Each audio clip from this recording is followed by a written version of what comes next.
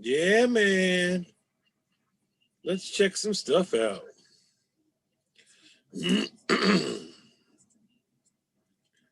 I have to figure out something new. Don't do this so little time. Oh, there we go.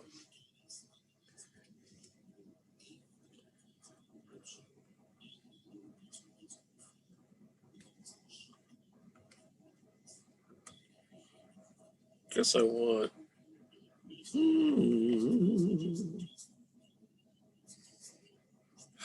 Aha. Guess I have to go with that one.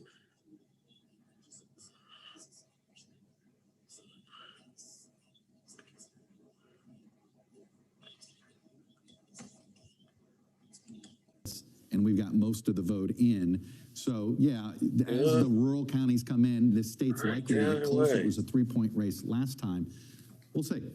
Okay, we'll see. Right.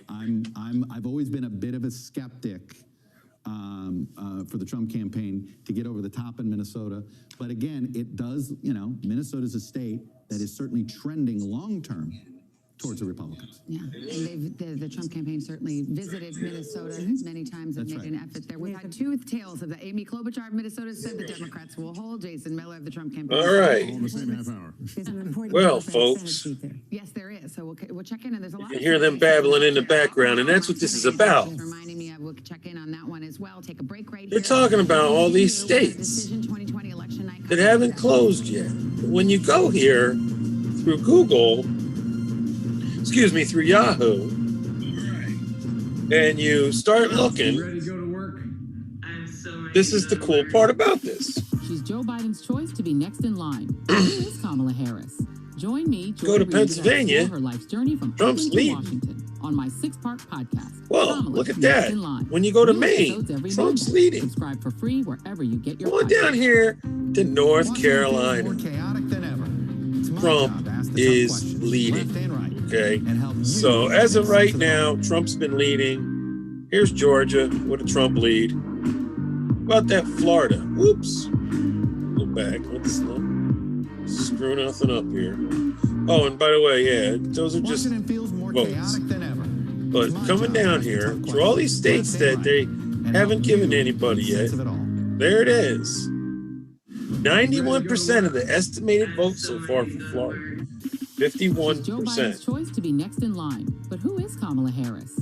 Join me. What's Joy up, Reid, as I Mr. explore her life's journey Untouchable? from Oakland to But look at this, Washington on my Texas with a 6-part podcast. Kamala Next in Line. 50.9% New episodes every advantage, Monday. 70% of the Subscribe for free estimated wherever votes. you get your So podcasts. it can swing. For breaking news in our changing world. Here we are, Download the 53% in Arizona, President Trump and Joe Biden 54% his campaign coronavirus. The story. in Utah. Battleground blitz as we enter the final stretch of the 2020 race. But they want to tell you We were Biden, sitting here talking to Joe Biden and President Trump. What they do you want to tell push them? Biden. Now here, Ground. let's see, Standing, these flames nothing are yet. expected to last another 24 hours. And in depth. They haven't gotten it in yet. See that? So, but it is what it is when you look at these numbers. Lester Holt. So Trump should Good win morning, welcome Pennsylvania, to today. We're glad to have you. Ohio, This fall. Florida. We're with you, whether you're back to school gonna win quite a few more. So or back to work. we ain't out yet, We're ladies keeping and you gentlemen. safe. Every morning on Today. So Police murder of unarmed black men has been an American yes, way sir, of death everybody. across centuries. After seeing the most comprehensive police reform bill ever introduced in Congress, I've begun to wonder if now is the time. If now is the time the All right. protesters finally win. That's what it's all The about. Last Word with Lawrence O'Donnell. Weeknights at 10 on MSNBC. MSNBC. Good morning, welcome to today. We're glad to have you with us. This fall, we're right there with you. They're gonna Whether come you're back to on school and they're gonna talk about Joe Biden leading. or back to work. And We're keeping you safe. what we're gonna do is Every morning on Today.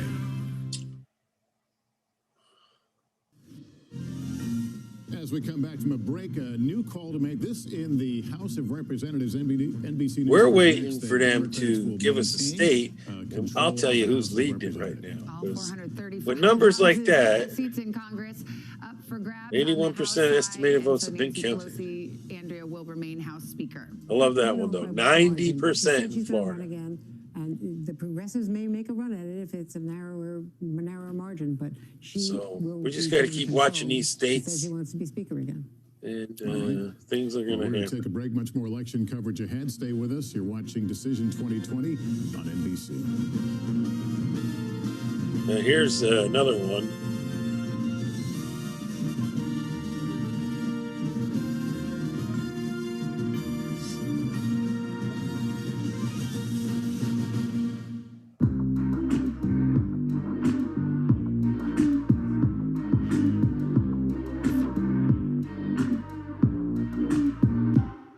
Good morning. Welcome to Today. We're glad to have you with us. This fall, we're right there with you.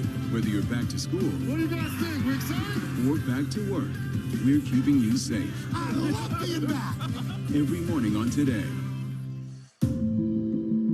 Police murder of unarmed black men has been an American way of death across centuries. After seeing the most comprehensive police reform bill ever introduced in Congress, I've begun to wonder if now is the time. If These now look like is the closing time numbers too. protesters Donald Trump finally seems to have been pulling closer and closer throughout the evening. That's right, everybody. Weeknights at 10 on MSNBC. Yeah, man. You ready to go to work? I'm so ready to go to work. Yep. She's Joe Biden's choice to be next in line. But who is Kamala Harris?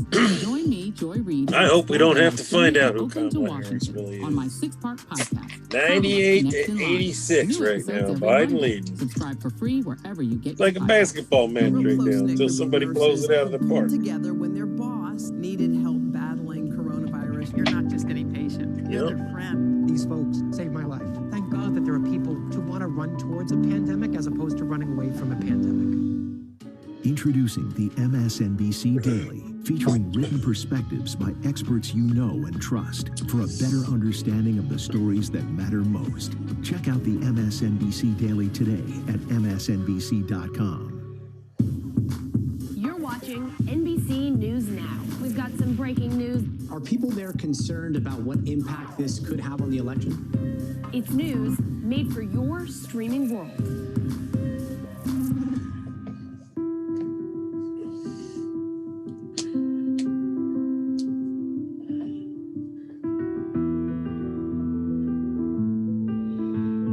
That's all you got to say, Mr. Untouchable, is Biden? Is that it?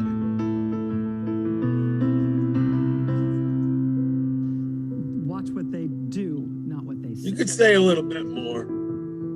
Look at that, 19-seat House majority. President Trump and Joe Biden hit the trail. At the center of this campaign, Let's see what we got here. There's 100 Senate seats, 39, 40 right now. Every angle. If you were sitting here talking to Joe Biden and President Trump, what would you want to tell him right now? On the ground. The winds fanning these flames are expected to last another 24 hours. And in depth. 2 vaccine trials on hold. Should people be concerned? NBC Nightly News with Lester Holt. Welcome back. 10:30 in East, 7:30 out west. Louisiana's votes are in. NBC News is projecting Trump as the winner there. In Kansas, the president holds on and holds the state of Kansas. There's also a Senate race going on there. In New Hampshire, it looks like Joe Biden will win. We project him as the winner. Florida, in that race, too close. Trump leads, but that race still too close. Watching it very carefully. Same story in Texas. It's too early to call, but the president does have a lead there, and North Carolina is getting just a little bit more interesting. It is too close to call there, and we've been watching that one real closely tonight. Ohio would be bonus category, and right now it's too early to call. Too early in the Georgia presidential contest as well. All right, let's keep it going. Here we go in Virginia. Too early to call, but Vice President Biden does have a lead there in Wisconsin. We can call it way too early to call. They still are counting votes there. Pennsylvania, they'll be counting them for a while. Too early in Pennsylvania. Minnesota, which we were discussing. Woo! Too close to call, ladies and gentlemen. Maine, which divides. I think that's how they're going to steal it from Trump. Congressional district, we're calling that too Yep. early to call, but we did see it Too early to call. 2016 with Donald Trump picking up have Too early to call. We'll see what happens. And Arizona. Bounce back to the other one. The vote is coming in fast and furious. What did I do? Get there? Here it is. Yep.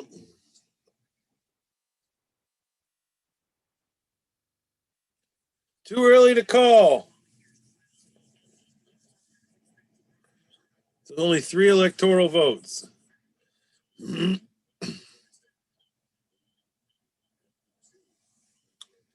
98-92.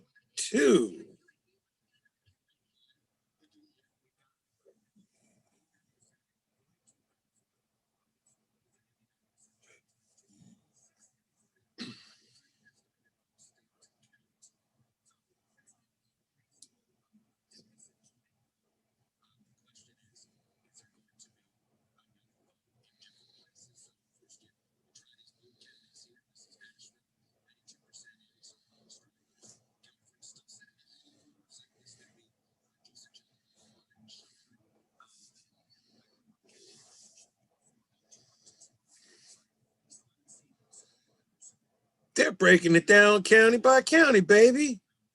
Person by person. They need to. But like that one, they're not going to call that race tonight, though. So a county can determine a state.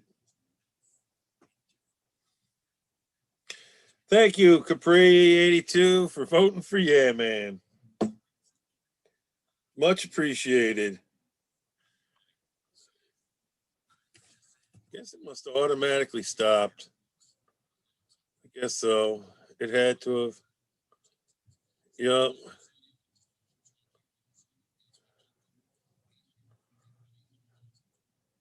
Yeah, it did actually. Oh, okay. That's all right. But this is wild. Yup.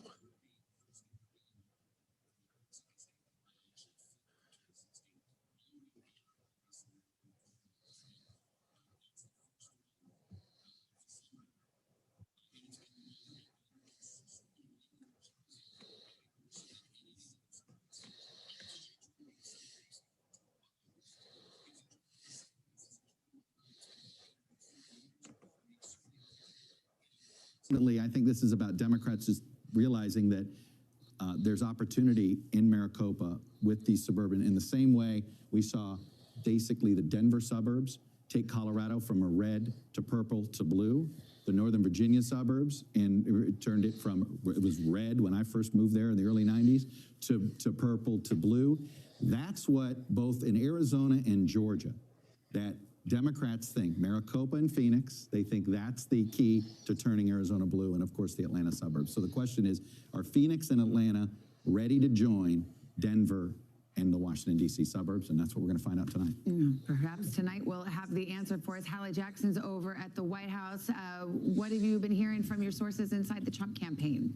Let me jump off of something that Chuck was just talking about as it relates specifically to Georgia, because the characterization from one person that I spoke with tonight is that folks are not feeling panicked yet. They're looking at Georgia. They are perhaps not feeling as good as they had been earlier in the day about it. But at this point, that is when they're watching, because of specifically what Chuck was talking about there, the suburbs around Atlanta, the way that the president could perform. They're specifically looking, and you heard Jason Miller talking Too about early to call, Georgia. Voters in Georgia, they're specifically looking at the performance that the president will have among black voters. Too early to call. They got 54. There is a lot of, again, we have not called Florida yet here at NBC News, but there is some, I would say, preemptive dunking from members of the Trump campaign about that state. There is really a sense, what did he say? I'm starting to pick up from talking to folks tonight, that this is a little bit how it went in the early hours. Donald Trump leads in Georgia. Years ago, if you remember, feeling like, is that what she's talking about? Feeling like they were the underdog. Go back to Florida. He's winning in both them states, ladies and gentlemen. And there are yes, he is. And the president has surrounded himself this year with. He's winning in multiple states. They want to give Biden a push in the beginning to make it look good. They can report this any way you want, but once the numbers come out, they're out. Talk about the moves more broadly. The president is spending election here at the White House. listen, any other election, Yeah. I would be standing here in front of you from, the election night watch party, if you will. We're not doing that. There it tonight is, because, everybody. Ain't obviously, nothing the to hide pandemic. there. Things have changed quite dramatically over the last 9 months or so.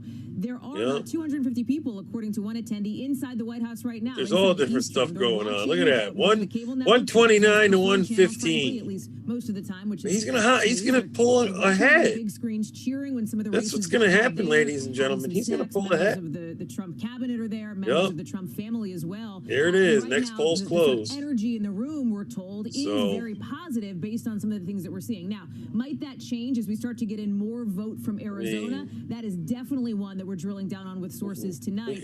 That was one of Mute her. We can head into some Fox News and get some. Yeah, they kind of feel bigger. Got a progressive commercial going on right now, everybody.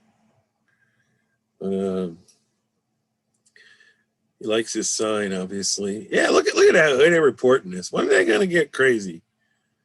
Mattress affects your body and how well Gotta you love sleep. it how Is they're it too live hard or streaming too soft, commercials. causing you Well, to this wake ain't up with live sore streaming, shoulders, but- back, or hips? Are you uncomfortable because you're too hot or too cold? Now you can get the total body support you need and the better sleep you want with the new MyPillow mattress topper. Hello, I'm Mike Lindell. Hi, Mike Lindell. How are you? MyPillow mattress topper. I'm happy to see you got your life in order, buddy. Want in a topper. My mattress My topper pillow, helps give everybody. you the support My you mattress need, protector. helps relieve your pressure He's even points, got and it for the regulates your dog if body you need one. temperature for you as an individual. Yup, I don't know It about comes with a cats though, 10-year movie buff. warranty. You can wash and dry the cover. It's made in the USA, and I back it with my 60-day money-back guarantee. 60 days, so send it back. If you don't like it within 60 days. To give me a better charge it night's back. sleep. Call now to get your very own MyPillow mattress topper. Use the promo code and Mike will give you 30% off and 30% 2 standard off, My man. Pillows absolutely free. Order now. 2 standard I pillows. personally guarantee it's going to change your bed into the most comfortable Meanwhile, bed you'll ever own. We believe 129 to in the USA, 115. we Biden over have a Trump right noble now. purpose. We want to be known as America's pull it off, mortgage though, I company for veterans and active duty service people. Some of them are giving their lives right now today for the freedoms that we have here in this country. So for us at New Day, to help those people at this point in time, it's a labor of love, it's a noble service, and that's what we're all about.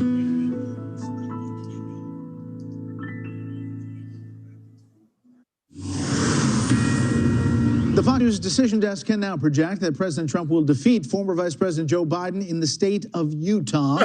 Not Trump wins really a Utah. surprise there, but it ticks up into the president's column as we go towards 270. We are watching a lot of states that are kind of on.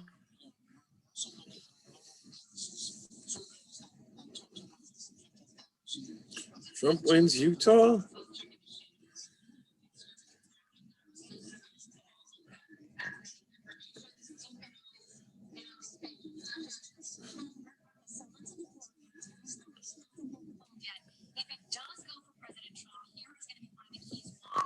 Seniors are backing him. This comes after concerns that he might be losing them because of the way that he handled the coronavirus pandemic. Also, this human voters are going for Trump, but broadly Hispanics as a voting bloc. They're behind Biden. 8 in 10 voters there are going to say it's important to them that the next president shake up the voting system, and that includes folks who are saying it's very important to them. Those are voters who vote for Trump by more than 10 points. On the other hand, those Florida voters want the next president to look out for people like them. Those voters say that they favor Biden over Trump. 7 in 10 in the Sunshine State, the voters there believe that Donald Trump stands up for what he believes in. Now, those voters broke for the president by an almost 2-to-1 margin. Interestingly enough, though, the angry voters that made up such an important part of Trump's voters 4 years ago, well, they're now in Joe Biden's column by a wide margin. So a lot more numbers to come. That's one of the key states. We'll keep watching them. Back to you guys. Shannon, Okay, Shannon, thank you very much. Stuart Varney, host of Varney and Company on Fox Business Network, joins us now. Stuart, you've been watching this. We talked a little bit about the markets, the futures. We talked a little bit about the Chinese yuan. What are you seeing?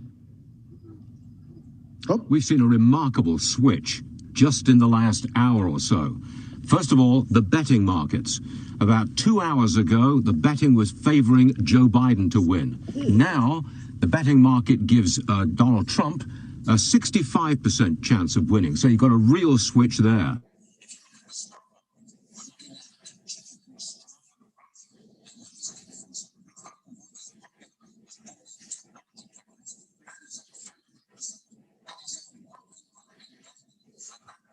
index. Stock prices across the board on the upside as we speak. Look at it on your screen right now. The President Trump seems to be putting in a strong showing, and investors like that. So the gains of the stock market that we saw on Monday and Tuesday, 1,000 points up on the Dow, that is holding. And Brett, I got to tell you, this is very important to ordinary people, if I can put it like that. Investing is no longer the area of just for the rich and the elites. 100 million Americans are now investors in the market through 401ks and IRAs. And they are sitting on some very nice gains brought to them during the Trump rally of the last 4 years. They don't want to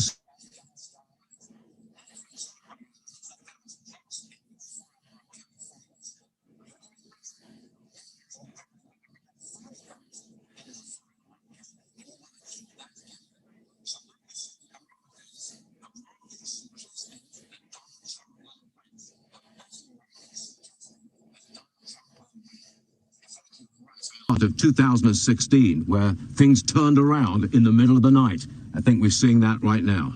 Yeah, I mean, we do have to pump our brakes because we have a long way to go. Ohio, North Carolina, very tight.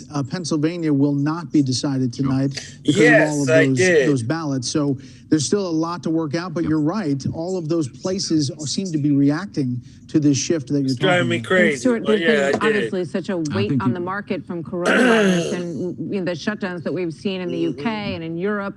And that's been one of the things that President Trump has said pretty much everywhere he goes, that he believes that if Joe Biden's elected, we'll find ourselves in another lockdown. Of course, he says that that's not. Locking it down.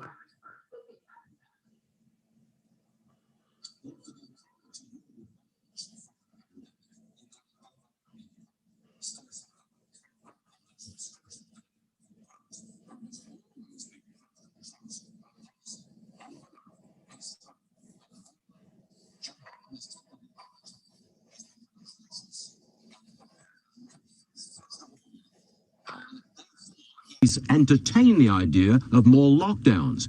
That is not popular with investors. They don't want to see that. They want to see growth and prosperity, and you get that by opening up.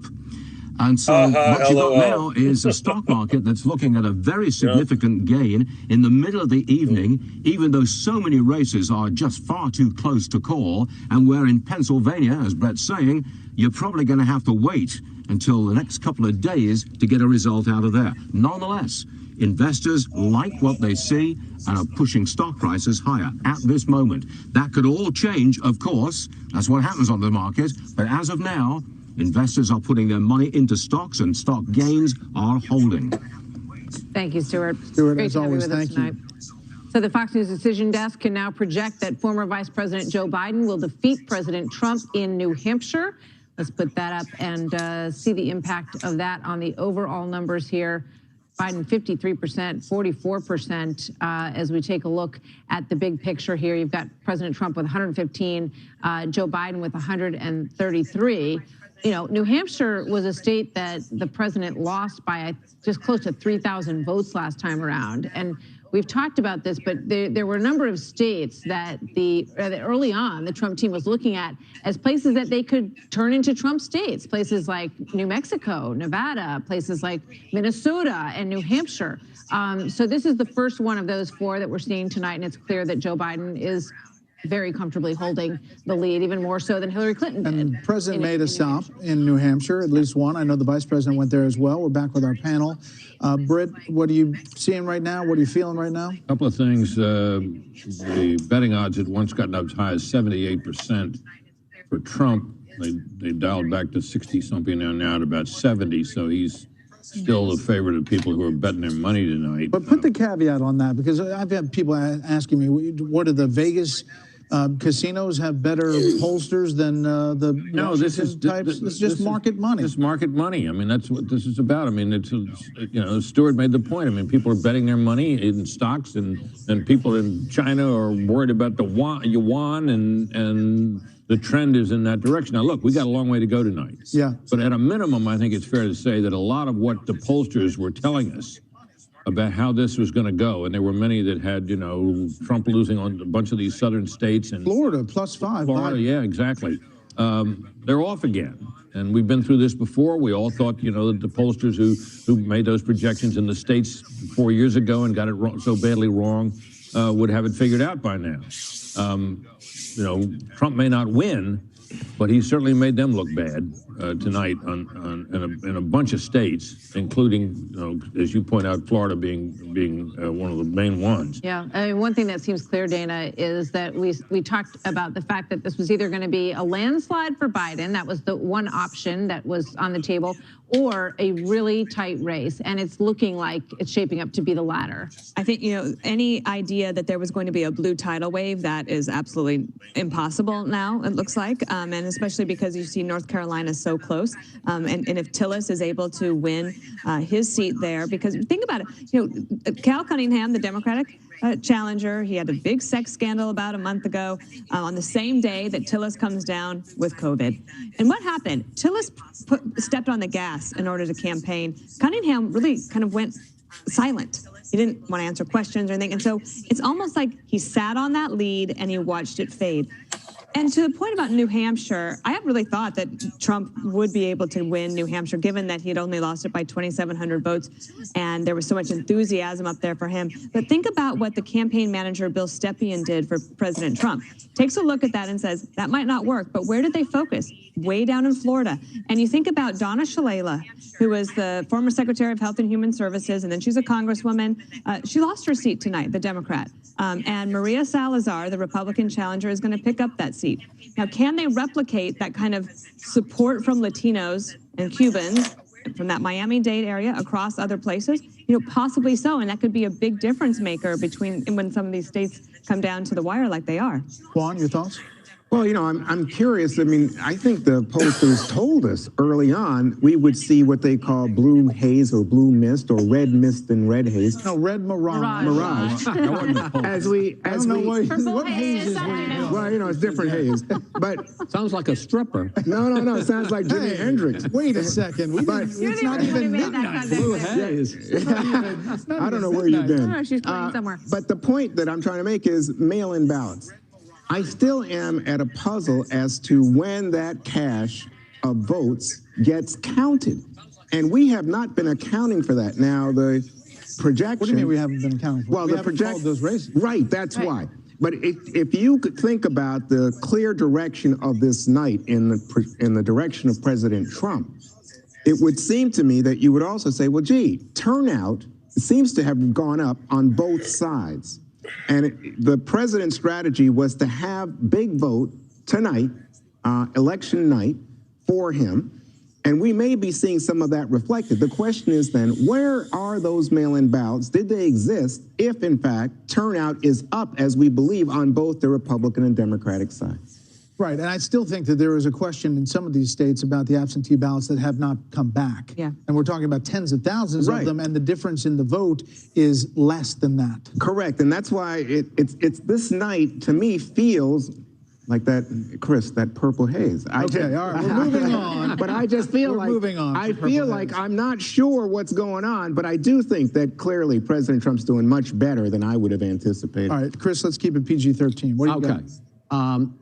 I think this night is totally up for grabs still. I agree that the early, easy Biden victory is off the board, but that was one of three scenarios. The other scenario was a narrow Biden win and a narrow Trump win, and those both are still absolutely open. And, you know, while it sure looks like Biden is going to lose Florida, the fact that the Fox News decision team hasn't called Florida yet says to me, you know, maybe it's a small margin, but there's still up for grabs.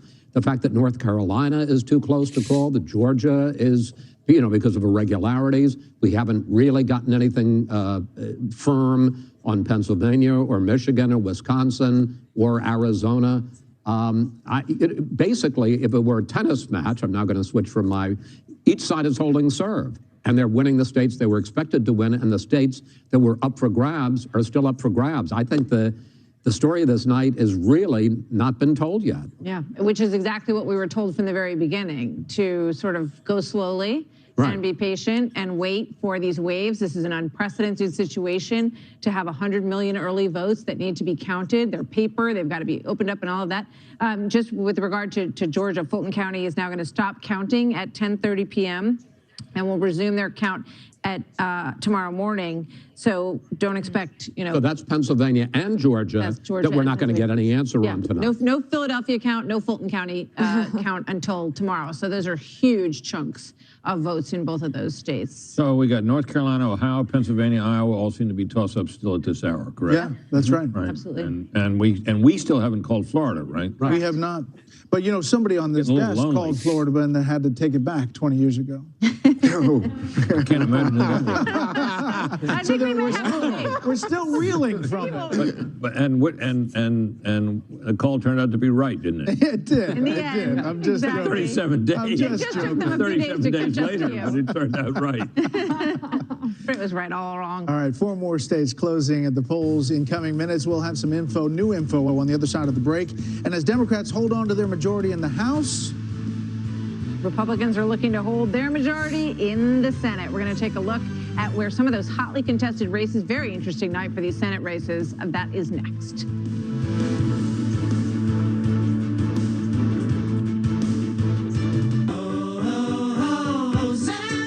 Once weekly Ozempic is helping many people with type 2 diabetes like Emily lower their... Woo!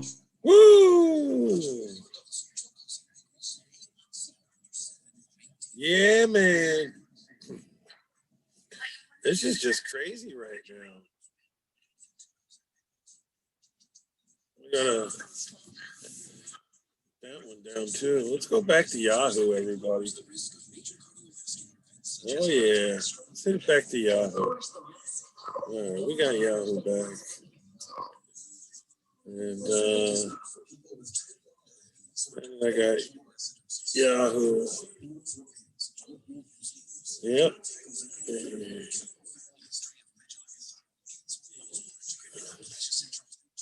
Let's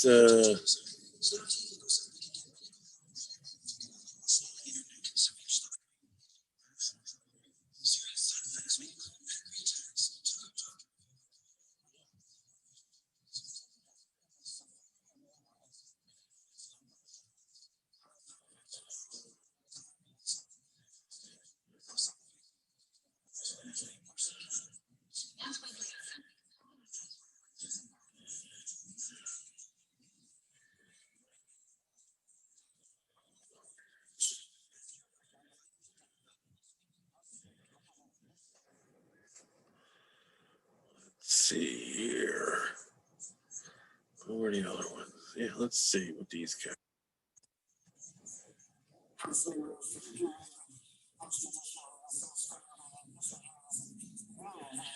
All right, now we got it. Talking about QAnon. So he is not in that runoff. And Reverend Warnock, who comes from the Reverend Martin Luther King's church, has just had a really big rise to get into that runoff. The second race is Ossoff. Yeah, well, can I just say the importance of Warnock in this runoff? So there have been 2 Senate runoffs this century, or two Senate runoffs since Andrea and I have been covering Senate in Georgia, okay? Each time the Democratic nominee was a white nominee. They've not had a compelling African-American nominee in one of these runoffs in Georgia. And before, it had just, the Democrats ended up just sort of fading at the end. Warnock, and he's not just, this is the pastor at MLK's church. It is one of those things that both Senate seats, if they end up in runoffs, that is a huge value add for the Democrats. And I know I've talked to some Senate Republicans who worry about that nightmare scenario of Warnock helping to drive up. This is where Stacey Abrams, the work she has done over a number of years, Good one, JoJo. Good to see you voted, though. Race paid off. We have to see what happens. Let's see what the whole Georgia. Let's see what the whole Georgia ball of wax looks like before we just give out credit yet. David Perdue is the incumbent against Ossoff, John Ossoff, and that remains. These are the better numbers. We'll take a short break and be back with more. We've got poll closings at the top of the hour in 4 states with a total of 78 electoral votes, including Big Blue California. Stay with us.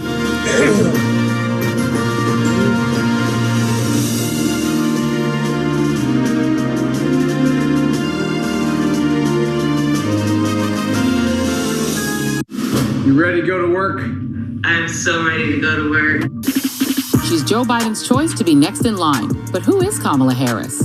Join me, Joy Reid, as I explore her life's journey from Oakland to Washington on my 6-part podcast, Kamala, Next in Line. New episodes every Monday. Subscribe for free wherever you get your podcasts. Washington feels more chaotic than ever. It's my job to ask the tough questions, left and right, and help you make sense of it all.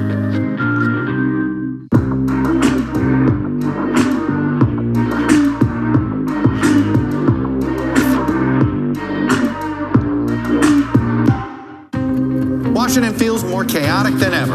It's my job to ask the tough questions, left and right, and help you make sense of it all. You ready to go to work? I'm so ready to go to work. She's Joe Biden's choice to be next in line. But who is Kamala Harris? Join me, Joy Reid, as I explore her life's journey from Oakland to Washington on my 6-part podcast, Kamala, Next in Line. New episodes every Monday. Subscribe for free wherever you get your podcasts. For breaking news in our changing world, download the NBC News app. President Trump and Joe Biden hit the trail. At the center of this campaign, coronavirus. The story. The battleground blitz as we enter the final stretch of the 2020 race. From every angle. If you were sitting here talking to Joe Biden and President Trump, what would you want to tell them right now? On the ground. The winds fanning these flames are expected to last another 24 hours. And in depth. We now have 2 vaccine trials on hold. Should people be concerned? NBC Nightly News with Lester Holt. Good morning. Welcome to Today. We're glad to have you with us. This fall, we're right there with you. Whether you're back to school. What do you guys think? We're excited? Or back to work. We're keeping you safe. I love being back. Every morning on Today. Police murder of unarmed black men has been an American way of death across centuries. After seeing the most comprehensive police reform bill ever introduced in Congress, I've begun to wonder if now is the time. If now is the time the protesters finally win. The Last Word with Lawrence O'Donnell. Weeknights at 10 on MSNBC. Good morning. Welcome to Today. We're glad to have you with us. This fall, we're right there with you. Whether you're back to school. What do you guys think? We're excited? Or back to work. We're keeping you safe. I love being back. Every morning on Today.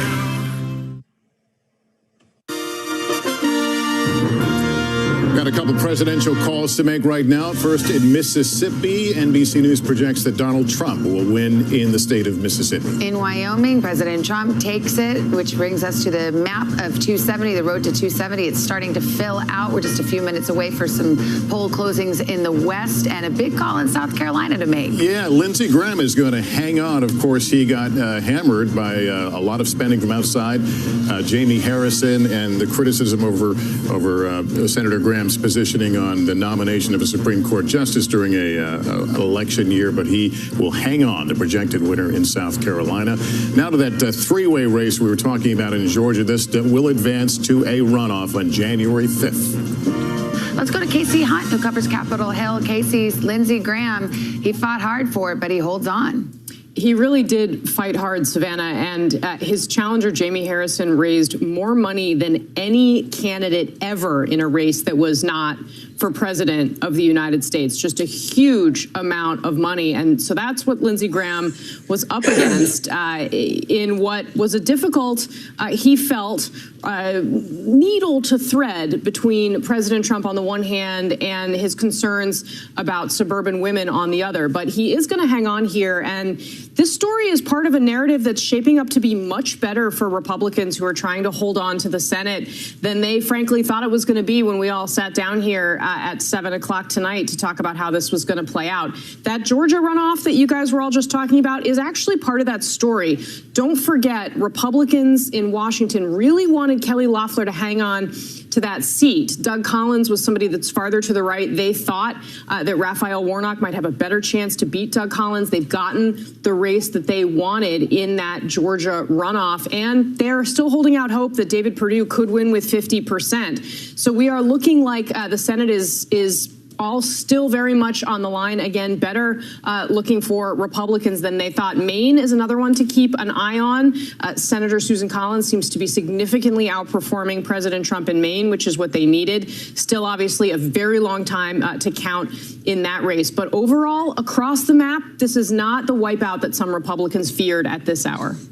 All right, Casey, we'll keep our eye on it. Republicans picked one up in Alabama, but lost one in Colorado. So we'll continue to do the math, crunch the numbers, and keep you posted on that. All right, for those of you in the Eastern and Central time zones, your local news is next. For everyone else, a brief pause as Decision 2020 election night coverage continues here on NBC.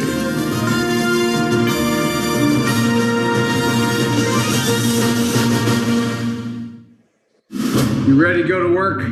I'm so ready to go to work. She's Joe Biden's choice to be next in line. But who is Kamala Harris? Join me, Joy Reid, as I explore her life's journey from Oakland to Washington on my 6-part podcast, Kamala, Next in Line. New episodes every Monday. Subscribe for free wherever you get your podcasts. Washington feels more chaotic than ever. It's my job to ask the tough questions, left and right.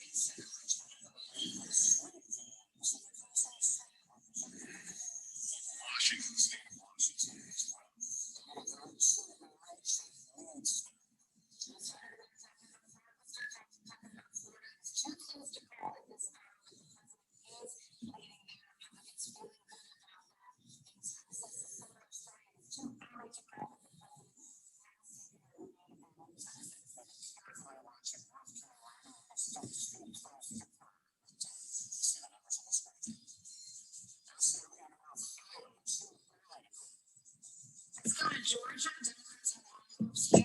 It's too early to call. We'll see how that much shakes out. We'll see a couple of the Senate races and views to January. In Virginia, it's too early to call.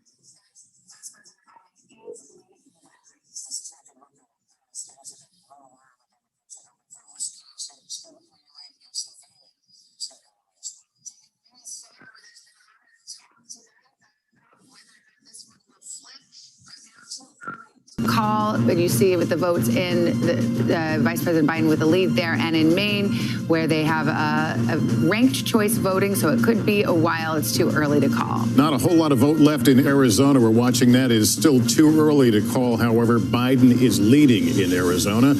Iowa, too early right now. And let's go out west to Nevada. Too early to call. We'll keep an eye on that one. Vice President Biden had been leading in polls in Nevada prior to this day. Let's look at the map to 270, starting to fill out in ways that we expected. Chuck, we haven't had a shocker yet. No, we haven't. We think one might be coming, but I just want to update folks on the blue wall on the northern states here, just to show you. Wisconsin looks really tight, 43% in. None of the early vote yet, right? And these are states that we don't expect to see much of the early vote tonight, but I just wanted to show you that. Pennsylvania, another one, just to show you again. It's almost, there's a little bit of early vote. We know some counties are going to do it, but it's almost all the yellow is to today's vote. So that's something I think is worth letting you know about here. But let's take a look at Arizona. I want to take a look at the states that we're all waiting on here. Didn't mean to be in that county. Here we have maintaining there a 200,000 vote lead, waiting for 25% of the state. But this is all early.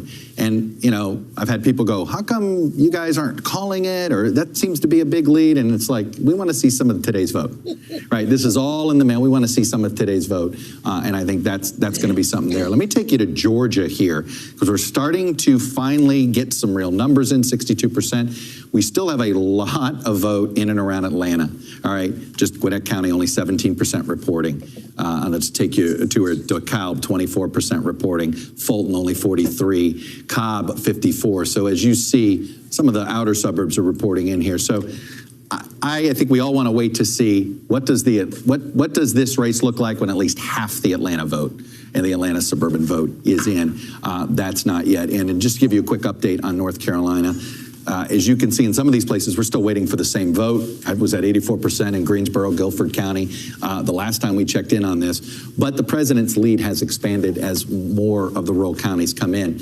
I have to say, Jason Miller said that they were going to win the state by 75,000. He thought right now they have a 73,000 vote lead. But again, there's a whole bunch of stuff. I think Biden might cut this, but not quite make it. But again, really not good news the way this is going on the Senate side of things. For the Democrats, really good news, looks like, for Thom Tillis. All right, who was considered one of the more endangered incumbent senators. Some thought the second or third most endangered. Yeah. Okay. Let's get the read on the ground from Philadelphia. That's where Rahima Ellis is. Rahima, good evening. His number just jumped.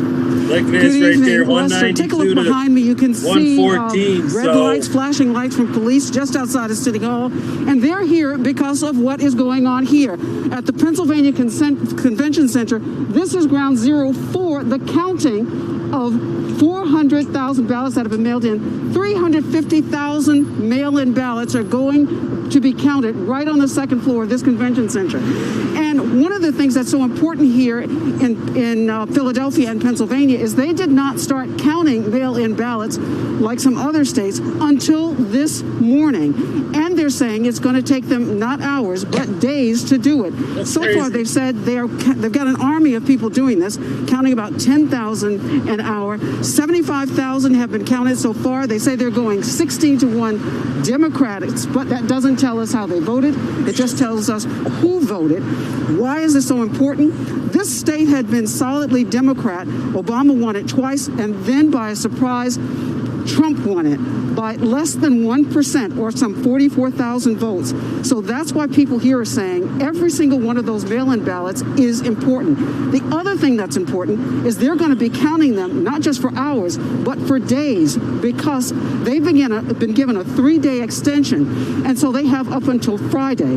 Ballots that have been postmarked by today, so you know what the that United tells States you? Postal Service will be delivering those ballots right here for them to be counted up until Friday. Don't concede and the election. The governor of Pennsylvania has said to everyone, don't concede. be patient and be confident. Vote. Every single one of your votes will be counted. It's just going to take some time. Lester? All right, Rahima, thanks. Gadi Schwartz is in Phoenix, Arizona. The aforementioned Maricopa County, where the action Phoenix, is Arizona, tonight. Gadi, what are you hearing? What are you seeing? Yeah, Savannah, just a little while ago, we saw a pretty remarkable scene, some ground game, strong ground game during the middle of a pandemic. Right now, we are at a grassroots kind of watch party. You can see this Zoom screen behind me, but just a little while ago, we saw hundreds of cars of these organizers and these Latino-based community groups coming together, dropping off their canvassing gear, then going home and joining this virtual dance party to watch some of those returns come in. They have been working here on the ground in Arizona for over a decade now. In fact, she was just telling me, the one in the black right here, that she started at the age of 12 years old, marching against Joe Arpaio, and she has been working just along with a lot of the other people here to try to vote Donald Trump out of office. They are optimistic because they say that since 2016, the state of Arizona has changed quite a bit. For one,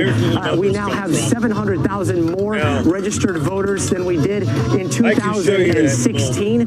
And when you talk to them, they'll tell you very quickly that they registered 100,000 of those 700,000 new voters. So that's something that they're looking at. But right now, we're looking at about 75% of the vote in. We know that that's about 2.4 million people that have cast their ballots that they've already got up. We know 2.6 million people voted early. So the rest of those early vote numbers should be coming in a little bit later tonight. We also know that around Maricopa County, things went off relatively seamlessly today. So those numbers also should be coming in tonight. But at this point, still no clear word on when we could get full results. Guys, back to you.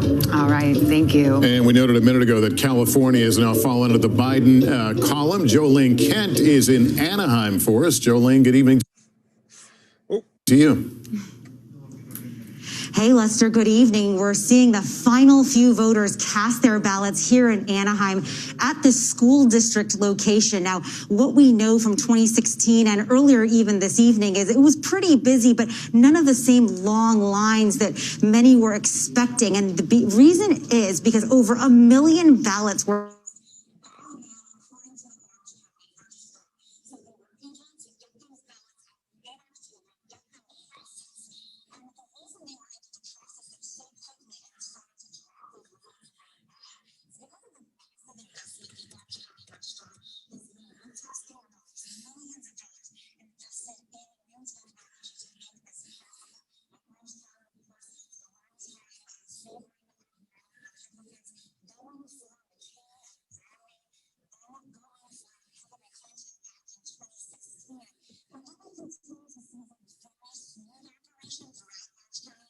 talked to the Orange County Registrar today, spent the day with him, and he said in terms of fraud and issues with ballots, concerns about ballots, it's only about 1% so far.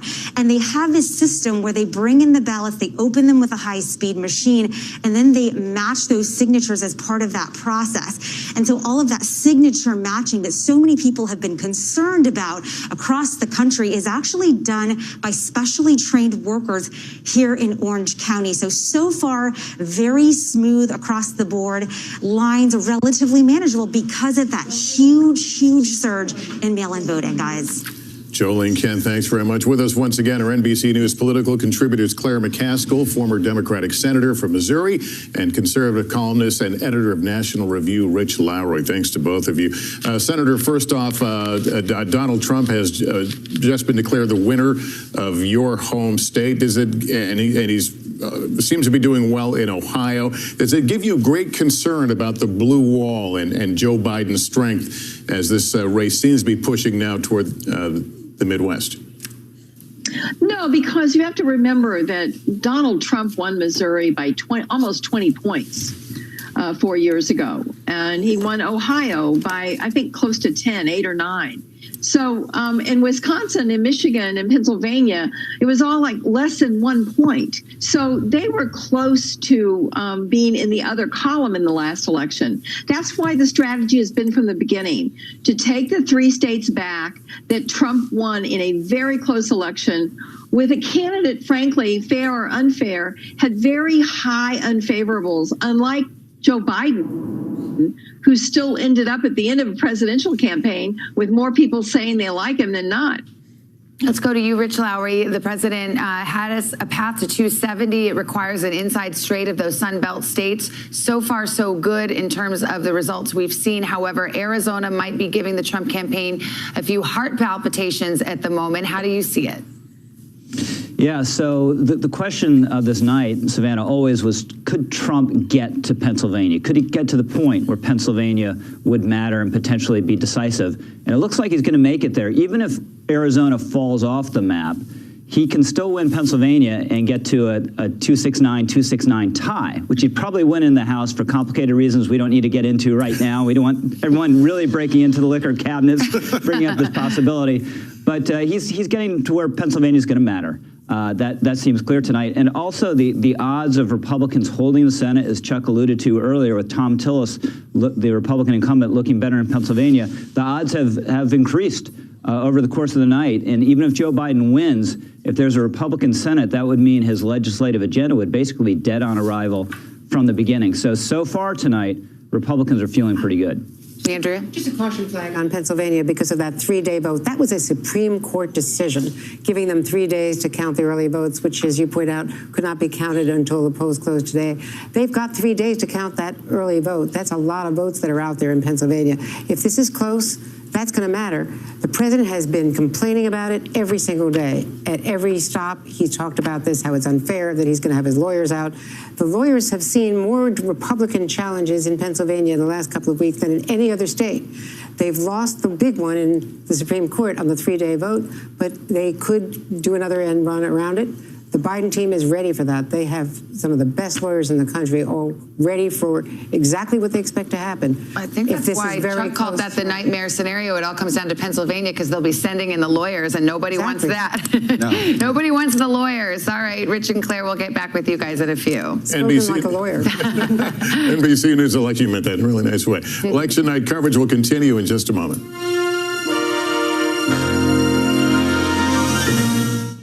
Good morning. Welcome to Today. We're glad to have you with us. This fall, we're right there with you, whether you're back to school. What do you guys think? We're excited? Or back to work. We're keeping you safe. I love being back. Every morning on Today. Election, folks.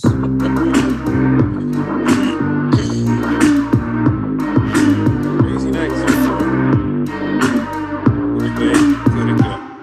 Good morning. Welcome to Today. We're glad to have you with us. This fall, we're right there with you, whether you're back to school. What do you guys think? We're excited? Or back to work. We're keeping you safe. I love being back. Every morning on Today.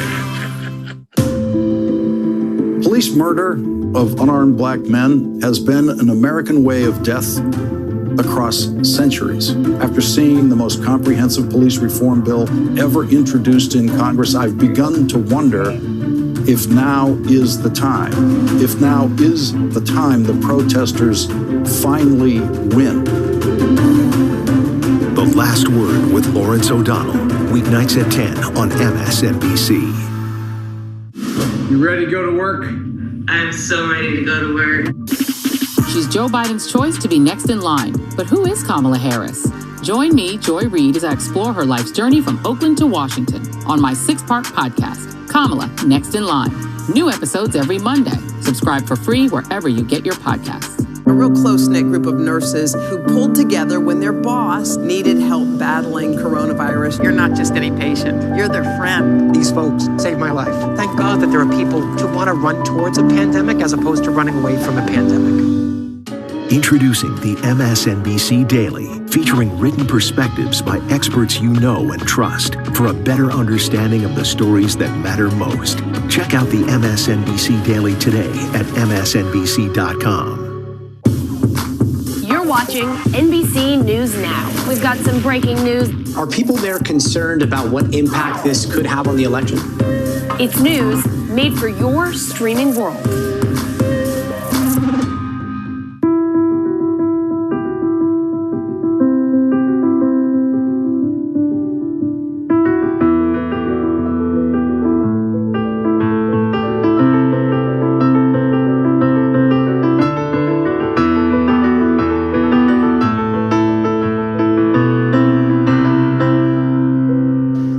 Watch what they do, not what they say.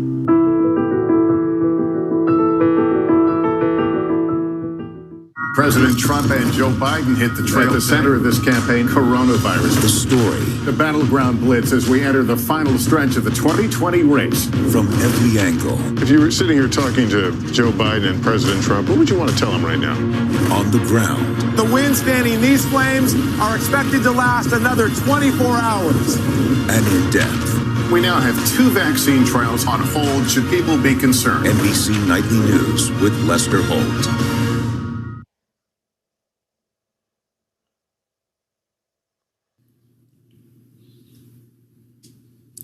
The band is taking a break, obviously, but we're back. But Chuck isn't. He never takes a break. In fact, here he is. Oh, you're talking well, but you're on. We're on the air. Oh, we're on the air.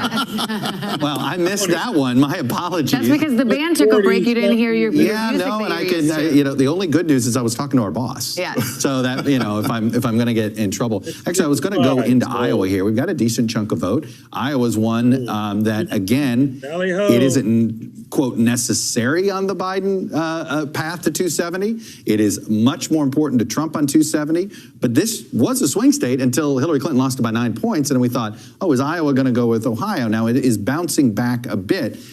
I think at the end of the day, Biden probably comes up short. I do want to show you here. We're looking at slightly more of the early vote has come in than today's vote, which probably why Biden has a narrow lead. But you do see where he has definitely improved upon Hillary Clinton. We've got almost all of Dallas County and the suburban county of Des Moines.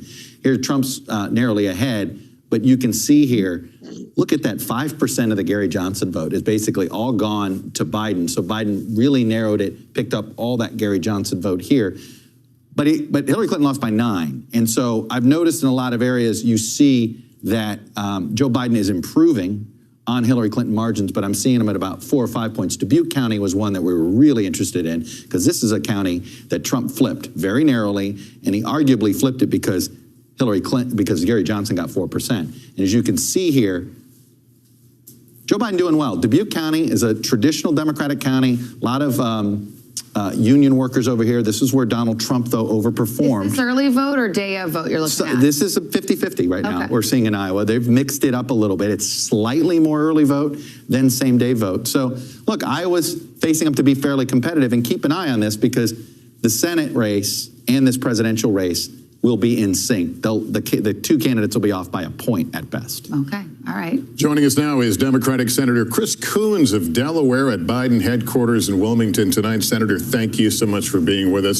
So walk me through it. So maybe you pick up Arizona, you lose Florida, maybe you lose Georgia, maybe you lose North Carolina. What's the likely or most the shortest path to 270 for Biden? Well, Lester, as you just pointed out, there's several paths for Joe Biden to be elected our next president. But we have to remember, over 100 million Americans voted early, whether in person or by mail. And as Chuck was just pointing out, there are different rules in different states for whether they have already counted and are already reporting that early vote, or whether they're just beginning counting it and won't report it for several days. I'm hearing encouraging things about Ohio, about Arizona, about Iowa. So I think there still remain several paths for Joe Biden tonight, while President Trump has a very narrow path. And frankly, I'd rather be in our camp than his tonight. We have to remember that every vote needs to be counted before we conclude this election.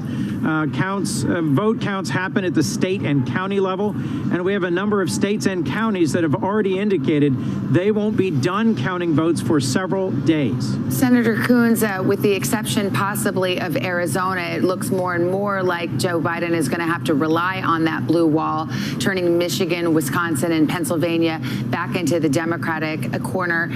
How do you feel about what you've heard from your sources on the ground about how the industrial Midwest is playing out for Joe Biden? Well, I've been texting and calling with my Senate colleagues as well as local elected officials and organizers in several states today, the ones you just referenced, and I'm optimistic. I think we're ultimately going to have a great outcome for Joe Biden and Kamala Harris. They've had the right message from the beginning of this campaign about bringing people together, getting us out of this pandemic, and building back stronger our economy.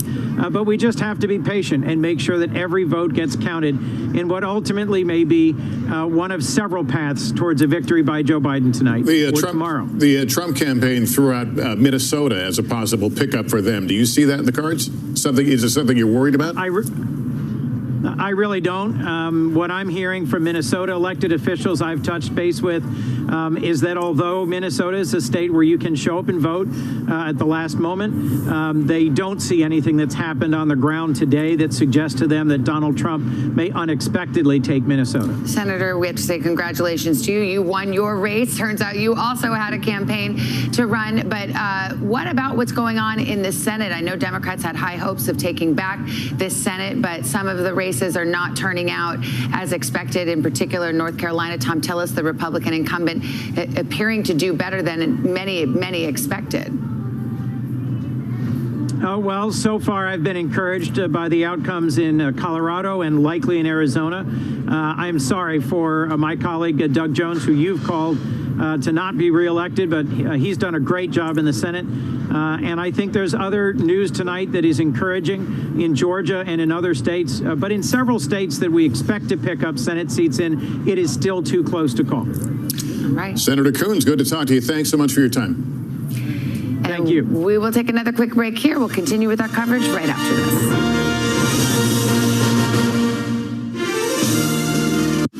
You ready to go to work? I'm so ready to go to work. She's Joe Biden's choice to be next in line. But who is Kamala Harris? Join me, Joy Reid, as I explore her life's journey from Oakland to Washington on my 6-part podcast, Kamala, Next in Line. New episodes every Monday. So Subscribe for free wherever you get your podcasts. Washington feels more chaotic than ever. It's my job to ask the tough questions, left and right, and help you make sense of it all.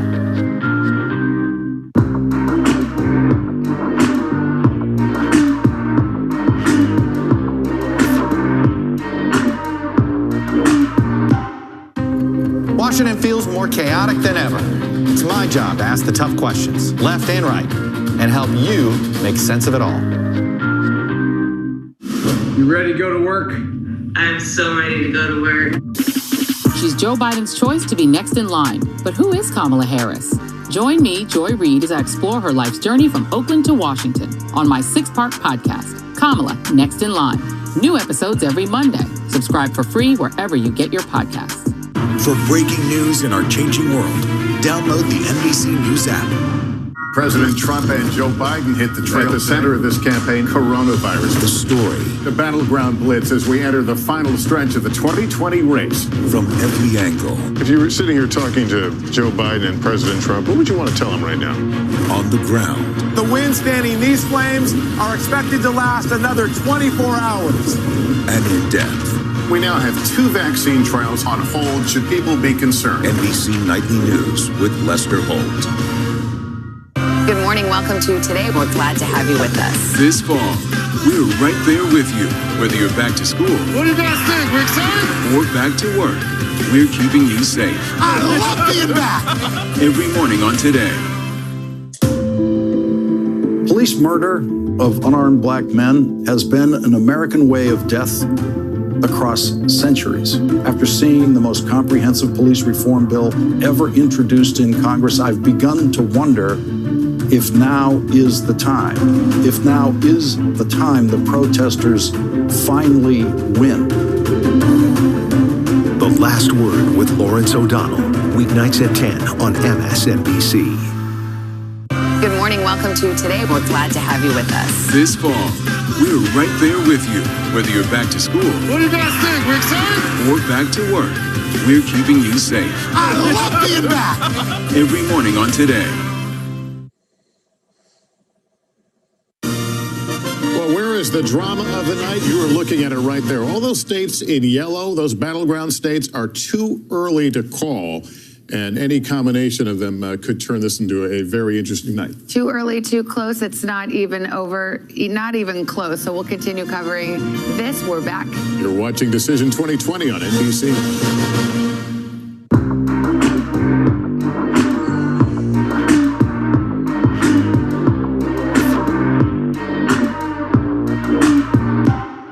Good morning. Welcome to Today. We're glad to have you with us. This fall, we're right there with you, whether you're back to school. What do you guys think? We're excited? Or back to work. We're keeping you safe. I love being back. Every morning on Today.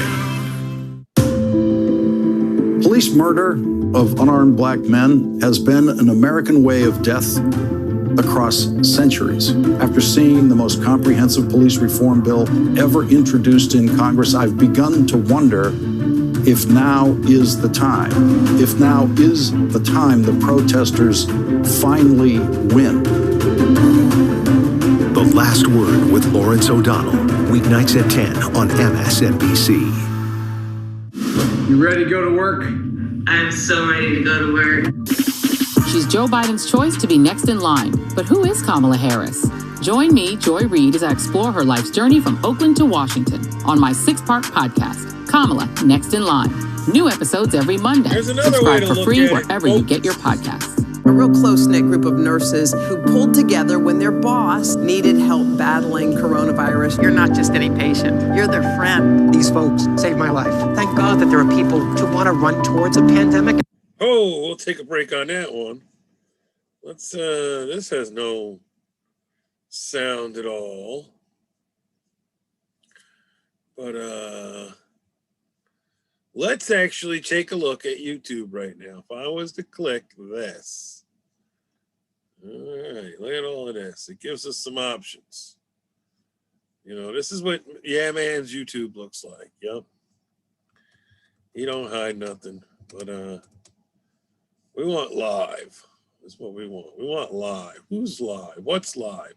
Here it is. at the crossroads. Blaze TV. NBC. That's what I was watching right there. Yep. Right side broadcast. There's quite a few right now live.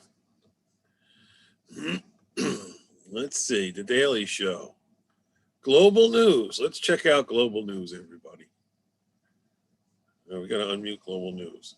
With the help of Arizona and with the help of the 2nd Congressional District in Nebraska, Iowa becomes a bit of a player in this. But a combination of Michigan, Wisconsin, Arizona could still do it for them. But as you've been reporting all night, Michigan and Wisconsin and Pennsylvania are just probably not going to be known tonight because there are so many votes that will still have to be counted on into tomorrow. Yeah. Still early, I think, for Arizona, too. I mean, there's, I think, only 18% of polls reporting. Nonetheless, I think that some number might be wrong. I think the poll numbers in Arizona are maybe a little larger than that. All right, thank you. Thank you. I think it's 11 electoral college votes in Arizona too. But anyway, if I said 10, I was that was an older Eric. Remember, yes. And, I think they're going to get another one in the next census, so there'll be 12 anyway. So, hey, there's a lot to take in, a lot of pucks to follow here. So, Eric Sorensen, thanks. We're going to come back to you for sure a little bit later. Let's go up to Ottawa now. Mercedes Stephenson, our Ottawa bureau chief, is standing by. Mercedes, of course, nothing is certain until all the votes are counted. This is a democracy, and a lot of the votes, because of the way things work in the United States, there are different rules in different states. There's so many mail-in ballots and early votes this time, so no clear result at this point. Canada, and especially Canadian political leaders, watching this all very closely. Have we heard any peep from anyone in Ottawa? Not a peep, and I don't think you're going to hear one anytime soon, Donna, because this is not something that the major opposition party leaders, in terms of the Conservatives, the Greens, well, the NDP are the exception, we'll get to that in just a moment, or the government wants to be seen as taking a side in. They want to let this unfold. The last thing you want is to have come out and said something against somebody who then becomes the president. They've gotten to know Donald Trump quite well. While that relationship has not had any shortage of hurdles and bumps, they know who to talk to around the president. They know how to bend his ear. They know who his advisors are, and while we might get tariffs, they can get them eventually taken off. They'll have to establish all of that with Biden and not have the same political foil, but there's no way they're going to come out and say, look, we're clearly more ideologically closer to Joe Biden. Same thing with the Conservatives. They said, look, this is the Americans' election. We do not comment on foreign democracies. They have to choose who they want. The exception in all this is Jagmeet Singh, the leader of the NDP. He came out and tweeted today saying he essentially hopes that Trump is thrown out of office and said that he makes it a more dangerous world. Now, this is not the first time that Jagmeet Singh has said something like this. In fact, it was very controversial on the 2019 election campaign. I was in the room when he said that he hoped that he, if he became prime minister, would not have to deal with Donald Trump because hopefully he would no longer be president. It's something that Jagmeet Singh can perhaps afford to say while he is in this fourth party position, but it could come back to haunt him in the future if you want to be the prime minister of the country. So I think you're not going to see anything else from the Conservatives or the Liberals until there is a clear result, though. Mercedes, that's interesting. I mean, I think, political leaders, I don't want to try to get inside their heads or why they say the things they do, but I think you can say things when you don't have... Donna, I can't. It's going to be terrifying sometimes, I'm sure. But you don't. It's easy to say things when you don't actually have power, right? And it's easy to be critical of others when you're not in a position to be making the decisions. So, be that as it may. Let's talk a little bit about how policymakers and people behind the scenes in Ottawa are looking ahead to whoever becomes the next president, whether it's 4 more years for Donald Trump or Joe Biden. What do they do to prepare? So they have been putting together intelligence reports on this from all levels of government, everything from CSIS, CSE, the intelligence, on the military side, what it could mean, looking at border states where they have concerns, and of course, looking at the border itself. That is the biggest part of this relationship, and it has been closed due to COVID-19 since March. That is something that in a way has eased policymakers' minds because they didn't have to go into a more advanced posture around the border. That did not become somehow a story. But but they are looking at all possible scenarios. If there's another Trump presidency, as we were saying, it's business as usual, as unusual as that business may sometimes be. They know what they're dealing with there. With Joe Biden, they'd have to make inroads. They'd have to deal with the fact that he has said one of the first things he'll... Whoa! And there she goes, everybody. Oh, what are we going to come up with next? What do we need to break the... Here's the election call.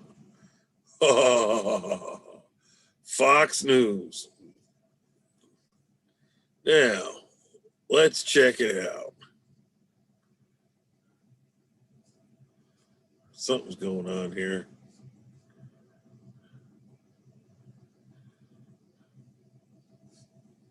Today, refresh. Look at this. This is just a race to 270. Now their numbers are a lot. Look at this. Check these numbers out. This is Fox News, everybody. They got Biden at 223 and Trump at 148. All right. Well, we're looking better now. I like these numbers. Well, I don't like these numbers, but it shows a lot better. They got some states in here now. How you guys doing out there? No one wants to say nothing, huh? Okay. The race to 270, everybody.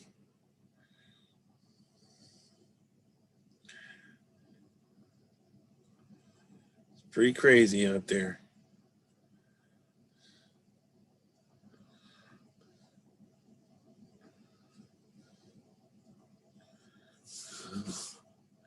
That's an interesting one, though. Whose is this? This is Fox News. Yep. They don't want to hear nothing else, huh? Okay. That lady was interesting. Total votes. So we are waiting.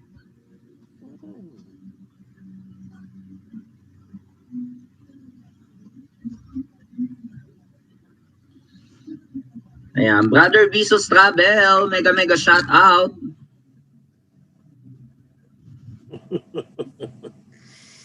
Yeah, he's doing the same thing we're doing, everybody. We're just snooping around right about now. Like, what's going on over here?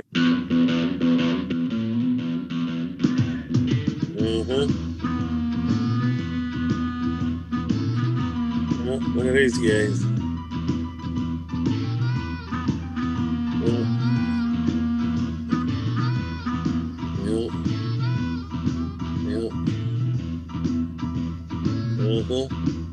I'll keep your eyes on the road you have. Ain't up on the wheel.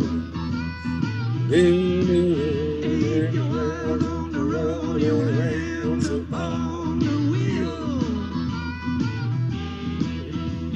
The road doesn't gonna have a real. Yeah, JK No Kill needs right. All right, let's get back. Hey, let's check this guy out for a minute. Says better than Pennsylvania, because you got to kind of like, do it like that. But we're back. I'm just saying the paths See have what narrowed NBC for got to everybody. say right about now, We are looking everybody. at a close election, and I was this feels Thanks a for little bit sticking like around now, running the 2004 G-Mangos. meets 1976. For those of you thinking about presidential elections, both of them I'll be were over close there races, sooner, and both not of them later. were races that took us a long Me time. and Coach got stuff to do Michigan also. may not come in until Wednesday night or Thursday, according to the text I just got from Democrats there. Okay, so it's all over, but the counting could take a while. We need to roll up our sleeves. Yes. I'm just saying, we're getting close to midnight. Maybe the coat comes off. Maybe we roll up Okay. the sleeves. All It's maybe we get the pencils out. We got a lot of adding to do. After midnight's when Chuck gets loose, so watch out. You don't want to see that, folks. Let's go to Kristen Welker. She's at Biden headquarters. How are they feeling? Are they sweating it? Well, look, they are certainly watching a couple of these states quite closely, and I think one is Arizona. One person close to the campaign telling me they feel encouraged by Arizona, because if he wins Arizona, then he doesn't necessarily need to win Pennsylvania. But as Chuck just mentioned, these paths are really narrowing. So if Biden wins Arizona, then he has to have a sweep of those Midwestern states. He has to hold on in Michigan, in Wisconsin. He cannot afford to lose any of those states. That's why you saw Biden barnstorming those states in the final days of this campaign. But where did he spend his most time? In Pennsylvania. Where was he today? In Scranton. That's, of course, the place where he was born. He visited the place where he grew up.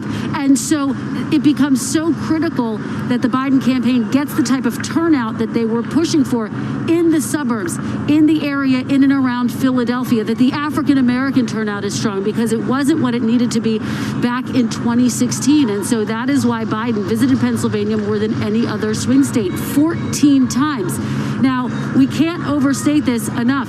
The counting of those mail-in ballots is just beginning in Pennsylvania, and so they are urging everyone to be cautious and to brace for what could be a days-long process of counting these votes, but they say they're going to do it.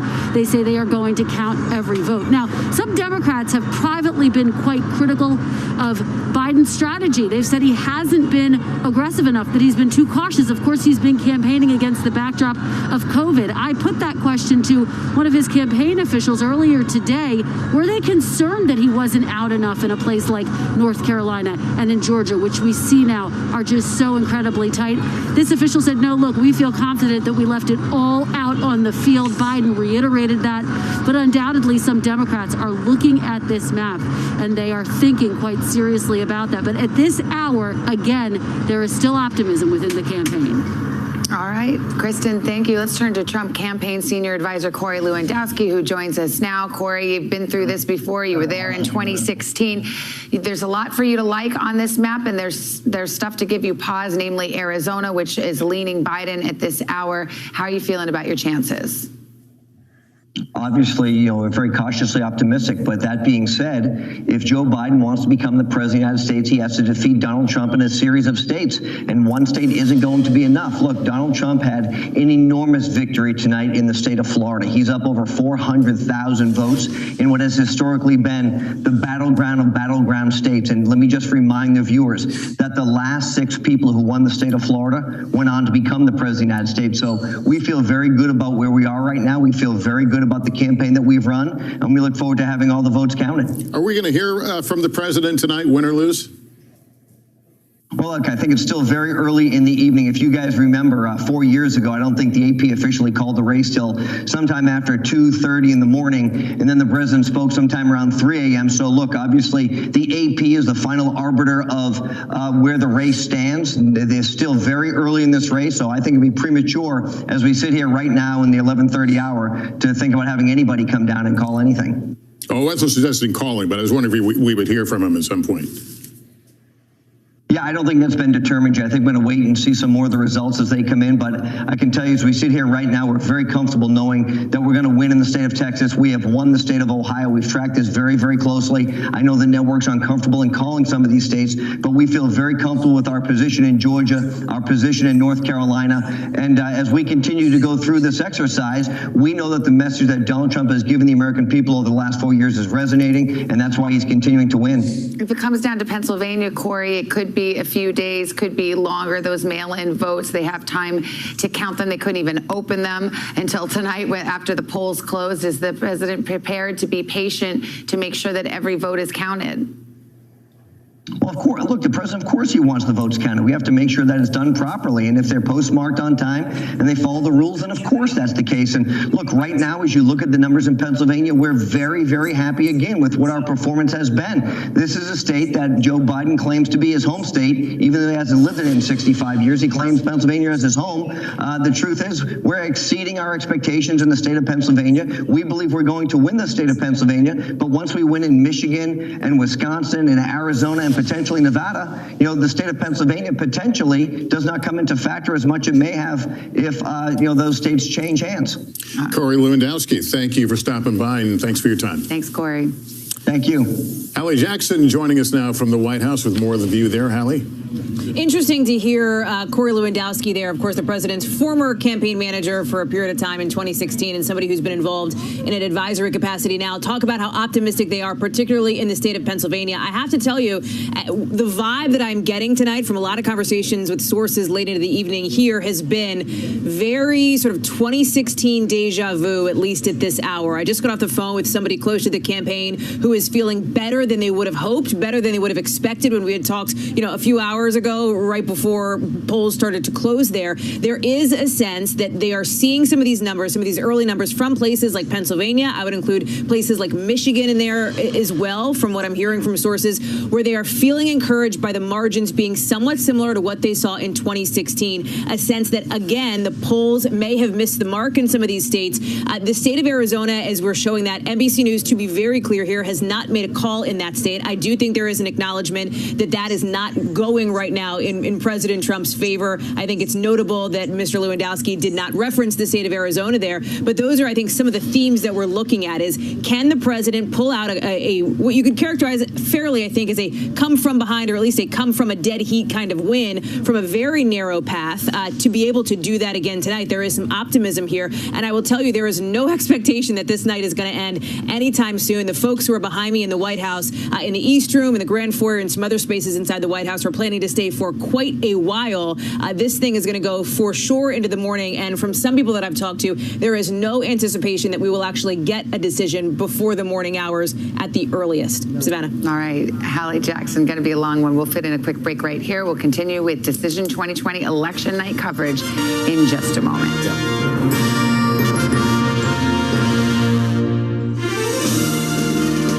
Good morning. Welcome to Today. We're glad to have you with us. This fall, we're right there with you. Whether you're back to school What do you guys think? We're excited? or back to work, we're keeping you safe. I love being back. Every morning on Today. Check them out for a minute here. See what these guys got going on here. But I'll tell you, Yeah. shame on Delaware. Fuck Delaware. He said, fuck Delaware. Can't believe Delaware has turned into a blue state. It's pretty sad. Pretty fucking sad. Arizona. Shame on you. My state. Shame on us. Shame on fucking DC. 94% Biden. 94% in DC. Shame on you, fuckers. I'm ashamed to be born there. Shamed. Should have been born in Greece, not fucking DC. Shame on DC.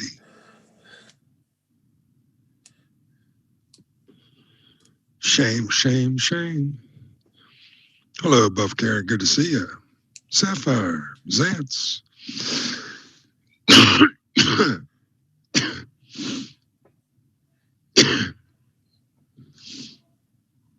No. Fuck no, I won't, Claire. Hell no. His son is a fucking scam. They're all fucking pedos. They fuck with children. Bitches fucking his dead uncle's fucking wife. Hell no. Grabbing kids by their private parts. No. My wife, Sarah, said that we're going to move to Ireland if he wins. Let me show you something, my Claire. My Claire Bear. Send some love to Mama Eden, please, my love. Look at that, Claire, my lady. Claire, is there something wrong with this picture? Is there something wrong with that picture, Claire? I think so. I think so.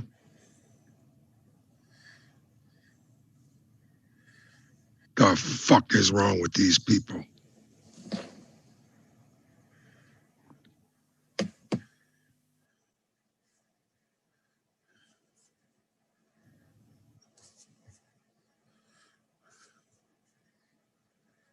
would you want to tell him right now? On the ground. On the ground. Let's see. Let's get back to the Yahoo one. That one went out the window. It's this one. There it is. Woo! 209-18, ladies and gentlemen. Rocking and rolling. Well,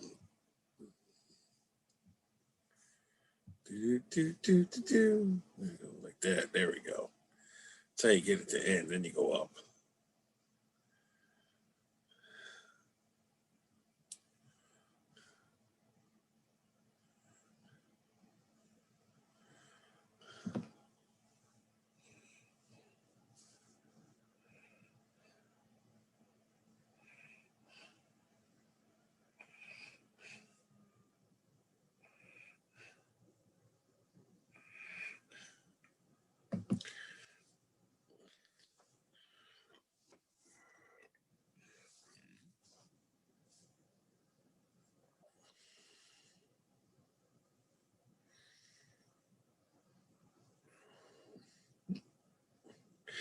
If everything stays pink, turns red,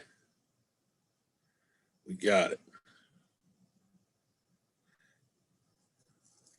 President Trump, his numbers will jump and blow away Joe Biden.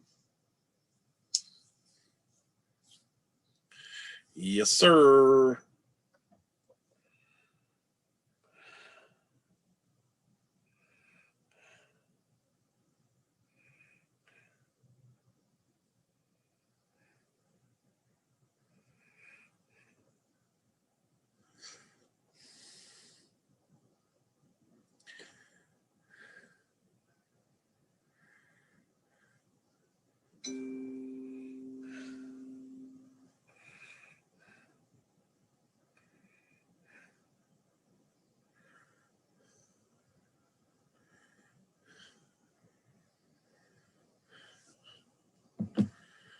All right, let's see.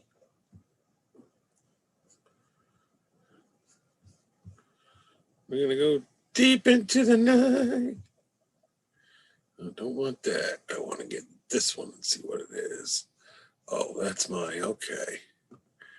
Let's get back to...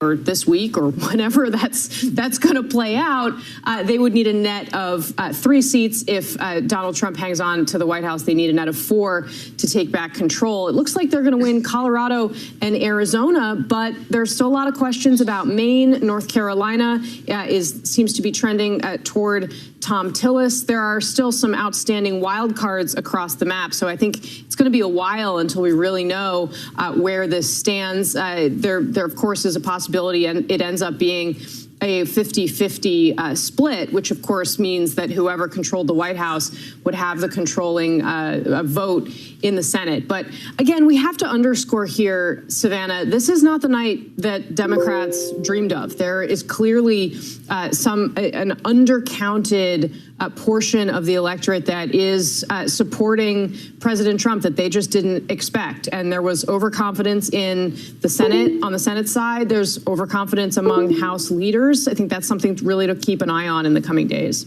All right, Andrea. And one of those races that's still out there is Montana, where you've got the sitting governor, Steve Bullock, a popular governor who's taken some tough measures on coronavirus, but has not had much opposition to it. He's running for the Senate. They really fought hard to, Chuck Schumer did, to get him into the Senate race. He did not want to run. And remember, he ran for the presidency briefly, and he's running against an incumbent, Steve Gaines. That is a close-fought race, and we have to see late in the day what happens in Montana. We're seeing a quick pattern, by the way, in the Senate races and the presidential, and frankly, we're seeing it in some House races.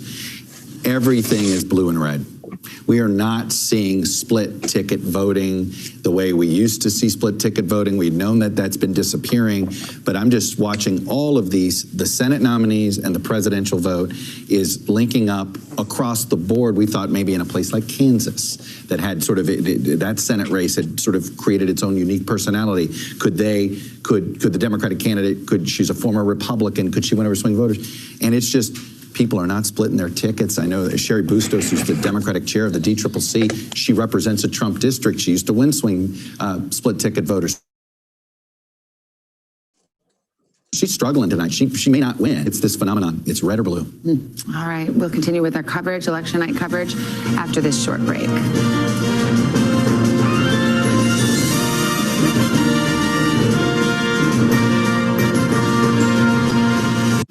You ready to go to work? I'm so ready to go to work. She's Joe Biden's choice to be next in line. But who is Kamala Harris?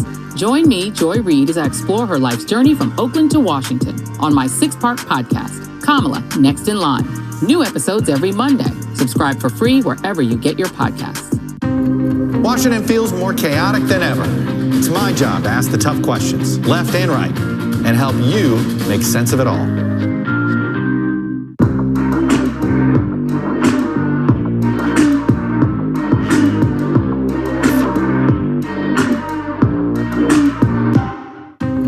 Washington feels more chaotic than ever. It's my job to ask the tough questions, left and right, and help you make sense of it all. You ready to go to work? I'm so ready to go to work. She's Joe Biden's choice to be next in line. But who is Kamala Harris? Join me, Joy Reid, as I explore her life's journey from Oakland to Washington on my 6-part podcast, Kamala, Next in Line. New episodes every Monday. Subscribe for free wherever you get your podcasts. For breaking news in our changing world, download the NBC News app.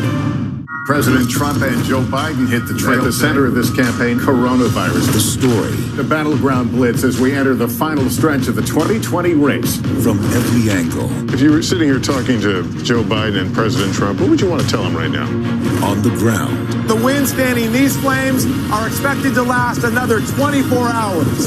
And in depth. We now have 2 vaccine trials on hold. Should people be concerned? NBC Nightly News with Lester Holt.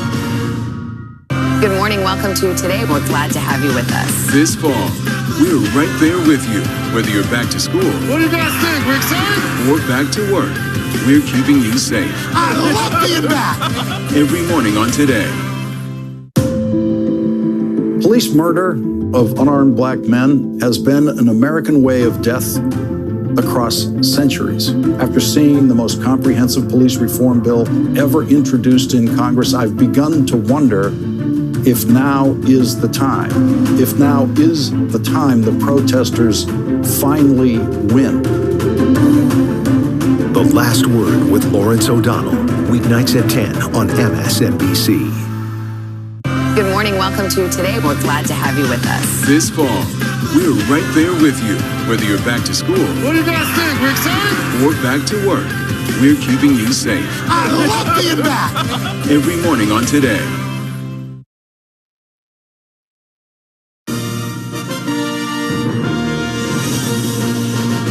So where are we and what are we waiting for? Here are some of the big ones we're still waiting on. Pennsylvania, it is too early. We knew that would be a long wait. Ohio, too early. Trump leads, however. And in Florida, the president leads there. That is too close. We've got much more ahead. Stay with us. You are watching Decision 2020 right here on NBC.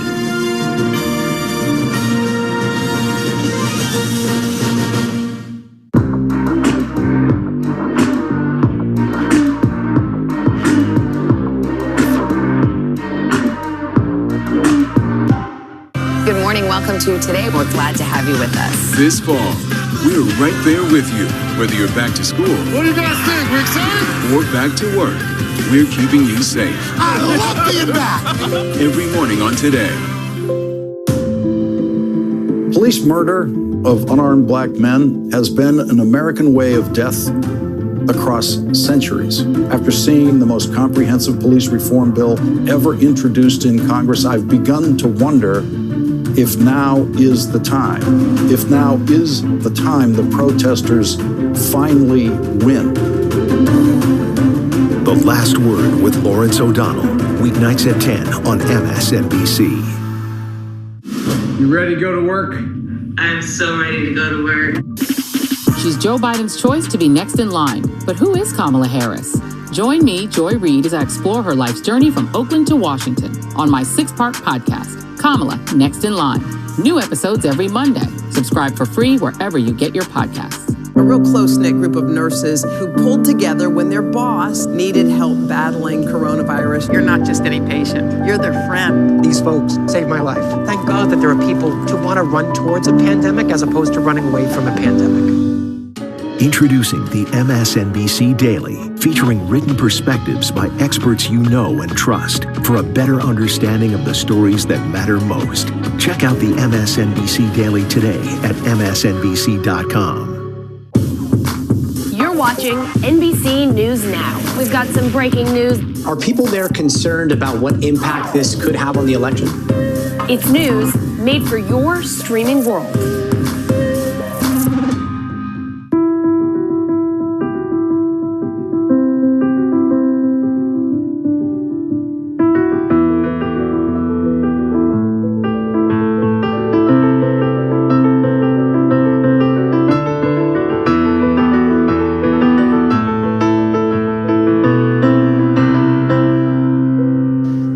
Watch what they do, not what they say.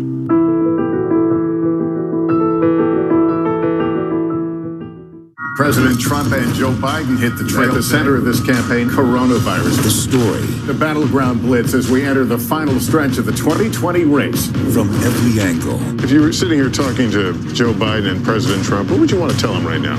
On the ground. The winds fanning these flames are expected to last another 24 hours. And in depth. We now have 2 vaccine trials on hold. Should people be concerned? NBC Nightly News with Lester Holt.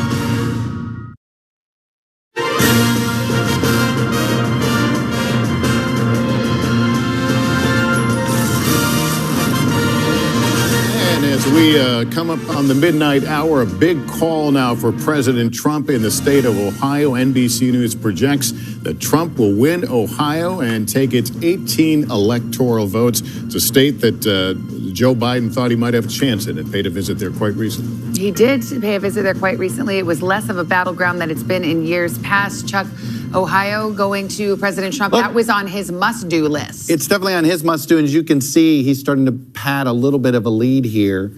It's up to 8 points, which is getting close to what he won it by with Hillary Clinton. I can show you here from 4 years ago. He's already surpassed his number. Biden is doing a little bit better in Clinton because he's getting some of that third-party number here. But you can see is the predictions about Ohio, say 6 weeks ago, a lot more accurate than they were perhaps 6 days ago. Let's go through the northern tier here a little bit. Minnesota, Joe Biden's building quite a bit of lead here, 63% in. We still see it as a lot of today vote there, but we still have no St. Paul. I'm not, we'll see, but I know the Trump campaign thinks there's something there. We're not quite seeing it there in Minnesota. Check out Wisconsin here a bit. It's a narrow lead for the president, but just a reminder here how much of this is today's vote. And just so you see, so right now he leads by 109,000 votes. I just want to take you to Milwaukee County. We expect a lot more than that. Right now, there's only 36% in, just to give you a sense of how much vote is in Milwaukee. It was a bad turnout, but let's go to 2012. You're looking at some 400,000 to 500,000 voters there. And so we still have a long way to go. Barack Obama won it by nearly 200,000 votes. So my point is, as you could see, one Milwaukee would suddenly give Biden the lead in Wisconsin. We're dealing with a lot of today vote, a lot of rural vote there. Let me take you quickly to Michigan. We're also seeing half the vote in, appears to be mostly today vote. As you can see here, the yellow is today, the orange is the mail vote. So we still got a lot to wait for there that may, we think, end up leading Biden. I'll take you to one county that stuck out to me here a little bit because it was so big for Trump, and it tells you it's today's vote. Macomb, famous Macomb County. This is the home of the famous Reagan Democrats. Obama won this county 2 cycles ago. It is a swing county. Trump won it last time. We expect it to be very close, whether it's Biden or Trump. We expect it to be close. The point is, this is what you can see. This is today's vote, and what we're waiting on here, obviously, in this county, we haven't gotten any of the mail vote at all. So it's just sort of a reminder. Michigan, I mean, look, I don't have any confidence in knowing anything about Michigan before the Today Show. So that's one that's going to be gray for quite some time. Wisconsin, I had a source tell me that we may see all that Milwaukee vote before 5 a.m. And we should know, by the way, that today's show is 7 hours away. So we're not talking about hours and hours and hours. But Michigan Democrats don't think you're going to see that till Wednesday night. There you go. Okay. let me go to Casey and circle back to Ohio. What's the significance of that, other than putting a lot of electoral votes in the president's column, in terms of where this night goes? Well, I think underscoring this idea that the president seems to be matching his performance in 2016 with his performance in terms of percentage of the vote. And that seems to be playing out also in Iowa, according to sources that I'm talking to there. And I think the question then becomes, has Biden done the work that he needs to do in these other Midwestern states? I mean, we clearly are seeing that a lot of the polling was not right in some of these Sun Belt races and states. Question is that going to be the case in these other places as well? And I think clearly the jury is still out on that. Democrats are nervous about some of the way things are looking, particularly in Michigan, although I think at the end of the day, they expect that they're going to pull that out. But you could see a Republican win the Senate race there, which, when we were talking earlier this week, that seemed like the Republican pipe dream, picking up a Senate seat in Michigan, not necessarily completely off the table now. And I think Democrats who are looking at the early returns from Ohio were hoping that what they meant was the suburban vote was going to come in for Biden in a big way, that around Cleveland, around Columbus, perhaps suburban women, perhaps who had been turned off by President Trump, some of the people who helped Democrats flip the House in 2018, would show up in a big way for the former vice president. And it seems now that we have a more complete picture of what's happened in Ohio, that's really not the case. So that's something that's got, I think, Democrats a little bit on edge as we head into what's looking increasingly like a pretty long process of counting ballots in this, what they hope is a rebuilt blue wall. That seems like it's going to be the question we're trying to answer here for a while.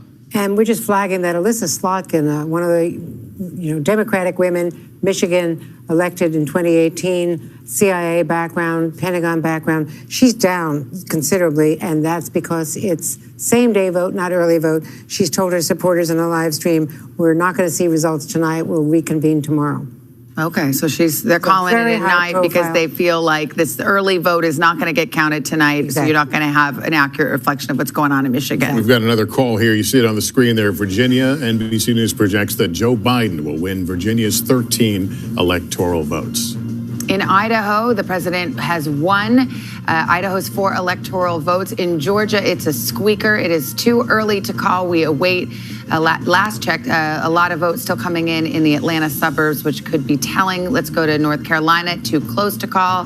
That is also a squeaker, to use the technical term. Pennsylvania goes without saying at this point, too early to call there. Maine is too early to call as well. We'll keep an eye on that one. In Arizona, it is too early to call. However, we are projecting that Joe Biden has a lead there.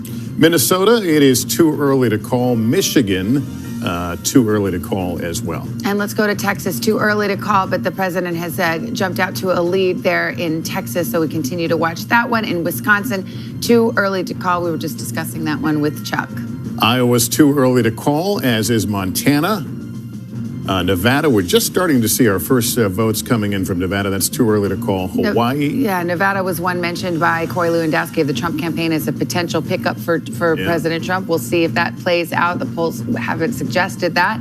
And in Hawaii, too early to call. We just got a poll closed there. So let's look at where that stands in the race to 270. Joe Biden leading right now, 205 to 136. Okay, let's join up with NBC News contributors Hugh Hewitt, who's host of the Hugh Hewitt Show on Salem Radio Network, and Maria Teresa Kumar, who's the president and CEO of Voto Latino. Maria Teresa, how are you feeling at this hour? I think that we knew coming in that it was going to take all night, if not a couple of days after this. So we've been preparing for this at Voto Latino. What I do see is that the Latino vote has basically helped clinch the state of Arizona, both for the Senate and for Joe Biden. And North Carolina is going to be close because, again, of the Latino vote. But something to keep in mind, in Pennsylvania and Michigan and Wisconsin, we are right now talking about the people that have voted today, but we are not necessarily counting everybody who early voted. And what we know from really good sources is that most Republicans actually were saving up to vote in person today, whereas in Pennsylvania, for example, there are roughly 2.4 million mail-in ballots, 2-to-1 going for Joe Biden. So this is going to be a nail clinger. I don't agree with Chuck. I don't think we'll know on the Today Show either, but we should make sure that every single vote is counted. I do like all the product placement for the Today Show, though. So thanks to everybody. Well, I just for that. assume I'm going to be woken up here. That's You why I will. keep bringing it up. Yeah, I'm going to kick you. Yeah, I guess nightly news stands for nothing around here. Oh, wow. Let me. You have a more reasonable time slot. That's you know, true. You don't just get up early. Hugh, let me bring you into this conversation. So, based on what we're seeing right now, it looks like the president has bought himself a ticket at least as far as Pennsylvania. Does anything that's occurred tonight shed any new light on what Pennsylvania might look like? I do want to look over the border from Pennsylvania to Ashtabula, Mahoning, and Trumbull County, which went decisively for the president. To the extent that they are still counting those late votes in Pennsylvania along the spine of Pennsylvania and Ohio, that bodes very well for the president's totals in Pennsylvania because, as Chuck pointed out earlier, Ashtabula, Trumbull, and Mahoning are where Joe Biden had hoped to reclaim some of the Obama voters, and he did not get them. I think it's a 3-state election, Michigan, Wisconsin, Pennsylvania. I think it's been a 3-state election for 4 years. The good news for the Republicans tonight, it appears that the Senate will be a Republican majority. I don't actually see how, even with a runoff in Georgia, that Democrats can take control of the upper chamber. They've won in Arizona, apparently beating Martha McSally. They've won in Colorado, but they've lost Alabama. Susan Collins looks pretty good. And it looks like Nancy Pelosi will be back as Speaker of the House. So all told, the deeply divided cliche is going to be with us for another 2 to 4 years as no matter who wins, Biden and Trump. And I think it's a coin flip right now. I don't think we know. I don't think anyone can say with certainty. But the president, there certainly is no red wave. There certainly is no blue wave. There is, however, Mitch McConnell sitting there in Kentucky, fairly certain he's going to be running the Senate for another 2 years. All right. Thank you to both of you. We'll check back in. Gabe Gutierrez is in Milwaukee. And what are you hearing there, Gabe?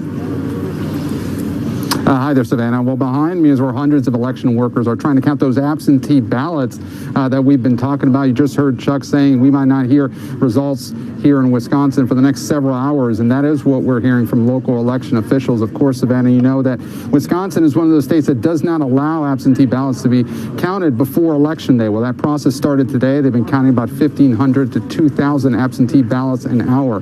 Now, Savannah, President Trump had been trailing here in the polls over the last several weeks, but we spoke to many of his supporters over the last several days, and they insist do not count him out.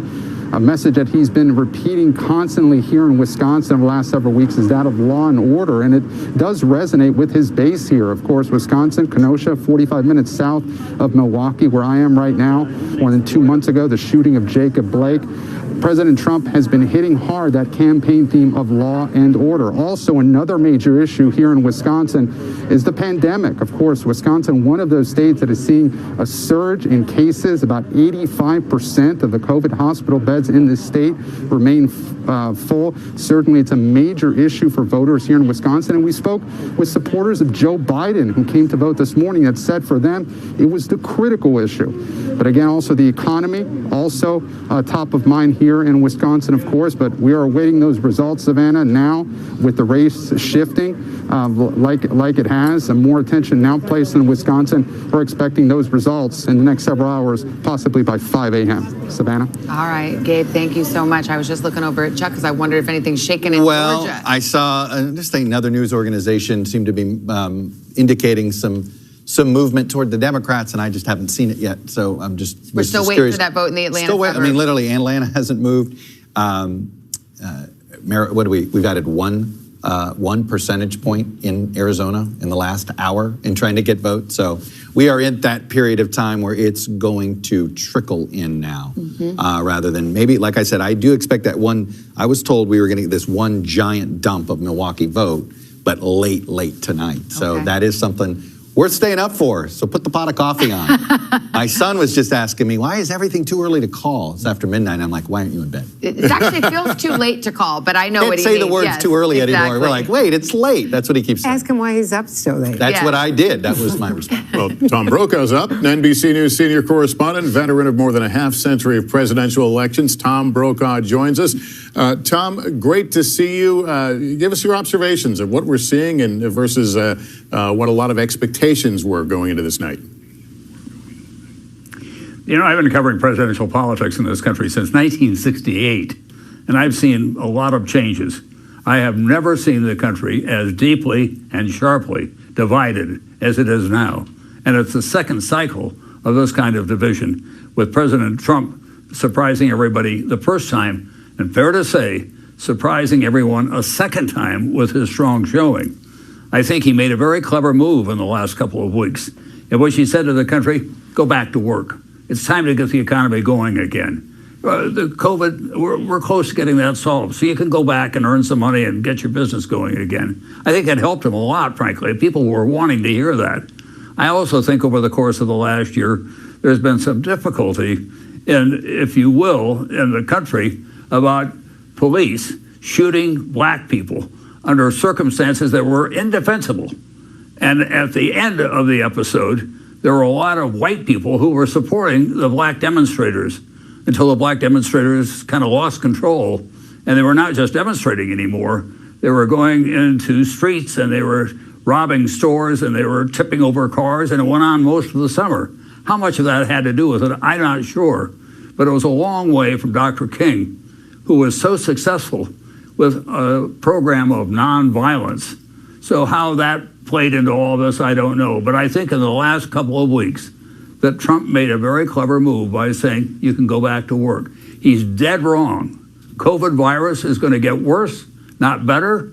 And in fact, this country is going to be under the very dark cloud of that for the foreseeable future.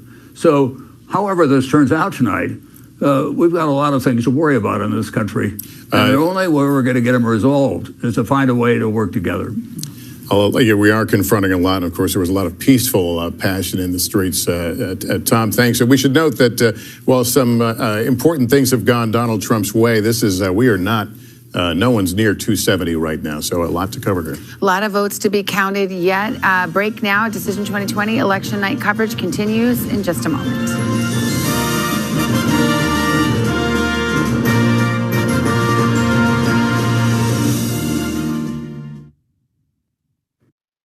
To have you with us. This fall, we're right there with you, whether you're back to school. What do you guys think? We're excited? Or back to work. We're keeping you safe. I love being back. Every morning on Today.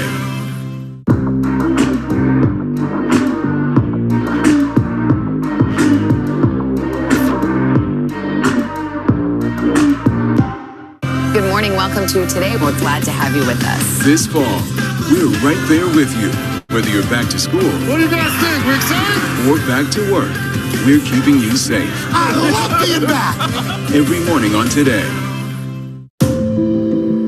Police murder of unarmed black men has been an American way of death across centuries. After seeing the most comprehensive police reform bill ever introduced in Congress, I've begun to wonder if now is the time. If now is the time the protesters finally win. The Last Word with Lawrence O'Donnell, weeknights at 10 on MSNBC. You ready to go to work? I'm so ready to go to work. She's Joe Biden's choice to be next in line. But who is Kamala Harris? Join me, Joy Reid, as I explore her life's journey from Oakland to Washington on my 6-part podcast, Kamala, Next in Line. New episodes every Monday. Subscribe for free wherever you get your podcasts. A real close-knit group of nurses who pulled together when their boss needed help battling coronavirus. You're not just any patient, you're their friend. These folks saved my life. Thank God that there are people who want to run towards a pandemic as opposed to running away from a pandemic. Introducing the MSNBC Daily, featuring written perspectives by experts you know and trust for a better understanding of the stories that matter most. Check out the MSNBC Daily today at msnbc.com. watching NBC News Now. We've got some breaking news. Are people there concerned about what impact this could have on the election? It's news made for your streaming world.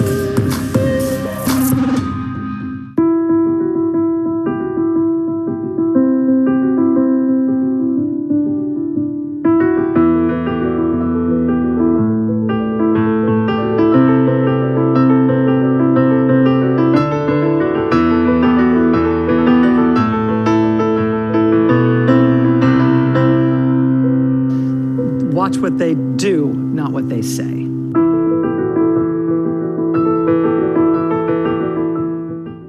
President Trump and Joe Biden hit the trail. At the center of this campaign, coronavirus. The story. The battleground blitz as we enter the final stretch of the 2020 race. From every angle. If you were sitting here talking to Joe Biden and President Trump, what would you want to tell them right now? On the ground. The winds fanning these flames are expected to last another 24 hours.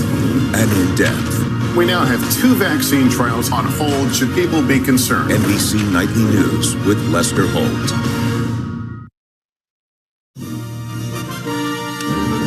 And those are the states we await as Decision 2020 election night rolls on. There's a lot more votes to be counted, and it's kind of a jump ball at this moment. Look, Hugh Hewitt said it. He said coin flip. I think that's where I'm at right now. I'm not ready to say I think I know anything about what we thought Wisconsin and Michigan would do. A lot of that early vote we still get counting. But speaking of polling, since there's a lot of people complaining about pollsters, we're going to bring in ours. Let me bring in our polling team. Republican pollster Bill McInturff from Public Opinion Strategies, Democratic pollsters Peter Hart and Jeff Horwit of Hart Research Associates. Bill, I'll start with you. The three of you just put out an interesting memo, essentially laying it out is sort of explaining, and I guess, Bill, explain it to us. We went into this race thinking it could be tighter in the battlegrounds, but that Biden was a clear favorite. What did we miss, or is it still too early to see what we missed? Well, I think what we did, including on your show, Meet the Press on Sunday, we led with, hey, guess what? For a race that nationally, and by the way, Biden's going to win comfortably nationally, this is very competitive, and it's very competitive in the swing states. And what we talked about on Sunday, based on our polling, is that there is a white non-college voter across the industrial Midwest in Florida and North Carolina, where there were a lot of votes. They said they were going to vote for Trump by 30-plus points on Election Day. The Republican National Committee spent a year to turn these people out, and they've done that job. They produced those margins, and they made this a very, very competitive race today. But I think these are things we talked about on Sunday that we were seeing and could happen. Peter Hart, I joked with my staff this morning. I told them about the 1976 race. You know, history says, well, of course Jimmy Carter won that race. And of course a Democrat took over after the Nixon-Ford era. But that race closed dramatically fast. And I think some older viewers tonight might be having a flashback to that. Well, it isn't 1976. Actually, it's 1968.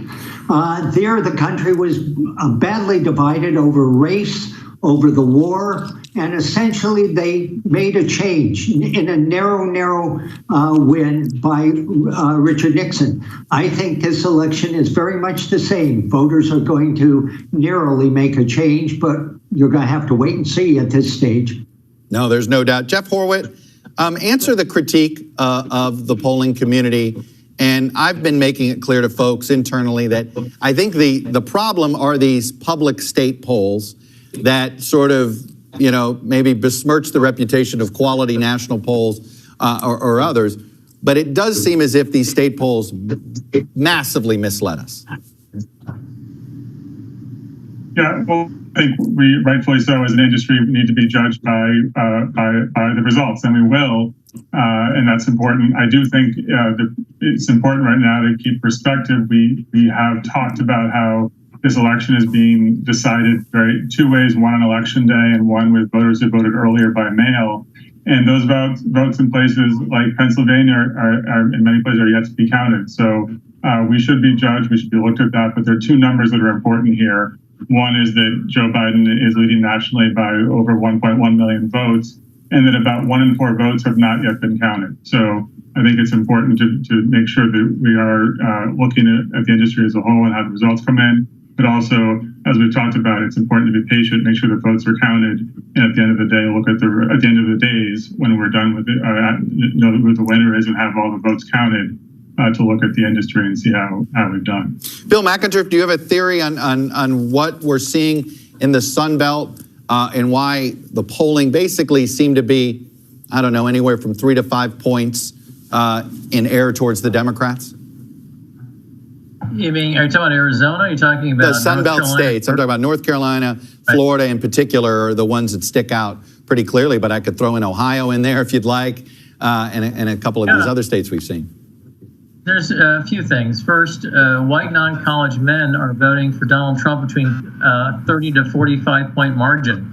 That's a lot of margin. And then also remember, in Florida, President Trump is at something like 45% of the Hispanic vote, a new record or a new high since George Bush. And there's even some states where he's picking up a little chunk of African American. Not much, but margins matter. And so the coalition that Trump said he would put together, which is non-college whites, especially men, a little Latino, and a very small amount of African Americans, we sort of watched that happen tonight. Peter, are we really starting to see what could be a future, what Donald Trump's putting together here? He's appealing to working class men of all stripes. That's what we're seeing, I think, in some of these Latino numbers and some of these African American numbers. Are the two parties going to start organizing themselves along those lines if somehow you take Donald Trump out of the equation when it comes to race? Well, I think that's a good possibility, but I think what stood out to me about the numbers tonight is that Joe Biden won the macro war in terms of communicating with voters and putting out the parameters of the election. But the micro war is clearly won by Donald Trump, and that's made all the difference on election night. We looked at the macro. A lot was happening on the micro level. All right, I'm going to leave it there for now. We'll be checking back in because we're making you guys stay up, but at least you get to be in your own homes. I think when we make you stay up late. Jeff Horowitz, Bill McInturff, our chief pollsters on the NBC Wall Street Journal poll, and of course, the indelible Peter Hart. Thank you, gentlemen. We are expecting Joe Biden to address supporters any moment now. Andrew, you got any a little more on that? Well, just that there is some nervousness about Pennsylvania still. I know it's early and we don't have the early vote. We have the day of vote, but there's some nervousness there. Exit polling gives Donald Trump higher marks than 4 years ago on favorability, considerably. According to the exit polls, that people view him, 45% said their opinion of Trump was favorable, 53% said unfavorable. That is a dramatic change, according to the exit poll, when it was 38% favorable to 60% unfavorable. So that's significant. All right, let's go to Kristen Welker. She's over at Biden headquarters. What are you hearing? Well, Savannah, as you mentioned, we are now waiting to hear from former Vice President Joe Biden as this election hangs in the balance. And I can tell you that things have really started to come to life here. We're seeing more cars pull in. I don't know if you can see behind me all of the lights, but they are waiting to hear from their candidate, the person who they voted for, Joe Biden. And it comes as we've been talking to campaign officials who say they are watching what is happening in Arizona quite closely. It is giving them encouragement. They're also looking at Georgia. They're saying that they're not ready to give up on Georgia. But look, one top aide told me their primary path has always been the blue wall: Michigan, Wisconsin, and Minnesota. And another aide saying they are still confident that they're going to carry those 3 states. So look, if Biden is able to pull off a win in Arizona, then if he sweeps those Midwestern states, he doesn't need to win Pennsylvania. On the other hand, if he comes up short in Arizona, then he would need a victory in Pennsylvania. And that's part of why he spent so much time in Pennsylvania, even making stops there today, fighting for every last vote. So you see there the motorcade, Savannah, heading from Joe Biden's home, heading here. We anticipate to speak. We expect to hear from him within the next hour or so, as early as 15 minutes, depending on how quickly he can get here. And again, we anticipate that he is going to address what we have all been talking about all night, which is that there are still a number of states that are counting, a number of states that he spent a lot of time campaigning in, and this election hangs in the balance, Savannah. All right. Thank you, Kristen. Hallie Jackson is joining us now from the White House. Hallie, how are they viewing a night in which there is, as was pointed out earlier, no red wave, no blue wave, just a lot of solid red and blue? And a lot of, I would say, coffee and Red Bull, probably, Lester, There's because I think that's where this night is headed, it seems. I can tell you that when it comes to a state that Kristen is talking about, Arizona, a state where the Biden campaign is feeling pretty good based on the numbers, there is immense frustration inside the president's orbit that some networks, not our network, but another network, has appeared to have called the race for Joe Biden there. Again, not our call. I want to be very clear about that, but you are seeing a lot of consternation. There is a sense among some folks in the president's orbit that it is too early to make that call at this point, but they are very engaged, watching these numbers extremely closely in Arizona. Why? Well, because if in fact this lead that Joe Biden has holds, and again, I want to stress, we have it projected. It's too early to call right now, according to NBC News.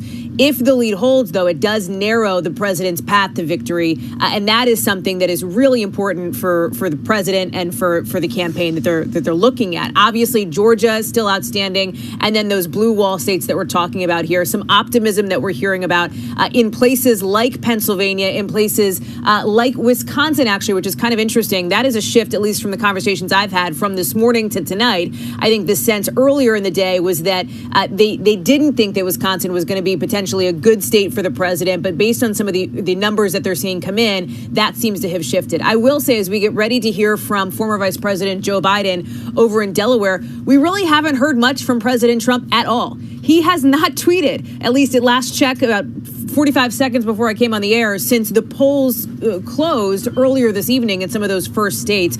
It is possible that we could hear from him here at the White House. He has a number of supporters here, family members, cabinet officials who are in the White House behind me. But other than, some indications that he may speak, we don't have anything definitive of when we might hear from President Trump. I think that Corey Lewandowski referenced that the decision had not been made yet. And I can tell you that when I asked one person close to the president earlier, just a couple of hours ago, if he would speak, the answer was, well, if he wants to, he will. And if he doesn't, he won't. It's always up to the president, as we often see in these instances, guys.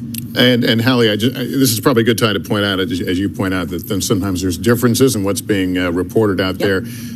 Folks need to understand that we are very, very competitive, but on nights like this, when it comes to making these sorts of calls, You've got to have humility on this because of this early vote. There's so many different things. I mean, the worst thing you can do is make a call and have to pull it. Yeah. Too many variables. We lived through 2000. So we lived through, in this network, we lived through 2000. We had to pull a call. Nobody likes to pull a call like that. So our guy, John Lipinski, he said, I'm not rushing anything. If other news organizations want to race, good luck, because you're going to, you could fall on your face. Just thought it was a good moment to get that out there for folks to understand that. So let's bring in Casey. Casey.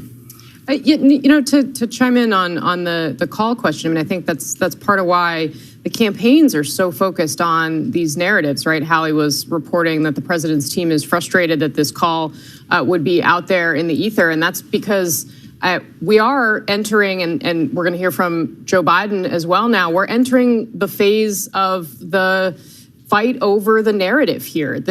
We are heading into, my sources on both sides acknowledge a likely prolonged battle over counting votes. And we will see if this comes down to a single state or place, or if once we start to see the counting of the absentee and early votes in these states that aren't used to doing it on election night, it becomes more clear, comes into focus, potentially Joe Biden holds that blue wall and the conversation changes. But the president has been pretty straightforward about raising questions about counting the votes, the way that he has framed how he is going to pursue potentially trying to stop vote counting, et cetera, in some of these places. I mean, he has not held back from that. And the Biden campaign knows that this is very important. I mean, they have been talking to reporters for months about what a quote unquote, they often refer to it as a red mirage, what it might look like if it seems as though President Trump is ahead here, but what really needs to happen to put Biden in the lead is the steady and probably slow counting of all of these ballots. And that's potentially what makes what he says tonight so important in terms of framing this race for his supporters, but also for a potential legal battle that could ensue. And again, part of the framing of this, I think part of what Democrats were really hoping for going into tonight is that what we would see across the map would be a clear rebuke from voters to President Trump, something that would give the court system, judges considering any potential cases here, messages, from members of Congress, that this would be something where the president was clearly rejected and everyone was going to be on the same page about that reality. That is simply not the case here. I mean, we are shaping up to potentially have exactly the same control of the Senate. We're going to have a few wild card races out there, but right now, if we look at Colorado and likely Arizona as two losses for Republicans, we're looking on the flip side at Doug Jones in Alabama. I'm still watching Michigan, although we've got a ways to go there. But if Democrats were to lose that race, the Senate race in Michigan, which some of my sources are saying is a possibility, that's 2 for 2. We're still left with the same situation that we have if everything else holds. And that's really what we're seeing. We're seeing things hold more steady than we perhaps anticipated based on some of this polling. So this, again, not the scenario that Democrats wanted to head into this potentially protracted battle over votes with this kind of standing, Savannah. Casey, thanks. Yeah, a divided country votes in a divided fashion. What are you looking at, Chuck? Well, you've been asking for these individual electoral votes, and you know what? I finally got some numbers for you. And so overall in Nebraska, 74% of the vote is in. We got quite a bit of the vote in Nebraska too. That's what's blue there. I mean, it's not, I'll show you the results. And Biden's got a 10-point lead. I can tell you this, the congressional race in that, which is a swing congressional race, is neck and neck. So Biden is way overperforming the Democrat. Trump is underperforming the Republican nominee. Early vote or day of? At this point, because of the way our system works on the district, that I can't tell you from here, but I can just tell you, it went back one too many here. As you can see, it's mostly today's vote. So already that's a strong indication there that one electoral vote, which we thought was going to lean Biden, it does. Let me give you a little update here in Maine so you can see that electoral vote. We got half the vote in. Look, you can see there's still a lot of vote that needs to come in. Let me show you where things stand in Maine 2 here a minute. This big red blob is Maine 2. And again, we got a good half of the vote here, but you can see, I believe, there we go. In the 2nd district, Trump is ahead by 13,000 votes. This is a very rural congressional district. We shall see. I mean, it looks pretty clear that Biden's going to win the other 3, but they could split it 1 and 1. That every happened vote in 2016. counts. It happened in 2016. I think Biden needs every electoral vote he can get, and so does Trump. So they're both going to need these individual votes. One quick fact about Omaha in Nebraska is, remember what happened that night for 3 hours after the president went all the way to Omaha just to go for that electoral vote. The people were left at that rally for 3 hours in sub-freezing weather, including a lot of elderly people, because the buses weren't there. And so the president left, and so there was a whole lot of negative publicity after he went all that way, late at night. There was a lot of negative reaction to the Trump rally. We don't know how it's going to turn out, but that was a real downer. All right, we've got some new information coming in. Let's look at Minnesota, where it's too early to call, but we can now characterize this as Biden leading in Minnesota. All right, let's go to New Hampshire. We're projecting that Joe Biden will take New Hampshire, another Northeast state going in his direction. Colorado, formerly red, then purple, now blue. Joe Biden takes Colorado. Georgia, looking for some of that Atlanta vote right now. That's too early to call. North Carolina is too close to call. Florida, this is one we have been watching since early in the evening. An important lead, Trump lead right now in Florida, but we are still calling that one too close to call. These are both a couple of races where we're being very cautious. In Arizona, it's too early to call. We await more vote, but Biden is leading there. Michigan, too early right now. Said to be waiting for a lot of mail-in vote in Michigan to be counted. In Texas, it's too early to call, but Trump has jumped out to a lead. In Texas and in Wisconsin, it is too early to call as well. All right, let's look at Iowa. Too early to call. Montana, too early as well. All right, let's roll on to Nevada. That one is too early to call as well. So let's see where it all lands in the map and the road to 270. We're starting to fill it out. Let's see. And so far, again, I don't think we've had any big shockers yet. We're still fighting over the battlegrounds, and it may get that way until the wee hours of the morning. Got another Senate race we can tell you. States for a reason. Yeah, battlegrounds are battlegrounds. A Senate race we can tell you about. Mark Warner, the Democrat, will hold on to his seat in Virginia. That was expected, so let's put up the map and see. Pretty shot of the United States Capitol, and it remains divided. We'll see how it all shakes out, but it may be a while because we got a couple of Georgia races going to runoffs now. And in the House, we have projected here at NBC that the Democrats will retain control. Question is whether they will gain or lose seats. The Republicans being above 200, I talked to a Republican official about this literally over the weekend, who said, gosh, we just hope to be at 185, 190 House seats. They're doing better than anything before. 200 plus. This is gravy for them. Look, tonight's election, I mean, this does feel a lot like, to me, like 2000, 2004, meaning very evenly divided. Every individual state is kind of a knife fight. And it's, it feels as if the battleground map we're about to see develop here may be a battleground map like the 2000 battleground map that is just etched in our minds. We're getting word that former Vice President Biden has arrived now. Let's go to Kristen Welker. We expect to hear from the VP shortly. We do, Lester, and you can see the lights from his motorcade that has just arrived. So I anticipate we are in within just a few minutes from hearing from Vice President Biden. And I think Casey really hit the nail on the head. I think you are going to hear Biden try to rally his supporters to try to prepare them for what now seems like it's going to be a somewhat likely protracted battle for him to get to the White House. There's going to be some counting that goes on in the next few days, but I anticipate that we will hear a measured optimism from the former vice president when he addresses the crowd here. It is worth noting that what you are seeing is a drive-in event here, and this is characteristic Biden. This is what has really been the hallmark of his campaign and how he has chosen to run this campaign. Socially distant people now getting out of their cars, as you can see, but largely socially distant, and that is a part of his key message. He has run this campaign around the issue of fighting COVID-19, trying to make the case that he's the best candidate to fight COVID, saying that, yes, we're going to get the economy back on track, but in order to do it, we have to address the virus. Krista, we gotta cut you off because we've got a big call to make. It's official now. NBC projects Florida goes to President Donald Trump. We've been watching this all night. We've been very careful, but this is going to go into the Trump column, an absolute must-win for him. Look at the difference, 380,000 votes. Let me go back here and take you back very quickly to Miami-Dade, just to remind you where there was 300,000 votes 2 cycles ago. So as we see, the difference was that. Let's go. So Joe Biden won it by 83,000. Hillary Clinton won it by nearly 300,000. So you want to know where 200 of the 300,000 votes is? It's sitting in Miami-Dade County.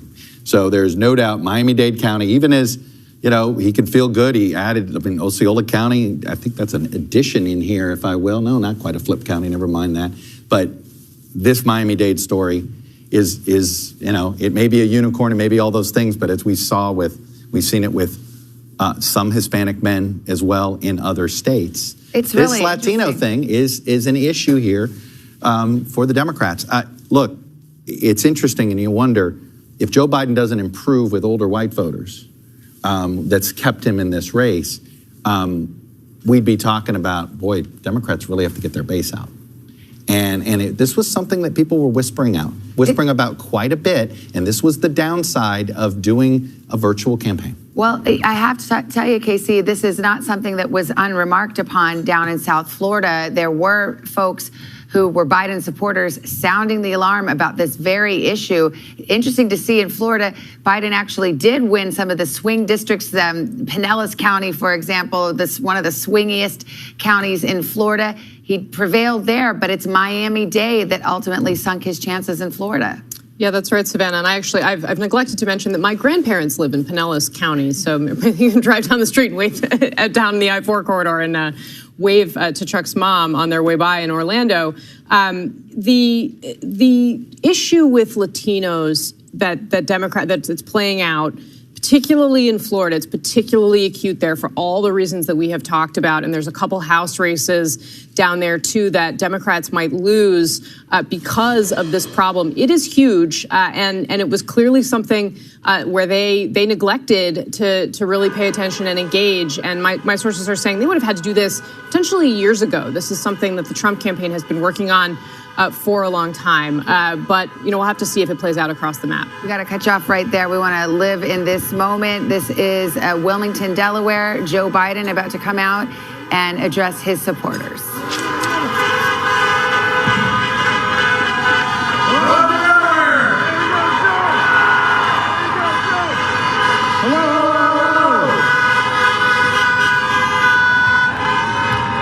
Good evening. Your patience is commendable. We knew this was going to go long, but who knew we were going to go into maybe tomorrow morning, maybe even longer. But look, we feel good about where we are. We really do. I'm here to tell you tonight, we believe we're on track to win this election.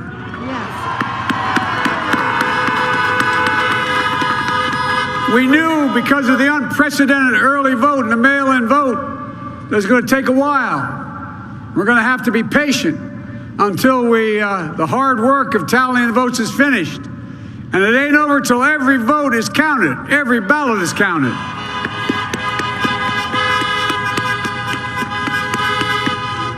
But we're feeling good. We're feeling good about where we are. We believe one of the nets has suggested we've already won Arizona, but we're confident about Arizona. That's a turnaround. We also just called it for Minnesota, and we're still in the game in Georgia, although that's not one we expected. And we're feeling real good about Wisconsin and Michigan. And by the way, it's going to take time to count the votes. We're going to win Pennsylvania. I've been talking to the folks in Philly, Allegheny County, Scranton, and they're really encouraged by the turnout and what they see. Look, we could know the results as early as tomorrow morning, but it may take a little longer. As I've said all along, it's not my place or Donald Trump's place to declare who's won this election. That's the decision of the American people. But I'm optimistic about this outcome. And I want to thank every one of you who came out and voted in this election. And by the way, Chris Coons and the Democrats, congratulations here in Delaware. Hey, John, the Gov, the whole team, man. You've done a great job. I'm grateful to the poll workers, to our volunteers, our canvassers, everyone who participated in this democratic process. And I'm grateful to all of my supporters here in Delaware and all across the nation. Thank you, thank you, thank you. And folks, you heard me say it before. Every time I walk out of my grandpa's house up in Scranton, he'd yell, "Joey, keep the faith." And my grandma, when she was alive, yelled, "No, Joey, spread it. Keep the faith, guys. We're going to win this." Thank you, thank you, thank you. Your patience is great. Let's walk over here.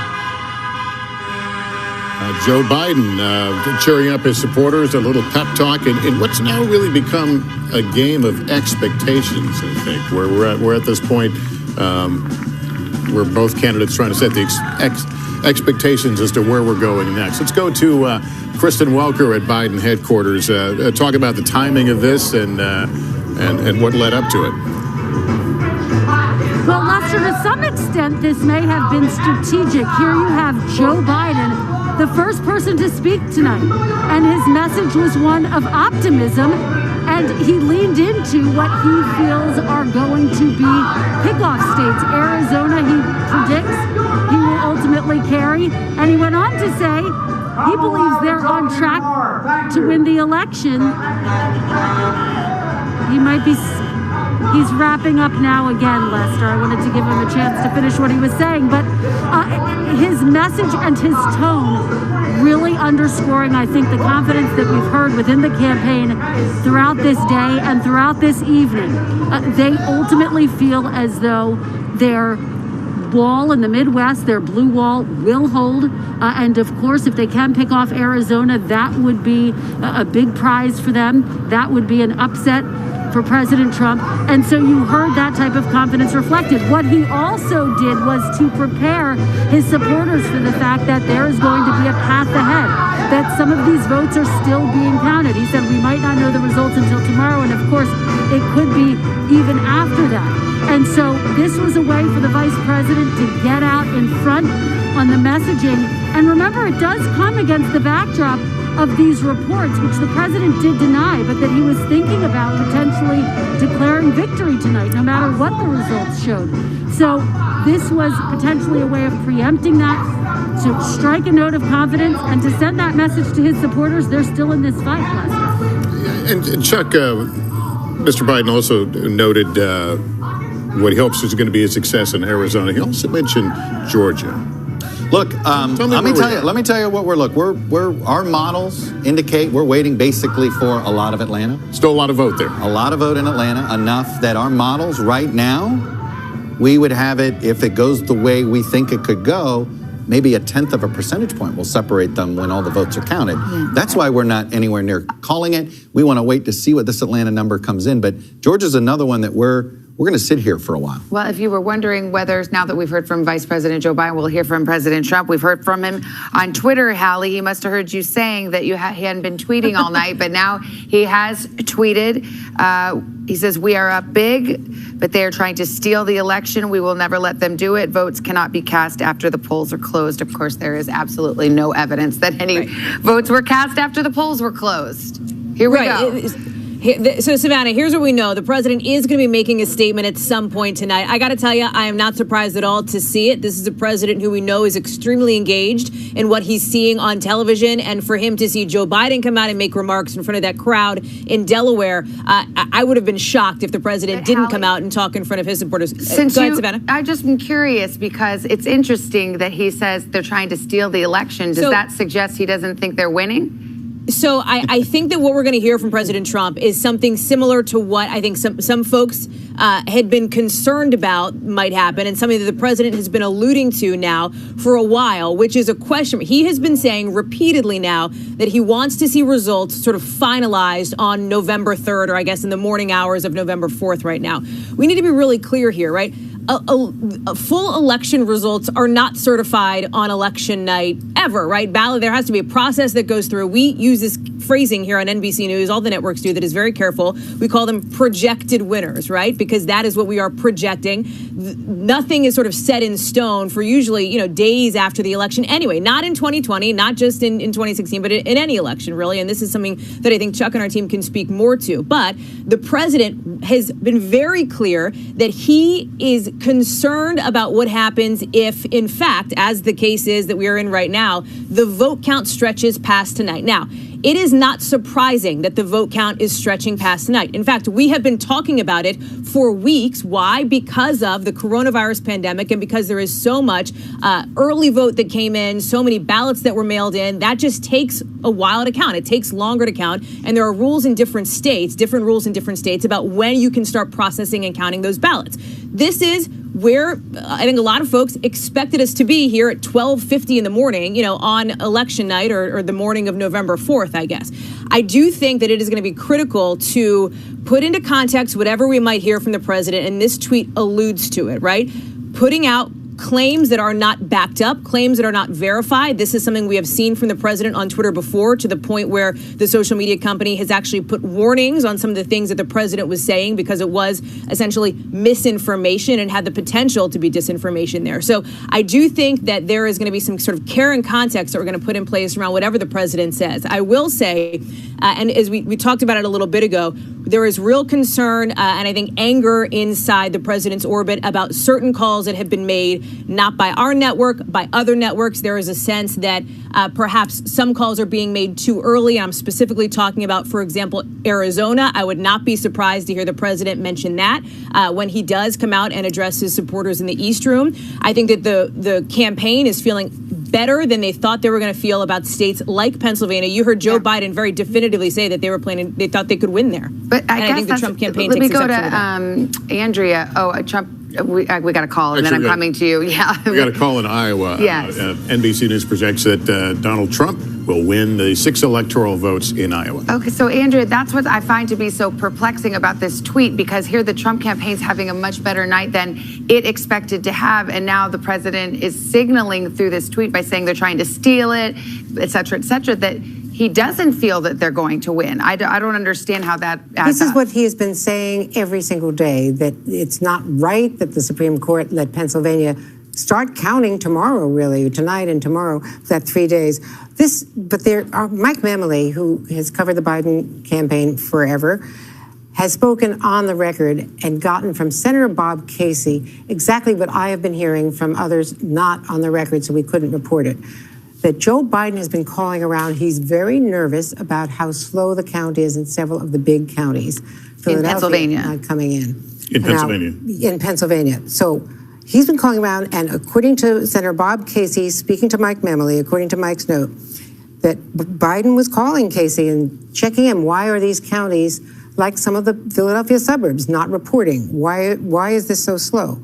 So it is that early vote factor, but also, he himself is getting nervous. That's why Joe Biden came out, because he anticipated exactly what the president did, which was a tweet saying that the vote is being stolen, starting to change the narrative. And Biden, with the optimism and telling people to be patient, was trying to at least capture that mood. But privately, he is calling people, elected officials and former officials in key counties. Well, that's what's so interesting about it. Here you have Biden, who according to this reporting, is a bit nervous about the race. And then at the same time, Hallie, you've got the president signaling publicly that he's nervous about the race because he's now saying they're stealing it, which suggests he thinks he's losing. So, we're trying to put all these pieces together. Do you have any insight into what's going on back there? Let me try to provide some clarity here, Savannah, on this, because I think you raised sort of this important point here. And the answer that I would provide to you here, based on sort of my years covering President Trump and talking to people in his orbit, there are a lot of times when the president's public messaging is different from the messaging that we are getting behind the scenes from people around him. And there have been many instances in which the people around the president, his aides, his allies, his advisors, have encouraged him to perhaps move in a different direction when it comes to the messaging than the direction the president ultimately goes in. This is a president who in the closing days of this campaign ran and rallied supporters largely on a message of grievance, right? And that is something that we are seeing in the president's tweet tonight, despite the rest of the stuff that we're hearing behind the scenes. I think this really illustrates what we sometimes have seen in covering this president, which is a dichotomy between what he is saying and what he is thinking and feeling versus sort of the strategy behind the scenes from the people around him. Let's go to Chuck, who's at the board, to show us kind of where things stand right now. Yeah, I want to first go through the Rust Belt, and then I'll do a quick update in Georgia. As you can see here in Minnesota, we're getting up to 80%, and this double-digit lead is not disappearing. It may get closer as these remaining votes come in, but it's hard to imagine that the president is going to get Minnesota. Let me take you to Wisconsin. What's interesting here is that our models indicate if the early vote goes the way we think it's going to go, we certainly don't believe this is going to be a race that somehow Joe Biden could win by 7 or 9 points, which is most of the polling. But we're looking at a race that we think is going to be in the 2-point range, but we'll see. And I'll look at here, he's got a 113,000 vote lead. And again, let me just take you to one county here, Milwaukee. We still have 2/3 of the vote that's coming out. And it's our understanding, I think we've talked about this, sometime after 4 a.m., we're going to get the Milwaukee County dump, and that's going to tell us a lot. But again, this has all been Election Day vote so far in Milwaukee, and a lot of it there. Now we'll go to Michigan, and we have the same issue here, and I'll just bring it up again. Still mostly same-day vote, not as much of that early vote yet. And as you've seen, as stuff just trickled in, the Trump lead has narrowed a little bit. And then I'll quickly, let me go over here to Pennsylvania. As you can see here, we're still, and let me just show you here, this is almost all today vote, or now at this point, sorry, yesterday vote. We only have a little bit of that early vote. And look, let's go around here. You can see here's Chester County. It's got 70% in, and this is Swing County. We'll see when it all comes in. Here, Andrea, Montgomery County, we still got a lot of vote there. Delaware County, 59% reporting. And of course, Philadelphia County, we still have half the vote to come in. So this is why, very quietly, the Democrats are actually, I don't want to say they're nervous, but they feel like they know, they think they know they're going to win these states. They feel good about their early vote, but they also felt good about North Carolina. Let me take you to Georgia. The president had over a 300,000 vote lead when this was at about 75%. And it's been just trickling in, and it's all coming from here. I told you before, our models indicate that when it's all comes in, and the last vote to come in is going to be, it looks like Atlanta, the Atlanta area, that we expect it to be less than a percentage point. In fact, one of our models has it 0.1% around. But let me just take you around what we got here. There's still got more than a quarter of the vote out in Fulton County. That is Atlanta. Here's DeKalb. You still got 2/3 of the vote out there. We expect Joe Biden to really run up the score here in these counties. Here's Gwinnett. There's still about a quarter of the vote, a little less than that. Where are we here? I just gave you to Fulton. There's Cobb. We still got 20% of the vote here. So this is why we haven't called Georgia, and this is why you don't hear people ready to spike the football on the Republican side either. Everybody knows Atlanta's coming in, and the question is, is it gonna shrink and just make it really close, or could we be looking at recount territory? I can tell you this: we're looking up the recount rules. What is? I was about to ask you. I'm in the middle of it. My team was on it. What's the threshold? They're all over this. Okay. In fact, maybe by the time I get back here, I'll find out. So there. Because if a race is in any given state is within a certain threshold, you have to recount. Not automatic here. I can tell you, our initial folks here, it's not automatic. So this would be something that somebody would have to request. Okay. All right, let's bring in a couple of our guests. I think we've got Robert Gibbs, NBC News political analyst and former White House press secretary under President Obama, and Rich Lowry, an NBC News political analyst, editor of the National Review.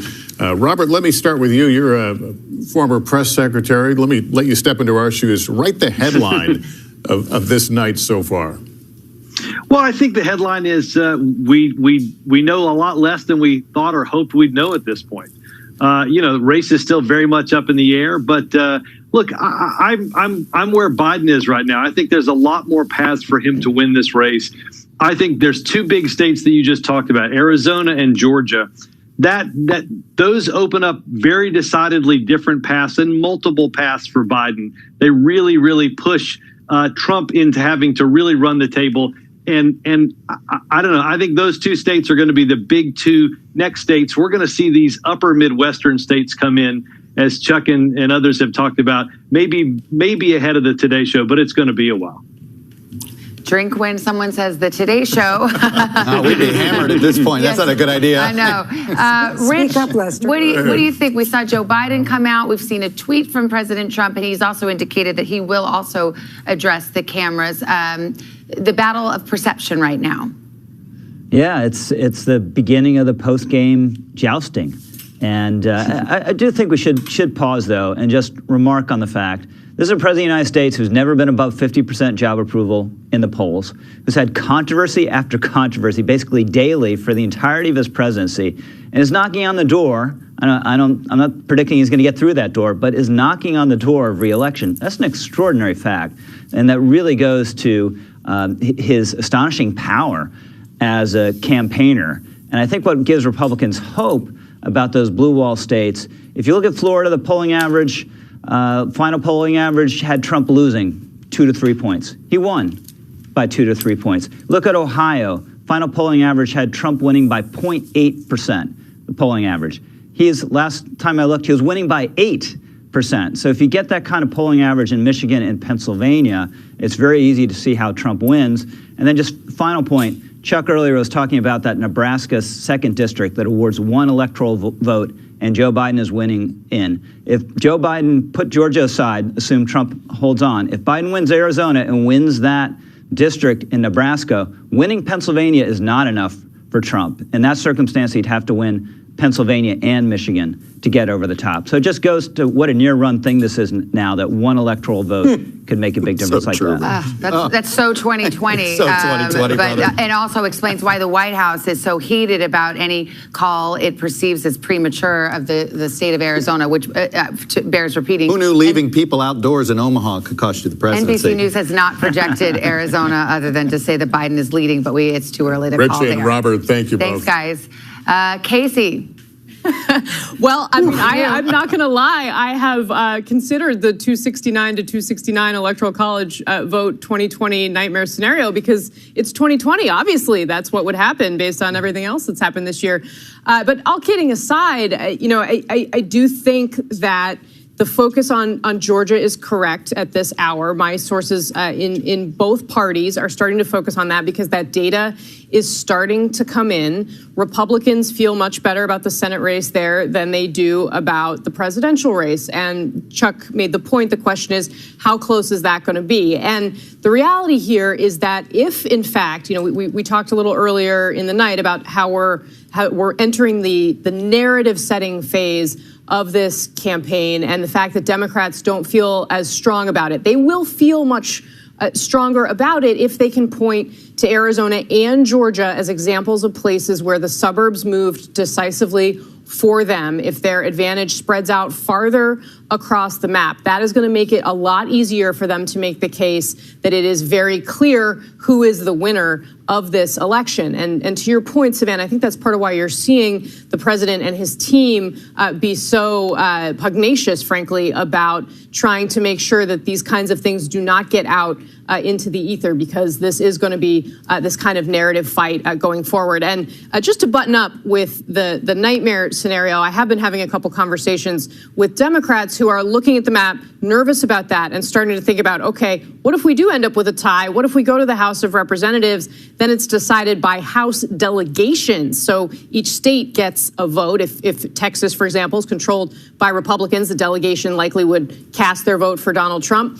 Does that put us in a scenario where Democrats not focusing enough on the House of Representatives, heading into this perhaps being overconfident on that map, come back to bite them? I honestly, I'm not ready for any of this, at least not until we have some more drinks ahead of the Today Show. Let me go to Andrea, who's been watching the president's latest. Well, on the president's latest tweet saying that the election is being stolen, Twitter has flagged it, saying some or all of the content shared in this tweet is disputed and might be misleading about an election or other civic process.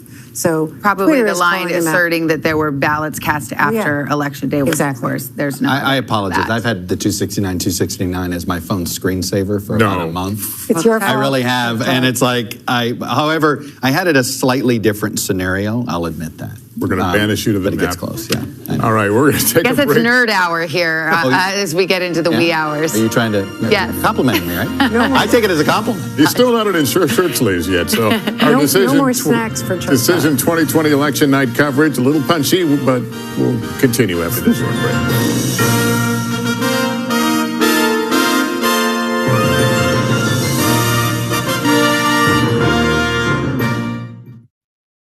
We're glad to have you with us. This fall, we're right there with you, whether you're back to school. What do you guys think? We're excited? Or back to work. We're keeping you safe. I love being back. Every morning on Today.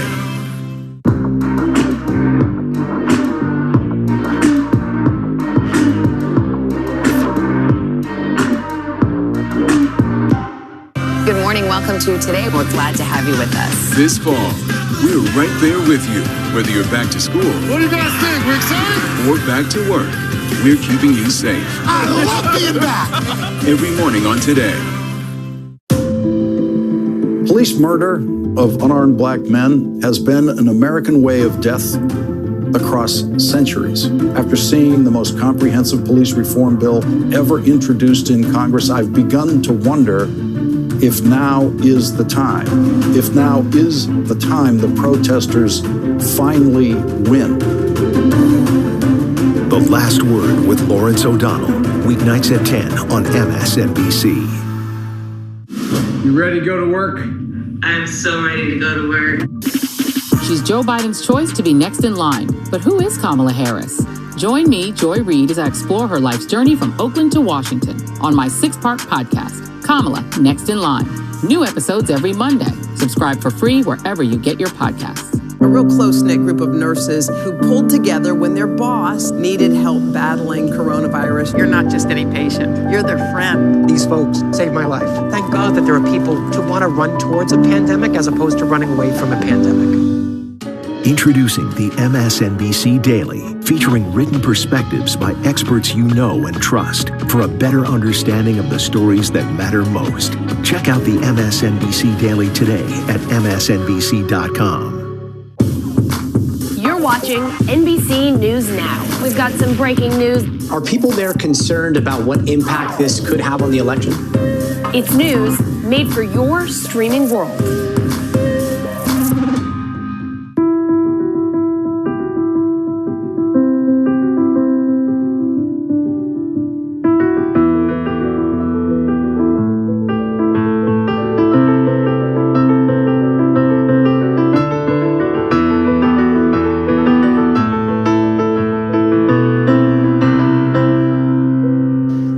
Watch what they do, not what they say.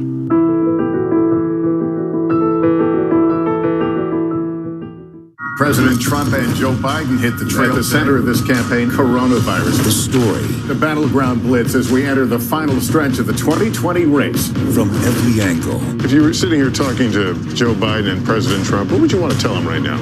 On the ground. The wind standing these flames are expected to last another 24 hours. And in depth. We now have 2 vaccine trials on hold. Should people be concerned? NBC Nightly News with Lester Holt.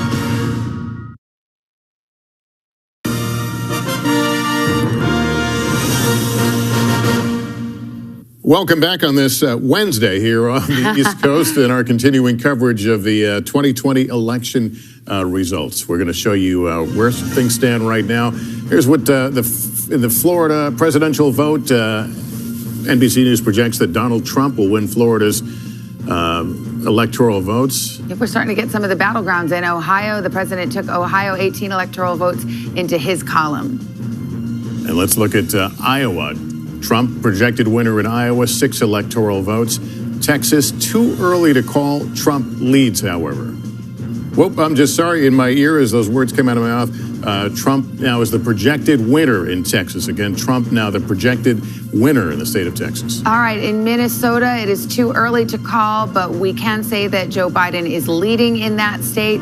In Arizona, it is too early to call, but again, it appears that Joe Biden has taken a lead there. Georgia is the curious one that we're watching right now, as Chuck keeps pointing out, waiting for those numbers, those votes to come out of the Atlanta area. But right now, we characterize it as too early. North Carolina is too close to call. Let's go to Pennsylvania. It is too early to call. We await mail-in ballots there, which can arrive up to 3 days after Election Day if they are postmarked Election Day. Here's the presidential race in Montana. It's too early to call, waiting for votes there, but the president has a lead. Maine is too early. Michigan, also too early. That's part of what Democrats hope will be that blue wall. Michigan, yeah, we talked about that. Wisconsin's the other one, too early to call. We're awaiting votes in Milwaukee County, which is a big one for Joe Biden if he hopes to pull that one out. And in Nevada, too early to call. And Alaska is too early to call. So where does this lead us? Let's show you the electoral map at this hour. The road to 270, and it's got Donald Trump now out front with 209 electoral votes to 205 for Biden. I'm gonna start off by apologizing. It's after 1 o'clock in the morning, and I might be attempting to ask people to do some math on their own. So I apologize for that at 1 a.m. But I want to show you here. Here's the Georgia statewide totals, and you're trying to figure out why haven't we closed Georgia? And I told you what we're looking at. As you see right now, we're waiting. There's 85% of the vote is in. We are waiting. The difference statewide, 236,000 votes. So let's, for instance, let's go here to DeKalb County. Right now, you see. There's a 100,000 vote margin. Now, let me just take you back here 4 years ago. And Hillary Clinton got a 200 vote margin out of here. So, all right, add up 100. There's 100,000 potential voters that net for Joe Biden that could eat into that lead. So there's one there. I'll give you that. Let's go to Fulton County. He's got here 181,000. Let's see what Hillary Clinton did here. In this case, he's likely to get a bigger number out of there. So I don't know if there's new vote to be gained here, but turnout is above, so we'll see. Maybe there's a little bit there. Let's go into Cobb. This was another one that Hillary Clinton carried, but you see Joe Biden is carrying it by a bigger margin. We still got more to come in. He's got to increase that lead more there. So look, as you can see, there are theoretically, the numbers are there for Joe Biden as these numbers come in. But we'll see. Like it all is going to depend. This is all going to be on the margins. But this is going to shrink. You're going to continue to see this number shrink as the night goes on. And it's just all about, is there enough? Is there 240,000 votes somehow more so that he can make up here? We found at least 100 plus that you see is there. So this is why we think this race is going to be one we have to wait till all Are they the still votes counting in Georgia, to your knowledge? They're Okay. supposedly still counting. Okay. I think we had to find out. By the way, because you guys asked, you shall receive. Here's the Georgia recount rules. No automatic recount. You have to petition, but only if it's less than 0.5 percentage point difference at the end of the day. So that's what you're looking at there. So we will wait and see for a while. So if Georgia breaks Biden's way, how much does that change the path to 270? That would change the path to 270 a lot. Like here's where we are now. We got the president with a narrow lead, so we can play the game here. First of all, let's go ahead. If you gave Arizona and Nevada to the president, you do Georgia there, then suddenly the numbers, first of all, let me give North Carolina is certainly leaning in that direction. Minnesota leading in Biden's direction. As you can see here, it takes Pennsylvania off the table, right? Georgia would definitely take Pennsylvania off the table. And frankly, one of the things that we messed up, we just now called, looks like we finally called Rhode Island. We hadn't called Rhode Island. People had been wondering. I just saw the blue got filled in. There's Rhode Island there. But we still haven't called Maine, but let's put it in the, let's do the 3-to-1 split there, because we know that President Trump is winning that 2nd congressional district. So as you can see, Georgia certainly, you take it away, and then suddenly he's going to need to get back over here and need some of these states. Okay, stay with me now. No, Hawaii is, you have Hawaii here is blue, and then you have the Nebraska district would get him to 270. Sorry, I had to get you there. But the point is, he can get to 270 now without Pennsylvania. And it was the point Rich Lowry was trying to make. There's that. But obviously, if you throw Georgia somehow went blue, then there's a lot more padding. In fact, I think it means he could do it without Michigan and Pennsylvania. So a long way to answer your question, Lester, Georgia would replace Michigan. I have one more. So if Georgia Georgia goes red, okay, how does that change the president's path? Does he still have to go all the way to Pennsylvania? The president has to go all the way. It looks like no. I think the problem he's got now, right, we've assigned this, Alaska, let's go ahead and give that to the president. That's now no shoo-in. We got to wait here on that. But if you see here, Pennsylvania is not enough. Pennsylvania would leave him 4 short. He needs something else here. He would need perhaps Michigan would do it, or Wisconsin would do it. But the president may be in a position he needs 2 of those 3 of the blue wall states, not just one of them. So that is something that with Arizona, and look, we don't know what Nevada's going to do. And I'm with you, Savannah. I think we got to wait and see what Nevada's going to do. We've seen the president has improved, particularly with working class voters. When the country has a cold, Nevada gets the flu. They want to go to work. They don't like this, what's happened there. So I am very curious to see the actual returns come in Nevada before we start projecting. The exit polls tell us that Nevadans were more focused on They were evenly split, if you remember. COVID. Yeah, they were on improving business versus correct. COVID. I mean, but no state has been hit harder economically. I mean, think about it. Who's getting on airplanes and traveling to Vegas? I was there, last week, and still plenty of tourists, but no conventions, very few shows open. I mean, confession, I think it might be the last time I was on a plane is when we were out there for Vegas to do some debates. Yeah. Back when. Back when we knew about the virus, but had not swept across. I know half of us were convinced that somehow, how did we avoid not getting it in Vegas during February? Yeah. It stayed in Vegas. Okay, let's go to some boards here. We've got Montana's presidential race, and we're calling it for President Trump. No surprise there. Rhode Island, Chuck scooped us, Lester. It showed up. I was about to look for a little news now. Yes, exactly. And in Maine, it's too early to call, but Biden is leading, although there is that one electoral vote in Maine that possibly the president could pick up. And in that scenario of an electoral tie, that could become extremely relevant. So there's your map at this hour, 1:15 on the East Coast. The road to 270, it's filling out, but we've got some key battlegrounds still open at this hour. Why don't we bring in NBC News political contributor and co-host of The Circus on Showtime, John Heilman, into the conversation. John, it's great to see you. Hopefully you just saw Chuck's breakdown. What do you think about Georgia? Well, I think that the New York Times is reporting that there is a water main break in Atlanta, in Fulton County. That means that they have said that they are not going to have a final count until tomorrow morning at the earliest. So that's the first thing. If that New York Times report is correct, we're going to be waiting for a while on Georgia. I do think that, Chuck is laying out a scenario that is, as he looks at those counties that have not come all the way in, he's making a very strong point. Of all the stories of the last week, you guys, the last week of the campaign, the only of the non-core 6 battleground states, the real 6 battleground states, Michigan, Wisconsin, Pennsylvania, North Carolina, Florida, and Arizona, those 6 states that both campaigns spent money in and fought in all year long. The story of the last 7 days was Georgia.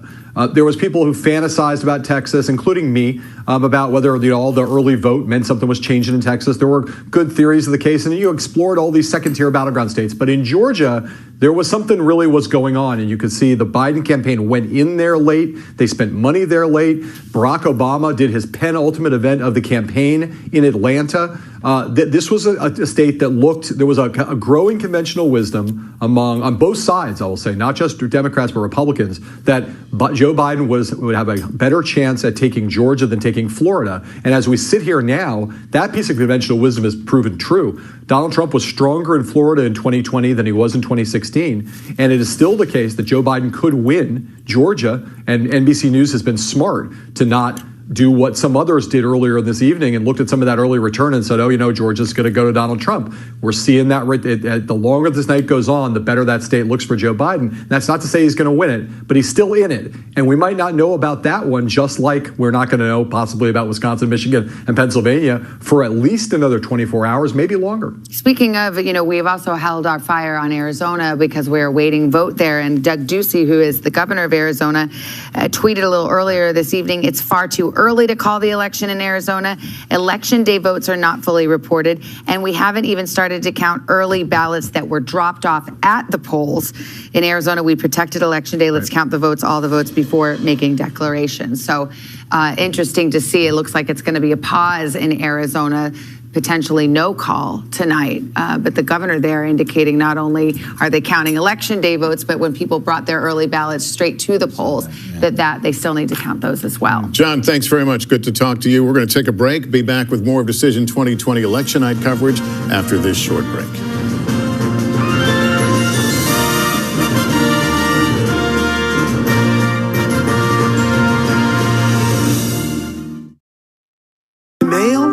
In person, or on election day. Each state has its own set of rules for the way we cast our ballots. Yes, it's a little confusing. That's why we have to figure it out now. Take 15 minutes and plan your vote. ASAP. In some places, the polls are already open. Go! Make sure your voice is heard. Plan your vote. Plan your vote. Plan your vote.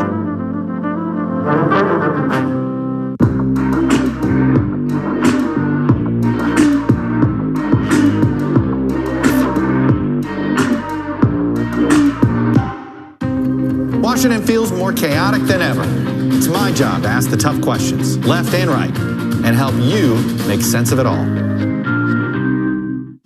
You ready to go to work? I'm so ready to go to work. She's Joe Biden's choice to be next in line. But who is Kamala Harris? Join me, Joy Reid, as I explore her life's journey from Oakland to Washington on my 6-part podcast, Kamala, Next in Line. New episodes every Monday. Subscribe for free wherever you get your podcasts. For breaking news in our changing world, download the NBC News app. President Trump and Joe Biden hit the trail. At the center of this campaign, coronavirus. The story. The battleground blitz as we enter the final stretch of the 2020 race. From every angle. If you were sitting here talking to Joe Biden and President Trump, what would you want to tell them right now? on the ground, The winds fanning these flames are expected to last another 24 hours. and in depth. We now have 2 vaccine trials on hold. Should people be concerned? NBC Nightly News with Lester Holt. Good morning. Welcome to Today. We're glad to have you with us. This fall, we're right there with you, whether you're back to school. What do you guys think? We're excited? Or back to work. We're keeping you safe. I love being back. Every morning on Today. Police murder of unarmed black men has been an American way of death across centuries. After seeing the most comprehensive police reform bill ever introduced in Congress, I've begun to wonder if now is the time. If now is the time the protesters finally win. The Last Word with Lawrence O'Donnell, weeknights at 10 on MSNBC. Good morning. Welcome to Today. We're glad. Welcome back to NBC News Election Night coverage, 2020 election. A lot of things in play right now. We're still waiting on some big battleground states, but a lot of different possibilities beginning to open up. Let's go first to Chuck, who's looking at some of those possibilities. Yeah, let's go. I mean, we just want to keep checking in. I mean, I think that's, I know where everybody else is. We're down. I feel like we've got this down to it's right where we said it was going to be. Focus on the battleground states we told you they were going to be, right? There's 3, Wisconsin, Michigan, and Pennsylvania. Let's just get a check in here. This is just incremental, as you can see. And again, it's almost all today's vote.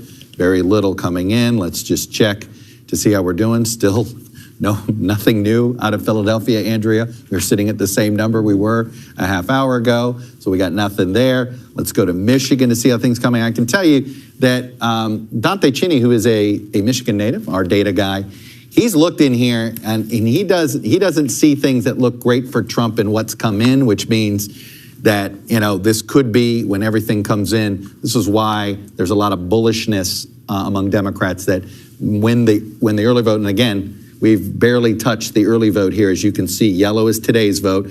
The orange is when we get that. And we know the Michigan Secretary of State told me this. It was going to be 2 to 3 days, period, on Michigan. But the modeling right now does still favor Biden, for what it's worth, on that front. And I know everybody's thinking polls, modeling. I'm not believing any of this stuff. I get it. But I'm just letting you know what our data says at this point. And if you've seen here, and this is, again, Wisconsin's another one why Democrats are bullish that they're going to, that when we get the early vote and the mail-in vote all to come in, that they're going to overcome this difference. And really, the big area is going to be Milwaukee. That's going to be a huge dump, and we expect that vote between 4 and 7. But as you can see here, this is really narrowed. We're down to 4 percentage points. So it doesn't look like Donald Trump has enough same-day vote to build the pad there.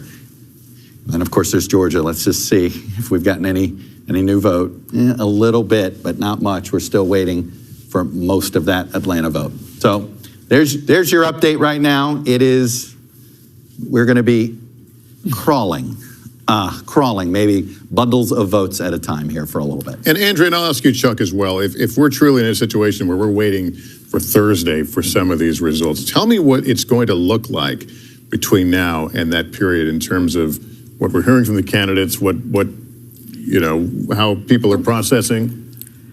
Look, Joe Biden got out there tonight because he was trying to win the perception battle, because it is taking longer. You know that they wanted to get a vote out of Georgia. They wanted to bag Georgia and North Carolina. They didn't think they could get Florida, but they wanted a different path than waiting, because they knew they'd have to wait days for the early vote from the 3 Rust Belt states. And so they really wanted to get it in before Pennsylvania, because they knew what the president would do. And he went ahead and tweeted. Twitter flagged that tweet, said it was not accurate, to talk about a rigged or stolen election when there are millions of votes still not counted. You just don't have the early vote. We've had an unprecedented election with so much early vote, and it's got to be counted.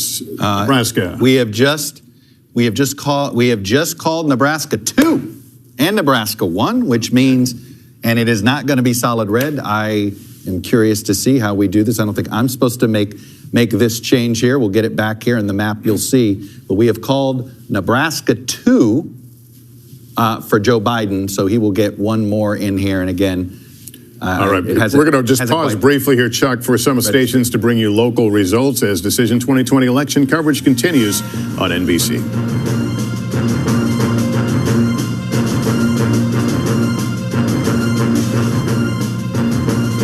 All right, we're back. Chuck, I'm sorry, pick up where you were. Sorry, here we are in Nebraska, and I'm just trying to show you. We have called this now. It's not registering here, but we have called. Our decision desk says Joe Biden's going to win this electoral vote, which we know Nebraska splits up. So that's one. It's an important one. And again, look, Rich Lowry was first to point this out. This does add, especially if Arizona and Nevada end up both blue, this means the president needs 2 of his 3 from the blue wall states of Pennsylvania, Michigan, and Wisconsin. He can't just do this with Michigan. If indeed Arizona is headed in blue, Nevada's blue, and Minnesota stays the way it is. So that's what that Nebraska electoral vote does. It sort of adds one more hurdle to the president. Yeah, I mean, Casey, the way it would shake out is, and this is where it gets interesting, because if Michigan and Wisconsin go for Biden, Arizona goes for Biden, and now you add that one little congressional district in Nebraska, then suddenly the Democrats don't need Pennsylvania. So I think that is why so much effort actually was focused on a single congressional district in Omaha, Nebraska. Yeah, it's really remarkable. It could be the little electoral college vote that could for so many Democrats who, frankly, want a few more hours of sleep after a very long campaign, because you're exactly right. And Chuck laid out the math there. This sort of 269 to 269 2020 nightmare scenario really only plays out when you have that Nebraska vote going to Donald Trump. And we have just called it for Joe Biden. And that, as you outlined, means that if Biden does well in Michigan and Wisconsin, as currently my sources are still expecting, and Chuck walked through the data there with the caveats that we've had a lot of data that was wrong tonight.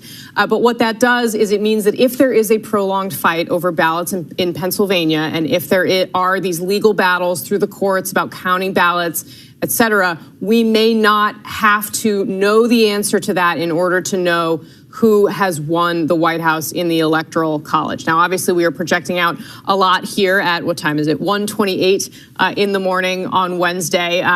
We still, I think, do not know what we're going to say on the Today Show tomorrow, Savannah.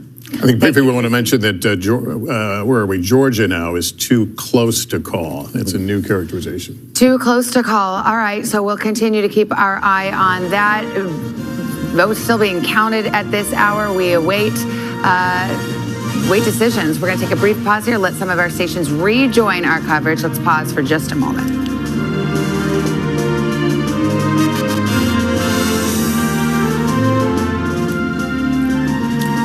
All right, welcome back to our 2020 election night / wee hours of the morning coverage. We're going to show you where we're at right now. I mentioned just a moment ago in the Georgia presidential race, it's too close to call now. That's one we've been watching carefully, waiting for a lot of votes to come in from the Atlanta area. Pennsylvania, too early right now. All right, let's go to the upper Midwest. Minnesota, too early to call, but our projection is that Biden has a lead there. Arizona, same story, too early to call, but Biden does have a lead. We're looking at North Carolina, been watching that closely for quite a while now. Too close to call.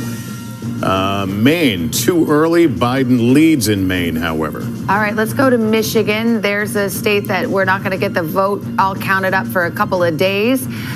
Too early to call. Wisconsin, same story. Too early to call, and we're awaiting votes in Milwaukee area, among others. Waiting for votes in Nevada. Too early to call in Nevada. Let's show you where we stand right now in the electoral tally in the road to 270.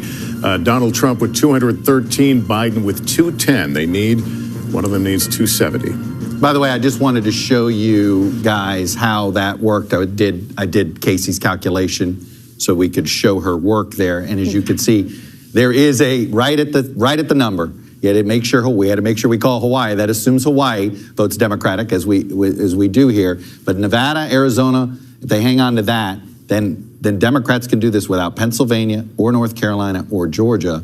Or you look at it the other way, the president can win Pennsylvania, North Carolina, and Georgia, and he's too short. And he'd be 2 electoral votes short at this point. But you talked about Georgia, and that ultimately I think we need to go back there. We got to see if Mr. Heilman's report there about the water main break, how much that's going to, you know what, I think he's right, because this has been sitting at 87% for the last 20 minutes. So I'm not going to bother coming back in. We've been sitting at 236,000 spread. I think it is time to find out if our friends in Georgia have decided to go to bed tonight or whether they're going to keep counting vote and delivering it. Okay, the assignment has been handed out. What about Nevada? Are we going to get any numbers from Nevada tonight? Yeah, I know we kept threatening to put our man John Ralston on the air. And yes. John Ralston has done the math. He will tell you that, you know, the way Nevada works, we don't have much, look, 7%. But Nevada is basically arguably a 2-county state. You know, I'm going to mispronounce Washoe County. I always do, and my apologies, Mr. Ralston. That's where Reno is, Clark County, where Vegas is. Basically, are the population centers. Democrats run up the score here. Republicans want to. They got to basically match the Democrats there, and then roar big time in here. I think the only way the president actually wins this is if his overperformance with Latinos in Florida translates to Clark County and Las Vegas. Okay.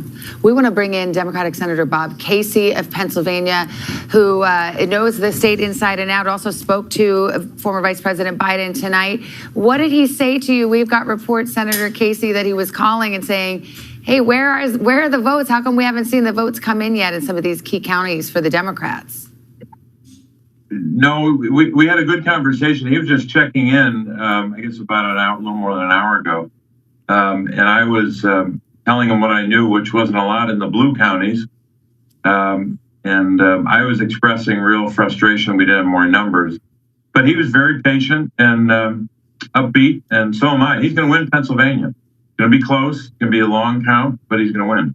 So what is your assessment of the way the votes are coming in right now?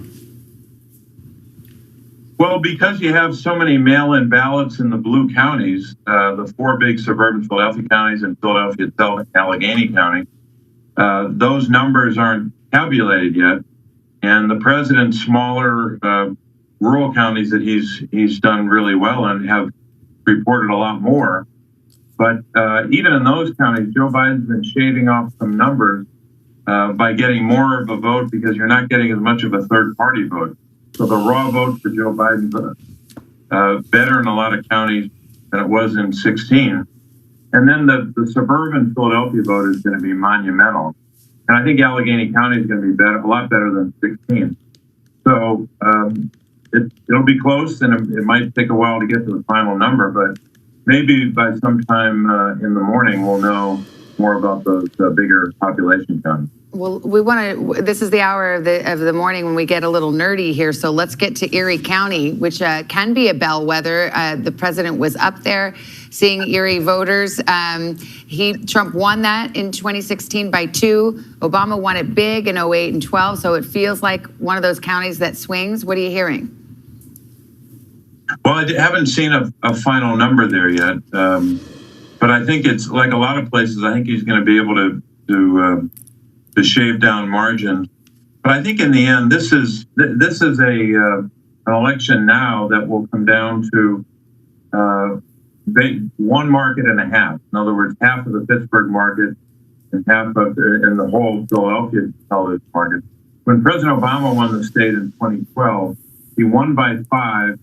Compared to only 2 markets. The big Philly market, more than 40% of the vote. Senator, I'm going to interrupt you just for a brief second, if you please, because we've got a call in Minnesota.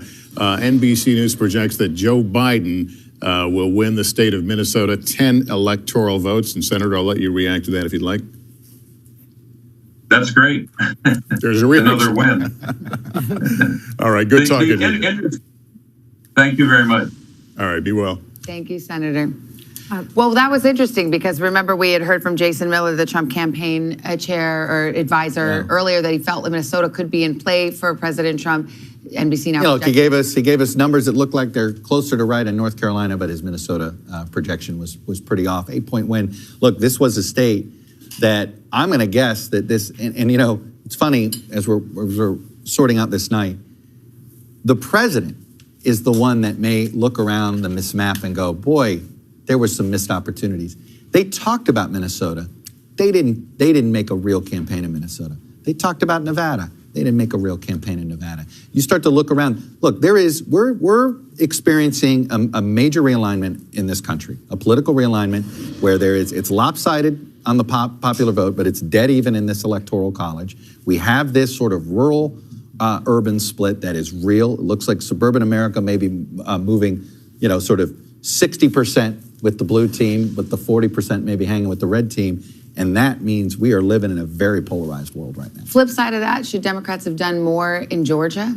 Well, it's interesting. I had a former Democratic member of Congress send me an email earlier tonight and go, I want to know who the staffer was that thought it was a good idea to send Joe Biden to Iowa and Ohio yesterday for stops, when basically Joe Biden's losing Iowa and Ohio by a point less than Hillary Clinton did. So it turns out that what everybody thought was happening in Iowa and Ohio, that this was a state that Donald Trump, that wasn't an outlier in 2016, that it was moving. It's gotten confirmed tonight.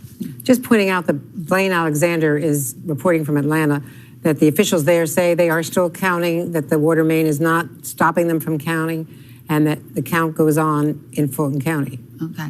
Let me bring Casey into the conversation. Casey, Joe Biden positioned himself as the responsible candidate, if I can use that term, of wearing the mask, not doing the big crowds. As these numbers get reported out, are we going to look at that different in terms of his inability to really get out there and shake the hands and do the ground stuff?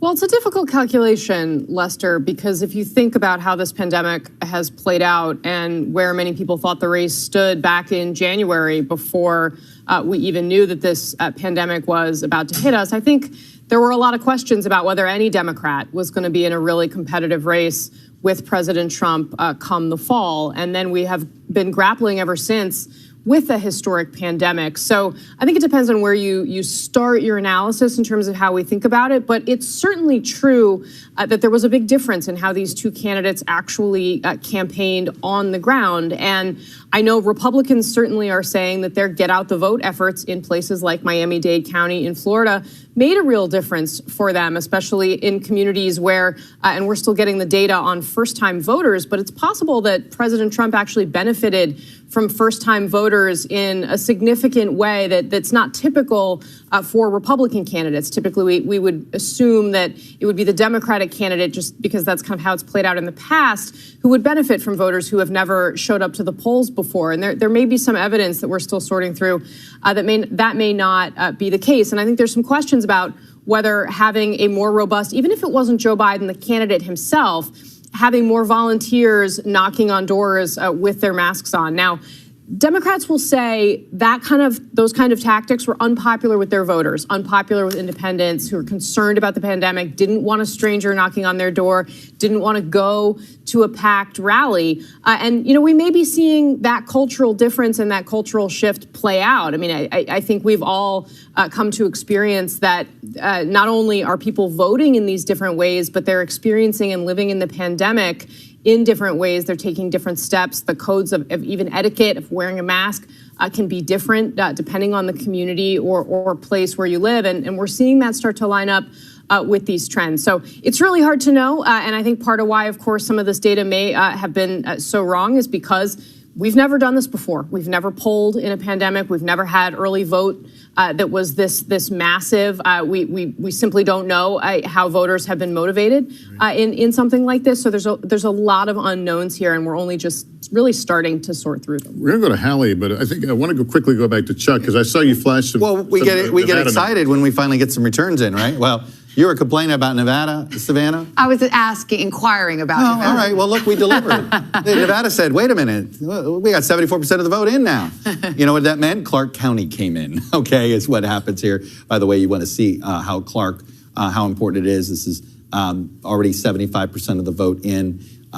So this is... Is that the kind of margin he needs to carry it? Yeah, let's take a look at the Hillary Clinton margin. As you can see, he's already above the percentage points that is necessary, the Hillary Clinton margin.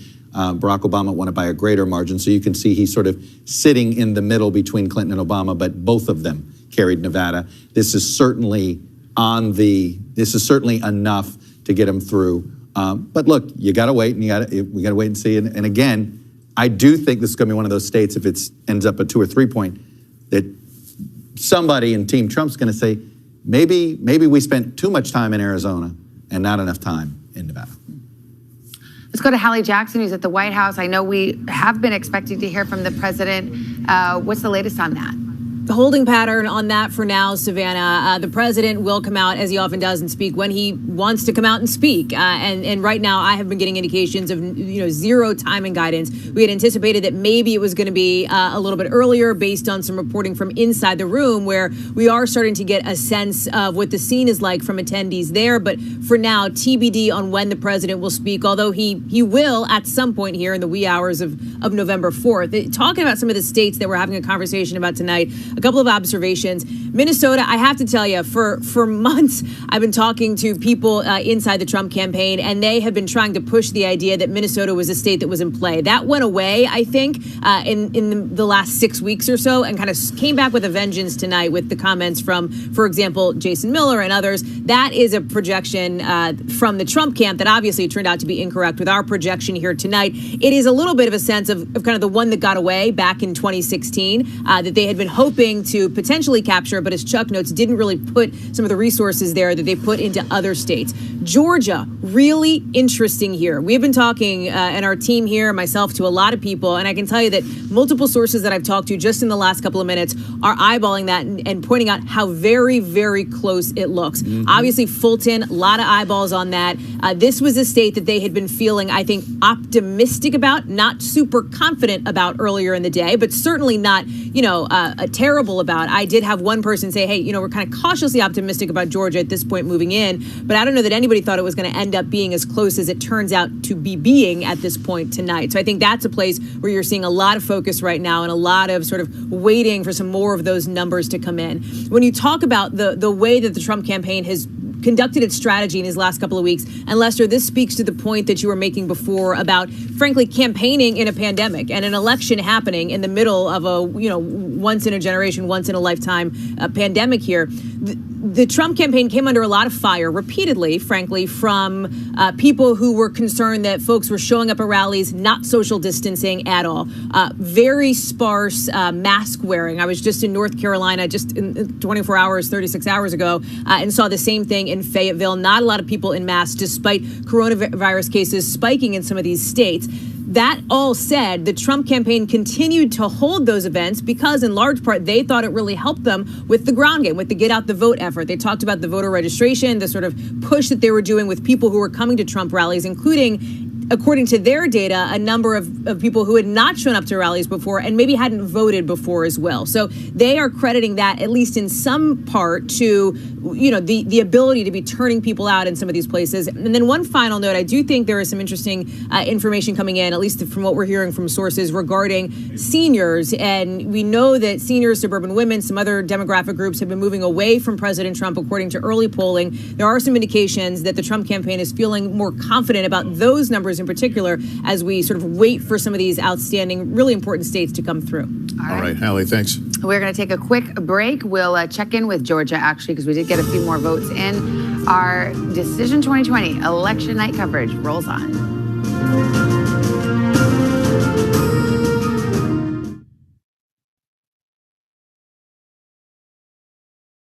Today, we're glad to have you with us. This fall, we're right there with you, whether you're back to school. What do you guys think? We're excited? Or back to work. We're keeping you safe. I love being back. Every morning on Today.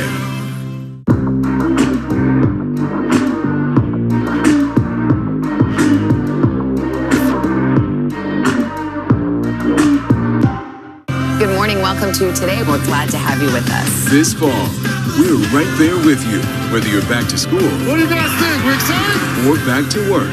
We're keeping you safe. I love being back. Every morning on Today.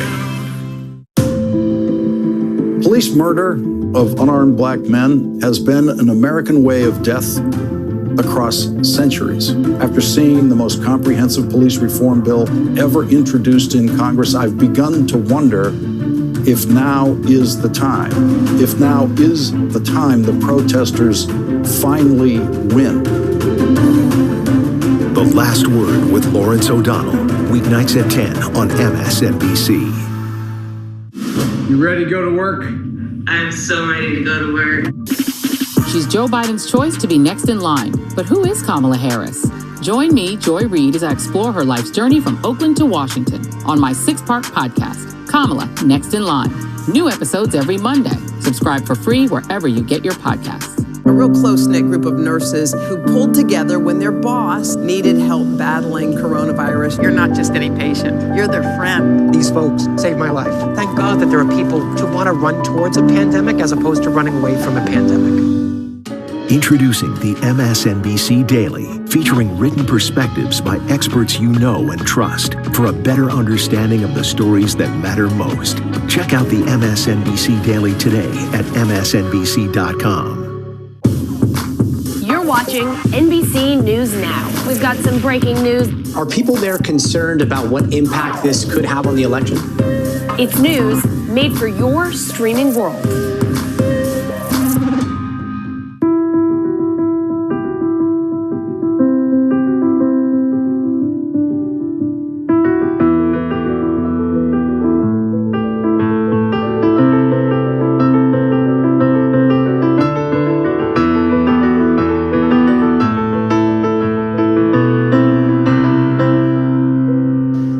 Watch what they do, not what they say.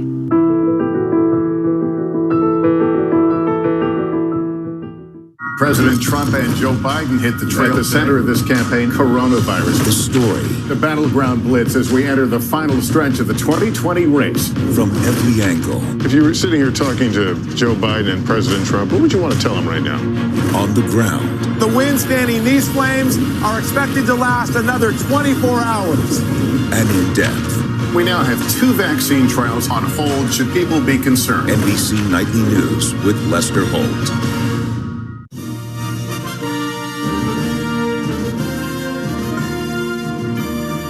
That time of the night when I can say good morning, everybody. Almost 2 a.m. in the East. Casey, we got a race going tonight, and you're going to zero in Nevada for us. We are, and we are going to bring in the one and only man to talk to in Nevada. That is John Ralston, who Chuck was talking about earlier on in our broadcast. John, we're thrilled to have you. We're hoping you can pronounce Washoe County correctly for us, one of the 2 key areas in your home state. But I think the top line question here, so many people were assuming that this was in the bag for Democrats. It wasn't something that we were going to have to worry about having on our electoral college maps tonight as a swing state. So the top line question to you, is it in play? Well, Casey, if you'd listened to me or seen my hashtag, you would know we always matter. So, yes, we are a swing state. Listen, it looked like after 2016, even though Trump won the state lost the state by only 2.5 points, that maybe we weren't so much of a swing state anymore. The race was actually not as close. The Republicans made up a lot of ground on Election Day. But listen, I thought that Biden had done what he needed to do. The Democrats had done what they always do here in Nevada, as you know, Casey, which is they build up a whole bunch of votes in early voting, and then the Republicans just don't have enough on Election Day to catch up. They had a big lead in Clark County, which is Las Vegas, and Washoe County, which you pronounced perfectly, is northern Nevada with Reno, and that is where the real key of swing part of the Nevada is now, Casey. And Biden is up by 14,000 votes in Washoe County right now in the first returns, and those first returns are a substantial part of the vote, maybe 70%. Excuse me. And so Clinton won there by 2,700 votes. Biden's up by 14,000. He's up by about 74,000 in Clark County, and he's down by 30,000 or so in rural Nevada. So they are hitting their marks. We just don't know what the rest of the votes are going to hold, Casey. So, John, one thing I think we've all been thinking about is obviously how hard hit Nevada's economy was by the coronavirus, the tourism industry, tourists not coming to Las Vegas. How much do you think that's impacting the vote tonight? And is that benefiting Donald Trump at all because he's focused so much on opening things back up? It's a great question, Casey, and it's one of the strategies that the Republicans have used here is to say, listen, Donald Trump wants to open up the country, open up the state. The governor, who is a Democrat, Steve Sisolak, has shut down the state. This is their argument. He has caused the economic havoc, not Donald Trump. They've essentially tried to substitute the Democratic governor for Joe Biden here in the state and run against him as much as they've run against Joe Biden. Now, the governor's numbers have suffered during the pandemic. There's no question about it. But every poll that I've seen, Casey, shows Trump running behind Sisolak in terms of handling the coronavirus. But people are upset here, Casey. You know, the economy is just essentially based on one industry. That industry, the casino industry, has been crushed. You have tens of thousands of people who can't get their unemployment checks. And so they're mad. They're angry. And so if they think the Democratic governor is to blame and conflate him with Joe Biden, that is why I think a lot of Republicans thought that Trump could win this state. All right, John Ralston, thank you very much for your insights. Always the first person we want to call when we have questions about Nevada.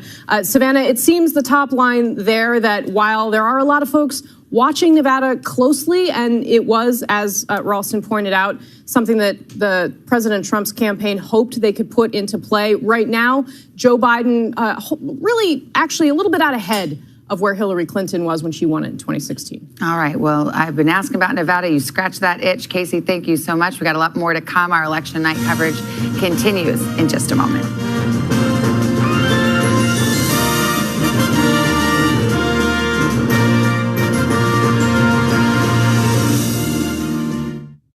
More chaotic than ever. It's my job to ask the tough questions, left and right, and help you make sense of it all. You ready to go to work? I'm so ready to go to work. She's Joe Biden's choice to be next in line. But who is Kamala Harris?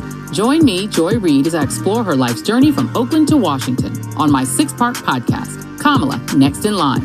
New episodes every Monday. Subscribe for free wherever you get your podcasts.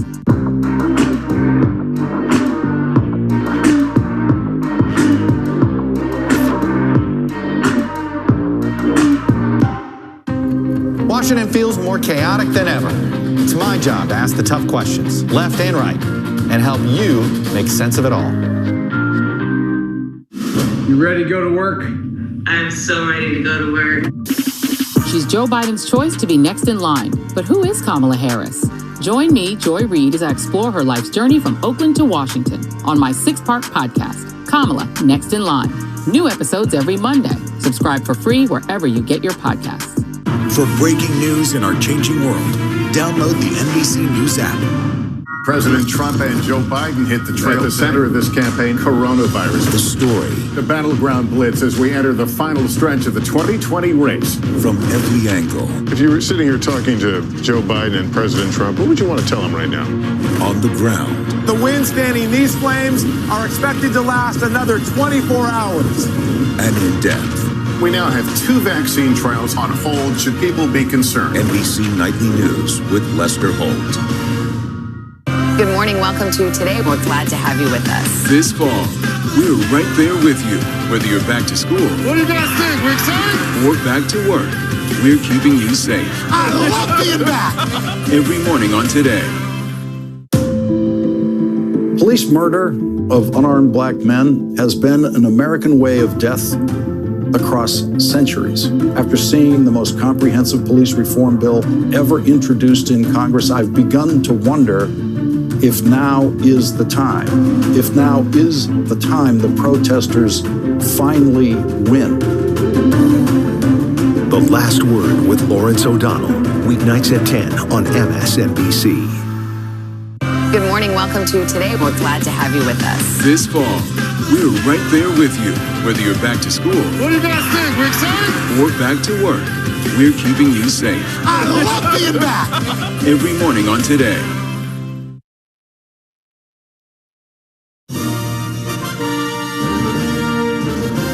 Welcome back to NBC News coverage of Election Night 2020 that's extended well into Wednesday, the wee hours of Wednesday morning here. We're going to look at some Senate races now. We'll put them up for you. Yeah, in Minnesota, Tina Smith is the incumbent, and she's going back to Congress in the race there. In New Mexico, Ben Ray Lujan wins, the projected winner, I should say. And in Iowa, Joni Ernst, the incumbent, headed back to Congress at the projected winner there. Let's look at North Carolina. This is one Democrats hope to flip. Tom Tillis and Cal Cunningham. It is too close to call.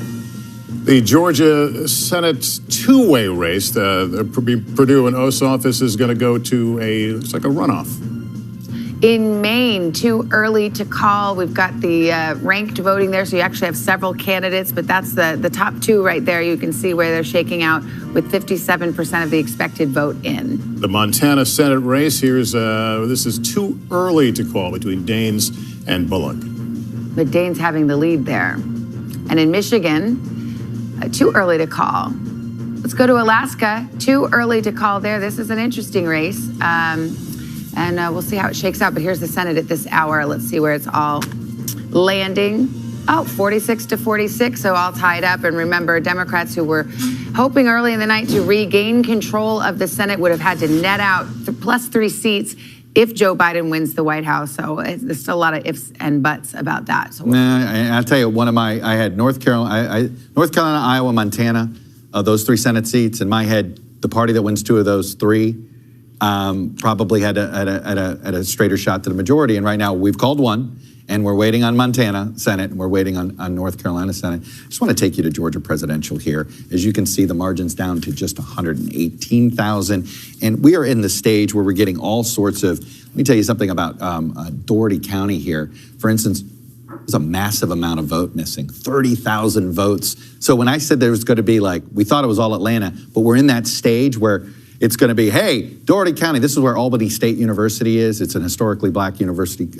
So there's a whole bunch of vote here that we expect to end up being good for Biden. As you can see, this is a good district for him. So a good county, it was a good county for Hillary Clinton. So look, let me go back to the statewide split here. That 118, there is plenty of vote here. There's plenty of extraneous vote there. The president doesn't have a lot of vote remaining. There's a few of these rural counties have a little bit here. But I'll tell you right now, Georgia, this looks like a race that I think it ain't going to get called tonight. My guess is we're going to have to wait to see what kind of extraneous ballots show up tomorrow. What put Georgia on the map in this situation? I mean, earlier in the campaign, no one was talking about Georgia as Yeah, it's first of all, it's right there. I mean, it's these Atlanta suburbs. I had a Republican strategist say what's happening in the Atlanta suburbs. And by the way, we saw this.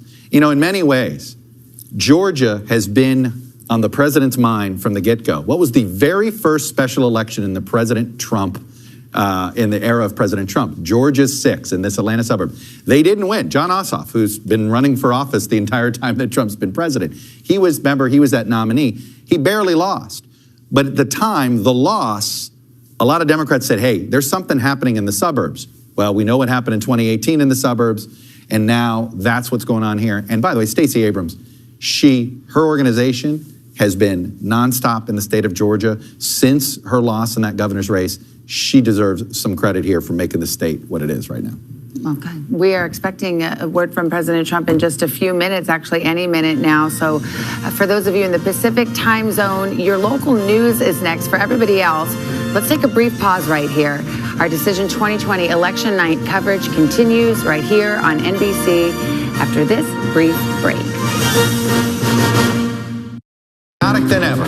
It's my job to ask the tough questions, left and right, and help you make sense of it all. You ready to go to work? I'm so ready to go to work. She's Joe Biden's choice to be next in line. But who is Kamala Harris?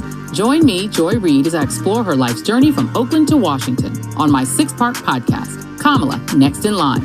New episodes every Monday. Subscribe for free wherever you get your podcasts.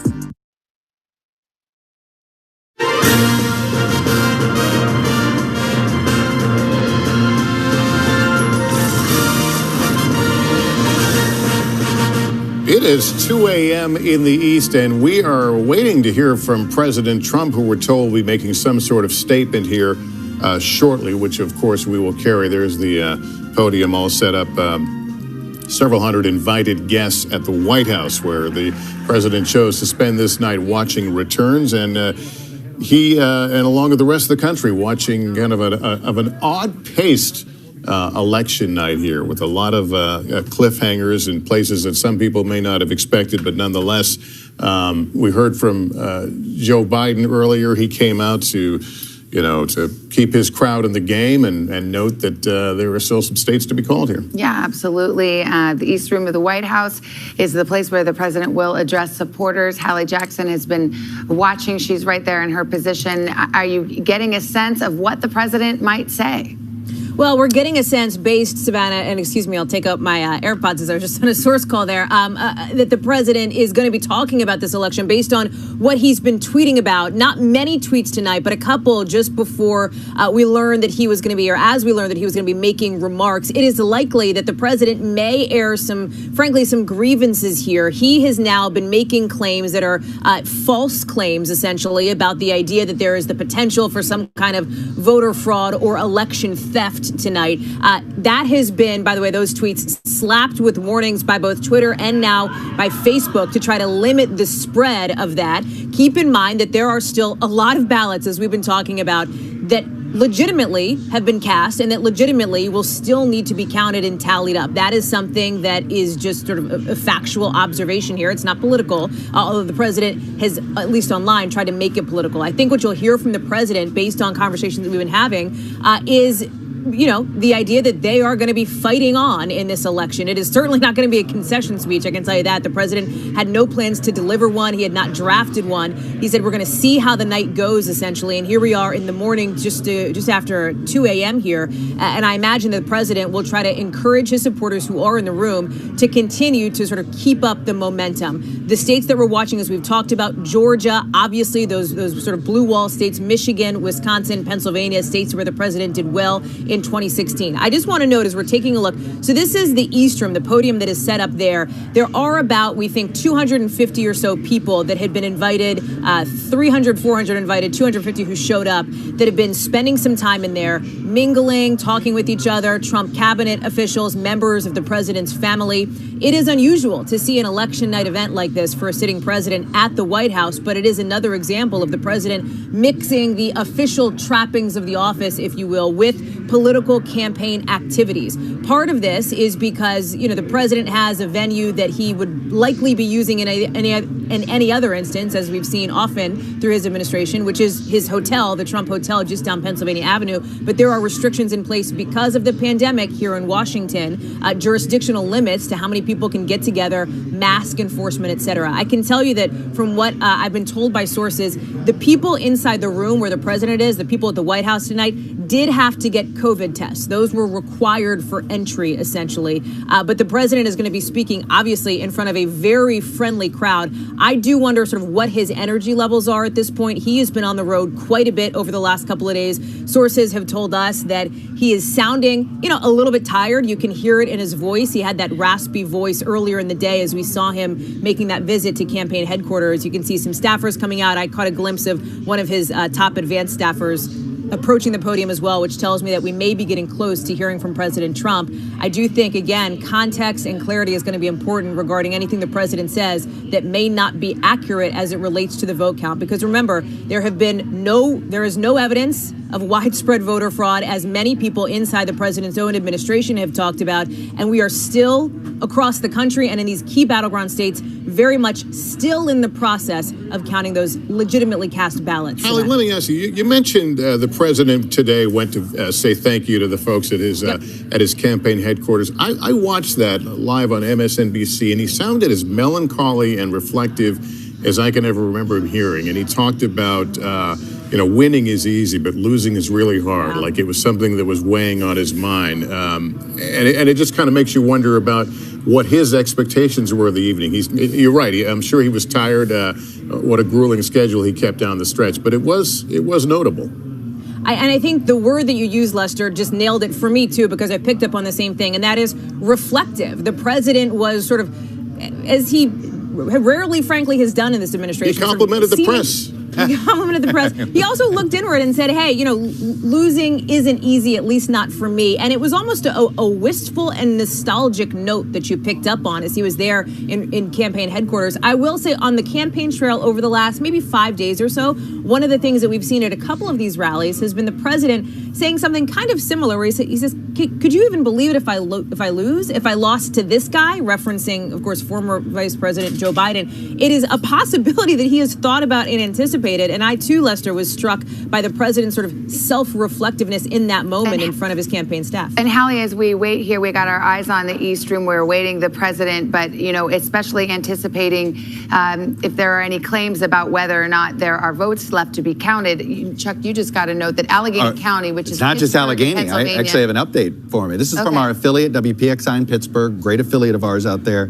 It's Allegheny, which is Pittsburgh, but also Beaver, part of our county to county, Butler and Westmoreland. They've all stopped counting for the night. They've gone to bed. They begin the process at 10 o'clock tomorrow morning to fold out the ballots. This is what they've been doing, taking the ballots out of the envelope, trying to stretch them out and counting them. It's a very labor-intensive process. But the point is, our friends in Western Pennsylvania, Andrea, they've decided to go to bed. We're not going to bed. And those are Trump counties. Not Allegheny. Not Allegheny. Not Allegheny. And that's the point. Westmoreland and Beaver. And Beaver, no doubt. But in Pennsylvania, they couldn't even really start counting those ballots until the polls closed tonight. But don't forget, these are all mail ballots, so that is going to skew Biden even in your Beavers and your Washington. But 7 counties said that they were not even going to look at them until tomorrow. So the point is, no matter what we hear in the next few moments, there's a lot of vote to be counted yet. There's nothing funky going on about that. That's just the way it's going. And but there will be some incoming mail-in ballots in the next 3 days. Yes, exactly. And there was a ruling in a Pennsylvania court case that said if it's postmarked November 3rd to the election day, it can arrive as late as Friday in Pennsylvania and still be counted. And the Supreme Court upheld it. Yes. Casey? Yes, so I mean, Pennsylvania, I think it's important. It's so important to keep this in mind as we're listening to what the president has to say, and that's obviously what you have been underscoring here, which is that throughout the beginning of the night, we talked a lot about places where the Biden team was potentially on offense in the Sun Belt, and the dynamic there as the votes came in, as Chuck has been walking through, was that those states are used to counting early votes that likely came in for Biden first, and then counting election day totals. So the dynamic was, okay, all of the vote comes in likely for Biden, it's counted, we know it up front, and then the count inches back toward President Trump. And the reason why Democrats have been calling this a quote-unquote red mirage is because the opposite happens in these states that haven't practiced doing it this way. And Pennsylvania is the most central one of them. It's been the place we've been focused on for potential problems all the way along. And it is true that as these counties start to count, and my sources that I'm talking to, I grew up in Chester County, Pennsylvania, which is the upper main line outside of Philadelphia. It's one of the places that really has turned for Democrats in recent years. When I lived there as a kid, I had a Republican member of Congress, but that's really long gone now. And it's those counties, Chester County, Delaware County, Montgomery County, where you're going to see big numbers that report late because they're mail-in votes. And by late, we mean tomorrow or today, I guess, Wednesday, Thursday, Friday of this week as all of these votes come in. So, that's why remembering that, Twitter put a warning on President Trump's tweet about this. We're obviously, going to be listening to what he has to say here, but nothing yet is decided or called, and that is perfectly within the bounds of normalcy, Savannah. They're waiting for Arizona votes as well. There were a bunch that just got turned in today at mail-in votes or absentee ballots that got brought physically to the polling place in Arizona, and the Secretary of State there says they're going to continue to count them. So there's a lot of votes that haven't yet been counted. Savannah, our man Vaughn Hilliard, who's in Arizona, actually has another update here. He's got, there's a lot of ballots to count in Arizona. There's still 167,000 ballots cast in person today that have yet to be entered into the system. There's 245,000 early ballots in Arizona from Saturday, Sunday, and Monday that haven't been run through the system. So plus what Governor Ducey was bringing up, which is they don't know the number of people that handed in those ballots. Could be 1,000, could be 20,000, right? We don't know what that number is, though according to Vaughn Hilliard, who reports in Arizona out there for us, he said we should know that tomorrow morning. And it's notable, Hallie was mentioning that it's unusual to have an election night statement in the White House. I think it's unprecedented. I cannot remember another time, just as the RNC was, the Republican National Convention was held at the White House, COVID or not COVID, you know, for them to have this large a gathering at the White House, to have any gathering at the White House to declare either victory or any other statement is extraordinarily unusual. I think we got the 2-minute warning that the president would come out about 10 minutes ago. So there's a bit of a delay. Hallie, do you have any insight? Well, yes, we exactly. just got another 2-minute warning, Savannah. So potentially that means we're a little bit closer. That's not unusual for a presidential event, that maybe we'll get some timing guidance and some updated timing guidance. But it does seem like we are now getting closer to when the president will speak, as we're sort of living in this moment here in the East Room. I can tell you that based on the reporters in the room, and just to pull back the curtain a little bit, members of the White House press corps who cover the president had not been able to enter this room prior to us learning that the president was going to make remarks. So this really is our first glimpse at this election night sort of watch party or event here at the White House.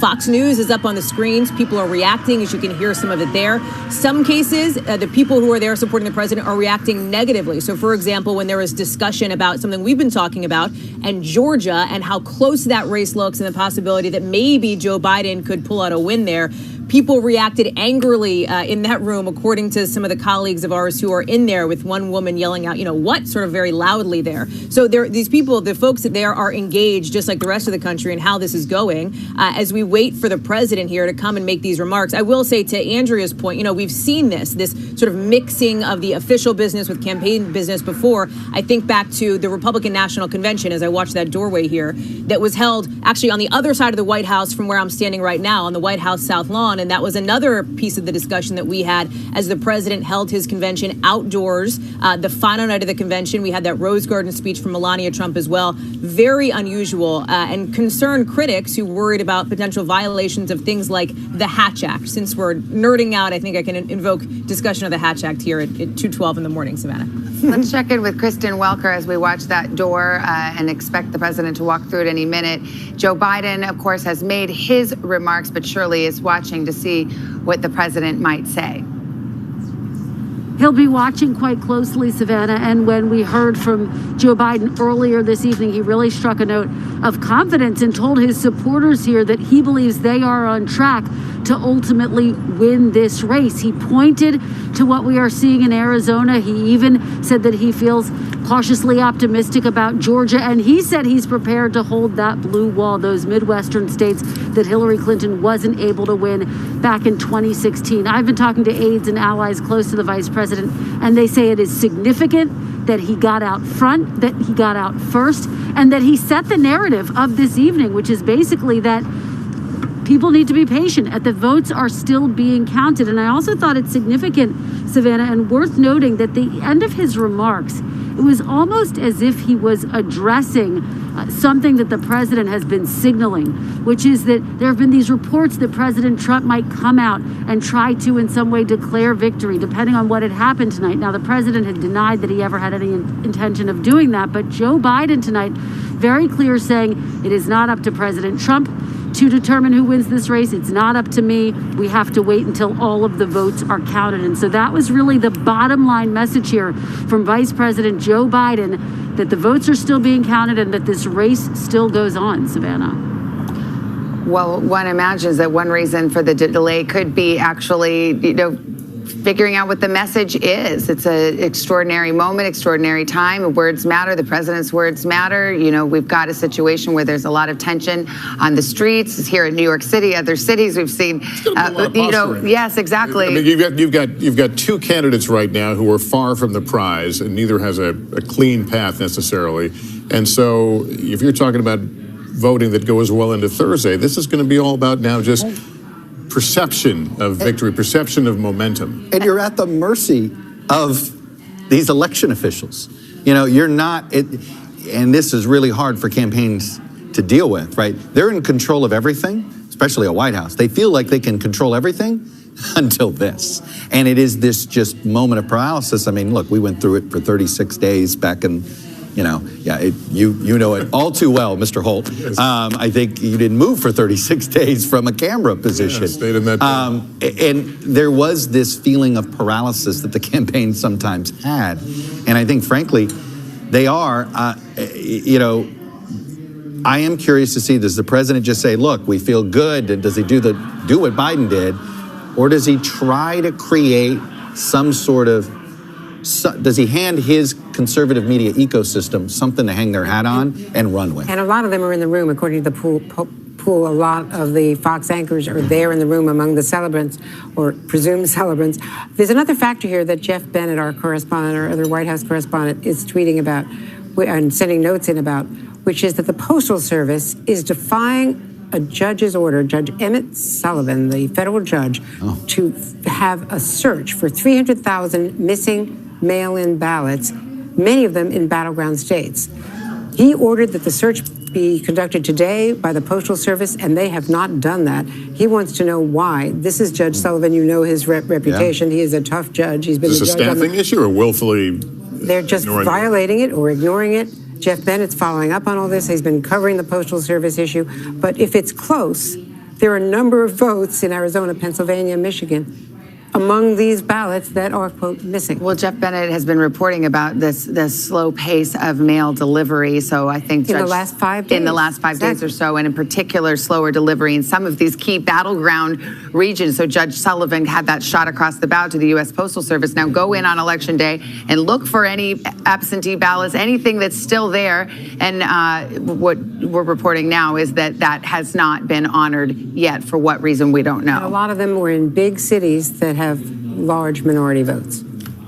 Well, to be continued on that. There was the podium. We're well past the 2-minute warning, and then the other 2-minute warning as well. Can I make another quick point here? Because I just was seeing the margin in Kansas Senate. Okay, the margin is double digits. Kansas Senate was something that a lot of people thought, first they had a Republican nominee, but they thought, oh, the president, he's unpopular, he's turning off Republicans. Look, the president, if our models are right, the president may come up short. Okay, he may be a one-term president. But you know what he's not? A humiliated leader of the Republican Party. Exactly. No, Donald Trump is the reason why, if Republicans hold the Senate, and we still got a ways to go on that, those Georgia runoffs, we may have one, maybe have two, we have a lot. But the fact that they're in the game here, that's Donald Trump. You look, Donald Trump, I've been looking, these Senate candidates are running lower than Trump. Basically everywhere except really Texas. They owe it to Trump. The point is, let's say he is a one-term president. He's more of a party leader. He's going to have more of a hold on this party than I think some Republicans who maybe quietly were not saying anything but maybe rooting for him to go away. Even if he loses here, there is some strength in his performance tonight. Well, our exit polls show that he has better favorables compared to his unfavorables than 4 years ago. That he has really improved his posture with the American people, according to the National Exit. Weirdly enough, even in losing, he may become more formidable inside the Republican tent. We're starting to hear the crowd stir as they await the president. We do have a few moments if we can get Hugh Hewitt in here, conservative radio host. Hugh, what would you want to hear from the president right now? Pretty much what Joe Biden said, which is we are in this game. We are going to play to win. We will be in court if necessary. It's kind of John Roberts' worst nightmare is that I think these Pennsylvania ballots, which he had hoped not to have litigated to the court, will end up litigated to the court. But I just expect him to be encouraging to all the people that he needs to volunteer. There's a mass of lawyers that are deploying to 4 or 5 states now. There's still a ground game that might have to be launched in Maine for Susan Collins. Arizona might be a recount. He needs to encourage everybody who is willing to volunteer on his behalf to not only show up, but to contribute. It's an expensive process. I remember Florida like you folks do. Well, Florida times 5 is mind-boggling in terms of the complexity, and he does not have a Jim Baker, as far as I know. Let me bring in Elise Jordan, if I can. Elise, an NBC News political analyst and a former George W. Bush aide. Elise, talk about the messaging that's going to occur, not only what the president's going to say, but that could transpire from both sides to kind of play the crowd as we wait for a final result. Well, Donald Trump needs to come out strong tonight and convince his supporters that he's in the game, that he is winning, that he has a shot. And certainly that seems likely that he will not hesitate to do so, as has been his bravado all along. Donald Trump counseling patience, I think, is good. Could be a really interesting tack. because Donald Trump has a vested interest in seeing these votes counted in certain locations, just like Joe Biden. And so he's going to come out strong tonight with that message. It was smart for Joe Biden to go earlier in the night because he set his own narrative. And now we see the Trump children now coming out on the stage there in the East Room. And we expect to see the president momentarily. So you're going to see Donald Trump as I think we are used to seeing Donald Trump. There's no telling how many misstatements are going to. Ladies and gentlemen, the President of the United States, Donald J. Trump.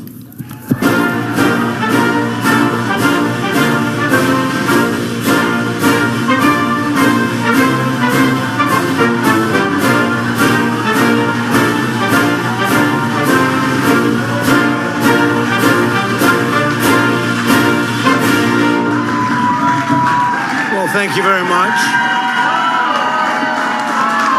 Thank you. Thank you very much. Please sit. Thank you. This is without question the latest news conference I've ever had. Thank you. Thank you. I appreciate it very much. And I want to thank the American people for their tremendous support. Millions and millions of people voted for us tonight. And a very sad group of people is trying to disenfranchise that group of people. And we won't stand for it. We will not stand for it. I want to thank the First Lady, my entire family, and Vice President Pence, Mrs. Pence, for being with us all through this. And we were getting ready for a big celebration. We were winning everything, and all of a sudden it was just called off. The results tonight have been phenomenal, and we are getting ready. I mean, literally, we were just all set to get outside and just celebrate something that was so beautiful, so good, such a vote, such a success. The citizens of this country have come out in record numbers. This is a record. There's never been anything like it to support our incredible movement. We won states that we weren't expected to win. Florida, we didn't win it. We won it by a lot. And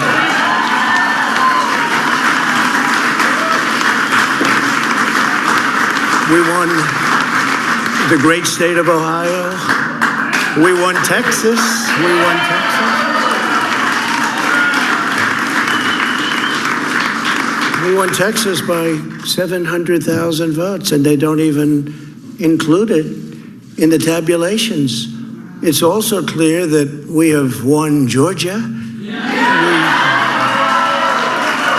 We're up by 2.5% or 117,000 votes with only 7% left. They're never going to catch us. They can't catch us.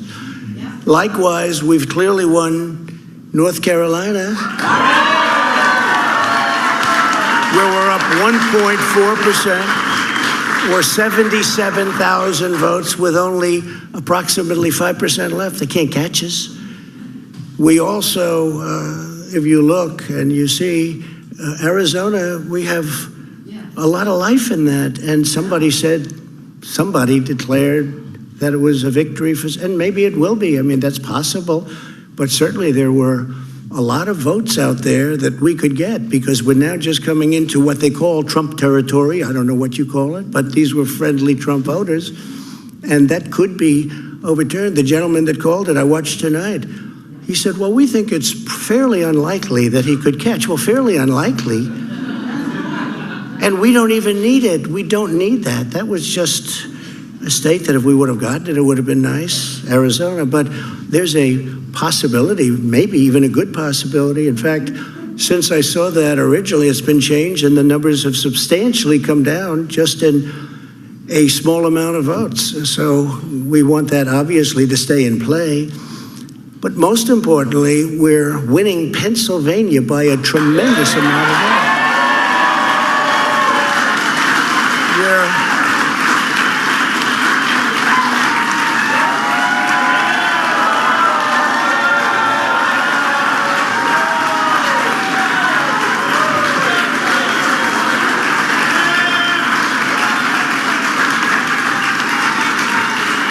We're up 600. Think of this. Think of this. Think of this.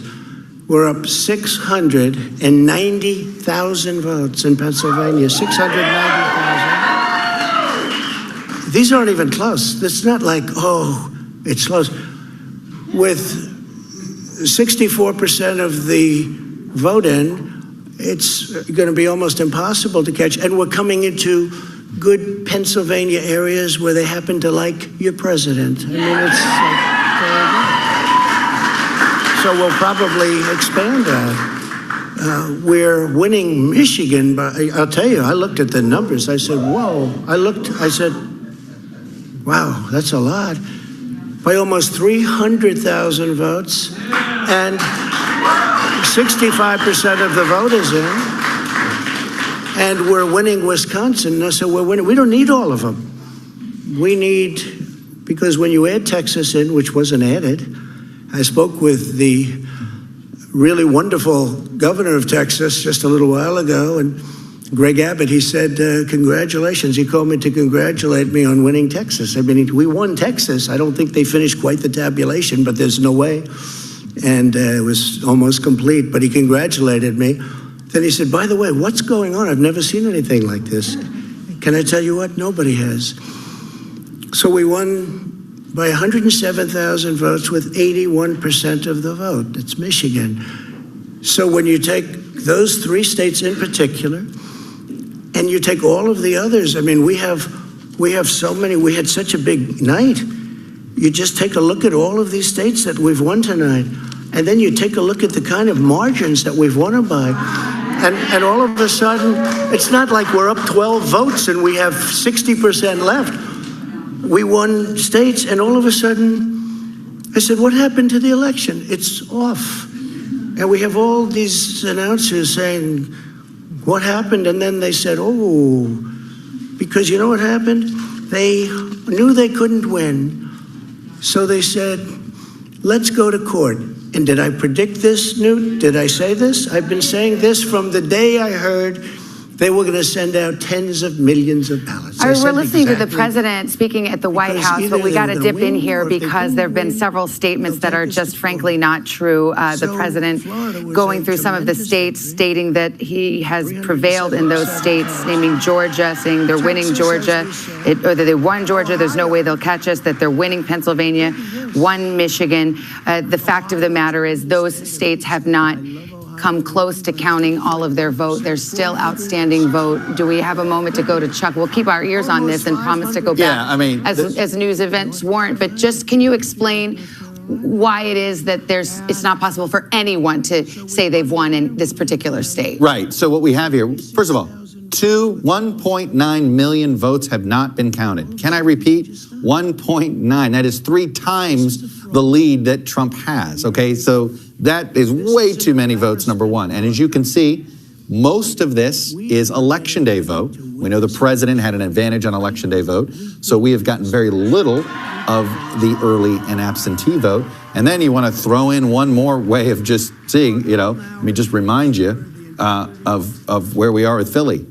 Half of Philly has not come in. Let's go to Michigan. He said Michigan, that he's running up margins in Michigan, and we've won Michigan. So can you show us how much vote is left over in Michigan that hasn't been counted As you can see, we've only gotten 2/3 of the vote in. This is actually, so there's just 303,000 difference here. Again, 1.8 million votes are left to be counted. Let me repeat, 1.8. Do the math. It's 6 times, okay? What about Wisconsin? All right, so that, and as you can see, most of this is still same-day vote. So this is why Michigan, a lot of people are so bullish for the Democrats in Michigan the minute that vote comes in. Then Wisconsin, this is where, but it's tight, and it's 116, 81% is in. We're waiting for 700,000 votes.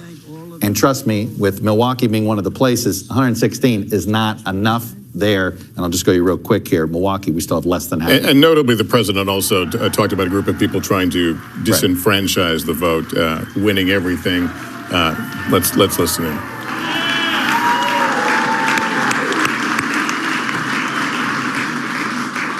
Thank you, Mr. President. I want to join you in thanking more than 60 million Americans who have already cast their vote for 4 more years for President Donald Trump in the White House. And while the votes continue to be counted, we're going to remain vigilant, as the president said. The right to vote has been at the center of our democracy since the founding of this nation, and we're going to protect the integrity of the vote. But I really believe with all of my heart, with the extraordinary margins, Mr. President, that you've inspired in the states that you just described, and the way that you launched this movement across the country to make America great again, I truly do believe, as you do, that we are on the road to victory and we will make America great again.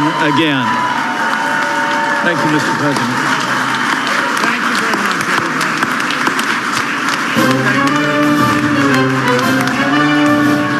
The president not declaring victory in the way that we had perhaps expected him to do, but basically state by state.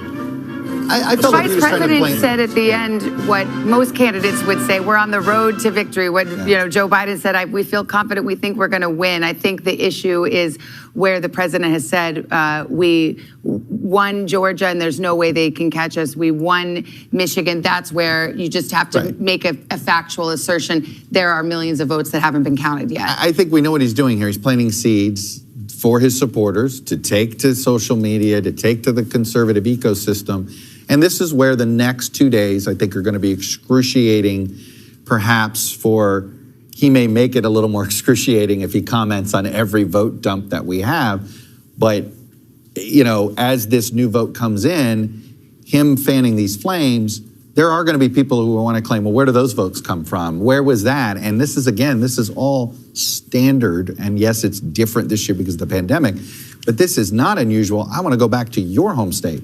Arizona regularly takes days to finish a count. 5 days it took them, and that was actually a relatively short period of time in 2018. 5 days to call that Senate race. And it's worth repeating that projections we're not making the votes up. These are projections. These votes will be counted. The actual vote. The actual vote will be counted. Well, the fact of the matter is that the outcome is not certain at this hour, and that both candidates are very much in this race. So there's no reason to say anything other than that. We have got an electoral battle going on right now with a lot of votes left to be counted. And the fact is that in this election, more mail-in and early votes were cast than in any other American election. A combination of COVID and concerns about the Postal Service, a lot of reasons for it, and that they have to be counted. These absentee ballots are always counted. Votes from service members, men and women overseas, are always counted in the days following. The elections are not certified state by state until, weeks later when the Electoral College actually votes. Florida. Military ballots. Remember who argued to make sure the military ballots get counted and stay in? And you got to open those because the Democrats at the time were trying to not get those ballots counted. And the Republicans who knew those... Trying to slow it down. Well, no, but they wanted those military ballots to count because they thought that those things would lean Bush. So, at least Jordan made a good point here. Donald Trump's got to be careful. There are actually some of this outstanding vote he needs. I mean, he kind of referenced it in Arizona. If he's going to close the gap in Arizona, it's the remaining uncounted vote. So he may not like the uncounted vote in Pennsylvania, but he is going to like the uncounted vote in Arizona. The problem is that he is creating the atmosphere of conspiracy theory by misrepresenting the remaining vote that is not counted. There is not some conspiracy to stop the count. In fact, in some of those 7 counties in Pennsylvania where they're not counting the mail-in voting, that is something that was objected to by all of the state officials in Pennsylvania who are Democrats. That was a Republican effort to not count until tomorrow. Let me go. It's just an unfortunate misleading, and it's from the White House with Hail to the Chief and the American flags, and that is what's creating the false atmosphere of legitimacy to his claims. Let me go to Kristen Welker right now, who has a little more insight into the counting in Pennsylvania. Kristen? Well, just to pick up on the point that Chuck was making, I'm hearing from an election official in Pennsylvania who says this, just having listened to the president. Allegheny County has half their mail-in to count. Same with Montgomery County. Erie has 40,000 more to count. And Philadelphia has 300,000 mail-ins. Mail-ins were 70% up in the Democratic favor. This person says this is far from over. So this official watching what the president just said, feeling the need to respond in real time to make that point and to drill down on some of the broad numbers that Chuck just laid out. And again, I would just underscore the fact that this is part of why Joe Biden came out first. This is why he gave the message that he gave. He, of course, gave this rallying cry to his supporters saying he believes they are on track to still win the White House. But he concluded his remarks by saying, this race is not over, and it's not up to President Trump to declare victory. It's not up to me to determine who's won this race. It's up to the American people, and the votes are still being counted. And I think that's why you heard him frame his message in that way. Now, I've circled back with his campaign to say, do you have any further response? They've chosen at this point not to respond. I anticipate we're going to get a more robust response from the campaign and from Biden himself tomorrow. But again, they point us back to those comments by Joe Biden, clearly an attempt to get ahead of what we just heard from President Trump. And there is going to be likely a lot of focus on the battleground state of Pennsylvania.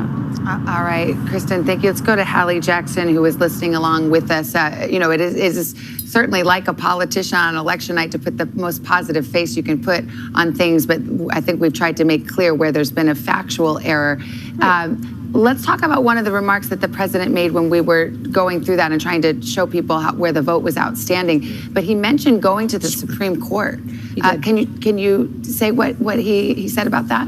He did. So he talked about going to the Supreme Court, Savannah, and then said, and I'm quoting here, that we want all the voting to stop. He says that we don't want them to find any ballots. In the words of the president, we don't want them to win, he says. And as far as he's concerned, he is prematurely and incorrectly at this point trying to declare victory, saying as far as he's concerned, they have already won. So a couple of things here. This is, frankly, I think a speech that is exactly what many of the president's critics feared he would deliver tonight on election night or on the night after the election, trying to prematurely say that he has won an election in which he has not won yet, trying to cast doubt on the legitimacy of the many legitimately cast ballots that are already out there. The president also alluding to this Supreme Court fight, pretty directly talking about this, just frankly, a week and a half, not even, after putting in place, nominating and getting the Senate to confirm a Supreme Court justice that he chose, the third one of his administration. This has been sort of building over the last, I think, couple of months here in Washington, this sense that the president may be pushing this exact strategy if the race were to be very close, as we are seeing it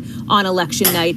Pulling back sort of more broadly at this point, you have to look at where the president goes from here. And I think Chuck made an important point that I want to reiterate, that some of this vote that is yet to come in, despite the president having said for weeks that he does not want there to be outstanding vote after November 3rd, there was always going to be outstanding vote after November 3rd. Some of that vote actually helps President Trump. And so I think that is something over the next few days you're going to see certainly advisors and aides attempt to walk back. I think you saw a little bit of that dichotomy. And I think we picked back up in our coverage here when Vice President Pence came out and said, we're on the road to victory, hedging a bit more, as you would typically, I think, hear from somebody, a leading politician at this point in a very close race. But bottom line here, to be clear, the president is not definitively leading in the states that he mentioned definitively leading in, like, for example, Georgia, like, for example, North Carolina and Pennsylvania, these states that he is trying to say he has won. Lots of question marks remaining. And I think that there are some of the president's critics who will find these remarks concerning from him.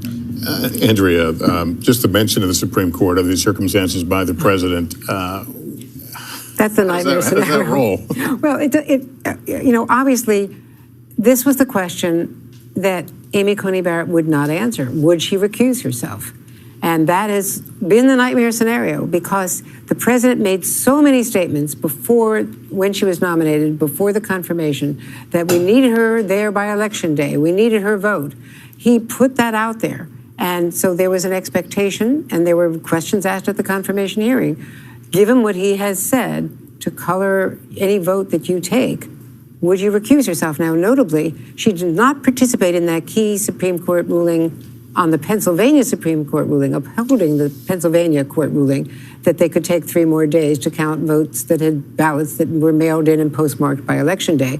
But she said, not that she was recusing herself, she said, because I have not had time to read in on these briefs. You can only use that so many times. Because the Republicans had challenged it too quickly, as Pete Williams was pointing out at the time. If they had waited until she was confirmed and then she could to make their application, but they jumped the gun, and she said, I haven't had time to read in, but she has not said she's going to recuse herself. She certainly could now say that any application to the court in the next couple of days is something that she will have as much time to read in on as the others. I think the word really is premature, because the fact of the matter is we don't know who won this election. We don't know. Donald Trump may well have a path to 270. Joe Biden might as well. The votes have to be counted, and part then of that we'll court know. ruling was that the mail-in ballots have to be segregated. They have to be held apart so that they can be counted. In case of a depending on future what, litigation, they exactly. did segregate them so that you could have that argument before the Supreme Court. Essentially, the Supreme Court kicked the can down the road and said, let's see if we get there. You can separate out those votes if we ever need to analyze this would issue. not happen.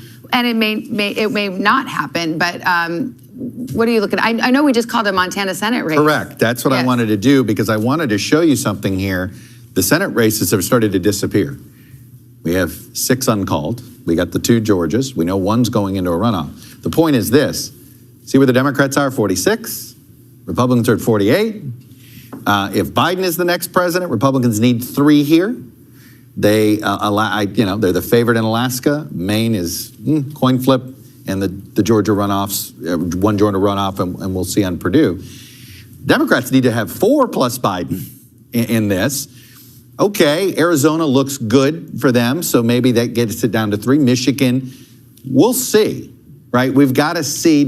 One thing about John James, the Republican candidate, he was running ahead of Donald Trump. I'll be curious to see how he does in these more Democratic votes. Did he at all overperform? So we'll see. Point is, here, I can't figure out a scenario where the Senate majority is decided before the Georgia runoffs. It's possible. Maybe Alaska comes in for the Democrats. But one thing Democrats were afraid of is they didn't want the runoffs to be for the majority. Because that's a whole, you want to talk about, the race was already going to be tough enough, polarizing enough. If that runoff is for the Senate majority, we're going to have like a mini presidential election in January, right before we're worrying about an inauguration for one of these 2 Just when Georgia voters thought they were done with political ads. No. The Georgia TV stations are going to be very happy about these runoffs. Yeah, Casey, the plot thickens in the Senate. It really does, Savannah. And I think, we may, in fact, be looking at a scenario where we don't actually get very much change. Right now, Republicans control the chamber 53 to 47. And, Chuck gave a pretty good rundown of where things stand state by state. And I think the big picture here is that this is much better night for Republicans than they were expecting, and it's a much worse night than what Democrats were expecting. I mean, Nancy Pelosi was out this past week talking pretty publicly about what she would do and the process they would use in Congress to pass legislation under a Biden presidency and with a Democratic Senate. So they were really almost taking this for granted, and that applies to the House as well. We reported, reflecting what we have been hearing from both Republicans and Democrats, that they were likely to pick up Democrats at 5 to 7 seats in the House, and on a good night, maybe that pickup would be in double digits. And now we may be on track for Republicans to actually win seats in the House. Casey, I looked ahead at that 2022, the 2022 Senate races and all this stuff, and I talked to some Democrats about this. If they did not win the majority this cycle, it is very difficult for them to win the majority. I mean, it is just their possibilities at the majority you're looking at. They got to run tables. They got to sweep 3 seats. It's going to be 51, 52. The 22 cycle will have the 16 Senate seats up, and there's some opportunities there. Pennsylvania is a big one. This was their best for cycle. Democrats, but this was the cycle. They needed to get the majority this cycle because not getting it here. Let's say there's a Democratic president. It's tough to gain seats in a midterm if there's a Democratic president. And obviously if there's a Republican president, maybe the 2022 midterms could go a little bit better in the Democrats' direction here. But it's a big setback. not if the Democrats don't win the Senate back, because this is a couple of cycle setbacks. Well, and Chuck, too, if I can just jump in, I mean, big picture here, it looks like we are on track potentially for either status quo, President Trump in the White House and Republicans winning the Senate, or divided government in a Biden administration. I think a lot of the folks I'm talking to think that that's still probably the most likely scenario at this hour. But again, we don't want to do what President Trump has done and say one way or the other because we don't actually know yet. But that has very significant implications for governance and the way things will change or not over the course of the next 2 years. I mean, Americans have delivered with even what we do know right now, a mixed message about what they want. They are saying we are still divided on this. We are more sharply divided than ever. And I think that means that the partisan negativity, the fighting, the inability to get anything done, the gridlock, all of that is more likely than not to continue no matter who wins the White House. I want to bring in Pete Williams right now. And Pete, here we are at a point, wee hours of the morning. We have no idea which of these men is going to win this election. But the president has forced us into this area of something wrong, something nefarious, and this idea the Supreme Court could be brought into the picture. Describe, if any justice is listening to this, how this goes over and how this plays out, potentially. Well, there are already a number of lawsuits filed by Republicans challenging mainly the mail-in ballot process, the extended deadline in Pennsylvania, adding 3 days. That case is still pending before the U.S. Supreme Court. The court declined to stop the application of a state Supreme Court ruling that extended the deadline. The court declined to take it on a fast track, but it's still sitting there, and the Republicans could try again if it looks like it all comes down to Pennsylvania, and they want to try to renew that challenge. It's still sitting there. In just a few hours from now, the judge will have a hearing in Pennsylvania in federal court on a Republican challenge to the way one county, Montgomery County, the third largest county in Pennsylvania, began to look at ballots before the pre-canvassing process started this morning. That's still being challenged. So there are 3 lawsuits Republicans have in Pennsylvania. There are lawsuits in Minnesota. There's a lawsuit in Nevada, in Clark County. So there are a number of lawsuits, all basically about the mail ballot process. And in theory, any one of them could end up in the Supreme Court, a prospect that justices very much don't want. But here's the thing to keep in mind. The sort of new direction that the courts have gone in these challenges so far is the theory that only the state legislature can change the rule for an election, not state courts, not state election officials, only the state legislature. Now, the Supreme Court has never ruled that that is the case.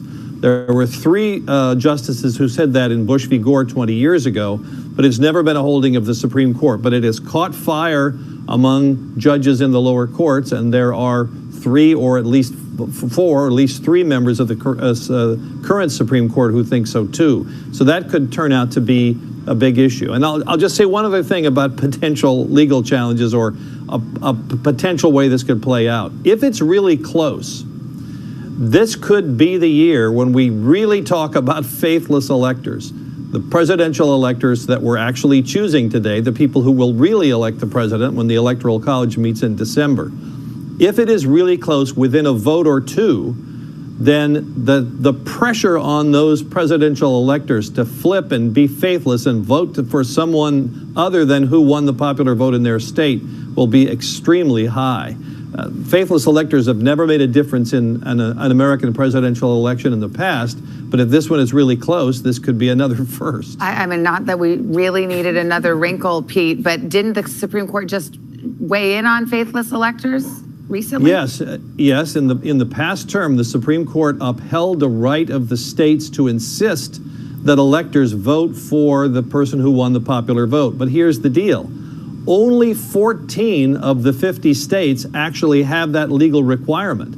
In those 14 states, if a faithless elector goes rogue, the state can throw him out on the street and get somebody else in to vote according to the popular vote.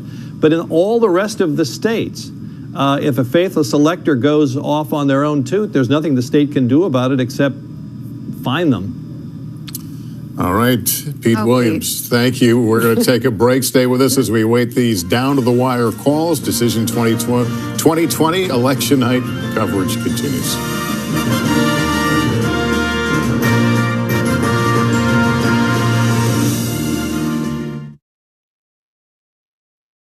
Chaotic than ever.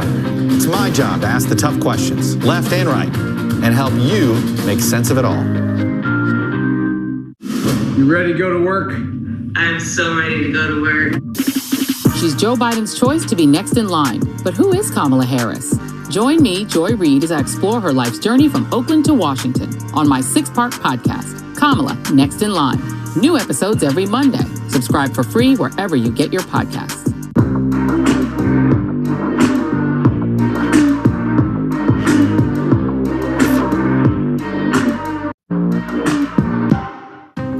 Washington feels more chaotic than ever. It's my job to ask the tough questions, left and right, and help you make sense of it all. You ready to go to work? I'm so ready to go to work. She's Joe Biden's choice to be next in line. But who is Kamala Harris?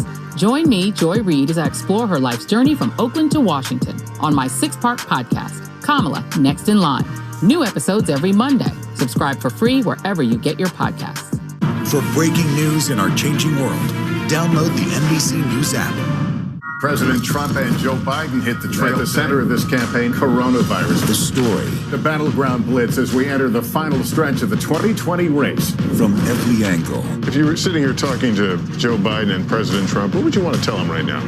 On the ground. The winds fanning these flames are expected to last another 24 hours. And in depth. We now have 2 vaccine trials on hold. Should people be concerned? NBC Nightly News with Lester Holt. Good morning. Welcome to Today. We're glad to have you with us. This fall, we're right there with you. Whether you're back to school. What do you guys think? We're excited? Or back to work. We're keeping you safe. I love being back. Every morning on Today. Police murder of unarmed black men has been an American way of death across centuries. After seeing the most comprehensive police reform bill ever introduced in Congress, I've begun to wonder if now is the time. If now is the time the protesters finally win. The Last Word with Lawrence O'Donnell, weeknights at 10 on MSNBC. Good morning. Welcome to Today. We're glad to have you with us. This fall, we're right there with you. Whether you're back to school. What do you guys think? We're excited? Or back to work. We're keeping you safe. I love being back. Every morning on Today. Welcome back. We are a long way. We appear to be a long way from knowing who won this election, but we can tell you that both candidates have come out over the last couple of hours, most recently Donald Trump, to suggest that something nefarious was at foot in terms of the vote, and suggesting that he is actually leading, or there are not enough votes for him to lose, essentially, in some of the other races, which is untrue. Yeah, he went as far as to assert that they had won the election and that there was something that had gone on to take it away from them. That is, of course, not true. And we can go to Chuck, actually, he's on the phone. I'm with our boiler room now. Oh, okay, talking to the boiler room. Well, we can show you where the road to 270 stands right now. Yeah. It is Biden leading 220 to 213 for Trump. But what's interesting about this is it's still anyone's game. I mean, this could go in either direction. We have quite a few battlegrounds yet to be called. No one can declare victory yet.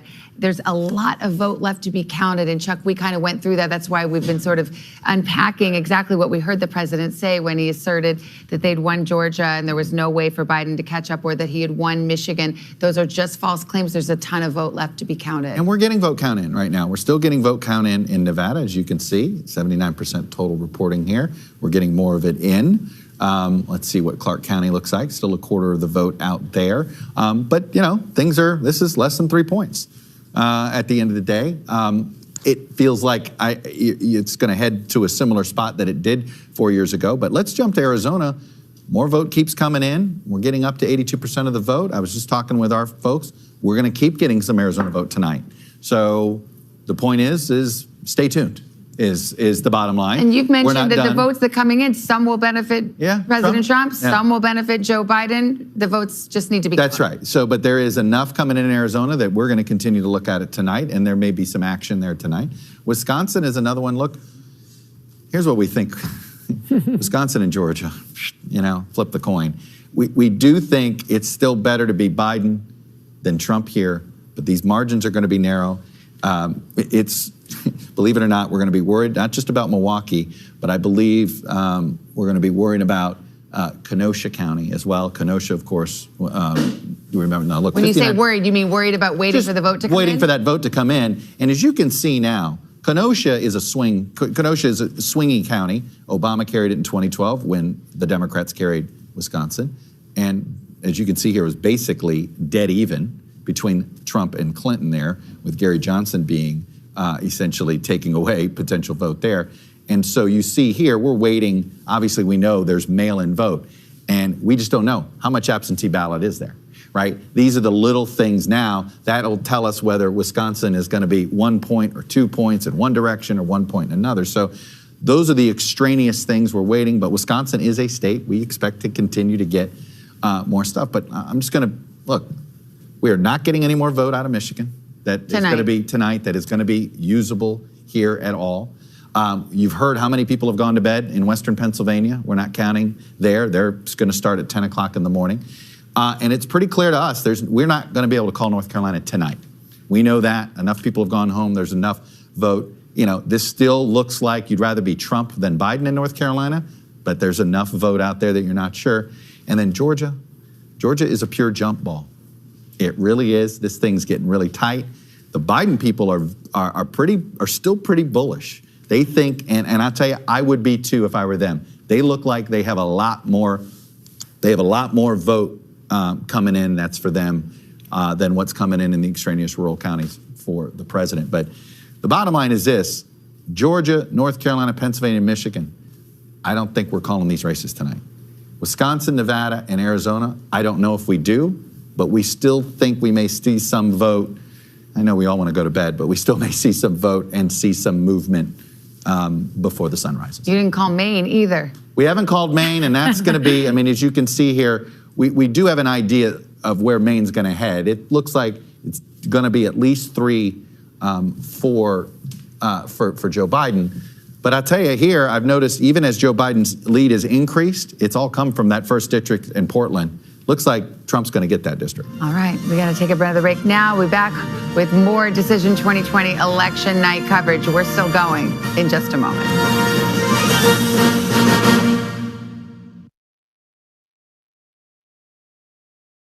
We're glad to have you with us. This fall, we're right there with you, whether you're back to school What do you guys think? We're excited? or back to work.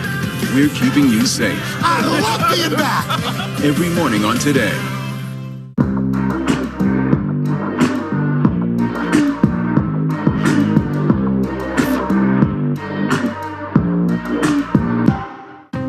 Washington feels more chaotic than ever. It's my job to ask the tough questions, left and right, and help you make sense of it all. You ready to go to work? I'm so ready to go to work. She's Joe Biden's choice to be next in line. But who is Kamala Harris? Join me, Joy Reid, as I explore her life's journey from Oakland to Washington on my 6-part podcast, Kamala Next in Line. New episodes every Monday. Subscribe for free wherever you get your podcasts. For breaking news in our changing world, download the NBC News app. President Trump and Joe Biden hit the trail. At the center of this campaign, coronavirus. The story. The battleground blitz as we enter the final stretch of the 2020 race. From every angle. If you were sitting here talking to Joe Biden and President Trump, what would you want to tell them right now? On the ground. The winds fanning these flames are expected to last another 24 hours. And in depth. We now have 2 vaccine trials on hold. Should people be concerned? NBC Nightly News with Lester Holt. Good morning. Welcome to Today. We're glad to have you with us. This fall, we're right there with you, whether you're back to school What do you guys think? We're excited? or back to work. We're keeping you safe. I love being back. Every morning on Today. Police murder of unarmed black men has been an American way of death across centuries. After seeing the most comprehensive police reform bill ever introduced in Congress, I've begun to wonder if now is the time. If now is the time the protesters finally win. The Last Word with Lawrence O'Donnell, weeknights at 10 on MSNBC.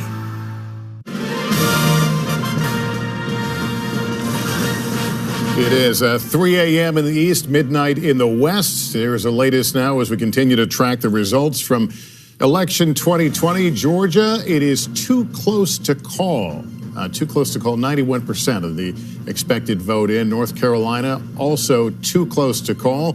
Wisconsin, and we're going to these battleground states, Wisconsin, too close to call, which is why we're in this kind of stuck period right now. Nevada, too early to call. Arizona, too early, but Biden leads in Arizona. In Maine, it's too early to call. Once again, Biden is leading there. Pennsylvania, a lot of votes to count left there. Too early. Michigan, too early. We go to Hawaii, too early, and Alaska, too early. So we're in a bit of a holding pattern here, waiting for a lot of votes to come in. Let's show you where we stand in the race to 270 right now. There's Biden sitting at 220, 213 for Trump.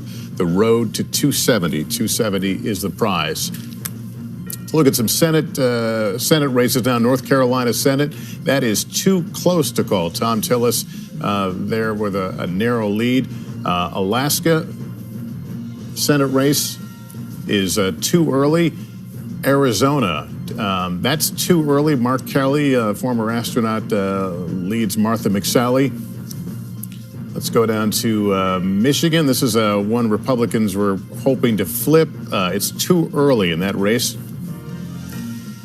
Main race, Susan Collins right now seemed to be holding on to a lead, but that's too early to call.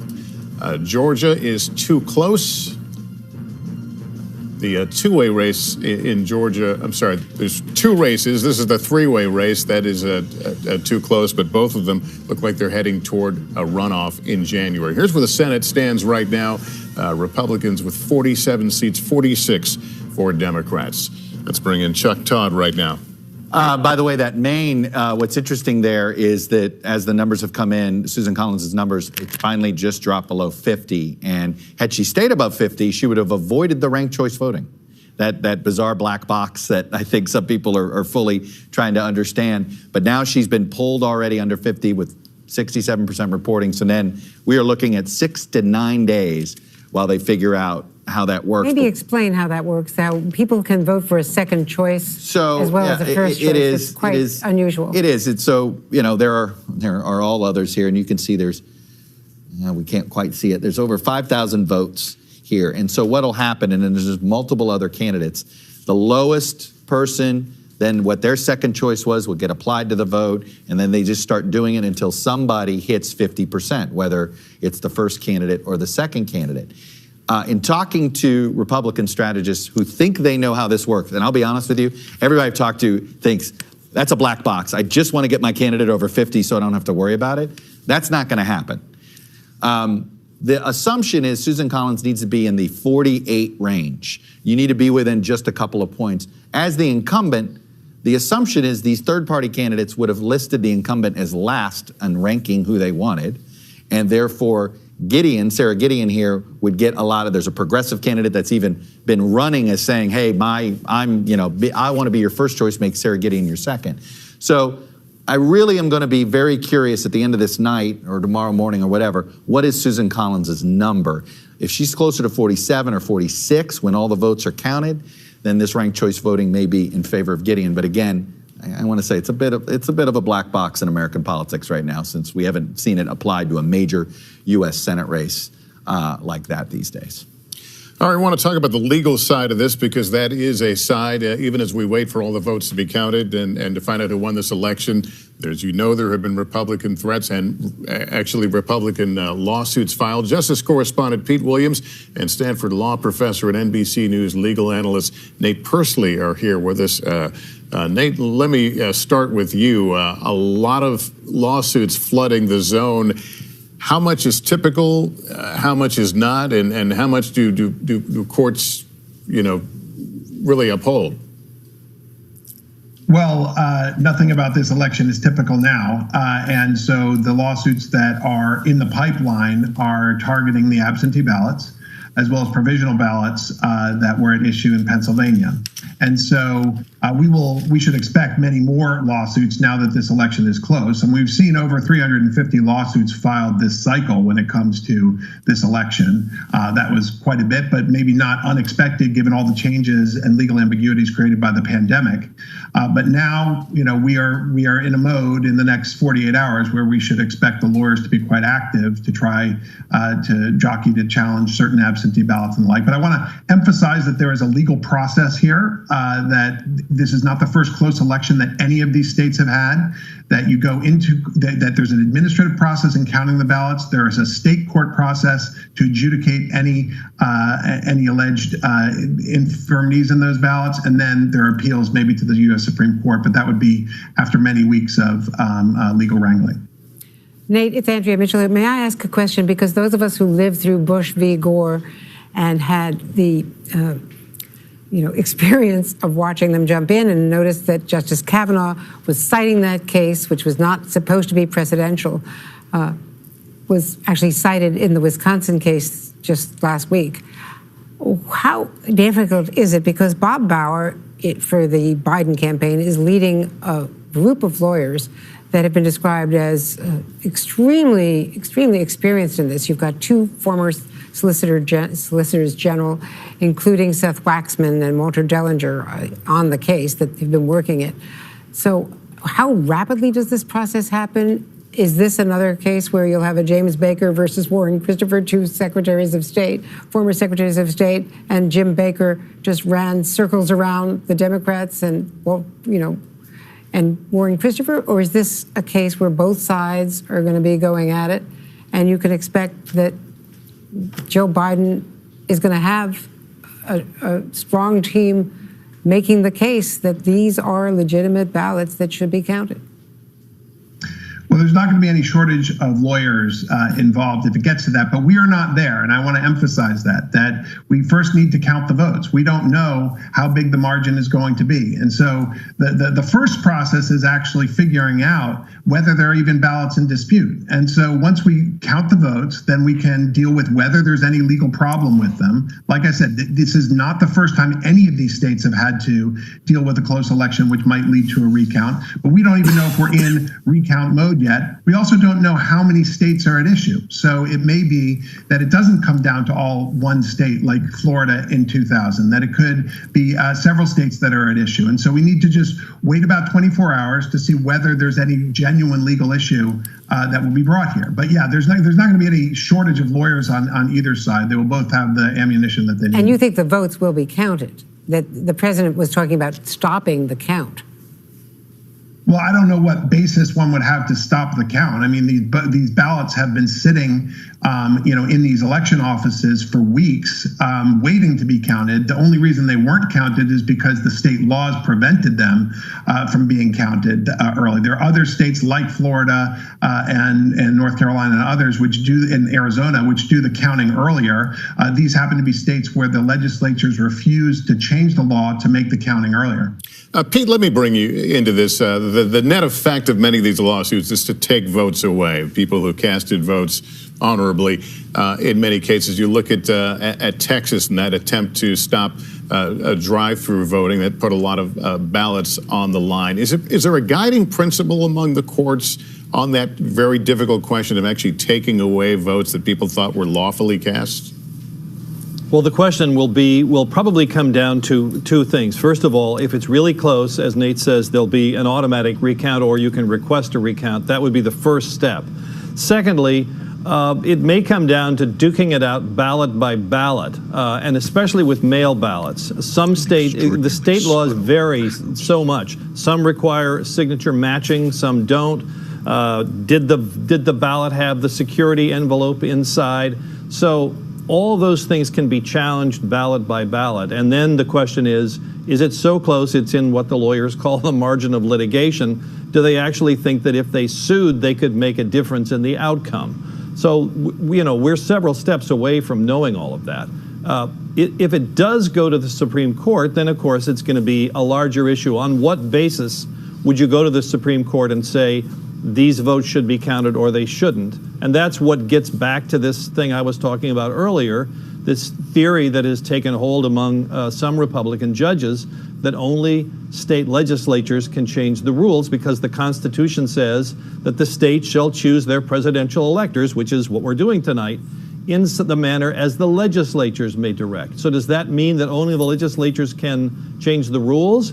Or does that mean the legislatures literally choose the manner of choosing electors, which is to say either the legislatures vote for them directly or they have a popular vote? So that would be the big issue. That would be the sort of legal principle if it got to the Supreme Court. All right, Pete Williams and Nate Persily, thank you very much. NBC News presidential historian Michael Beschloss joins us now. Michael, we don't know how this night ends, so it's kind of a difficult conversation, but you have seen the way these votes seem to be breaking. They seem to hold the line of division that we've seen in other tracking of the American public the last few years. Where does it leave us? Where does it take us? Well, Lester, we are a divided country, and as of this moment, despite what the president said in the East Room, Joe Biden has an excellent chance of having the votes to be elected the next president of the United States, which is, I believe, why the president went to the East Room and did something that we've never seen before in American history, which was an American president falsely claiming a victory in a presidential election that he has not earned. And the other part of this that we haven't seen before is talking about going to the Supreme Court to have it resolved. I totally defer to the excellent and sage advice of Pete Williams, but here's a case where he seems to be hearkening back to 2000, Bush v. Gore, the contested votes in Florida, and a Florida Supreme Court which said there should be a recount of ballots that were perhaps not properly counted. The George W. Bush campaign went to the Supreme Court and said this recount should be stopped for a number of reasons. The Supreme Court complied, it stopped, and as a result, officially, George W. Bush won the state of Florida by 537 votes, and that stood, and he served a term as president, was reelected in a way that was unchallenged. The other thing in history, Lester, is 1876. That was a time that there were contested votes between Rutherford Hayes and Samuel Tilden, who was the Democrat in 3 states, Louisiana, South Carolina, and Florida. And there was an electoral commission appointed. It took months. And finally, they made a deal to settle the election, which was the Democrats would give up their claim on the presidency for Tilden if the Republicans would pull federal troops out of the South, end Reconstruction, allow Jim Crow laws to spread across the South. We have been living with that ever since. Those are the 2 big examples in history where we've had contested elections that were resolved, but we've never seen anything like what we've seen tonight. All right, Michael Beschloss, thanks. We'll take a quick break here. We've got more to come for you as our Decision 2020 election coverage continues.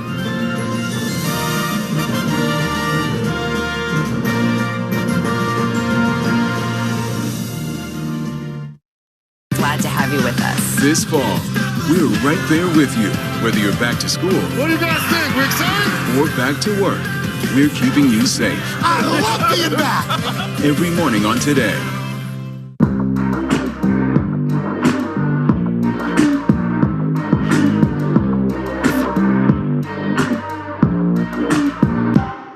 Good morning. Welcome to Today. We're glad to have you with us. This fall, we're right there with you. Whether you're back to school, What do you guys think? We're excited? or back to work, we're keeping you safe. I love being back. Every morning on Today. Police murder of unarmed black men has been an American way of death across centuries. After seeing the most comprehensive police reform bill ever introduced in Congress, I've begun to wonder if now is the time. If now is the time the protesters finally win. The Last Word with Lawrence O'Donnell, weeknights at 10 on MSNBC. You ready to go to work? I'm so ready to go to work. She's Joe Biden's choice to be next in line. But who is Kamala Harris? Join me, Joy Reid, as I explore her life's journey from Oakland to Washington on my 6-part podcast, Kamala, Next in Line. New episodes every Monday. Subscribe for free wherever you get your podcasts. A real close-knit group of nurses who pulled together when their boss needed help battling coronavirus. You're not just any patient. You're their friend. These folks saved my life. Thank God that there are people who want to run towards a pandemic as opposed to running away from a pandemic. Introducing the MSNBC Daily, featuring written perspectives by experts you know and trust for a better understanding of the stories that matter most. Check out the MSNBC Daily today at msnbc.com. You're watching NBC News Now. We've got some breaking news. Are people there concerned about what impact this could have on the election? It's news made for your streaming world.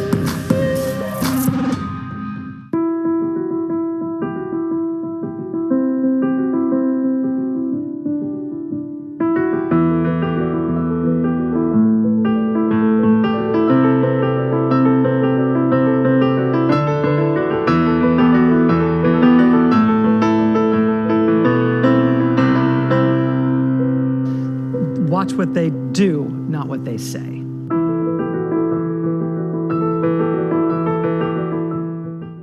President Trump and Joe Biden hit the trail. At the center of this campaign, coronavirus. The story. The battleground blitz as we enter the final stretch of the 2020 race. From every angle. If you were sitting here talking to Joe Biden and President Trump, what would you want to tell them right now? On the ground. The wind standing these flames are expected to last another 24 hours. And in depth. We now have 2 vaccine trials on hold. Should people be concerned? NBC Nightly News with Lester Holt.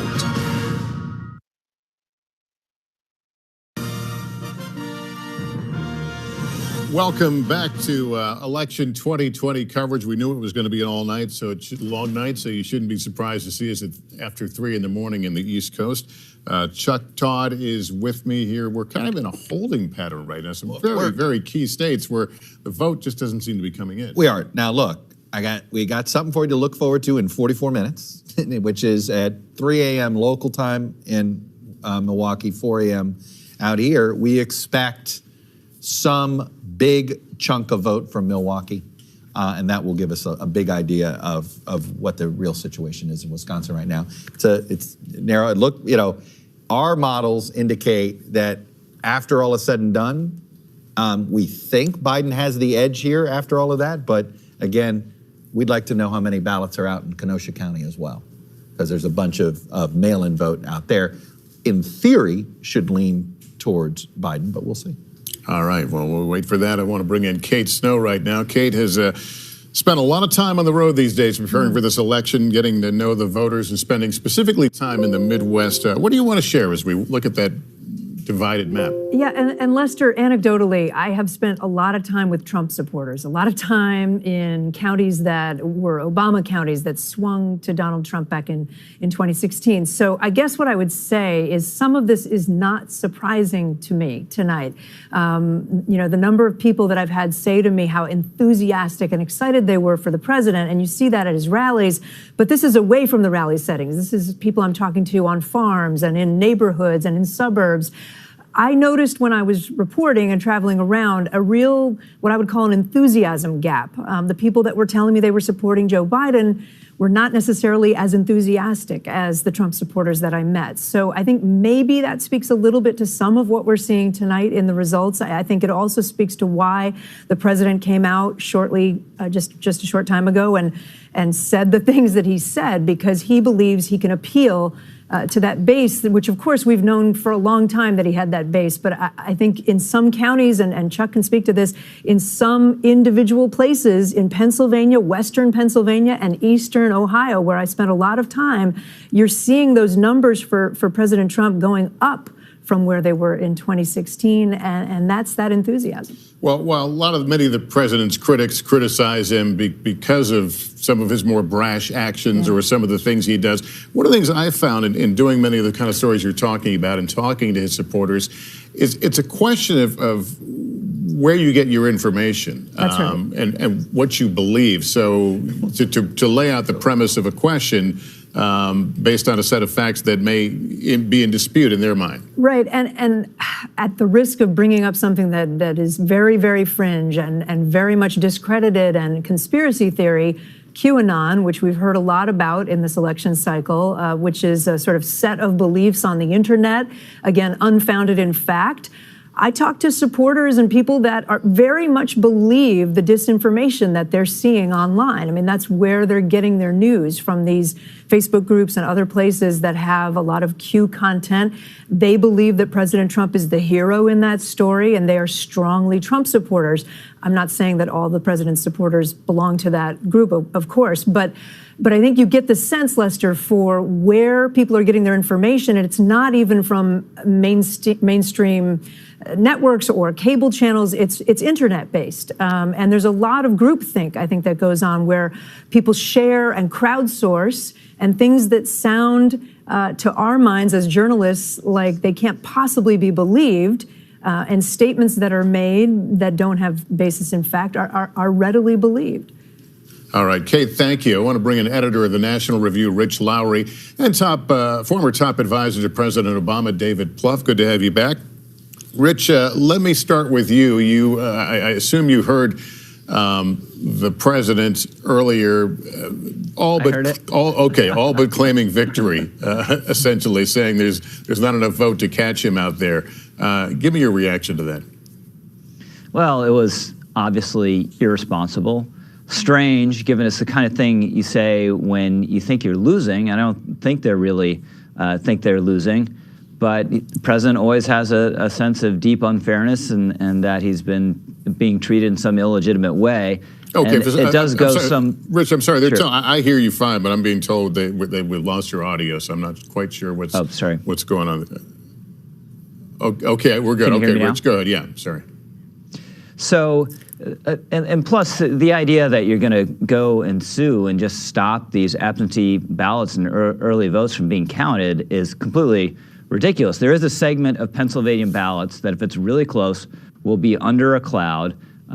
Absentee ballots that are being counted, that arrived late and are being counted under this new rule written by the Pennsylvania Supreme Court.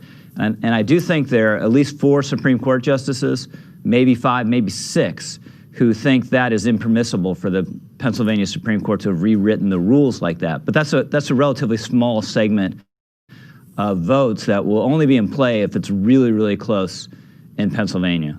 So David Plouffe, I mean, where does that leave us? The president questioning the legitimacy of the process, a process that he could easily win on the other end. You know, Lester, this wasn't just Trump being Trump. You know, I believe this was a really dark moment in American history, one of the darkest, if not the darkest, moment we've ever seen in the White House. But listen, the votes are going to be counted. You know, Rich Lowry saying that. You've got Ben Shapiro saying that. You've got Chris Christie saying that. I think you'll see more Republicans say that. I mean, Trump wants all the votes to be counted in Arizona and Nevada, just not in places where he's ahead. So the votes are going to get counted. I think that's, and, you know, we'll know a lot more in the next 24 hours, and certainly maybe in 72 hours, we'll have a complete picture of this election. Listen, this is a close election. It could go either way, but given what happened in the 2nd Congressional District of Nebraska, NBC has not called Arizona yet, but Fox has called it. And the AP has called it.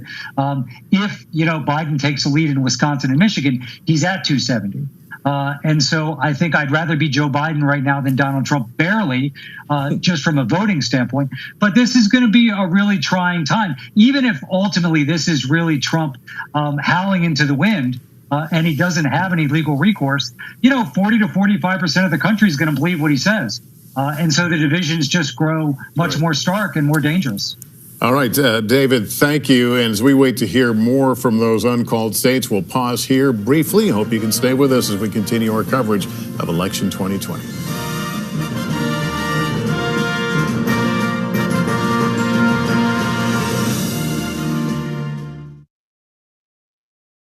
Than ever. It's my job to ask the tough questions, left and right, and help you make sense of it all. You ready to go to work? I'm so ready to go to work. She's Joe Biden's choice to be next in line. But who is Kamala Harris? Join me, Joy Reid, as I explore her life's journey from Oakland to Washington on my 6-part podcast, Kamala Next in Line. New episodes every Monday. Subscribe for free wherever you get your podcasts.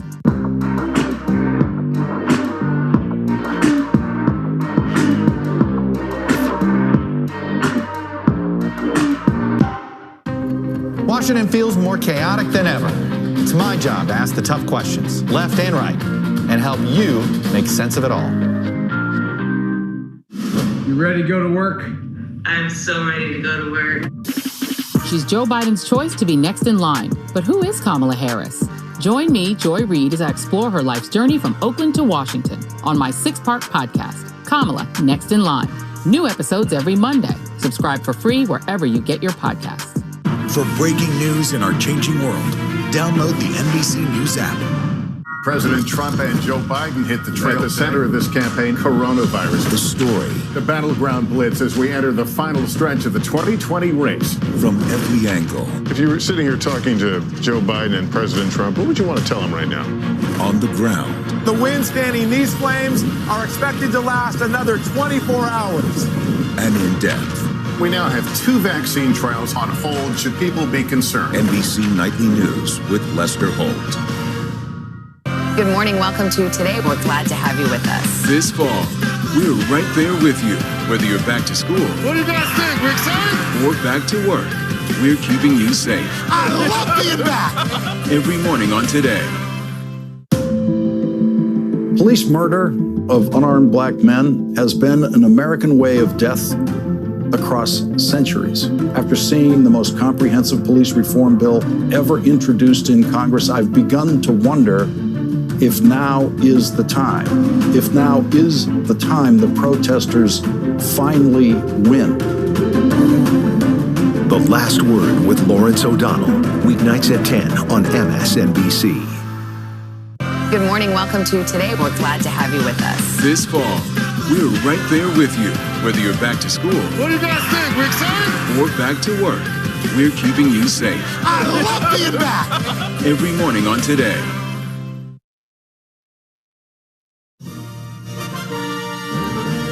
Certainly more on the line than the presidency. Here's where the Senate stands at this hour. Democrats are 46 seats, 47 for the GOP. Democrats will need 3 if they win the White House, 4 if not. And here's what the House projection looks like. NBC News projects that the Dems will hold on to the majority in the House of Representatives. We continue to watch a number of battleground states waiting for more vote to come in, kind of a holding pattern right now. President Trump came out an hour or so ago seeming to suggest that he's on the cusp of victory, if not claiming it. We'll take a quick break here as we travel the long road to 270. Decision 2020 election night coverage continues.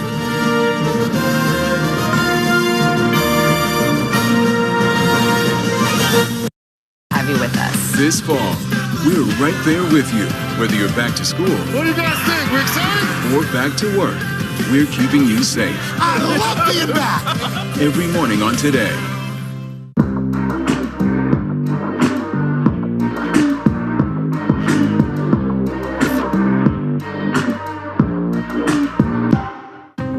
Washington feels more chaotic than ever. It's my job to ask the tough questions, left and right, and help you make sense of it all. You ready to go to work? I'm so ready to go to work. She's Joe Biden's choice to be next in line. But who is Kamala Harris? Join me, Joy Reid, as I explore her life's journey from Oakland to Washington on my 6-part podcast, Kamala Next in Line. New episodes every Monday. Subscribe for free wherever you get your podcasts. For breaking news in our changing world, download the NBC News app. President Trump and Joe Biden hit the trail. At the center of this campaign, coronavirus. The story. The battleground blitz as we enter the final stretch of the 2020 race. From every angle. If you were sitting here talking to Joe Biden and President Trump, what would you want to tell them right now? On the ground. The winds fanning these flames are expected to last another 24 hours. And in depth. We now have 2 vaccine trials on hold. Should people be concerned? NBC Nightly News with Lester Holt. Good morning. Welcome to Today. We're glad to have you with us. This fall, we're right there with you. Whether you're back to school. What do you guys think? We're excited? Or back to work. we're keeping you safe. I love being back. Every morning on Today. Police murder of unarmed black men has been an American way of death across centuries. After seeing the most comprehensive police reform bill ever introduced in Congress, I've begun to wonder if now is the time. If now is the time the protesters finally win. The Last Word with Lawrence O'Donnell, weeknights at 10 on MSNBC.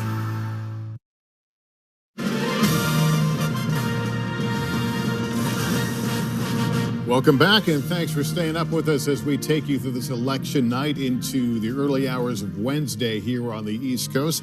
Let's show you where we stand. We'll put up some of the races we're watching very closely. Georgia remains too close, 92% of the vote in there, but still a lot outstanding. North Carolina, too close to call. Wisconsin, that is also too close to call.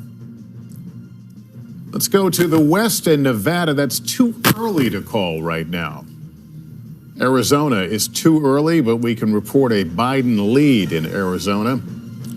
In Maine, also too early, but Biden leads there as well. Pennsylvania, too early. A lot of vote outstanding there. And Michigan, it is too early. Here's where we stand in the race to 270, the road to 270. Right now, Biden with 220, Trump with 213. Again, it's a road to 270 electoral votes. Chief White House correspondent Hallie Jackson is joining us right now. Hallie, we heard from the president.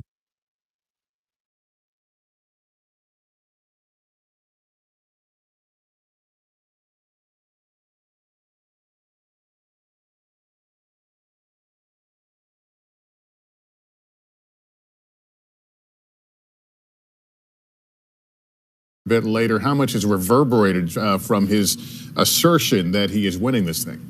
Well, his false assertion, Lester, is he's trying to declare victory, even though that is not the case. Votes are still being counted, and we just can't be clear enough about that as the night goes on and as the morning goes on. I will tell you that already some people who are close to the president are very publicly expressing their concern about this. And I'm thinking specifically of former New Jersey Governor Chris Christie. Governor Christie is somebody who is an ally to the president. He is somebody who has been involved in the campaign, helped the president with debate prep, for example, even, potentially caught coronavirus. We know that Governor Christie had COVID, and he was part of some of those sessions where COVID was spreading at this hotspot at the White House.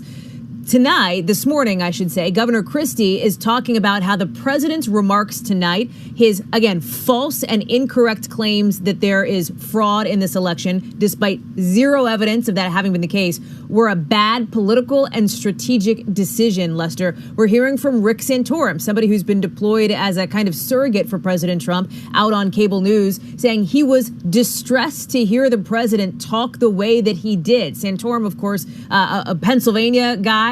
We are also hearing from the governor of Pennsylvania, the Democratic governor of Pennsylvania, who is also extremely concerned, unsurprisingly, about what the president is saying essentially that there are some million votes yet to be counted, ballots yet to be counted in Pennsylvania, and that the state will count all of those votes, despite the president's threats to have that end. So one of the angles that we're continuing to report out, Lester, is sort of the public and private dichotomy here and what we are hearing from people around the president. Oftentimes, we know the president says things that his advisors or aides maybe don't want him to say, right? They go a little too far. They get a little off message. And we're looking to see if that is, in fact, the case as to what happened tonight. I will tell you that it is pretty quiet here at the White House, Lester. The party is over. The event inside the East Room is done. People have cleared out. Things have been broken down. The president has been off Twitter for a little bit.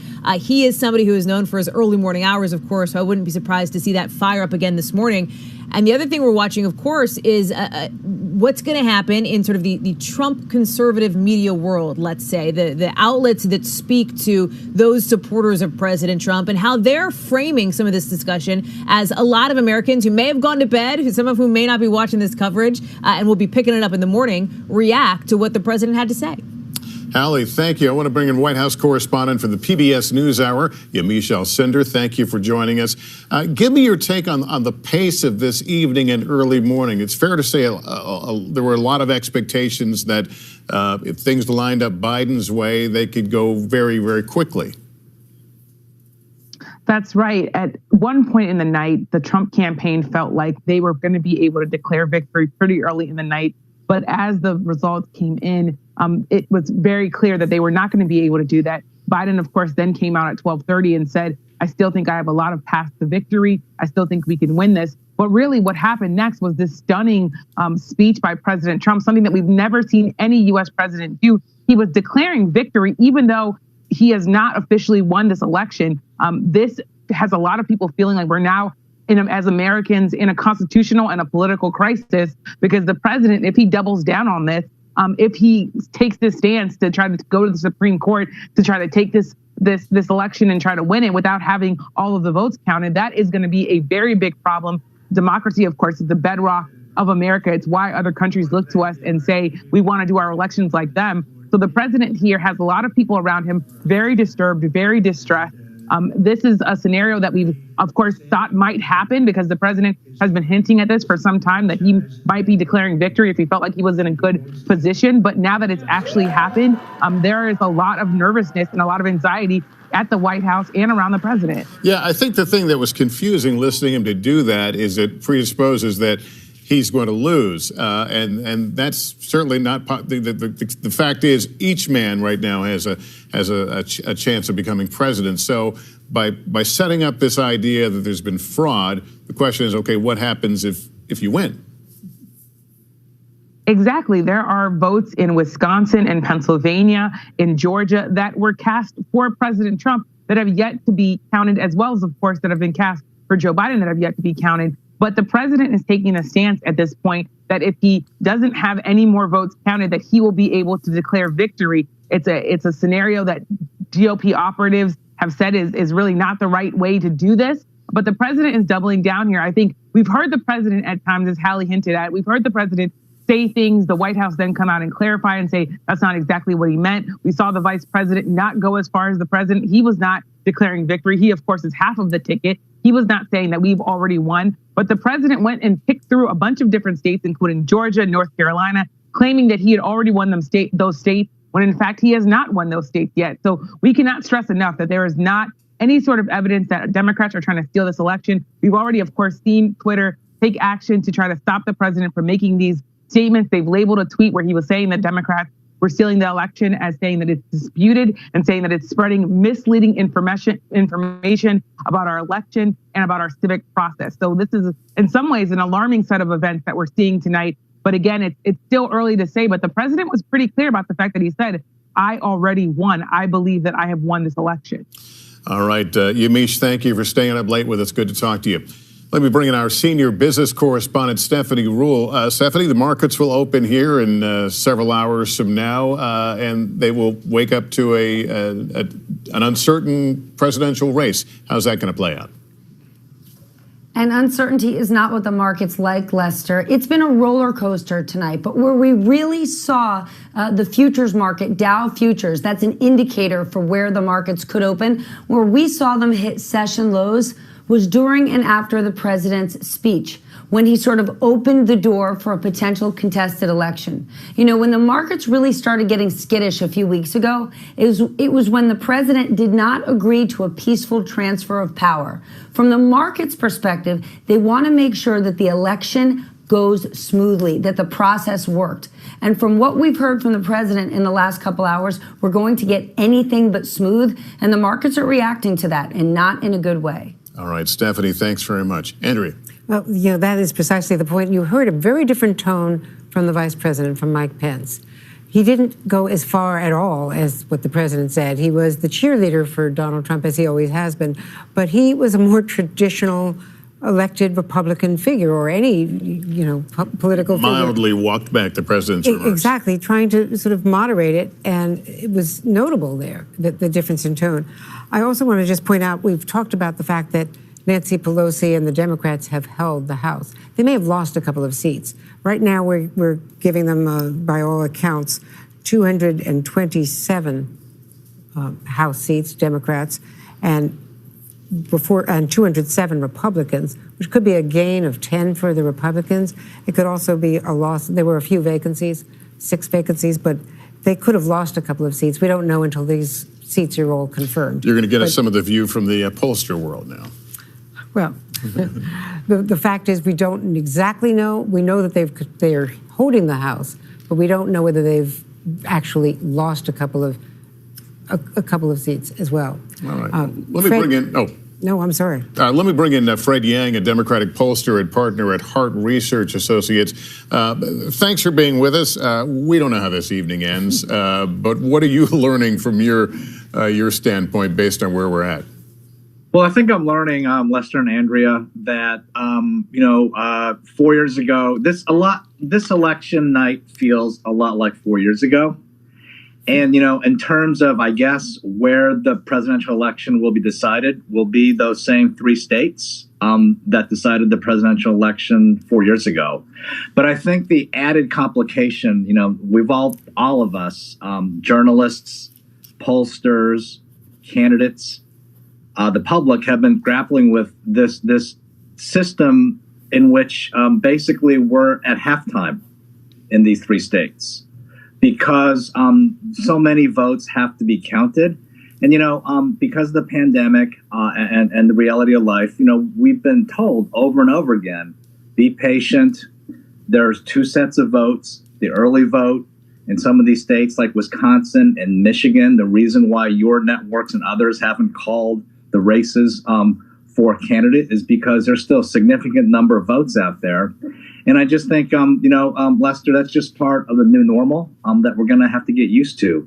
That it may be a couple days before the election is officially known. I think from a numbers perspective, and I've listened and watched Chuck and his team all night, I think it's likely that Vice President Biden will win Michigan, Wisconsin, and Pennsylvania. But you know what? That's kind of tough to sort of convey when people see the actual vote counts that have President Trump ahead. But that's the whole point of what we're talking about. This is about the voters tonight. The voters have spoken. It may take a couple days or a couple more hours for all the votes and voters have spoken. But, look, again, I expect when all the votes are counted and the legitimate votes are counted, that Vice President Biden will be elected president. We just may have to wait a couple days. So is it too early for you as a pollster to start licking your wounds and to declare something was wrong? I think that the short answer is yes. I think there's still more votes to count. I think, I think what happened was there was an expectations game based on short polling, based on disapproval numbers for the president. Look, I think you have to give him credit. He's a strong closer. I was looking, Lester, at the exit polls, and exit polls are just like polls. In the 2016 election, in the last week, one of the reasons why President Trump won the election, again, not the popular vote, but the Electoral College vote in Michigan, Wisconsin, and Pennsylvania was because he won the late deciding vote. This time he won the late deciding vote by double digits. And again, that's kind of changed because the late deciding vote in 2020 is a little different than 2016, in which so many Americans voted early. But look, he ran. He's a strong campaigner. He campaigned strongly. Sure, he changed some minds at the end of the game, but I also think we have to give the Biden campaign credit. Sure, they were looking at states that Republicans had won in the past, Texas, Georgia, North Carolina. They worked hard to try to win those states, but they never lost the prize, which again is Michigan, Wisconsin, and Pennsylvania. And in fact, as we all know, over the last weekend and even yesterday and this morning, the vice president and Senator Harris campaigned in those states because they knew at the end of the day, yeah, we can try to go for Georgia, right, we can try to go for Texas, but where we're going to win the presidency is these 3 states. Well, this will get figured out. Andrea? I would just say that the other added complication is that now, unlike 4 years ago, Donald Trump is the president. the judiciary is considerably different all the way up to the Supreme Court. And there is less public confidence, especially among at least, his supporters, in the news media, in the legitimacy of these vote counts, and in the process. So there is an undermining of the legitimacy of the American democracy, even though it is normal to count absentee ballots, but by having so many mail-in and absentee votes, this is not contributing to confidence that when all the votes are counted, people will believe in the final count. Well, one of the things we're watching tonight is who will have control of the U.S. Senate when all is said and done. And talk more about that. Let's go over to Kate. All right, Lester, let's take a look at some of the races that we've been following. Remember, there were about 10 that we were really watching closely. North Carolina right now, still too close to call, but leading there at the moment is Thom Tillis, which would be something the Republicans were watching for, hoping for. Alaska, we've got too early to call at this point. Let's move on to Arizona. Arizona, Mark Kelly in the lead there. It's a Democratic hopeful pickup, but too early to call at this point. Michigan. This is a race that's been talked about a lot. This is Gary Peters' seat. He's the incumbent, but right now you've got the Republican in the lead. It is still too early to call. In Maine, Susan Collins fighting for her seat there. This is closely watched, too early to call at this hour. And then two races in Georgia, the only state with two Senate races right now. We've got Purdue in the lead there, but 91% in, still too close to call. This would go to a runoff. And this one as well, the special election, a so-called jungle primary in Georgia, they are going to advance to that runoff in December. So taking a look at the Senate makeup this hour, remember it used to be 47 Democrats and 53 Republicans. Right now, 46, 47.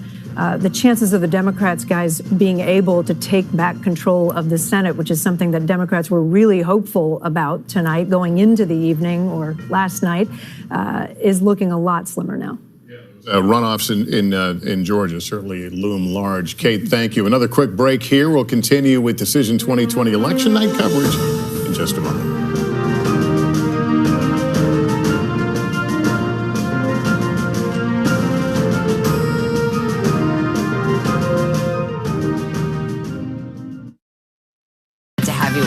This fall, we're right there with you.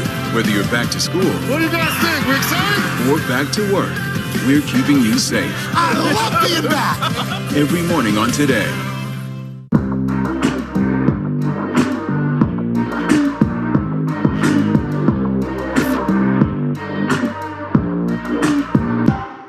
Good morning. Welcome to Today. We're glad to have you with us. This fall, we're right there with you. Whether you're back to school, What do you guys think? We're excited? or back to work, we're keeping you safe. I love being back. Every morning on Today. Police murder of unarmed black men has been an American way of death across centuries. After seeing the most comprehensive police reform bill ever introduced in Congress, I've begun to wonder if now is the time. If now is the time the protesters finally win. The Last Word with Lawrence O'Donnell, weeknights at 10 on MSNBC. You ready to go to work? I'm so ready to go to work. She's Joe Biden's choice to be next in line. But who is Kamala Harris? Join me, Joy Reid, as I explore her life's journey from Oakland to Washington on my 6-part podcast, Kamala Next in Line. New episodes every Monday. Subscribe for free wherever you get your podcasts. A real close-knit group of nurses who pulled together when their boss needed help battling coronavirus. You're not just any patient, you're their friend. These folks saved my life. Thank God that there are people who want to run towards a pandemic as opposed to running away from a pandemic. Introducing the MSNBC Daily, featuring written perspectives by experts you know and trust for a better understanding of the stories that matter most. Check out the MSNBC Daily today at msnbc.com. You're watching NBC News Now. We've got some breaking news. Are people there concerned about what impact this could have on the election? It's news made for your streaming world.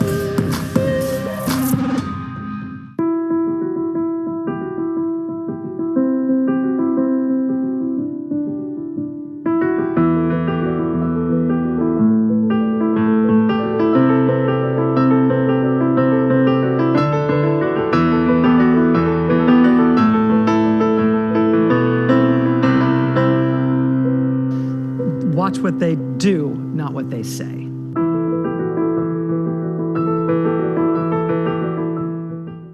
President Trump and Joe Biden hit the trail. At the center of this campaign, coronavirus. The story. The battleground blitz as we enter the final stretch of the 2020 race. From every angle. If you were sitting here talking to Joe Biden and President Trump, what would you want to tell them right now? On the ground. The winds fanning these flames are expected to last another 24 hours. And in depth. We now have 2 vaccine trials on hold. Should people be concerned? NBC Nightly News with Lester Holt.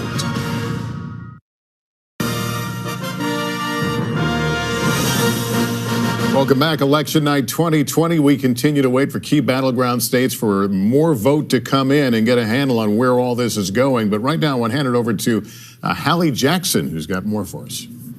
We are following, Lester, what the developments are here at the White House. The president obviously delivering that election morning speech the night after, of course, the returns started coming in which he falsely tried to declare victory. In fact, did say that he believes we have won the election. To be very clear, the facts on the ground simply do not support that. As we've been talking about, there are so many legitimately cast ballots that have yet to be counted in some of these really important battleground states. Pennsylvania, Georgia, North Carolina, for example, races that NBC News has not yet called or projected. To talk about some of this, I want to bring in somebody who knows some of these states and campaigns well, along with the White House, former White House press secretary and NBC News political analyst Robert Gibbs. Robert, good morning to you on this November 4th. Good morning. Talk about your reaction here to what you heard from the president here at the White House in the East Room delivering that speech.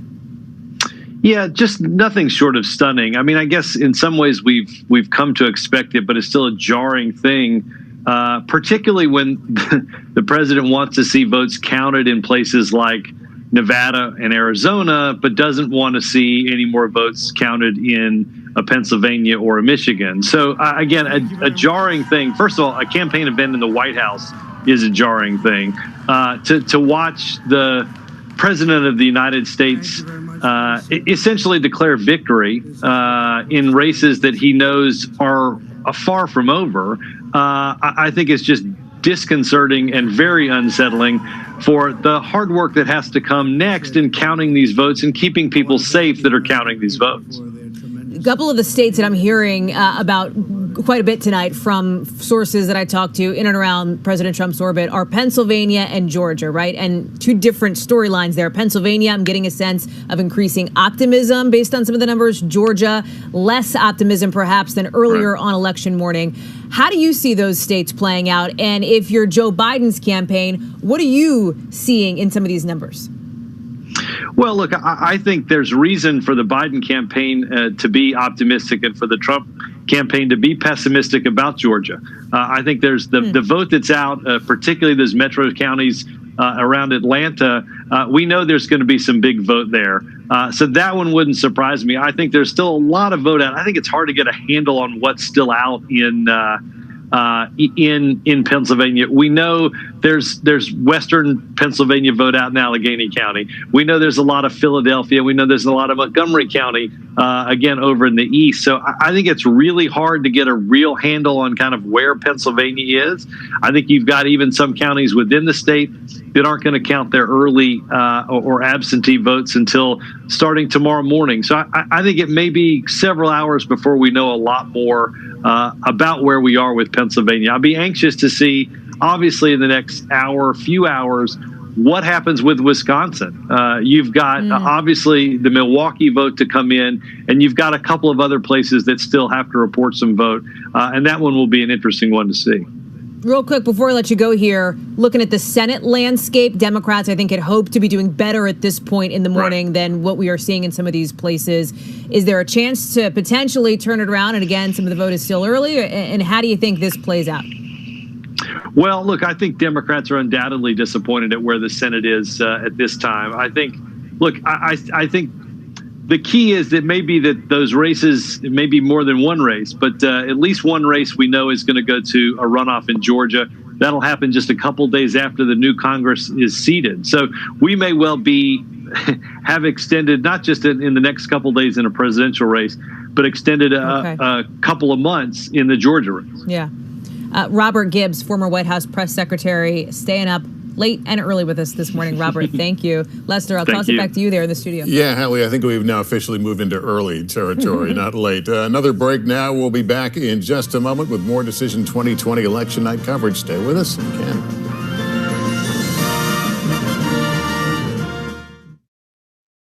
Feels more chaotic than ever. It's my job to ask the tough questions, left and right, and help you make sense of it all. You ready to go to work? I'm so ready to go to work. She's Joe Biden's choice to be next in line. But who is Kamala Harris? Join me, Joy Reid, as I explore her life's journey from Oakland to Washington on my 6-part podcast, Kamala Next in Line. New episodes every Monday. Subscribe for free wherever you get your podcasts.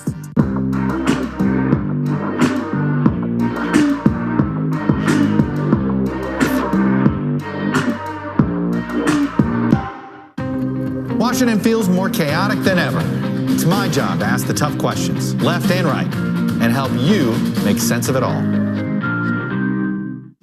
You ready to go to work? I'm so ready to go to work. She's Joe Biden's choice to be next in line. But who is Kamala Harris?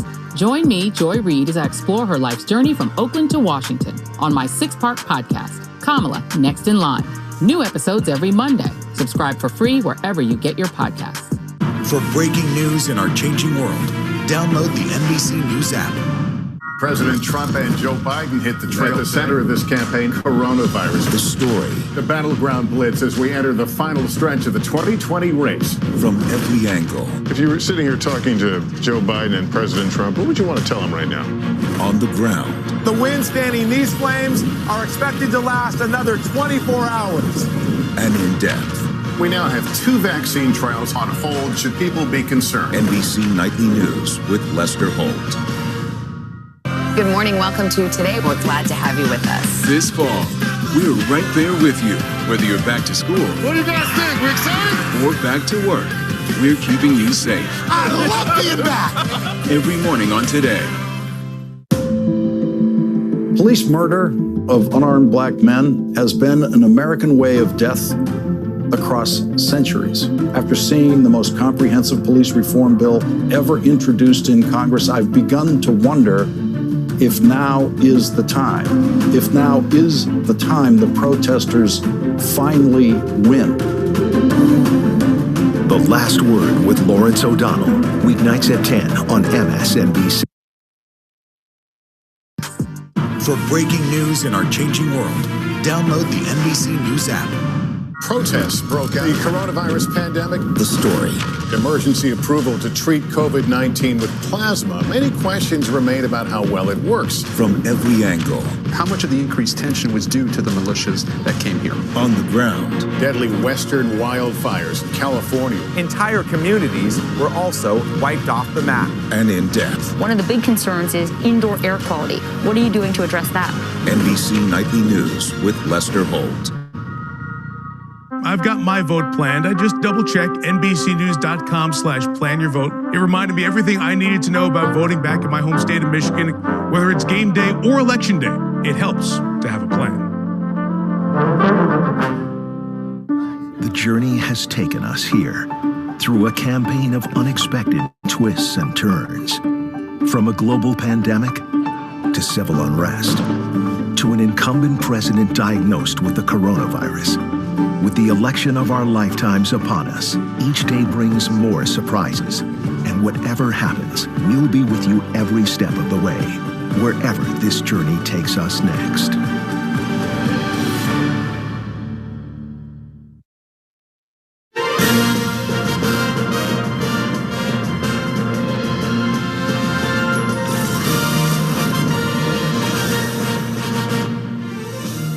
Welcome back to NBC News coverage of Decision 2020. I'm Kate Snow with you now, taking the baton. It is 4 a.m. here on the East Coast, 1 a.m. on the West Coast. If you're sticking with us, we thank you. Here's what we're watching at this hour. Let's get you caught up on what we have projected here at NBC News. This is the map that we're looking at this moment, and we can take a look at some of the individual states, I think beginning with Pennsylvania.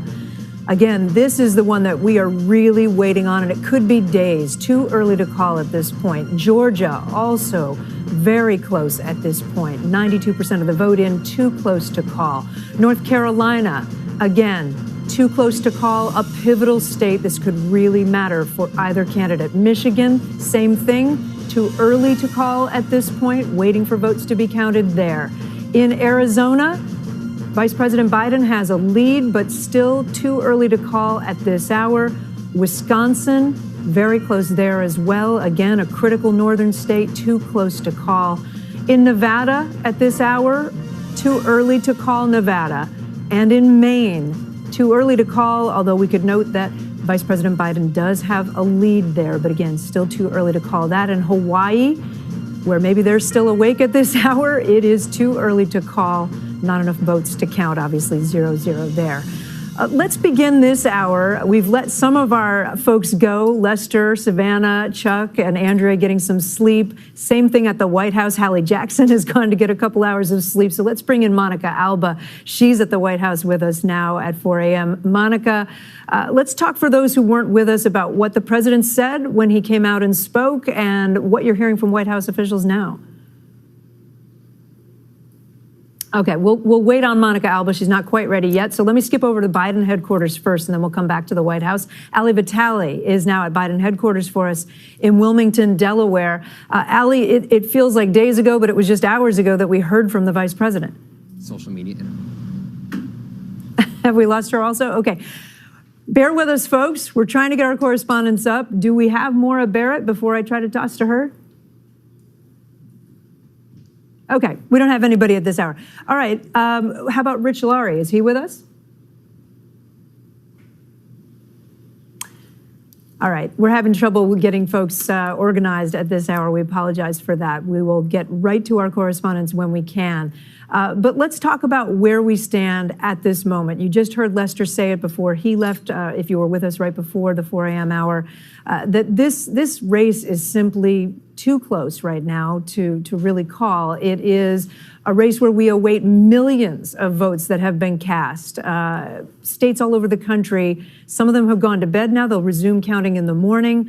Some of them, like Pennsylvania, have 3 days now to count votes that came in. As long as those mail-in ballots came in by Election Day, they'll be able to count them per the Supreme Court for the next 3 days. So again, we can go through the boards and show you which states we're waiting on. And it is a lot of states, despite what the president said at the White House. We're looking at Texas. We can call for the president. So the projected winner per NBC News of Texas is President Trump. Florida, we have also called for President Trump. Ohio, we have called for President Trump. We have projected that President Trump wins Ohio. And in Minnesota, NBC News has projected the winner there, Vice President Biden. In Nebraska, we have projected the winner, President Trump. Nebraska splits its electoral college votes, so we're still waiting on how that will work out. But at this point, statewide, we project for President Trump. Again, many other states, we went through them a few minutes ago, simply too close to call or too early to call at this point. We're going to go to Arizona now, one of those states that we are still waiting to project. Vaughn Hilliard is out there for us. Vaughn, you've been talking to voters. What are you hearing? What are you seeing? Hey, good morning, Kate. When we're looking at the margin right now, you see Joe Biden with about a 7-point edge over Donald Trump. And those initial results were striking, and kind of hit that chord of what we had been expecting to happen here, of a Joe Biden victory here, particularly because of the suburbs around Phoenix and Tucson. But what we are waiting for, NBC News has not called this race. That is because we are still waiting for hundreds of thousands of ballots to still be counted. Tonight, this morning, wherever we are right now, we're still expecting about 130,000 ballots here from Maricopa County to be entered into the system here. But here's the other outlier. What we are waiting on is a number that we don't know right now, and that is the number of folks that today, on Election Day, hand-delivered their ballots to polling locations. Elections officials, Kate, tell me that they will tell us later today, on Wednesday, what that total is. The Trump campaign right now is banking on that number being exceedingly high, because what we saw in these last several days were these early ballots that were being returned went heavily towards Republicans. And on Tuesday, Republicans in Maricopa County voted by a 2-to-1 margin over Democrats. Again, a 2-to-1 margin, Kate. And so that is where the Trump campaign is insisting, saying, hold on a second, with hundreds of thousands of ballots still out, we've got a chance to close this gap. And also, when you take into account the rural parts of the state here, there's that opportunity because this campaign, Donald Trump spent time in the likes of Yuma, a town of 100,000. He spent just last week up in Bullhead City, an outlier community that he won overwhelmingly 4 years ago and did again on Tuesday night. At the same time, they were trying to turn out voters that didn't even vote in 2016, but came out to support him. And now that question is, can they narrow this 8-point gap? Arizona is important. You got those 11 electoral votes, Kate, that are on the line here. And in a situation in which Joe Biden pulls off Michigan, Wisconsin, and having now Nebraska's that one congressional district there, Arizona would clinch it, and Joe Biden wouldn't even need the state of Pennsylvania. That's how important Arizona is to Joe Biden's map. Yeah, and you heard the president, Vaughn, say we have a lot of life in that state and we need to get it counted, whereas he was saying about other states, well, we've already won, he was incorrectly saying. So clearly Arizona important to the Trump campaign at this hour. Yeah, and especially when you're taking into account here, this has been the longtime Republican bastion of the Republican Party, right? From Goldwater to John McCain. Suddenly, when you're talking about that political map, here in Arizona, this is interestingly, the state that could be the one to defy what the Republican Party has become under Donald Trump. Jeff Flake, the former Republican senator, ran closing campaign ads for the Biden campaign just this last week, as well as Cindy McCain. And when you're looking at the way that Donald Trump has handled the state of Arizona, and particularly the way that he treated the late Senator John McCain, it calls into question the Republican Party's efforts here and whether they cornered themselves here. Because if it weren't for the state of Arizona right now, all eyes would exclusively be on the state of Pennsylvania. But instead, because Arizona is in play because of the Democrats here, suddenly they were able to expand their map here this evening. All right, Vaughn Hilliard out in Arizona for us. Vaughn, thank you so much. We want to bring in White House correspondent for the PBS NewsHour, Yamiche Alcindor. She's been with us earlier in the evening. Yamiche, thanks for sticking with us at 4:08 Eastern Time. Talk about the map as a whole right now and what we heard from the president just, what was that, about an hour ago. Not unexpected that he would say what he did, but really the map is still anyone's game. The map is definitely still anyone's game. President Trump has not won a number of the states that he claimed he won, including Georgia, Pennsylvania, North Carolina. The president was also taking issue with the fact that Arizona had been called for Joe Biden. We now can report that the AP.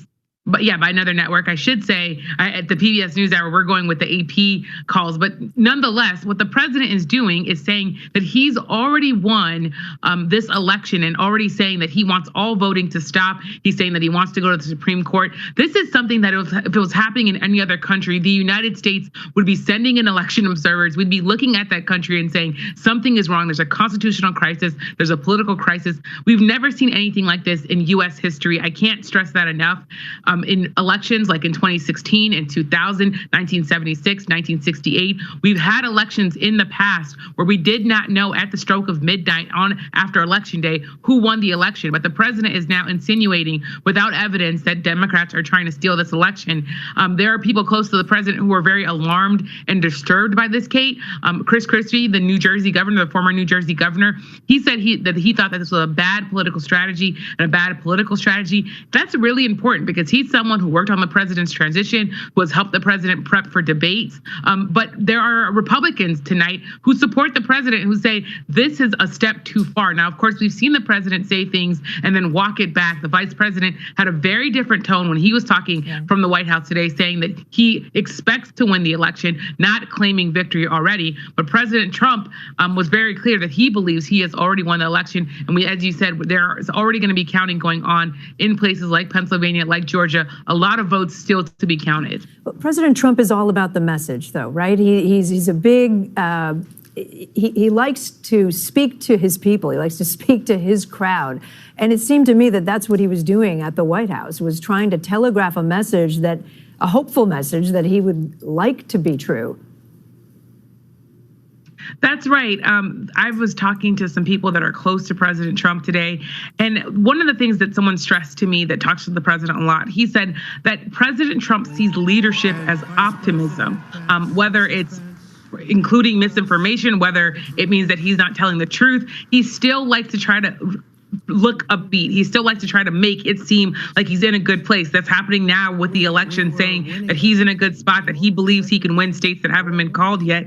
That being said, the president also did this, of course, with the coronavirus. We're in the middle of a pandemic that has killed more than 230,000 Americans, infected more than 9.3 million. And the president's closing message over and over again at all these different rallies that he held across the country was that COVID isn't that bad, that people should not be worried about it. So we're seeing that sort of optimism. He's trying to telegraph in that to his supporters that he's doing well in the election, that they should feel excited about the fact that this election is continuing. And he's actually, of course, trying to say that he already won the election. But in a lot of ways, apart from the messaging and the rhetoric, there is really the democracy part of this. America is built on this idea that our elections are free and fair, and that we can have a stable government and a stable transition of power because everyone believes that the elections are done in a correct way. And the president is essentially trying to delegitimize these elections, and that's a problem. Yamiche, thank you so much for sticking with us overnight. Appreciate it very much. Let's bring in Monica Alba. She's at the White House for us. Tried to go to you before. Monica, are you there this time? There we are. I'm here, Kate. Good morning.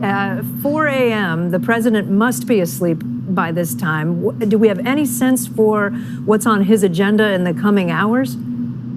Well, listen, Kate, this is a president who actually stays up quite late and likes to monitor and watch a lot of coverage, particularly on a night like tonight. And the lights I can actually see in the residence just beyond here where I am. I'm in front of the West Wing, and they are still on. So it's very possible he is still keeping a close eye on what we have seen here tonight. But we do have some insight into what he might be doing later today, which is nothing at all. There's nothing currently on his public schedule. Of course, that's always subject to change. We weren't even sure exactly when we were going to hear from him tonight until just about an hour before he spoke in the East Room. And the timeline itself was notable because it was just after former Vice President Joe Biden delivered his remarks in Wilmington, Delaware, that the president issued his first tweet in more than 6 hours. We hadn't heard very much from him overnight as some of those returns started to roll in until we first heard from Joe Biden. Then seemingly the president wanted to go out and make his own kind of splash with those very controversial remarks, declaring a form of victory when, of course, we know there are still millions of ballots that need to be cast. But when we look ahead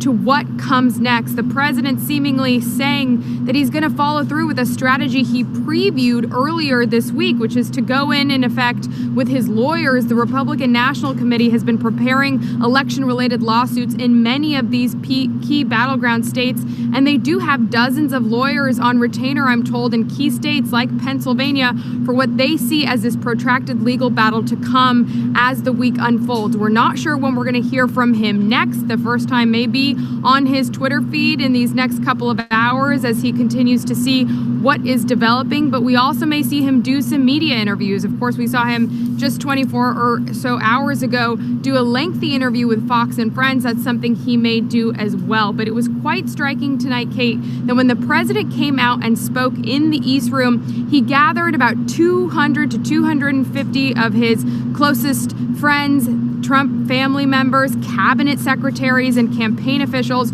all of them huddled quite closely together despite the coronavirus pandemic, having an event indoors, which is still just an odd thing to see given the backdrop of that health crisis. Of course, we're told by White House officials they were supposedly tested before they came into the White House grounds. But of course, that's something that the White House has told us before at different kinds of events, anything from the Republican National Convention to, of course, that Rose Garden ceremony for then Judge, now Justice Amy Coney Barrett, which later, in the words of Dr. Anthony Fauci, turned into a super spreader event. So a lot of health questions just raised tonight about this event. that also continues to blur really the lines between official White House business and campaign activities, which is something, again, we've become quite accustomed to in the last couple weeks and months of this campaign, Kate. Monica Alba at the White House for us. You'll let us know when you hear more. Monica, thank you. And more Decision 2020 election night coverage ahead. Stay with us.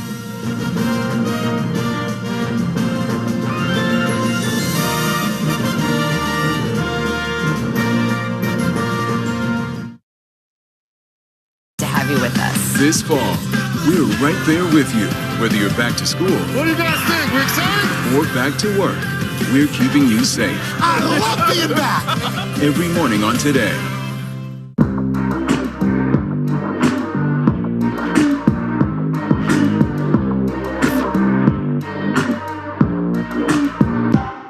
Good morning. Welcome to Today. We're glad to have you with us. This fall, we're right there with you.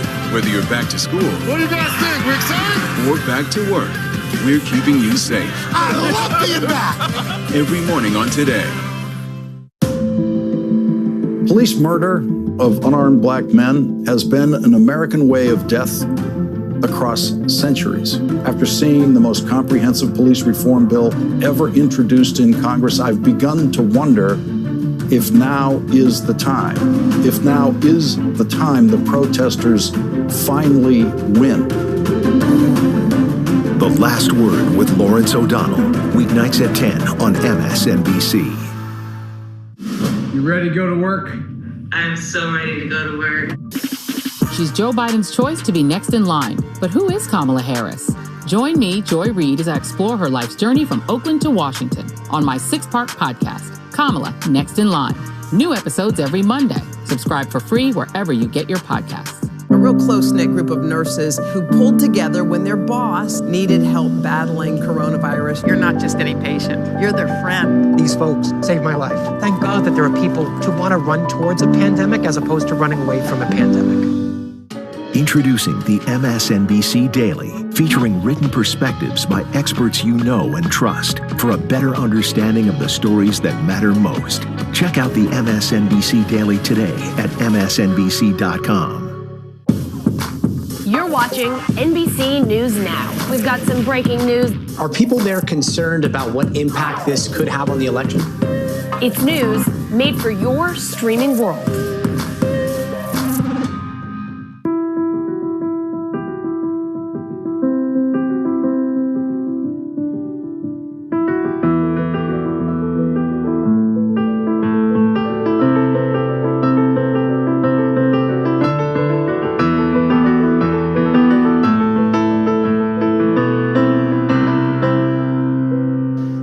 Watch what they do, not what they say.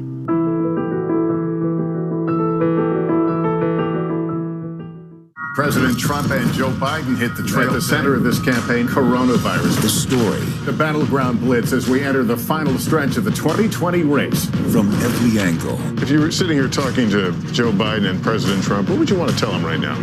On the ground. The wind standing these flames are expected to last another 24 hours. And in depth. We now have 2 vaccine trials on hold. Should people be concerned? NBC Nightly News with Lester Holt.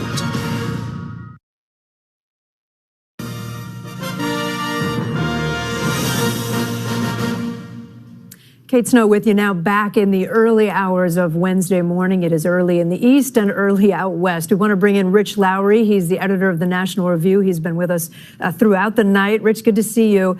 Let's talk about the strategy of the White House at this point. And I don't know if you think there's a difference between the strategy of the president and the strategy of the broader administration, but what is the strategy as you see it? Well, I think the president is trying to undermine the result, which no president of the United States should ever do, and wants to have a fail-safe if he loses, where he can say he was treated unfairly and he was cheated. I'm not sure that's the strategy of the administration more broadly, and you saw the tension there right after the president's statement where Mike Pence came up to the microphone and stated it more in more conventional terms. You know, the president said, as far as I'm concerned, I won. And Mike Pence said, we're on the path to victory, which would be a more appropriate thing to say. Yeah. In terms of the legal strategy, you know, we're in a litigation phase. Both sides are going to be filing lawsuits to protect their interest. But the idea, as the president said in an exaggerated way, that he can go to the Supreme Court and stop the counting of these ballots is obviously bonkers and isn't going to happen. What are you hearing from other Republicans? I don't know if anyone's still up at this hour, if you've been in touch with others in the party. I mean, are people distancing themselves from what the president said? Well, I think people are made uncomfortable about it. It might be yet another one of these things where you have a lot of Republican senators kind of ducking and covering and not wanting to engage with reporters on it if they can help it. And who knows, you know, Trump may wake up later this morning and pull it back a little bit, you know, on some media interviews. But the basic narrative that he wants out there is that the other side is trying to cheat. All right, Rich Lowry, thanks for being with us and sticking with us. We'll take a quick break. We'll be right back with our Decision 2020 election coverage.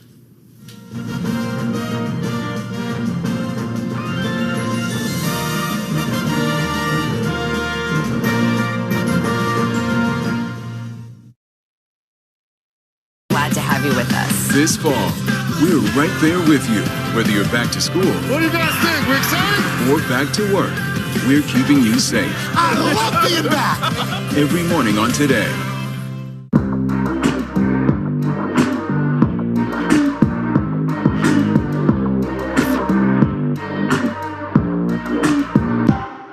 Good morning. Welcome to Today. We're glad to have you with us. This fall, we're right there with you, whether you're back to school. What do you guys think? We're excited? Or back to work. We're keeping you safe. I love being back. Every morning on Today.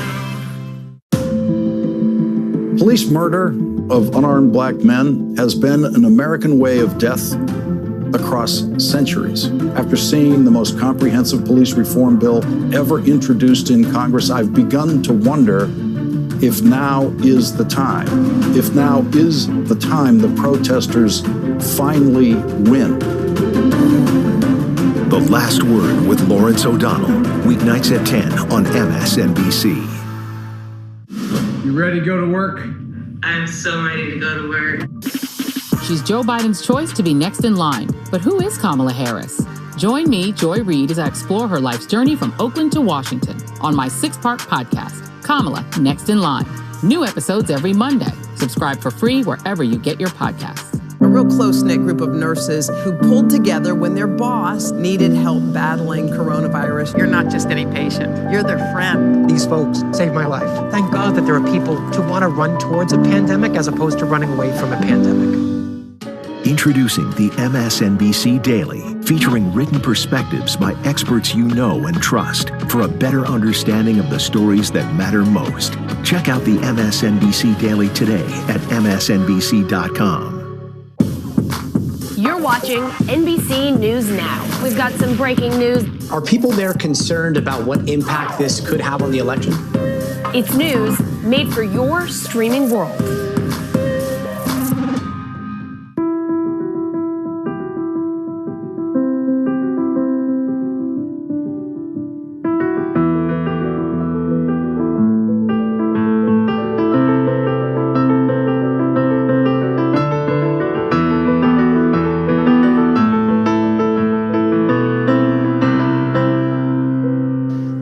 Watch what they do, not what they say.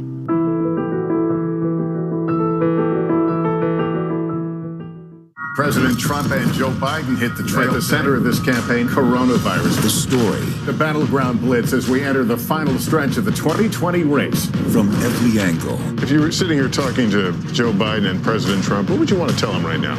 On the ground. The wind standing these flames are expected to last another 24 hours. And in depth. We now have 2 vaccine trials on hold. Should people be concerned? NBC Nightly News with Lester Holt.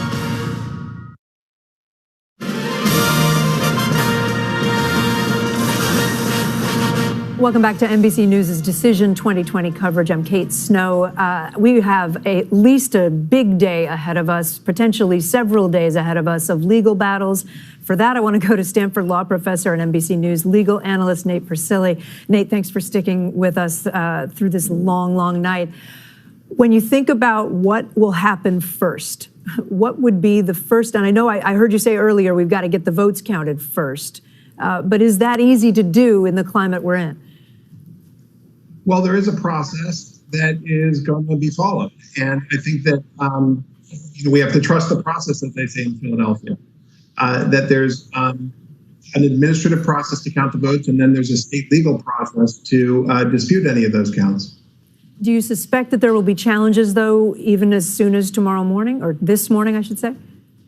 Well, there are challenges that have already been filed. So we have 2 lawsuits already in Pennsylvania, one in Montgomery County and one at the state level, that are directed at absentee ballots. But we should be sort of clear-eyed about this, that there is no switch at the Supreme Court that can be flicked on to stop a vote count. All these votes are going to be counted. If there are disputes, there is a legal process that will be followed, and that's what we should be seeing in the coming days. But it all really depends on how close the margin is. It's possible maybe President Trump will have as big a margin after the count of these votes as he has right now, in which case it probably wouldn't go any further. But if the margin narrows, or if President Biden overtakes it, then we'll see whether it's within, as we say, the margin of litigation. We have just about 60 seconds left before break. There are many states that do things differently, right? There's a patchwork of different rules depending on where you are. Well, that's true. And in each one of these states, there are different rules with respect to absentee ballots. For example, North Carolina is still receiving absentee ballots, and as is Pennsylvania for the next 3 days. And so they're different than Michigan or Wisconsin, which have to receive them on Election Day. So we're in for a few days of uncertainty here, but there's a process that needs to be followed in order to figure out who actually won this election. All right, Nate Persily, thank you so much for sticking with us, for staying up all night with us. We're going to take another break. We'll be back in just a minute.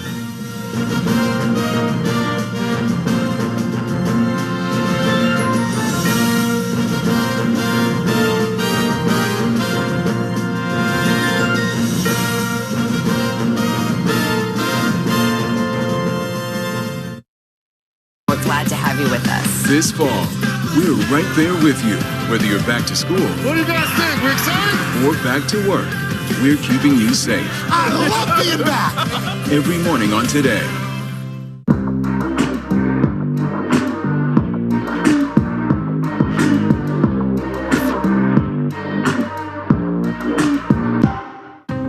Washington feels more chaotic than ever. It's my job to ask the tough questions, left and right, and help you make sense of it all. You ready to go to work? I'm so ready to go to work. She's Joe Biden's choice to be next in line. But who is Kamala Harris? Join me, Joy Reid, as I explore her life's journey from Oakland to Washington on my 6-part podcast, Kamala Next in Line. New episodes every Monday. Subscribe for free wherever you get your podcasts. For breaking news in our changing world, download the NBC News app. President Trump and Joe Biden hit the trail. At the center of this campaign, coronavirus. The story. The battleground blitz as we enter the final stretch of the 2020 race. From every angle. If you were sitting here talking to Joe Biden and President Trump, what would you want to tell them right now? On the ground. The winds fanning these flames are expected to last another 24 hours. And in depth. We now have 2 vaccine trials on hold. Should people be concerned? NBC Nightly News with Lester Holt. Good morning. Welcome to Today. We're glad to have you with us. This fall, we're right there with you, whether you're back to school. What do you guys think? We're excited? Or back to work. We're keeping you safe. I love being back. Every morning on Today. Police murder of unarmed black men has been an American way of death across centuries. After seeing the most comprehensive police reform bill ever introduced in Congress, I've begun to wonder if now is the time. If now is the time the protesters finally win. The Last Word with Lawrence O'Donnell, weeknights at 10 on MSNBC.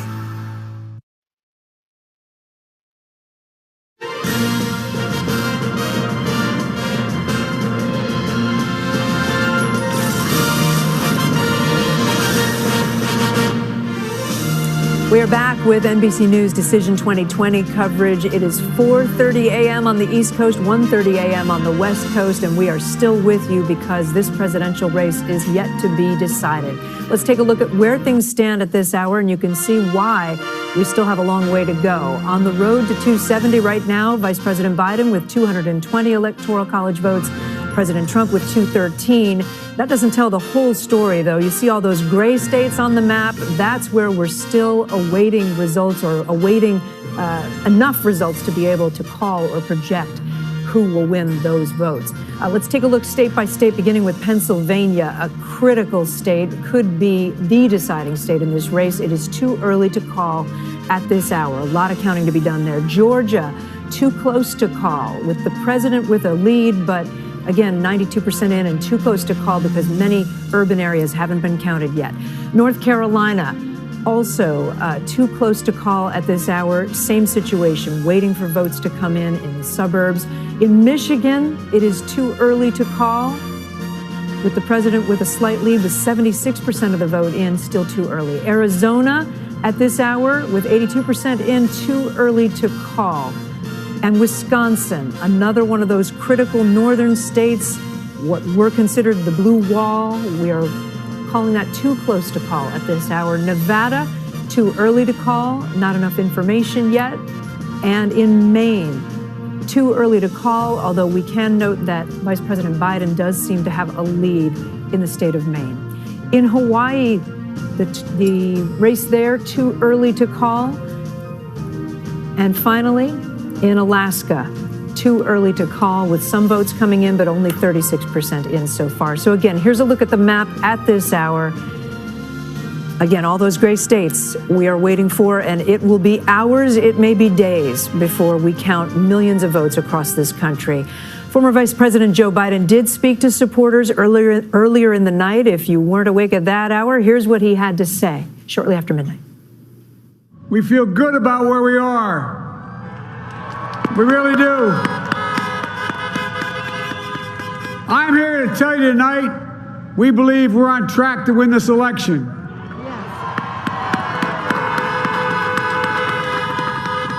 We knew because of the unprecedented early vote and the mail-in vote that it was going to take a while. We're going to have to be patient until the hard work of tallying the votes is finished. And it ain't over till every vote is counted. Every ballot is counted. Ali Vitale is covering the Biden campaign for us. She's in Wilmington, Delaware this morning. Ali, when you hear what the vice president said, he's saying it's still too soon. He's not claiming victory in that speech. What is the campaign saying about what they will do as we head into Wednesday morning? Well, Kate, he is going by the plan that his advisors have laid out to us for several days here, which is that they anticipated that President Donald Trump could come out and try to declare an early victory, but they also knew that Joe Biden would be the person who would not be doing that, who would instead say, if they felt optimistic, that they were optimistic and on the path to victory. And ultimately, that's what he said in this parking lot here behind me just a few hours ago. And just since you came on the air, we actually have a new statement from Biden's campaign manager, Jen O'Malley Dillon. We knew that his campaign was watching President Donald Trump at the White House, but now we're getting a sense of what they thought of that statement. Jen O'Malley Dillon calling the president's unfounded declaration of victory outrageous, unprecedented, and incorrect. She goes on in this statement to call Trump's comments a naked effort to take away the democratic rights of American citizens, also promising, she says, that every vote will be counted, and sort of giving a warning to the Trump campaign, saying that if President Trump wants to take this to court, the Democratic side of this race does have lawyers at the ready, and they anticipate that they will win those challenges. challenges. And look, in my private conversations with aides tonight, this is a scenario that the campaign expected. They thought that Donald Trump could come out and do this. They weren't sure if it was going to happen, but ultimately we all saw what happened in the East Room.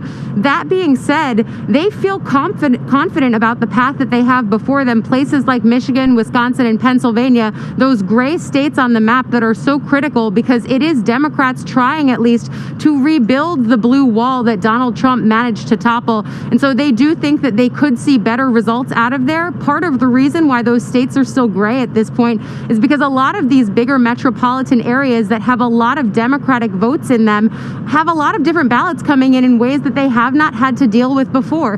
Mail-in voting, early voting, we saw huge turnout numbers well before Election Day. And so a lot of these localities are dealing with counting ballots in numbers and ways that they haven't before. That's why I think the word of the day here around the Biden campaign is a long slog ahead of us. We knew that it would take a while to have these votes counted. Now, Kate, we are living in that reality. And Allie, have you had a chance to ask the campaign about those southern states, about Southwest Arizona, North Carolina, Georgia? What is the Biden campaign thinking about those? Look, those are also states that they feel confident about winning. They liked their chances in places like Arizona. Their campaign manager specifically has been bullish on flipping Arizona. At the same time, though, this is a campaign that has laid out that they have multiple paths to victory. They don't need to go through those southern states. They think that the blue wall is one of their better paths. But that being said, there is still the reality that they could mix and match a little bit here, picking off maybe a Wisconsin and a Michigan and then pairing that with an Arizona. There's a lot of ways that they can get to this, and frankly, that was part of their strategy in the early days before Election Day, was to say that there's multiple different ways that they can do this, contrasting that with President Trump's more narrow path, they thought, to victory. All right, Ali Vitale, thank you. And we do have a bit of news to give you at this hour at 4:36 Eastern Time out in Hawaii.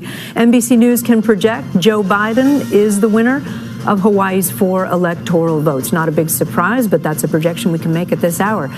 Let's go back to what President Trump said when he spoke to supporters in the East Room of the White House. We were just mentioning that with Ali Vitale.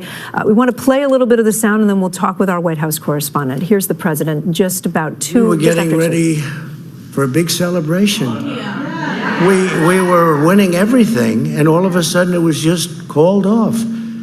The results tonight have been phenomenal, and we are getting ready. I mean, literally, we were just all set to get outside and just celebrate something that was so beautiful, so good, such a vote, such a success.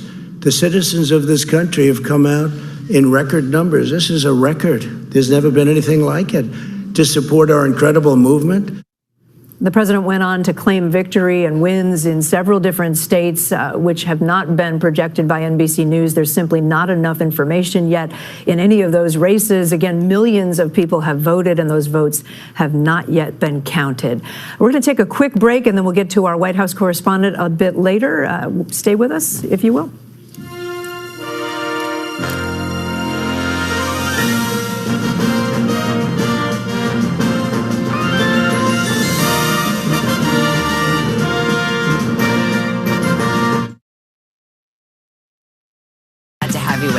This fall, we're right there with you.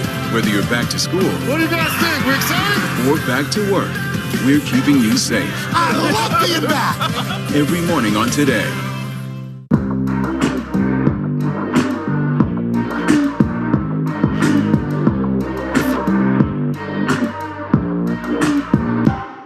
Good morning. Welcome to Today. We're glad to have you with us. This fall, we're right there with you.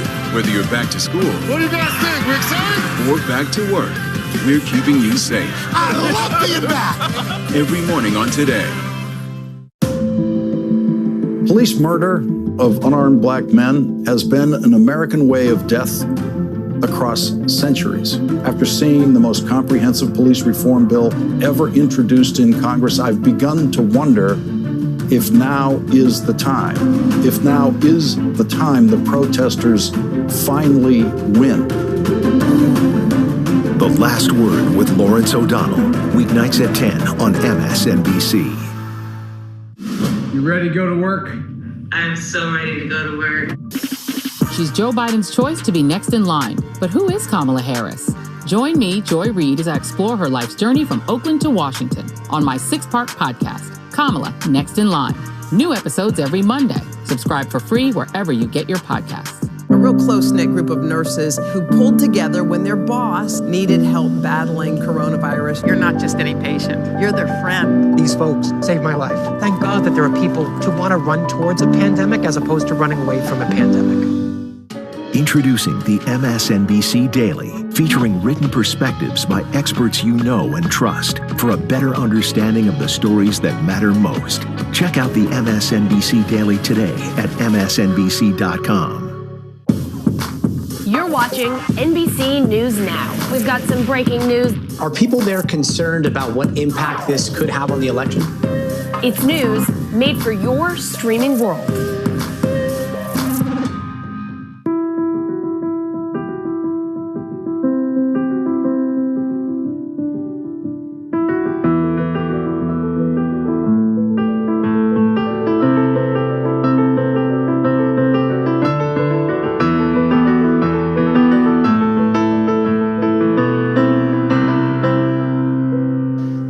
Watch what they do, not what they say.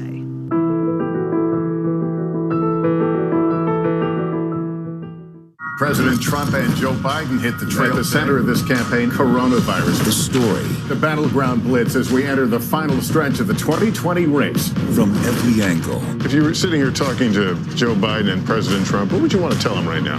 On the ground. The wind standing these flames are expected to last another 24 hours. And in depth.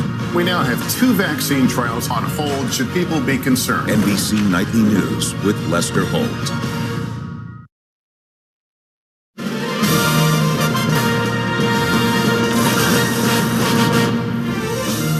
Welcome back to our Decision 2020 coverage here on NBC. A couple hours from now, and the sun will be coming up on the East Coast. We've been watching the markets all night, and I want to bring in NBC senior business correspondent Stephanie Ruhle, who's with us. Steph, when we talked to you just a little bit ago, the futures weren't looking so good. Just in the last 10 minutes, we've seen a turnaround. They're up again.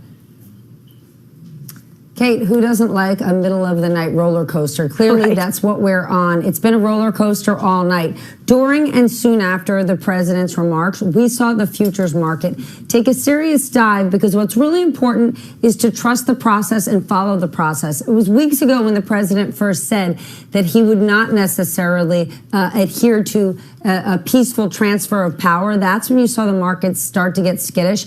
And you saw it again when he opened the door for a contested election. But really in the last half hour, since you have heard from lawmakers and lawyers sort of across the board, just this general rebuking the president, reminding him that he does not decide who wins the election. The process will be carried out and every legal vote will be counted. And you're seeing the markets respond to that. They want to make sure the process is carried through. Now, we don't know if it absolutely will be, but it's not like the president is getting any sort of wide support.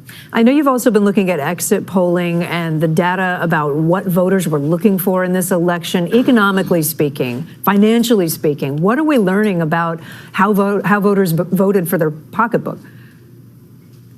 Listen, we know that COVID impacted how people vote, especially from both a health and economic perspective. And people voted based on how it's impacted them. You and I have talked about this before. For some people in this country, it has been a V-shaped recovery. If you can work from home, if you have a white-collar job, if you're invested in the markets, if you can afford to buy a house or a car and take advantage of low interest rates. And people in that position who haven't been dramatically impacted by COVID, well, they stayed with the president. Senior citizens who have said, well, I like what my 401k has done, even though it did better under President Obama. President Trump is fantastic at selling the economy. That worked for him. Whereas people who were the most adversely affected, minorities, women, people who lost their businesses, lost their jobs, we saw them gravitate towards Biden. So it was a reminder that people vote based on what affects them, not offends them. Yeah. And even though we talk so much in this country about this is who we are, people voted based on this is how I'm doing. And it's interesting, too, when I was out talking to voters, particularly in Ohio and Pennsylvania and more rural areas, people who have jobs have 401ks. And I had a lot of voters say to me, my 401k is doing really well. And that's the thing, Kate.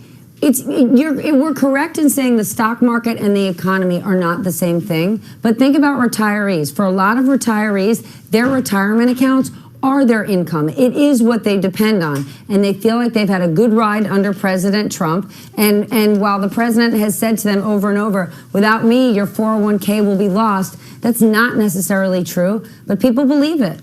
All right, Stephanie Ruhle, thanks for staying up with us. Appreciate it so much. Let's bring in Susan Del Percio. She's a Republican strategist. She's an NBC News contributor. She's involved with the Lincoln Project as well. Susan, nice to see you at this hour of the morning, 4:45 on the East Coast. We lost Susan. We're having a lot of gremlins on this overnight shift. It's very hard, as you can imagine, to get everybody wired up at this late hour. Let's go back to Monica Alba, who's at the White House for us. Monica, when you look at the map, and we've been talking about critical states, talk to me about if the White House is gaming this out now and still awake at this hour and looking at what they really need to win. The president said he claimed he's got a clear path. What is the path that they're looking at as most likely? It's quite narrow, Kate. That's the most important thing here when we zoom out and look at what is left and what is still remains that needs to be counted. The president's campaign was feeling very optimistic about some of the Sun Belt states, Florida, North Carolina, which of course has not been called yet and is incredibly close. They thought they were going to do better in Arizona. Obviously, former Vice President Joe Biden doing better there. So that really leaves this main outstanding question of the Rust Belt, those three critical states, Michigan, Wisconsin, and Pennsylvania, that essentially delivered Donald Trump, then candidate Trump, the White House in 2016. What will those look like for him this time around? And unfortunately, all of those, because we don't have a complete picture yet, we're hoping to get a little bit more information on Wisconsin later this morning. They are just too close to call and too early to call in some cases. But really, for the president's reelection effort, they have to do quite well in 2 of 3 of those in order to really maintain this path. They were looking at, in combination with some of the other things, that's assuming that they hold on to Georgia, which is not definitive at this point. There's still a lot that remains outstanding there. So the president really now facing an uphill battle, and that's why his comments earlier tonight were so inflammatory and controversial. Even those aides and allies around him that we've seen now speaking out afterwards saying they were distressed, in the words of one of them, by what the president was saying, because while he is trying to claim victory, that's simply not the case yet. But look, Kate, the fact is the Trump campaign was playing a lot of defense in these final weeks, and we knew that in terms of where the president was spending his time in states he won in 2016, not so much trying to expand the map in any way, shape, or form. About a year ago, I remember having conversations with campaign aides who were optimistic about states they could potentially flip. They were talking about a Nevada, for example, or a New Mexico, or even something like Oregon. Of course, that's not at all what the strategy ended up being in these final weeks and final days. Instead, really looking to the states he won super narrowly last cycle to see if they could hang on to them again. They're pleased with what they saw so far, though, in terms of turnout, and they're hoping that that turnout is visible in some of these Midwestern states when the votes continue to be counted, of course, from all those ballots that were already cast but are still outstanding in terms of the totals. But it's also going to be a major legal battle, it appears. That's what Republicans are preparing for. It's something they've been doing for months, and in the state of Pennsylvania is really where a lot of this could still come down to, Kate. Pennsylvania, Michigan, Wisconsin are going to be critical in the hours to come. Monica Alba at the White House for us. Monica, thanks so much. Much more to come when our Decision 2020 coverage continues in just a moment. Stay with us.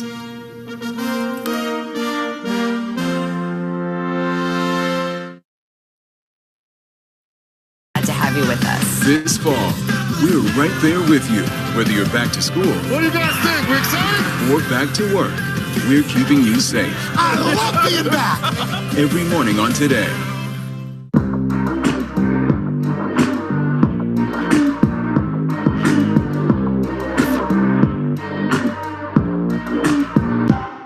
Good morning. Welcome to Today. We're glad to have you with us. This fall, we're right there with you, whether you're back to school. What do you guys think? We excited? Or back to work. We're keeping you safe. I love being back. Every morning on Today. Police murder of unarmed black men has been an American way of death across centuries. After seeing the most comprehensive police reform bill ever introduced in Congress, I've begun to wonder if now is the time. If now is the time the protesters finally win. The Last Word with Lawrence O'Donnell, weeknights at 10 on MSNBC. You ready to go to work? I'm so ready to go to work. She's Joe Biden's choice to be next in line. But who is Kamala Harris? Join me, Joy Reid, as I explore her life's journey from Oakland to Washington on my 6-part podcast, Kamala Next in Line. New episodes every Monday. Subscribe for free wherever you get your podcasts. A real close-knit group of nurses who pulled together when their boss needed help battling coronavirus. You're not just any patient. You're their friend. These folks saved my life. Thank God that there are people who want to run towards a pandemic as opposed to running away from a pandemic. Introducing the MSNBC Daily, featuring written perspectives by experts you know and trust for a better understanding of the stories that matter most. Check out the MSNBC Daily today at msnbc.com. You're watching NBC News Now. We've got some breaking news. Are people there concerned about what impact this could have on the election? It's news made for your streaming world.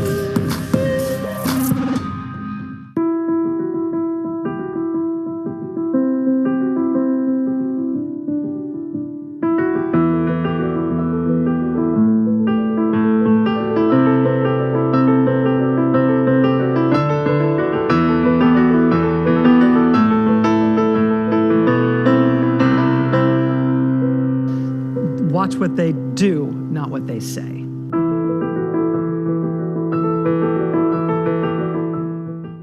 President Trump and Joe Biden hit the trail. At the center of this campaign, coronavirus. The story. The battleground blitz as we enter the final stretch of the 2020 race. From every angle. If you were sitting here talking to Joe Biden and President Trump, what would you want to tell them right now? On the ground. The winds fanning these flames are expected to last another 24 hours. And in depth. We now have 2 vaccine trials on hold. Should people be concerned? NBC Nightly News with Lester Holt.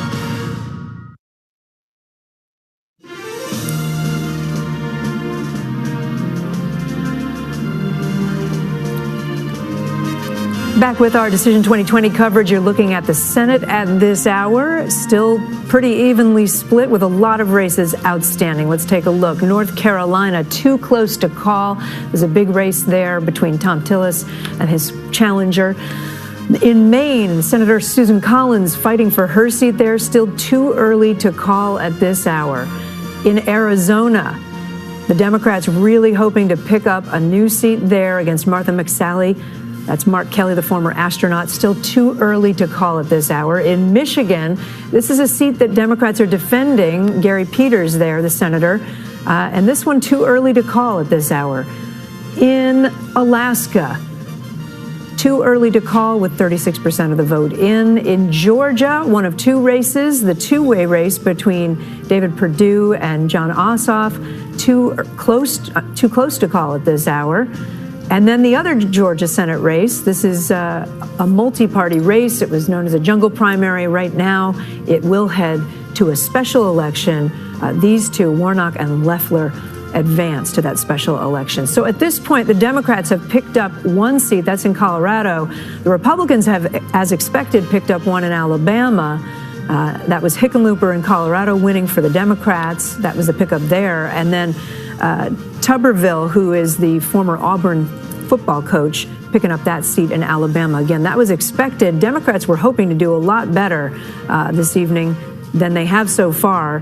Mitch McConnell, the Senate Majority Leader, retaining his seat in Kentucky.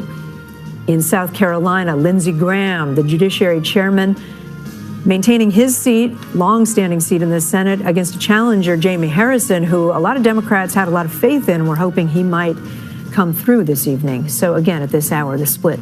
Democrats with 46, Republicans with 47. The Democrats would still need to pick up a net of 3 if Joe Biden is the president, a net of 4 if they lose the presidency, in order to take control of the Senate, which seems increasingly harder to do. I want to turn to Christina Greer. She's an associate professor of political science at Fordham University, politics editor of the Grio. Thanks for being up late with us. Really appreciate it.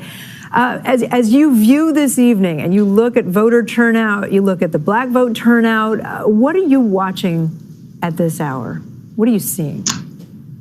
Well, good morning, Kate. Good morning. Good morning. So, I'm looking at so many votes that still have yet to be counted.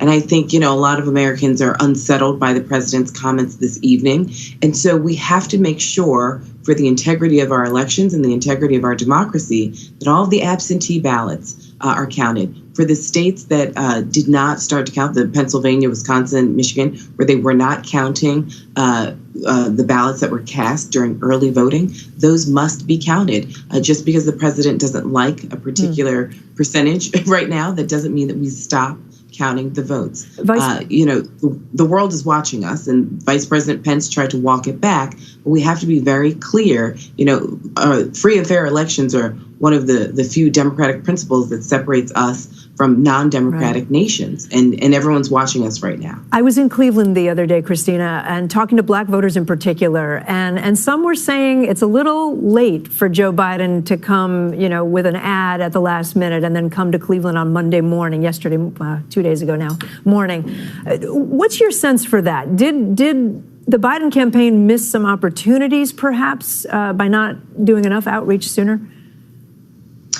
I don't know if that's the case. I mean, obviously African Americans are a very solid Democratic voting bloc, especially during presidential elections, roughly around 90%. I mean, obviously many African American voters still want to be courted. They want to be talking about policy, economic issues, how presidents plan on handling COVID. I do think that Joe Biden strategically went to particular areas, in the final days of the campaign that had sort of grassroots organizing that was, sort of showing the Democratic map and the math that made sense. I think the fact that he went to Ohio, which quite honestly has been quite red as of late, but still making the case to African-American voters. I mean, we know that many African-American voters are the backbone of the Democratic Party.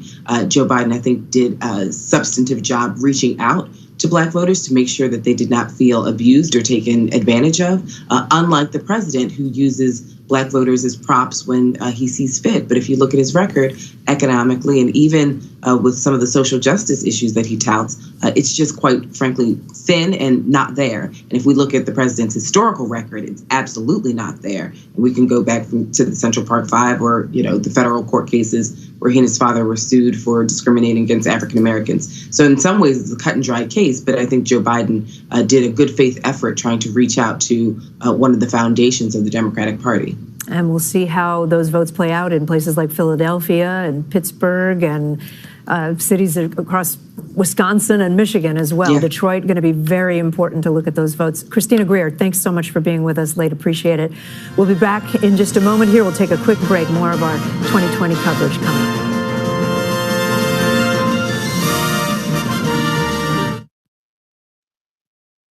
Glad to have you with us. This fall, we're right there with you, whether you're back to school. What do you guys think? We excited? Or back to work. We're keeping you safe. I love being back. Every morning on Today.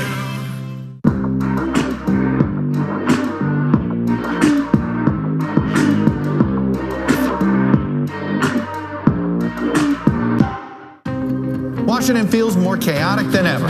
It's my job to ask the tough questions, left and right, and help you make sense of it all. You ready to go to work? I'm so ready to go to work. She's Joe Biden's choice to be next in line. But who is Kamala Harris? Join me, Joy Reid, as I explore her life's journey from Oakland to Washington on my 6-part podcast, Kamala Next in Line. New episodes every Monday. Subscribe for free wherever you get your podcasts. For breaking news in our changing world, download the NBC News app.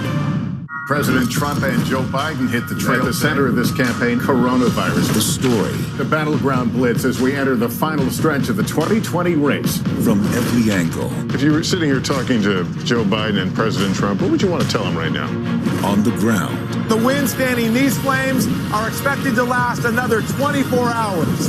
And in depth. We now have 2 vaccine trials on hold. Should people be concerned? NBC Nightly News with Lester Holt. Good morning. Welcome to Today. We're glad to have you with us. This fall, we're right there with you, whether you're back to school What do you guys think? We're excited? or back to work. We're keeping you safe. I love being back. Every morning on Today. Police murder of unarmed black men has been an American way of death across centuries. After seeing the most comprehensive police reform bill ever introduced in Congress, I've begun to wonder if now is the time. If now is the time the protesters finally win. The Last Word with Lawrence O'Donnell, weeknights at 10 on MSNBC.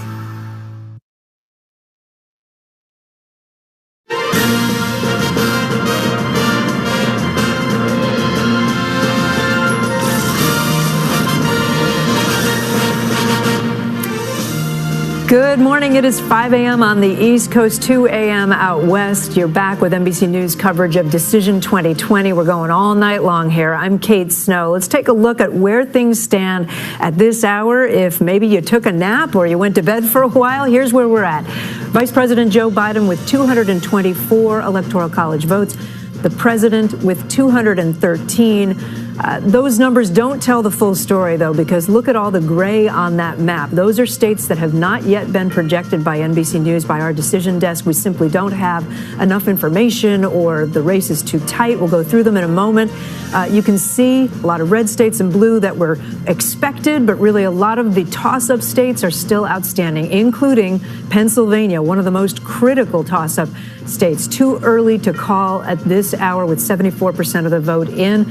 In Georgia, another race we've been following all night long. You've heard Chuck Todd say, if you were with us earlier, that we're waiting for metro areas around Atlanta to come in. Too close to call at this hour. North Carolina, same situation. A lot of votes still yet to be counted. Too close to call by our metrics. In Michigan, it is too early to call that race. You see President Trump with a lead, but again, only 77% of the vote in right now. In Arizona, we can say that Joe Biden is leading in the state of Arizona, but again, it is simply too early to call. We have standards at NBC. We wait for enough vote to make a determination. In Wisconsin, another one of the northern states we're going to be watching closely in the coming hours, they are still counting votes. It is too close to call there. In Nevada, too early to call at this hour. The difference of 25,000 votes with just about 79% of the vote in right now. In Maine, too early to call, although Joe Biden in that state does have a lead at this hour. And in Alaska, too early to call at this hour. Again, not many votes even in there yet, 36% of the vote in. Again, taking a look at the full map of the U.S., you can see the blue states, the red states that we've already projected earlier this evening, and you can see all those gray states are still outstanding and going to need a lot of time, in some cases potentially days. Steve Patterson is in Battleground, Michigan, again, one of those states that we have not been able to project yet. Steve, you've been up all night, you've been talking to folks. What's the sense on the ground for A, how long it's going to take to get any resolution, and B, which way it might be going?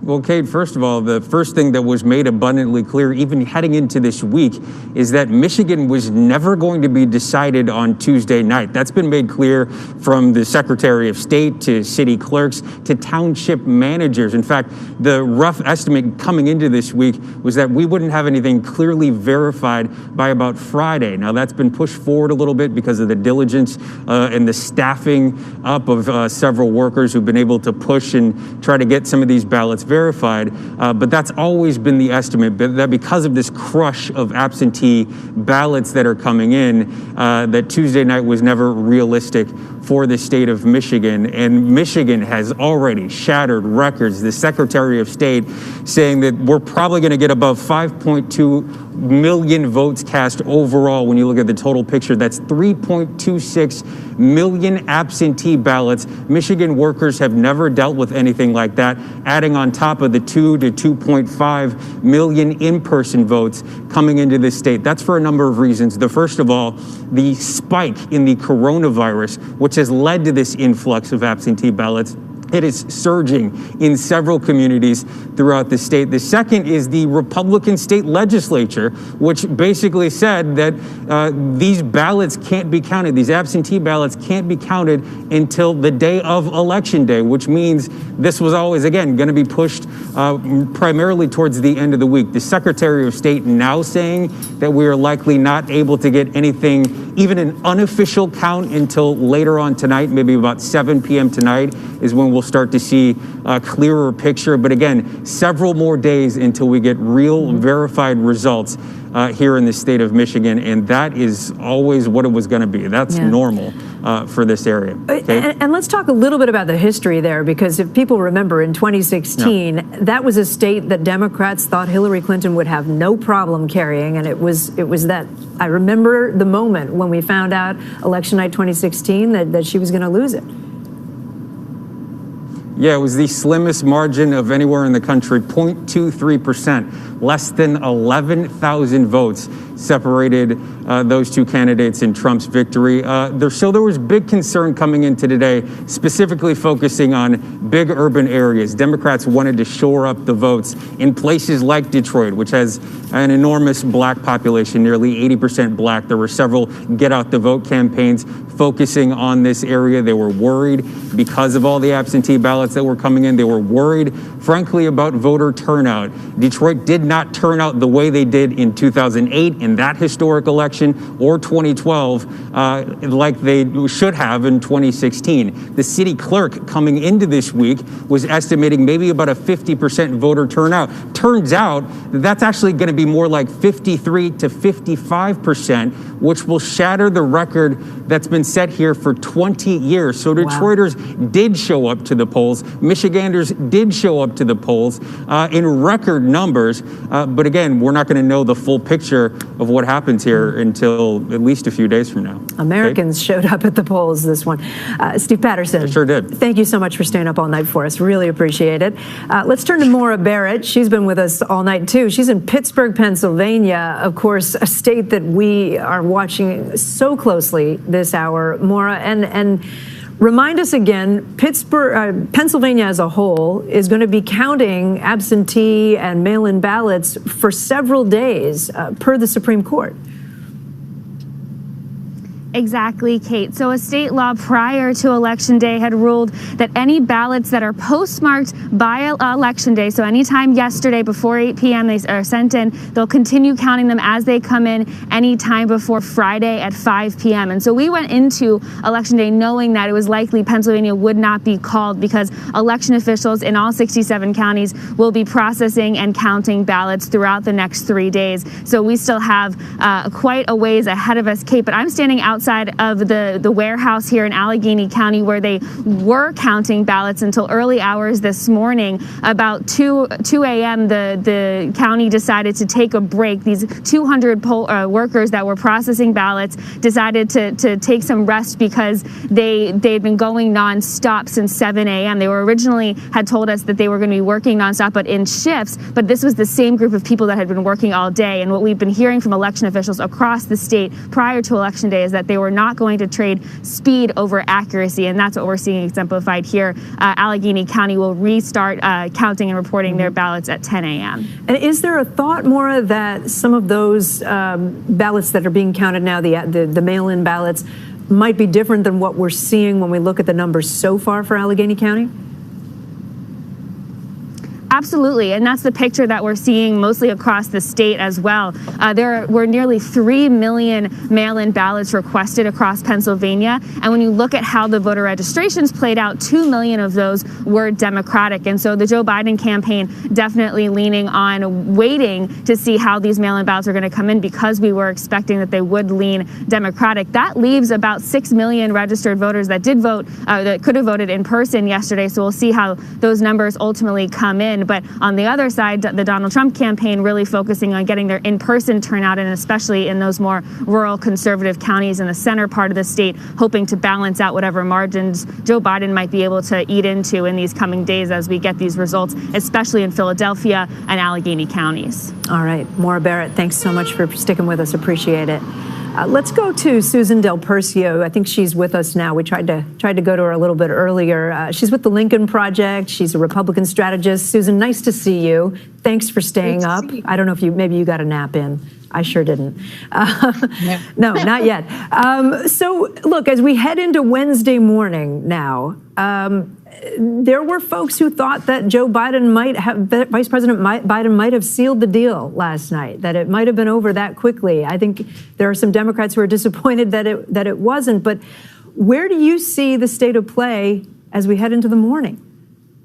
Well, Kate, I should tell you that I was one of those people that I thought at this hour we would have seen a decisive win for Joe Biden. But we're not in a bad position when we're looking as far as Joe Biden goes, when you're looking at the map. It looks like I know NBC has not called Arizona for Joe Biden, but it does look like it's trending that way with the majority of the vote in. And that's a pickup. That's good news for Biden. I think that there were Democrats and some Republicans like myself who were hoping to see Georgia, which still could flip, but it's less likely, or North Carolina bring some early news that would have led us to believe that Biden would have won. But we still have Michigan, Wisconsin, and Pennsylvania in play. And Michigan, we just saw Wisconsin, we just saw Milwaukee come in, and now Joe Biden is leading in votes just by 11,000. But this race is far from over. And just when you start doing the math, it's worth noting that it is possible that Joe Biden can still get to 270 without Pennsylvania. Let me ask you a hypothetical. If Vice President Biden does become president, what happens to the Republican Party? Who is the standard bearer? Because there's such a split. You represent the split from President Trump. What happens next? I'm not sure. To be honest, like I said, I was hoping for a decisive Joe Biden victory, and that would have helped lead to the end of Trumpism. And now we know it's not, it's still alive, and it will be for some time to come. And I think it's incumbent on people like myself and other Republicans to continue to call out what I call Trump enablers, those who know better and still defend the president. So there's a lot more work to be had. But if Vice President Biden is elected, it will certainly make my job easier. You certainly are on that side of it. Susan Del Percio, thank you so much for being with us. Appreciate it. We'll take a quick break. We'll be right back with more Decision 2020 coverage. Stay with us.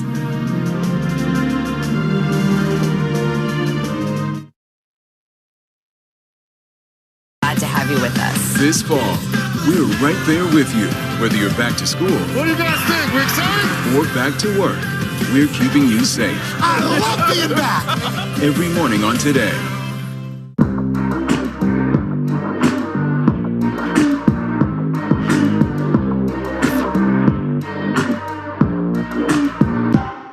Good morning. Welcome to Today. We're glad to have you with us. This fall, we're right there with you, whether you're back to school. What do you guys think? We're excited? Or back to work. We're keeping you safe. I love being back. Every morning on Today. Police murder of unarmed black men has been an American way of death across centuries. After seeing the most comprehensive police reform bill ever introduced in Congress, I've begun to wonder if now is the time. If now is the time the protesters finally win.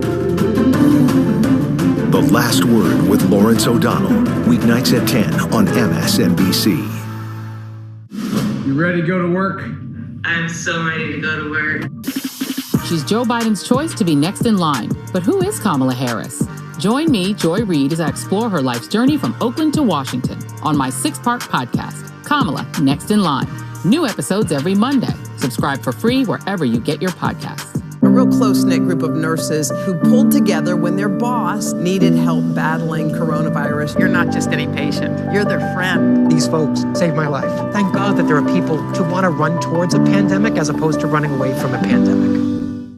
Introducing the MSNBC Daily, featuring written perspectives by experts you know and trust for a better understanding of the stories that matter most. Check out the MSNBC Daily today at msnbc.com. You're watching NBC News Now. We've got some breaking news. Are people there concerned about what impact this could have on the election? It's news made for your streaming world.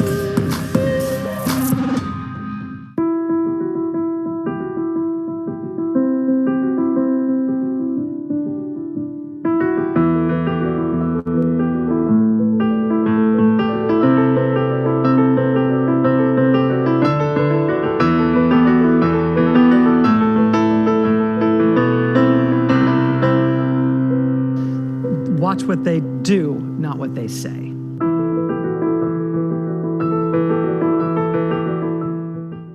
President Trump and Joe Biden hit the trail. At the center of this campaign, coronavirus. The story. The battleground blitz as we enter the final stretch of the 2020 race. From every angle. If you were sitting here talking to Joe Biden and President Trump, what would you want to tell them right now? On the ground. The wind standing these flames are expected to last another 24 hours. And in depth. We now have 2 vaccine trials on hold. Should people be concerned? NBC Nightly News with Lester Holt.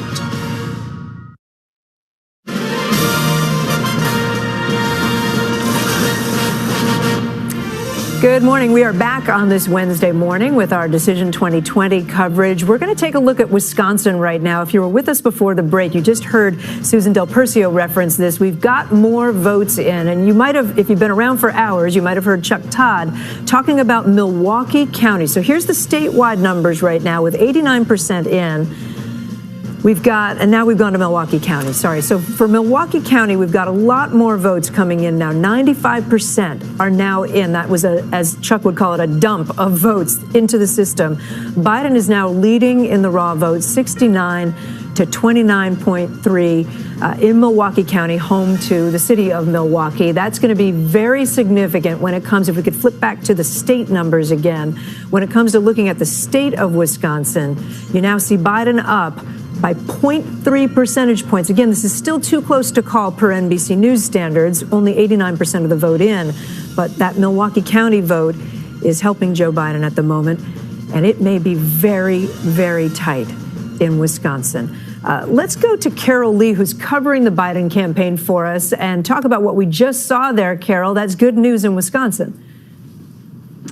Yeah, this is essentially, Kate, what the Biden campaign has been urging patience for telling his supporters that they should wait for all the votes to be counted, that this race is far from over. And it's this. And frankly, the Biden campaign and the Trump campaign, albeit in a very different way, have been preparing their supporters for this scenario, a scenario in which the early returns show the president in the lead, and then waiting for those mail-in ballots to be counted that are likely to go more in Joe Biden's favor. And so the vice president's campaign, what they're saying now is that this is a, quote, slog, that they're ready for this to take some time. They've been aware of that from the beginning, but for them, all their focus is on that blue wall, everything you've just been talking about, Pennsylvania, Michigan, Wisconsin, and also a little bit on the Sun Belt, where you still have outstanding North Carolina, Georgia, Arizona. Arizona's critical. The Biden campaign would very much like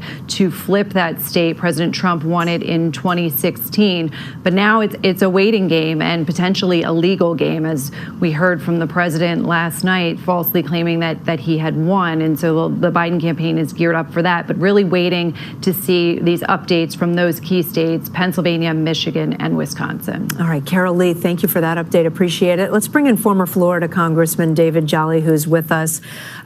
We haven't spoken all night. I assume you've been up all night. Have you had any break? Right. Okay. Right. So as you look at Wisconsin, let's talk about that first, since we were just talking about it, and those numbers coming in from Milwaukee County boding well for Joe Biden, but you've got a president saying that he's, just a few hours ago, saying that he's going to win Wisconsin.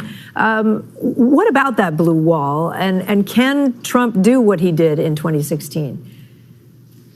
Well, it looks like the wall's starting to crack a little bit. The ballots that just came in Milwaukee, and Kate, we may see a similar situation in Michigan with votes that are about to be dumped in the Detroit area and a few other counties that would skew towards Biden. We're still waiting on Metro Atlanta in Georgia.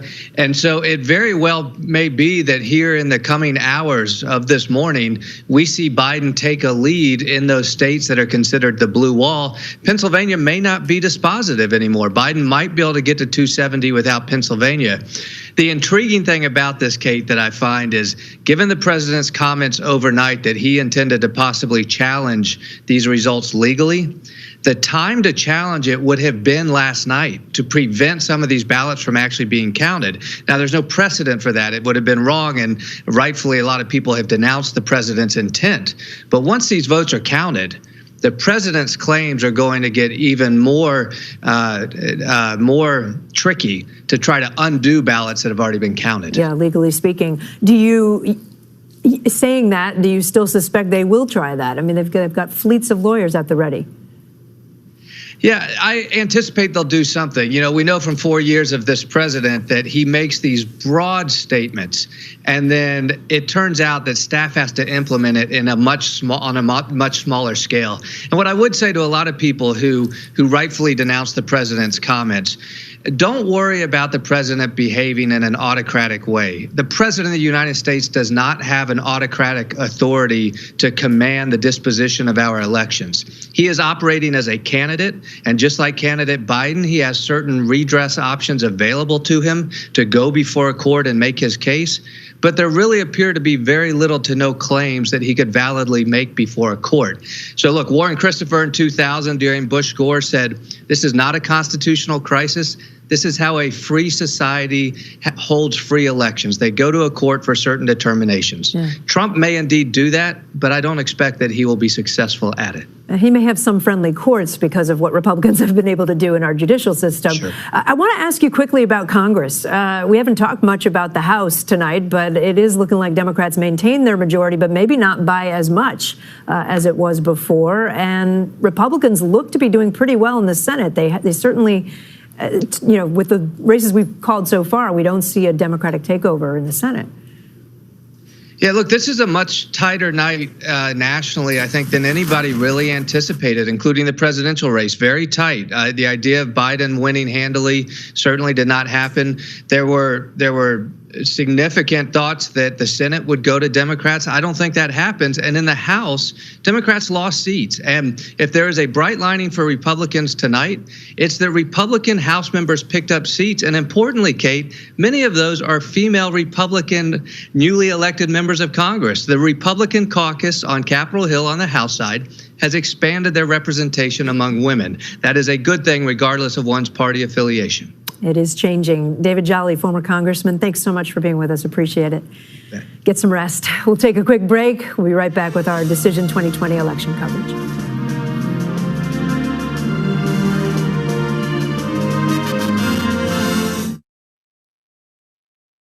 We're glad to have you with us. This fall, we're right there with you, whether you're back to school. What do you guys think? We're excited? Or back to work.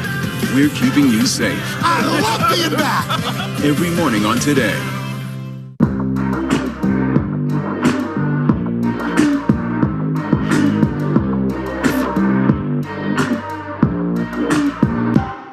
Good morning. Welcome to Today. We're glad to have you with us. This fall, we're right there with you, whether you're back to school. What do you guys think? We're excited? Or back to work. We're keeping you safe. I love being back. Every morning on Today. Police murder of unarmed black men has been an American way of death across centuries. After seeing the most comprehensive police reform bill ever introduced in Congress, I've begun to wonder if now is the time. If now is the time the protesters finally win. The Last Word with Lawrence O'Donnell, weeknights at 10 on MSNBC. You ready to go to work? I'm so ready to go to work. She's Joe Biden's choice to be next in line. But who is Kamala Harris? Join me, Joy Reid, as I explore her life's journey from Oakland to Washington on my 6-part podcast, Kamala Next in Line.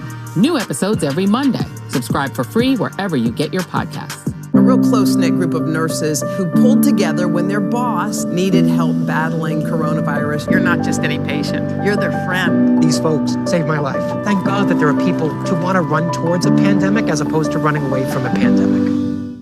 Introducing the MSNBC Daily, featuring written perspectives by experts you know and trust for a better understanding of the stories that matter most. Check out the MSNBC Daily today at msnbc.com. You're watching NBC News Now. We've got some breaking news. Are people there concerned about what impact this could have on the election? It's news made for your streaming world.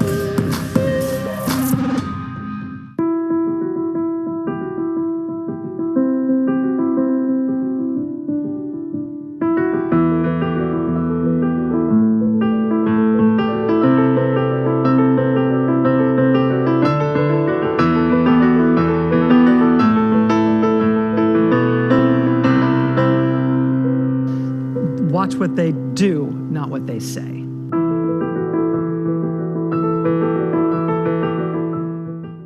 President Trump and Joe Biden hit the trail. At the center of this campaign, coronavirus. The story. The battleground blitz as we enter the final stretch of the 2020 race. From every angle. If you were sitting here talking to Joe Biden and President Trump, what would you want to tell them right now?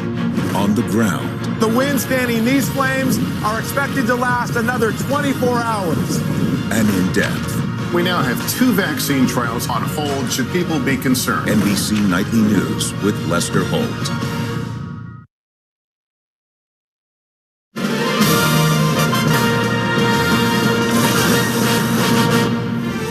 Welcome back to NBC News Decision 2020 coverage, 5:25 in the morning on the East Coast. But in Europe, it's a lot later. It's midday over there. The whole world watching tonight's U.S. election. Let's bring in senior international correspondent Keir Simmons.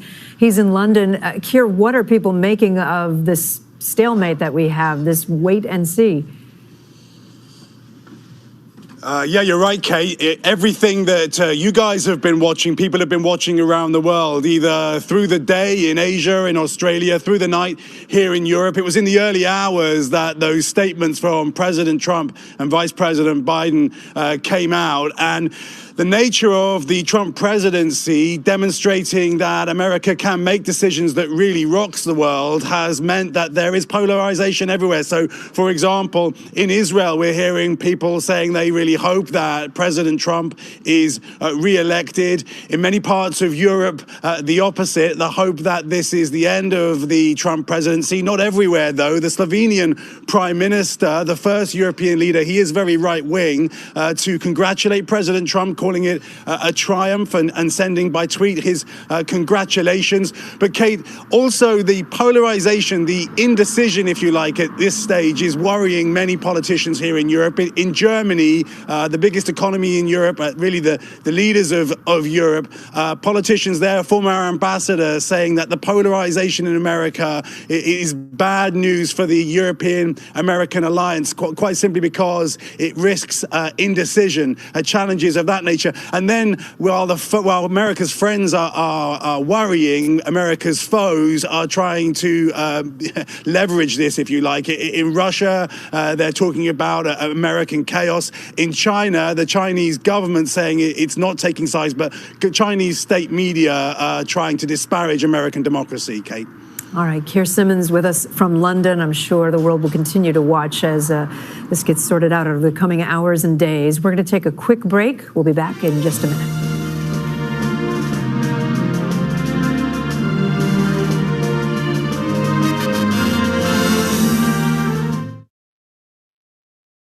Today, we're glad to have you with us. This fall, we're right there with you, whether you're back to school. What do you guys think? We're excited? Or back to work. We're keeping you safe. I love being back. Every morning on Today.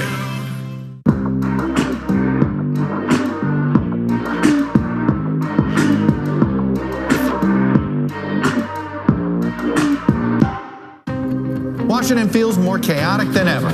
It's my job to ask the tough questions, left and right, and help you make sense of it all. You ready to go to work? I'm so ready to go to work. She's Joe Biden's choice to be next in line. But who is Kamala Harris? Join me, Joy Reid, as I explore her life's journey from Oakland to Washington on my 6-part podcast, Kamala Next in Line. New episodes every Monday. Subscribe for free wherever you get your podcasts. For breaking news in our changing world, download the NBC News app. President Trump and Joe Biden hit the trail. At the center of this campaign, coronavirus. The story. The battleground blitz as we enter the final stretch of the 2020 race. From every angle. If you were sitting here talking to Joe Biden and President Trump, what would you want to tell them right now? On the ground. The winds fanning these flames are expected to last another 24 hours. And in depth. We now have 2 vaccine trials on hold. Should people be concerned? NBC Nightly News with Lester Holt. Good morning. Welcome to Today. We're glad to have you with us. This fall, we're right there with you. Whether you're back to school. What do you guys think? We excited? Or back to work. We're keeping you safe. I love being back. Every morning on Today. Police murder of unarmed black men has been an American way of death across centuries. After seeing the most comprehensive police reform bill ever introduced in Congress, I've begun to wonder if now is the time. If now is the time the protesters finally win. The Last Word with Lawrence O'Donnell, weeknights at 10 on MSNBC.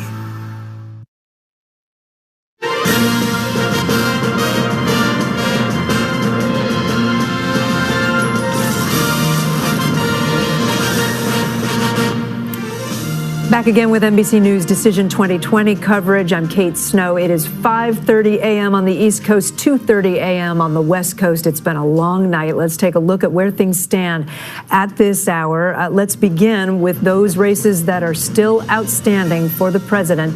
Right now, you see the road to 270 there, and here's the map. We've got all those gray states still waiting to be decided. Many of them are real battlegrounds. Pennsylvania, the biggest prize. Right now, too early to call who will get those 20 electoral votes, and that could take days. Georgia, also too close to call at this hour. We're still waiting for a lot of votes to come in around the metro Atlanta area and other urban areas, suburbs. Looking at North Carolina, similar story. Too close to call there with 95% of the vote in, because that other 5% will be critical. In Michigan, just 78% in at this hour, and too early to call as we await counters to wake up and start counting all over again. Arizona, at this point, Biden appears to have a lead there, but we at NBC News are calling it too early to project at this point. In Wisconsin, too close to call with 89% of the vote in. We just saw some of Milwaukee come in, but at this point, too close to call, although Biden has that 0.3% lead. And also Nevada, too early to call with 85% of the vote in at this hour.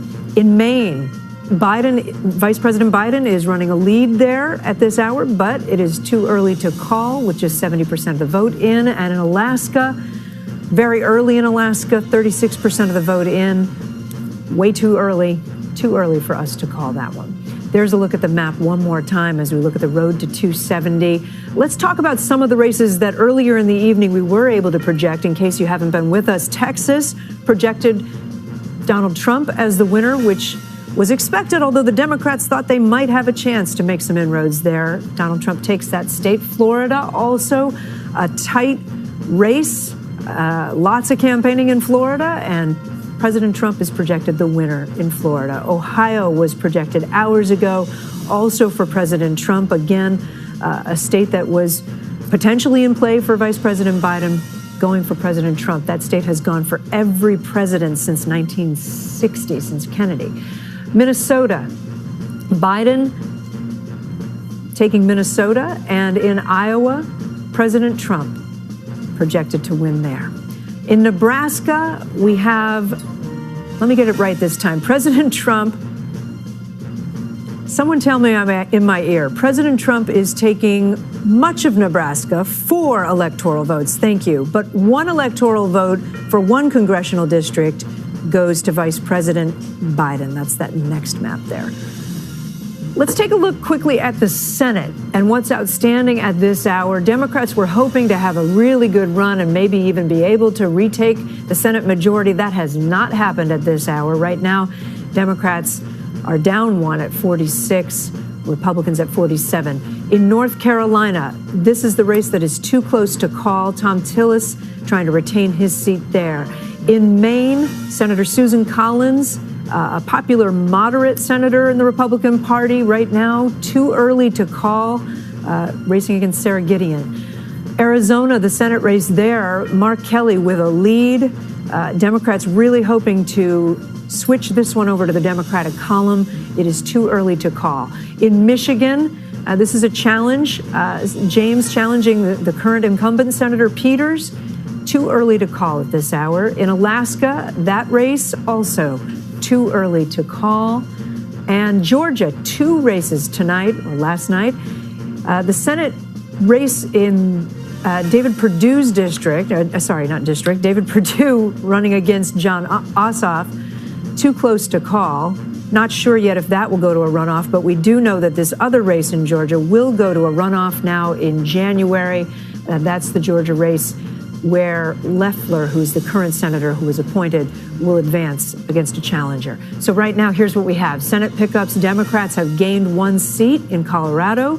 Republicans have gained one in Alabama, as expected, both of those expected. Hickenlooper used to be the governor of Colorado, very popular there, now projected to win that Senate race, take it away from Cory Gardner.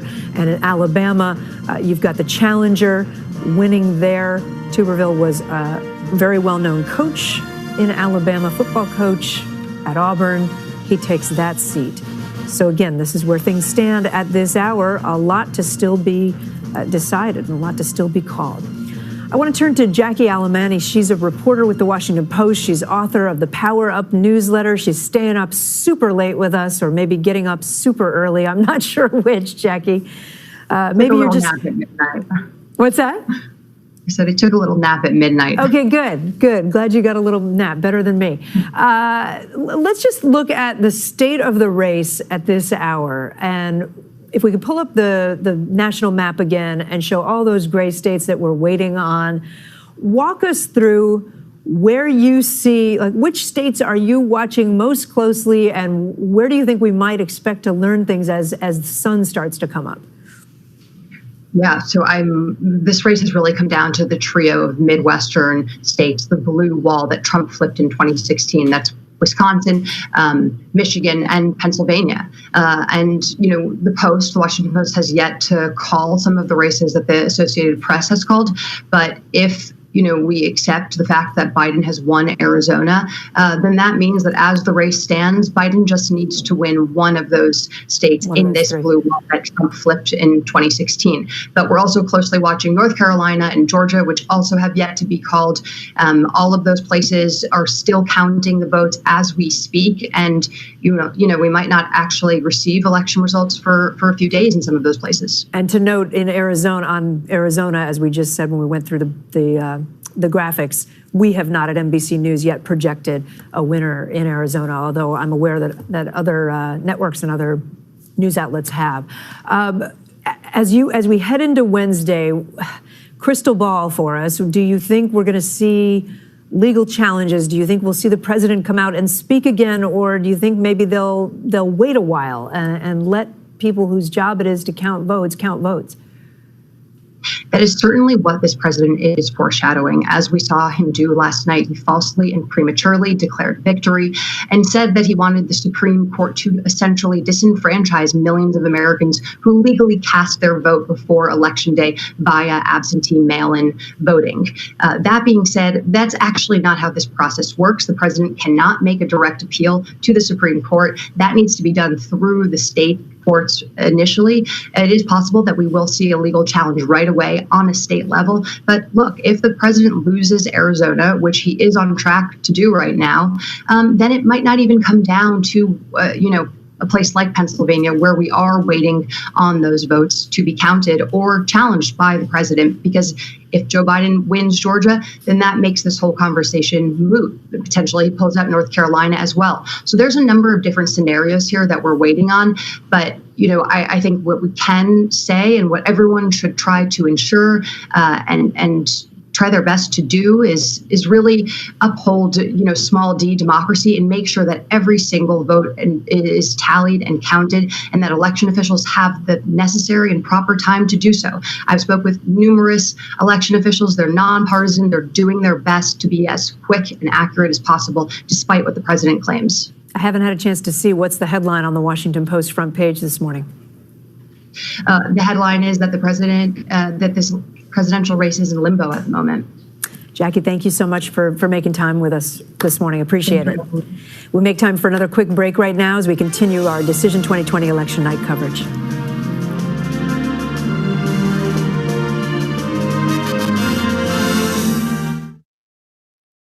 Today, we're glad to have you with us. This fall, we're right there with you, whether you're back to school. What do you guys think? We excited? Or back to work. We're keeping you safe. I love being back. Every morning on Today.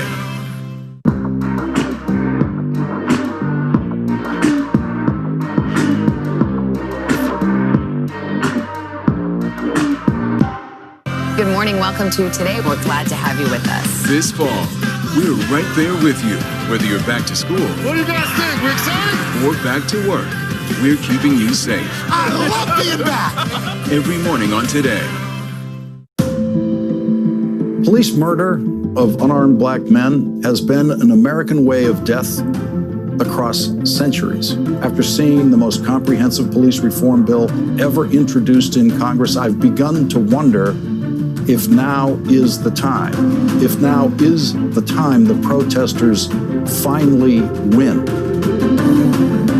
The Last Word with Lawrence O'Donnell, weeknights at 10 on MSNBC. You ready to go to work? I'm so ready to go to work. She's Joe Biden's choice to be next in line. But who is Kamala Harris? Join me, Joy Reid, as I explore her life's journey from Oakland to Washington on my 6-part podcast, Kamala Next in Line. New episodes every Monday. Subscribe for free wherever you get your podcasts. A real close-knit group of nurses who pulled together when their boss needed help battling coronavirus. You're not just any patient. You're their friend. These folks saved my life. Thank God that there are people who want to run towards a pandemic as opposed to running away from a pandemic. Introducing the MSNBC Daily, featuring written perspectives by experts you know and trust for a better understanding of the stories that matter most. Check out the MSNBC Daily today at msnbc.com. You're watching NBC News Now. We've got some breaking news. Are people there concerned about what impact this could have on the election? It's news made for your streaming world.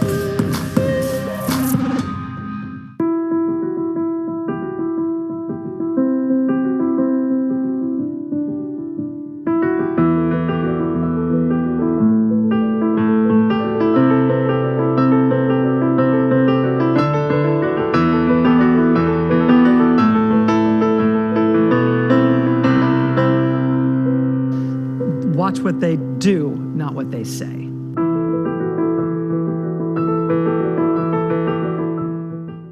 President Trump and Joe Biden hit the trail. At the center of this campaign, coronavirus. The story. The battleground blitz as we enter the final stretch of the 2020 race. From every angle. If you were sitting here talking to Joe Biden and President Trump, what would you want to tell them right now?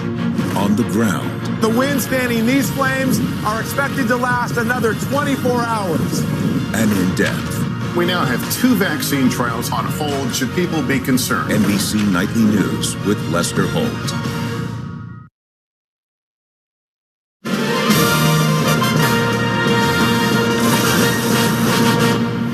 We're back on this Wednesday morning. It will soon be 6 a.m. on the East Coast, if you can believe that. The Today Show will be picking up shortly. I want to bring Joyce Vance into our conversation this morning. She's a former U.S. attorney, a professor at the University of Alabama School of Law. Joyce, thanks for being up early with us. Appreciate it. So you've got the legal perspective here. Everyone all night long has been talking about what a legal mess this might be in the coming days. Walk us through what you're expecting as the sun comes up today, as we head into Wednesday. Do you expect legal challenges filed right away? I think we have to look at what happened leading up to the election. And that was a series of challenges. We saw this flurry of cases on the Supreme Court's shadow docket, where the court didn't decide the cases themselves, but simply declined to hear them, permitting lower court rulings to stay in place. And that may set up a scenario for some challenges now that we're past the election. As of in course, Pennsylvania, the president right? made his Exactly. And the president said at 2:20 a.m. this morning that he believed that the election was being stolen.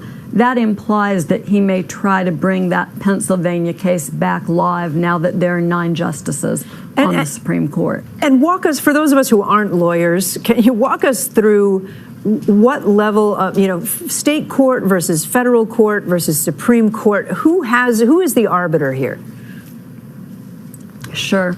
Well, first, the president would have to have a non-frivolous claim. He would actually have to find something improper in a vote count. And because elections are administered by the states, these claims would typically go to the state court first. And then only if the votes were going to matter to the outcome of the election, only if the claim was disputed and clearly not frivolous, something that rose to the level of a Bush versus Gore. That's the only sort of situation where we would see the Supreme Court decide these cases, at least in a typical legal setting. And there's no reason to believe that this would be different from that. The process appears to be working, and it will continue to work. So concretely in Pennsylvania, which you mentioned a moment ago, and they have this rule right now because of what the Supreme Court did, that they can continue counting any ballot that was cast by the end of Election Day, or postmarked by the end of Election Day, right? But they can count for the next 3 days until Friday. Could that be legally challenged this morning, and could that potentially be reversed? Could they be stopped from continuing their count? I think it's likely that we'll see the Republicans try to challenge that. That case is still live. They can go back to the court.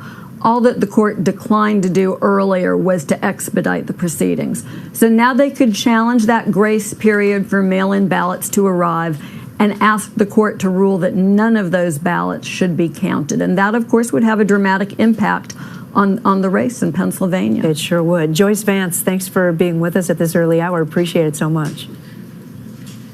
Let's switch gears. We've been talking so much about the election and about voting, which of course is critical right now, but we really haven't talked for hours now about the other major story in this country, the coronavirus pandemic. So I want to bring in NBC News medical contributor Dr. Kavita Patel, practicing physician, former Obama White House advisor. When we talk about this election, we can't talk about it in a vacuum, right? The coronavirus has impacted everything about this vote, how we voted, how I'm sitting here in the studio, many feet apart from everybody else who's in here. Your observations tonight, as you've been watching this all play out, how do you think these two things have interwoven, the pandemic and the vote?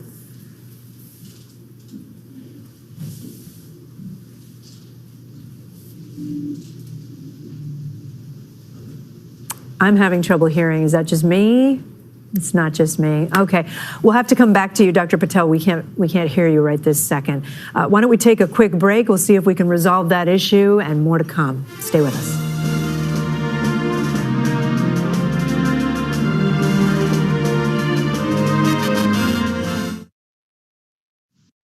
To have you with us. This fall, we're right there with you, whether you're back to school. What do you guys think? We excited? Or back to work. We're keeping you safe. I love being back. Every morning on Today.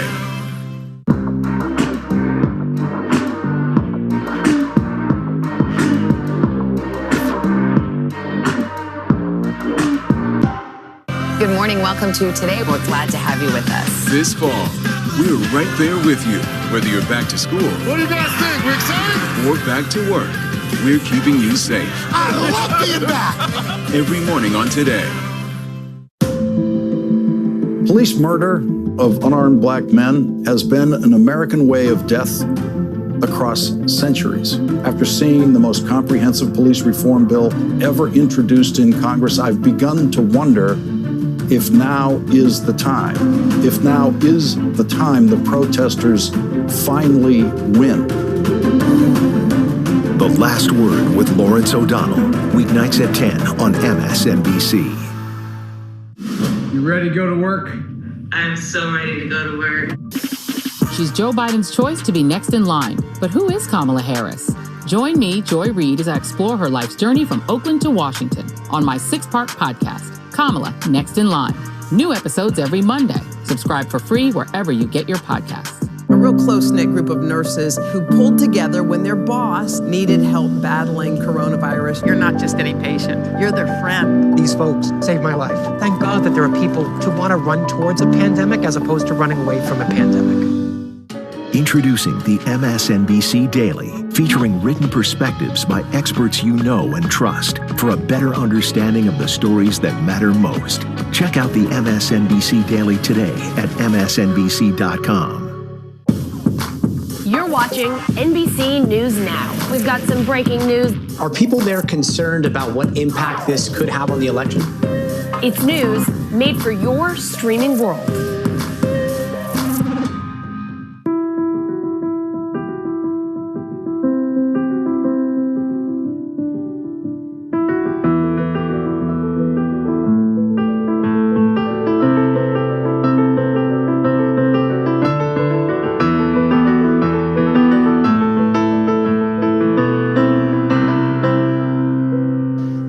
Watch what they do, not what they say.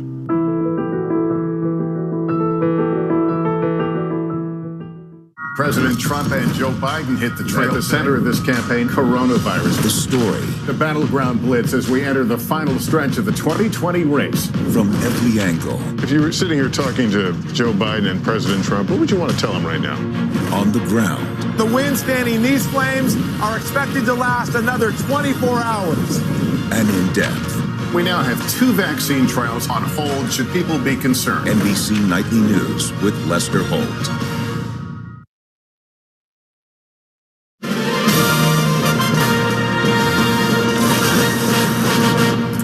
We're back with more of our Decision 2020 coverage, and I want to bring you something that just came in from Pennsylvania. The governor of Pennsylvania, who's a Democrat, putting out a statement in response to President Trump's statements earlier this evening, or earlier this morning, I should say. Governor Wolf saying, this is a partisan attack on Pennsylvania's elections and our votes. Our election officials are working diligently to make sure every vote is counted and everyone's voice is heard. Attacks like this are an attempt to undermine confidence in the results of the election, and we should all denounce them for the undemocratic actions they are. I support our Secretary of State and all of our state and local officials who are working hard to deliver timely, accurate results and ensure that everyone's vote is counted and protected. Again, that's Governor Tom Wolf of Pennsylvania, reacting early this morning to what he calls attempts to undermine confidence in the results of this election.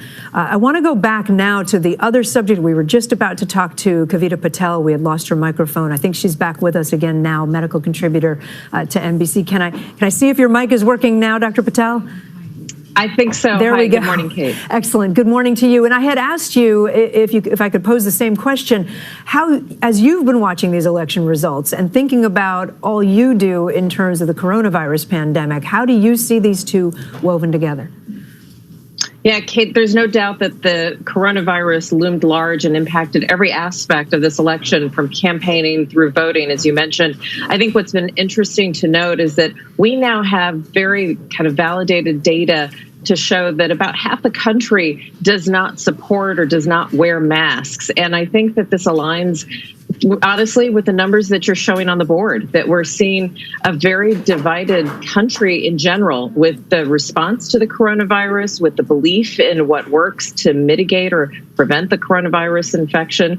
And then candidly, just a divided support in the approach for the country, from the support for President Trump, and he has largely delegated the response to states and local officials, to what I confirm that Vice President Biden has said time and time again, that we need a national response, a mask mandate. So it does line up with what we're seeing people. But no question, 2020 is a year unlike any other because of the coronavirus. Dr. Patel, thank you for sticking with us and offering that. Appreciate that. Let me go to Carol Lee, who's covering Vice President Biden once again. Carol, we spoke to you a little while ago. I imagine now's the time of day that maybe the campaign is starting to wake up again, if they ever even went to sleep. Do we have any sense what Vice President Biden's day looks like? Well, we know, Kate, that the former vice president said yesterday, or a couple of hours ago, early this morning, that the public would hear from him and his running mate, Kamala Harris. We don't know exactly in what form, but we do know that the Biden campaign has been gearing up for a potential legal battle with the Trump campaign over these mail-in ballots. And so, given the state of play and what we're seeing in Pennsylvania and Wisconsin and Michigan specifically, and all of the outstanding votes that have yet to be counted there, and what the president said earlier this morning, it can expect that the former vice president would address all of those issues and potentially where this might be headed in terms of the courts, because we know that President Trump, even well before Election Day, was saying that this was something that was going to wind up being decided in court. He had been very critical of the Supreme Court decision on Pennsylvania in particular. And so you can expect to hear from former Vice President Joe Biden in some form. We don't know exactly what. And those are likely the things that we'll hear him talk about, really trying to reassure people to have patience, essentially, to wait for all of these votes to be counted. Yeah, we've seen them say that all throughout these early morning hours. Carol, thank you. I want to go back one last time to Yamiche Alcindor, who's been with us all night long, White House correspondent for the PBS NewsHour. Yamiche, you cover this president, you know this White House. What do you suspect their message will be as we head into Wednesday?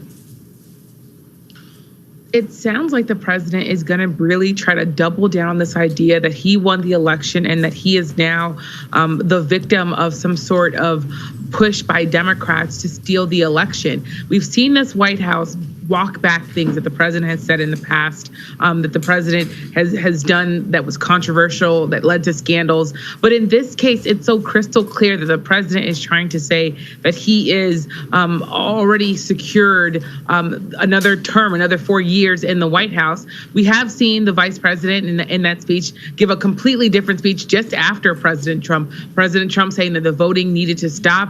Vice President Pence coming back after him and saying, actually, we want all the votes to be counted, but we feel like we're going to win this election. So in some ways, it's anybody's guess whether or not the president comes out and says, no, I'm being misunderstood.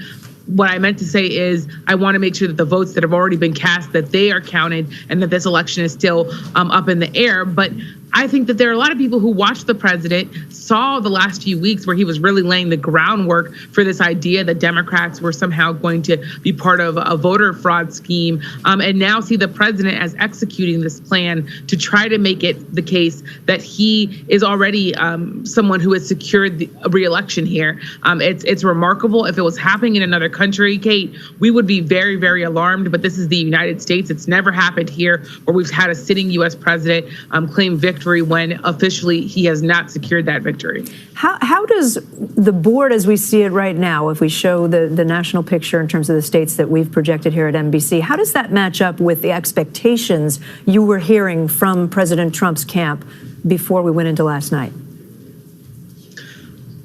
It matched up in some ways. The president's campaign, especially people close to the president, they were stressing to me in the very early hours of Election Day and a few days before that the president was going to do well in a place like Florida, in Ohio, places, the bellwether states that have really backed most presidents in most elections, looking at Florida and Ohio in particular. That being said, they also did not expect to lose Arizona. That is a state that every Republican president has won since since at least 1996, with Bill Clinton having secured that in 1996. So that was a state that they did not expect to lose. They also didn't expect that Pennsylvania was going to be so tight, but where they're now in a situation where the president is trying to hold on for dear life to the states that are really important to him. Yamiche, thank you so much for sticking with us. We're going to take a break. Savannah and Hoda will be back with a special edition of Today right after this.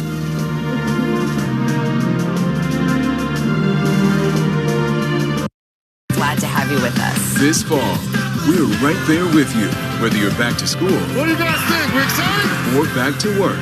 We're keeping you safe. I love being back. Every morning on Today.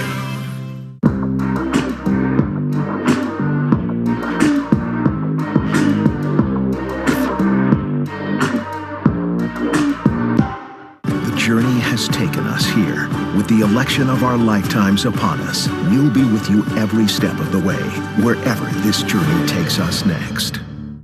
You ready to go to work? I'm so ready to go to work. She's Joe Biden's choice to be next in line. But who is Kamala Harris? Join me, Joy Reid, as I explore her life's journey from Oakland to Washington on my 6-part podcast, Kamala Next in Line. New episodes every Monday. Subscribe for free wherever you get your podcasts. For breaking news in our changing world, download the NBC News app. Protests broke out. The coronavirus pandemic. The story. Emergency approval to treat COVID-19 with plasma. Many questions remain about how well it works. From every angle. How much of the increased tension was due to the militias that came here? On the ground. Deadly western wildfires in California. Entire communities were also wiped off the map. And in depth. One of the big concerns is indoor air quality. What are you doing to address that? NBC Nightly News with Lester Holt. I've got my vote planned. I just double-checked NBCnews.com/plan your vote. It reminded me everything I needed to know about voting back in my home state of Michigan, whether it's game day or election day. It helps to have a plan. The journey has taken us here through a campaign of unexpected twists and turns. From a global pandemic to civil unrest to an incumbent president diagnosed with the coronavirus. With the election of our lifetimes upon us, each day brings more surprises. And whatever happens, we'll be with you every step of the way, wherever this journey takes us next.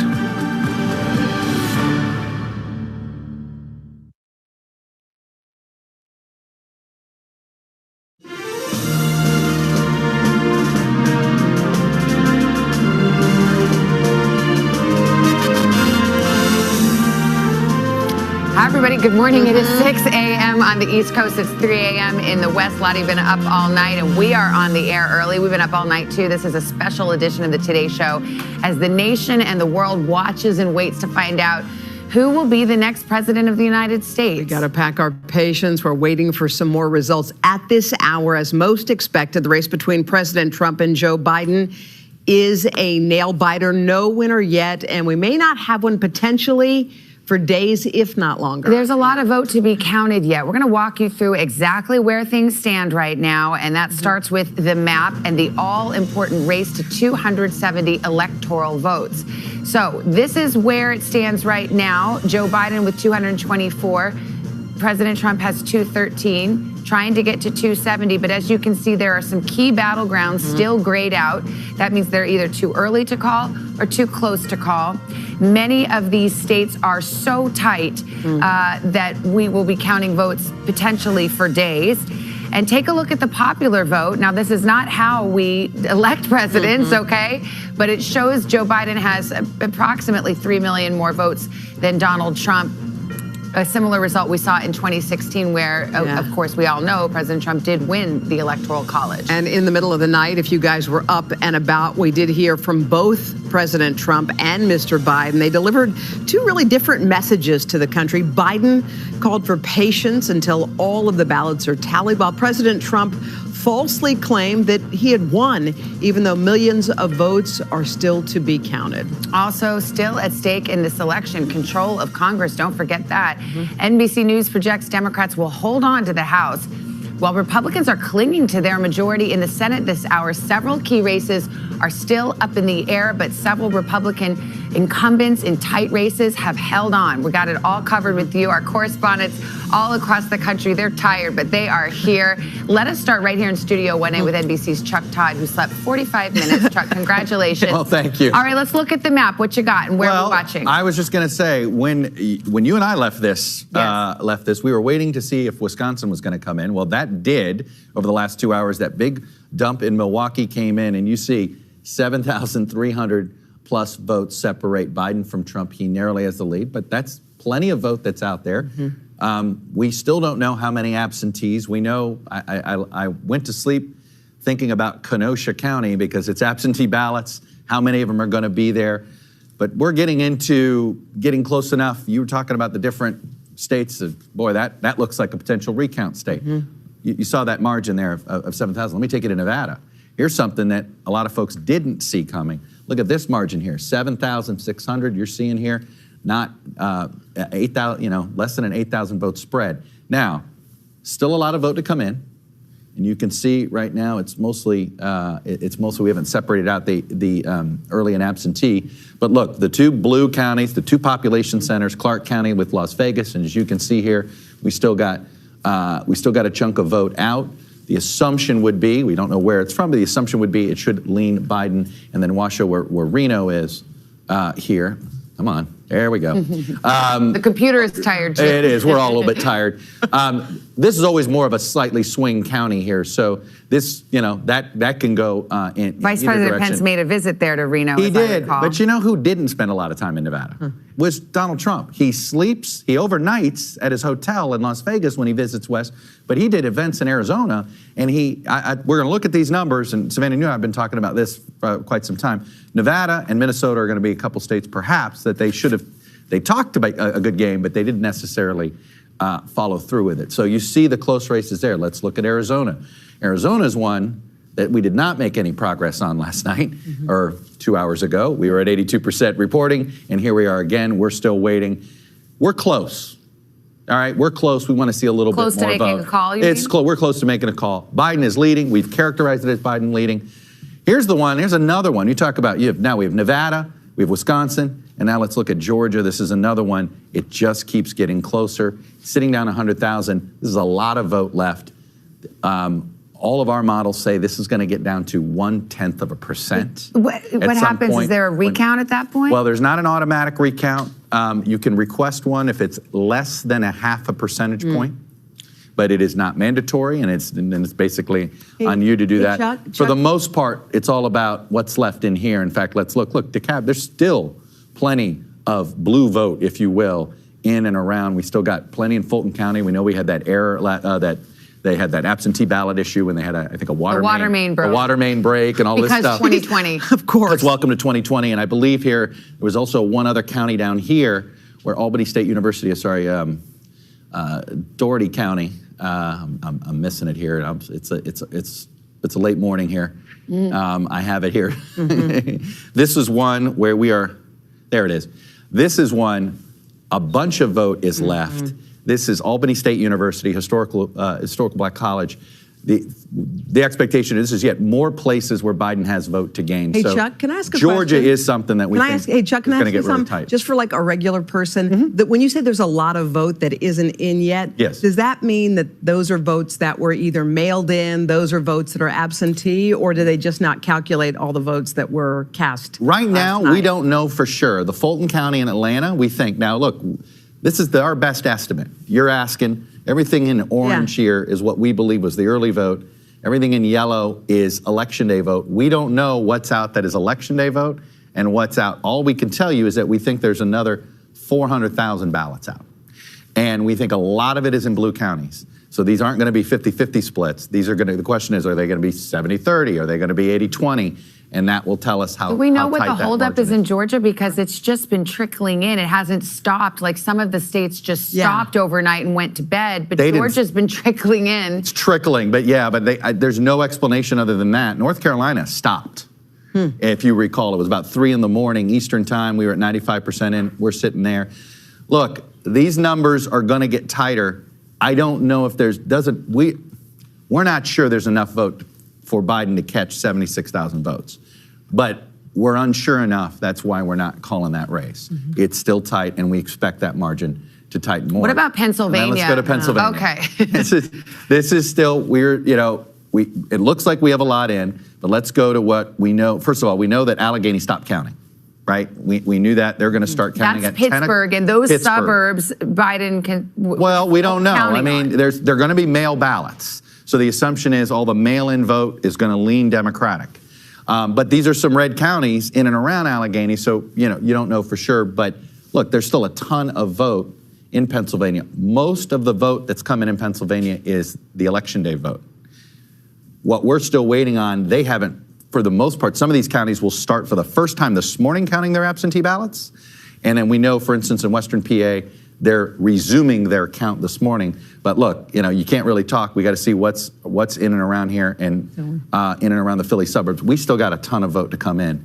And look, we just got over halfway in Philadelphia. So this is going to be a couple of days. You talk to our folks, we think we can get some resolution on Wisconsin, Arizona, and Nevada today. Michigan, uncertain if we're going to get full resolution. We should get some, but we don't know how long that's going to take. Secretary of State told me it was going to be 2 or 3 days before all their ballots would be counted. We look at what we're staring at. Today, we might get resolution in basically half of the remaining states that we have left. Okay. And could that decide it, Chuck, if we get the resolution in those states? Not today. Okay. I don't see us getting to 270 today. I could see us calling 2 or 3 more states today, but I don't see us getting to 270 for anybody today. Okay. All right, Chuck. That sets it up. Here we go. All right, we're going to find out what we're hearing from both campaigns. NBC's Peter Alexander at the White House, where, again, the president, he made a false claim of victory overnight and pledged to mount a legal challenge. What do we know, Peter? Yeah, Hoda, that's right. Chuck just showed you there's still a lot of vote out to be counted to this point. The president, though, last night did something that he said he would not do, falsely and prematurely declaring victory. Of course, the winner of this presidency has not been determined, with millions of those legitimate votes still to be counted in places like Michigan, Wisconsin, Pennsylvania. As you saw, the president made his remarks in front of supporters here at the White House early this morning, just about 4 hours ago, frankly. And he also baselessly claimed that Democrats were trying to steal the election. Take a listen. Millions and millions of people voted for us tonight, and a very sad group of people is trying to disenfranchise that group of people, and we won't stand for it. We will not stand for it. This is a fraud on the American public. This is an embarrassment to our country. We were getting ready to win this election. Frankly, we did win this election.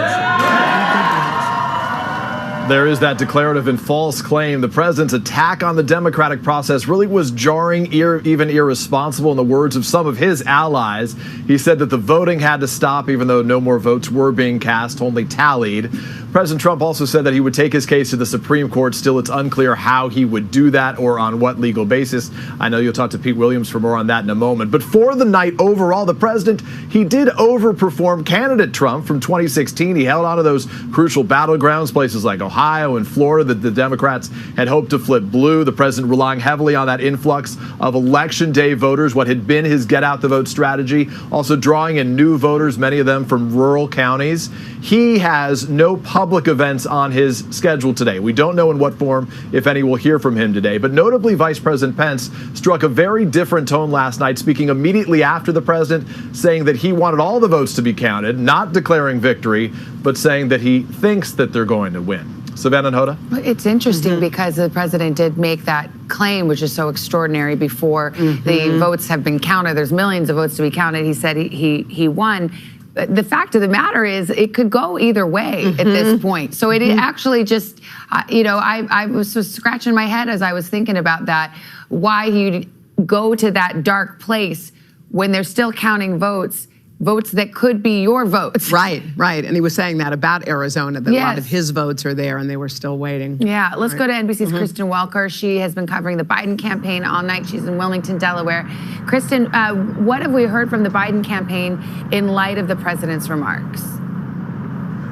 Hi, Savannah and Hoda. Good morning to both of you. Well, we are hearing defiance from the Biden campaign, which responded forcefully overnight to President Trump's comments. And remember, former Vice President Joe Biden addressed his supporters before we heard from President Trump. And I think part of that was aimed at taking control of the narrative and preemptively saying this race is not over until every vote is cast. Here is what the Biden campaign manager said in a statement overnight. I'm going to read you part of what she said, and it echoes what we heard from the vice president. She said, "We repeat what the vice president said tonight. Donald Trump does not decide the outcome of this election. Joe Biden does not decide the outcome of this election. The American people decide the outcome of this election, and the democratic process must and will continue until its conclusion." Biden making similar comments when he addressed the crowd here, and he struck a note of confidence. Take a listen to what he had to say.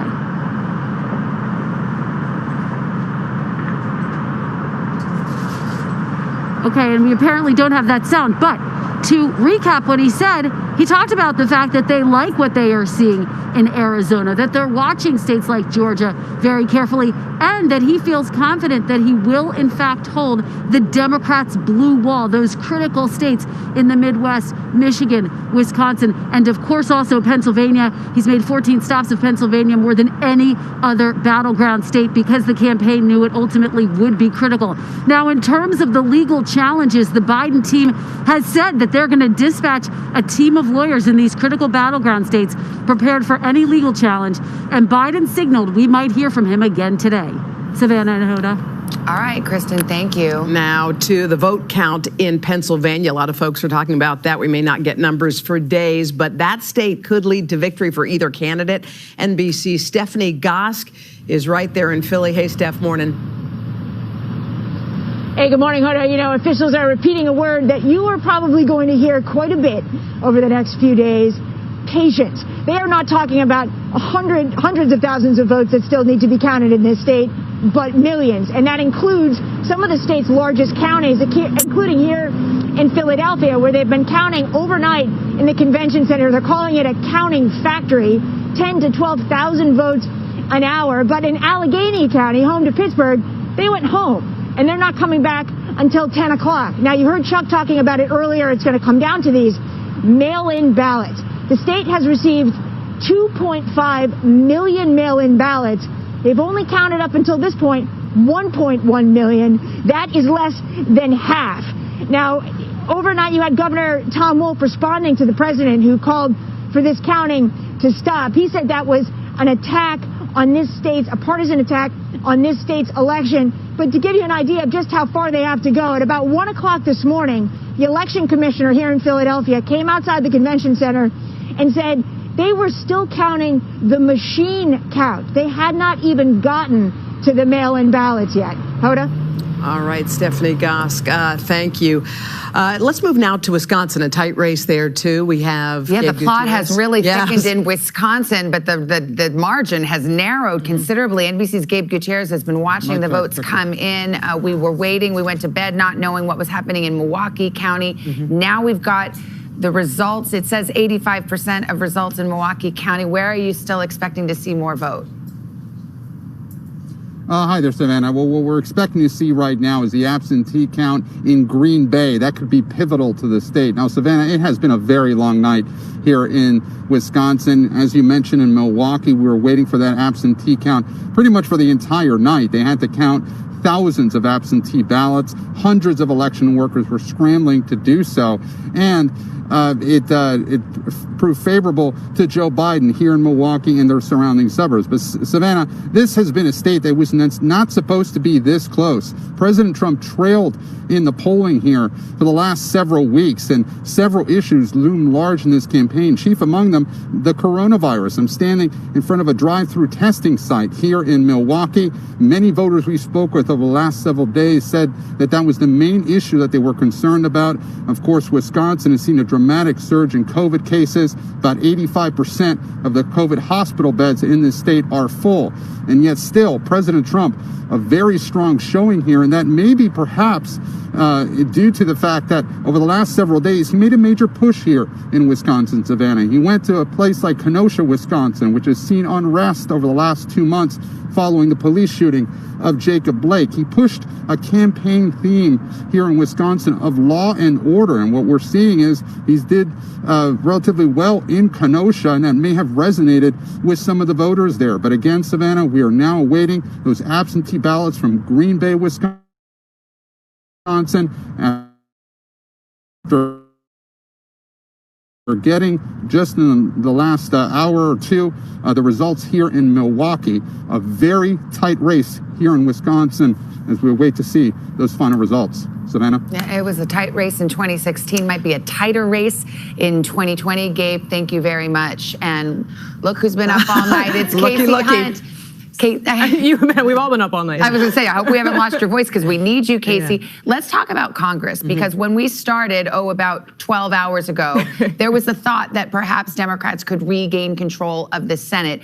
Those hopes have dimmed considerably. Bring us up to date. Yeah, those hopes are all but gone, I would say, Savannah. And Democrats went into last night just so optimistic. Frankly, Nancy Pelosi was talking about working with the Democratic Senate as soon as Joe Biden took back the White House. And now there are so many questions here. And you can really see, especially in the House numbers, just how difficult a night it was for Democrats. We were also expecting, when you and I last spoke, that Democrats might gain as many as 5 to 7 or even more seats in the House of Representatives. Now it's looking like Republicans are going to gain there. And the races that we've talked about, North Carolina likely to go for Tom Tillis. We're still watching Michigan. Possibly a Republican could win there. So the upshot is that even if Joe Biden does win the presidency, it's likely he's going to be dealing with a divided government. And that's going to make it really hard to actually execute any of his priorities. I mean, look, over the next few days, weeks, months, and years, there'll be plenty of scorn for the polls. But it should be said that Republicans that you were talking to also expected a bloodbath last night. They too have found themselves surprised. Their internal polls weren't telling them this story either. Right. I mean, we obviously look at the data that becomes public, but especially today, there are so many outside groups. Every single campaign is out there collecting this data, and they make decisions about how to spend money, where to send their candidate, based on what they know. And everything that we were hearing from all of these groups, all of these campaigns, it was basically all the same. Republicans thought it was going to be a really tough night. Democrats were really excited, and in some ways they were hanging the drapes. And they all, as it turned out, didn't get it quite right. So it wasn't just us. That Lindsey Graham race, too, that seemed like that was case in point. I felt like that got so much press coverage, and that seemed like it was, he had it in a walk. You know that Lindsey Graham thought he was losing. He would go on the airwaves and say, send me money, because the Democratic challenger there was raising money hand over fist. But in the end, he held on, and Chuck, I'll bring you into the conversation. It wasn't even close. Well, and I'm just flashing back. I want to say it was Friday's Washington Post, Casey, where the Republican Senate committee heads basically went public and blistered the president, and essentially laid this entire, there were a lot of angry Senate Republican strategists who are going, look at this map. At the time before the election, like, we're having to defend Kansas. You're making us defend Kansas, and they were all about the president. Now, what did it turn out? The president is the one that dragged some Senate candidates across the finish line. It wasn't the Senate candidates dragging the president. I want to say Texas might be one of the few places, and I think Maine will be as well. Georgia also. Where the Senate candidates ran ahead of. I think it's possible at the end of the day we may see David Perdue in Georgia run a little bit ahead of the president. We're still waiting on final Republican results there. Incumbent. That is the Republican incumbent, yes, and that's the race that we've been watching. He's running against John Ossoff. It's not that jungle primary, but for the most part, Chuck is correct. I mean, the lesson that Republicans are going to learn from what happened last night is that embracing President Trump wholeheartedly is the right thing to do for their own political survival. They were starting to believe that the opposite was true. And, I think you're going to see that dynamic really be very important as we start to grapple with what the president said overnight, where he said, I'm going to take this to the courts. I'm going to take this to the Supreme Court. There are going to be a lot of questions for Republican lawmakers. What are you going to do? What are you going to say if, in fact, the president mounts these challenges. It looks like he's going to lose, and he's refusing to accept that. There's going to be a lot of pressure on them. And the political lesson that they learned last night was don't cross President Trump. Don't walk away. We're about to go to Arizona, but what about Martha McSally? She's one who embraced the president, and so far it doesn't look like she's doing that well. It doesn't, and as Chuck has been breaking down all through the night, Arizona really looks like a place where we did see the suburbs really shift away from President Trump. And Mark Kelly, who is, of course, the husband of Gabby Giffords, and an astronaut, has been running a campaign really more as an independent. Martha McSally has embraced the president, and it seems as though Arizona and those suburbs are going to more firmly reject President Trump than any of the other areas really that we talked about, and that's really affecting that sentiment. By the way, Hoda, we're going through a massive political realignment. I mean, the thing is that the suburban shift was true, but there's the rural shift is still happening too.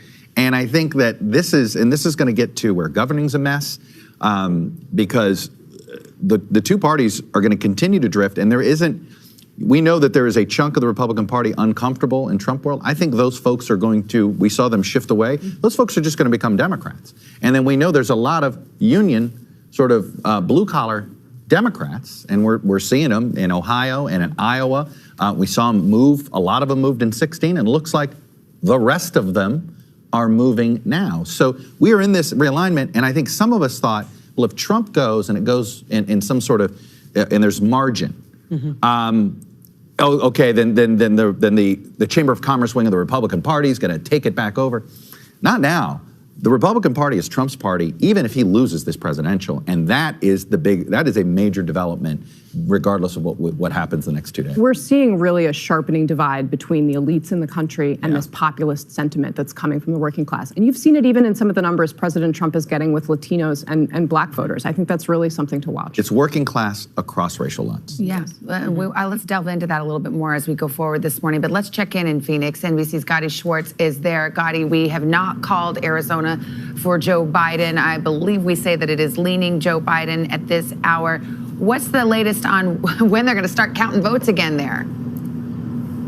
Well, we're hoping very soon here. They're going to be counting votes throughout the day. But it was fascinating to hear the conversation that you guys were just having about the working class across racial lines. And that really is what a lot of what we saw here in Arizona, in particular with the Latino vote. It's not just the Latino vote as this big monolith. It is really the organization of working class progressive Latinos down here on the ground in Arizona that they say made all the difference in this race. We're talking about different unions. We're talking about different organizations that have been organizing since the days of Arpaio. We're talking 14 years since the days of SB 1070. And one of the things that we saw in the exit polling that we did, and one of the things that we've been hearing from the ground is a lot of young Latinos in particular were out, and they came out in force.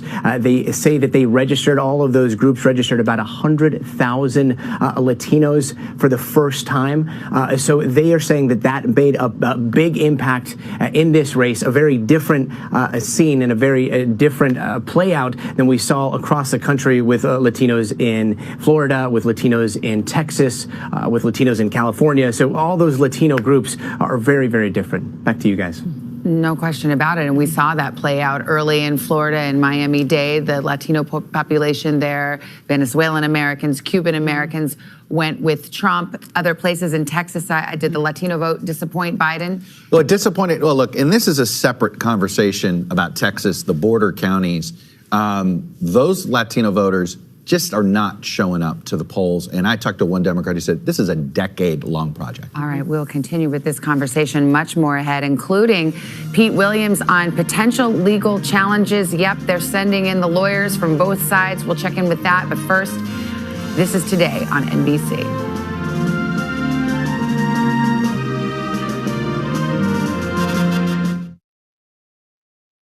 More chaotic than ever.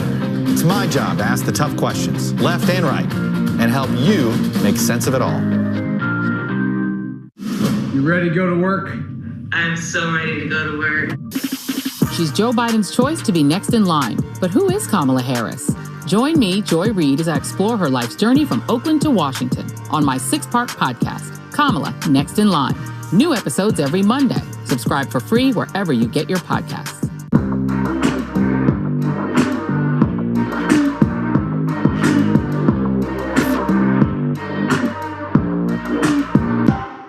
Good morning. Welcome to Today. We're glad to have you with us. This fall, we're right there with you.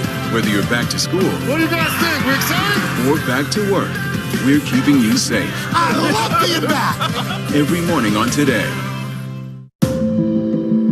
Police murder of unarmed black men has been an American way of death across centuries. After seeing the most comprehensive police reform bill ever introduced in Congress, I've begun to wonder if now is the time. If now is the time the protesters finally win. The Last Word with Lawrence O'Donnell, weeknights at 10 on MSNBC. You ready to go to work? I'm so ready to go to work. She's Joe Biden's choice to be next in line. But who is Kamala Harris? Join me, Joy Reid, as I explore her life's journey from Oakland to Washington on my 6-part podcast, Kamala, Next in Line. New episodes every Monday. Subscribe for free wherever you get your podcasts. A real close-knit group of nurses who pulled together when their boss needed help battling coronavirus. You're not just any patient, you're their friend. These folks saved my life. Thank God that there are people who want to run towards a pandemic as opposed to running away from a pandemic. Introducing the MSNBC Daily, featuring written perspectives by experts you know and trust for a better understanding of the stories that matter most. Check out the MSNBC Daily today at msnbc.com. You're watching NBC News Now. We've got some breaking news. Are people there concerned about what impact this could have on the election? It's news made for your streaming world.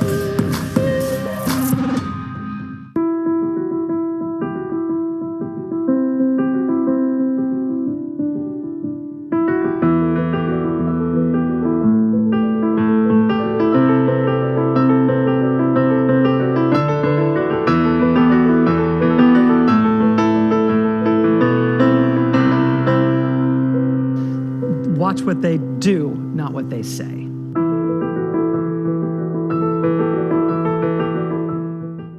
President Trump and Joe Biden hit the trail. At the center of this campaign, coronavirus. The story. The battleground blitz as we enter the final stretch of the 2020 race. From every angle. If you were sitting here talking to Joe Biden and President Trump, what would you want to tell them right now?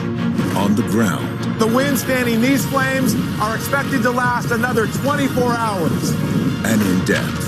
We now have 2 vaccine trials on hold. Should people be concerned? NBC Nightly News with Lester Holt. By mail, early in person, or on election day. Each state has its own set of rules for the way we cast our ballots. Yes, it's a little confusing. That's why we have to figure it out now. Take 15 minutes and plan your vote. ASAP. In some places, the polls are already open. Go! Make sure your voice is heard. Plan your vote. Plan your vote. Plan your vote.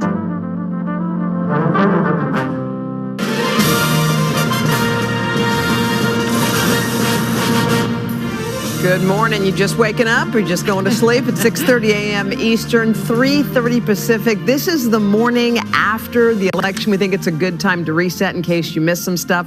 At the bottom of the hour, we have a lot more people with us. Yeah, and we're still counting votes across the country. The biggest headline, it's a still undecided race, and it's anyone's race at this hour. Taking a look at where the electoral votes stack up. NBC News has Joe Biden with 224, 213 for President Trump.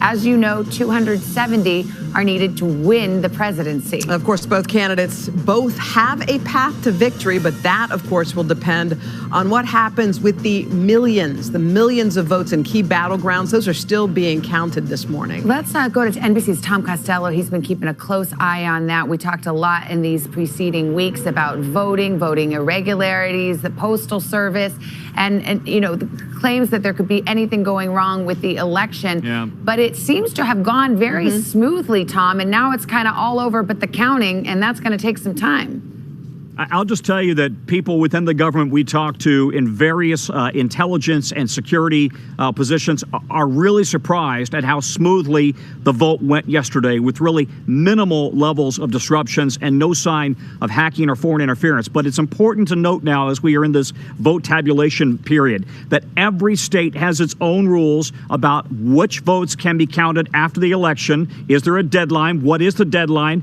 When do you certify? All of that goes state by state. And listen, the bottom line here is that this process is known to drag out for days. In fact, back in 2012, it took 4 days to call up for Obama. In 2016, Michigan was called for President Trump after 2 weeks of counting. So this is a process that does take time. Let's just go through what we know about the individual states that are counting right now. We'll start with Pennsylvania. They paused voting in key counties, as you know, overnight. They started to process absentee ballots on Election Day. Absentee ballots postmarked by Election Day can arrive by Friday, and be counted. Pennsylvania will then count all of them. They have insisted to us over and over again, despite the rhetoric from the president, they will count every vote. And right now, as you know, there are about 2.5 million votes in total on the mail-in absentee votes in Pennsylvania, and about half still need to be counted.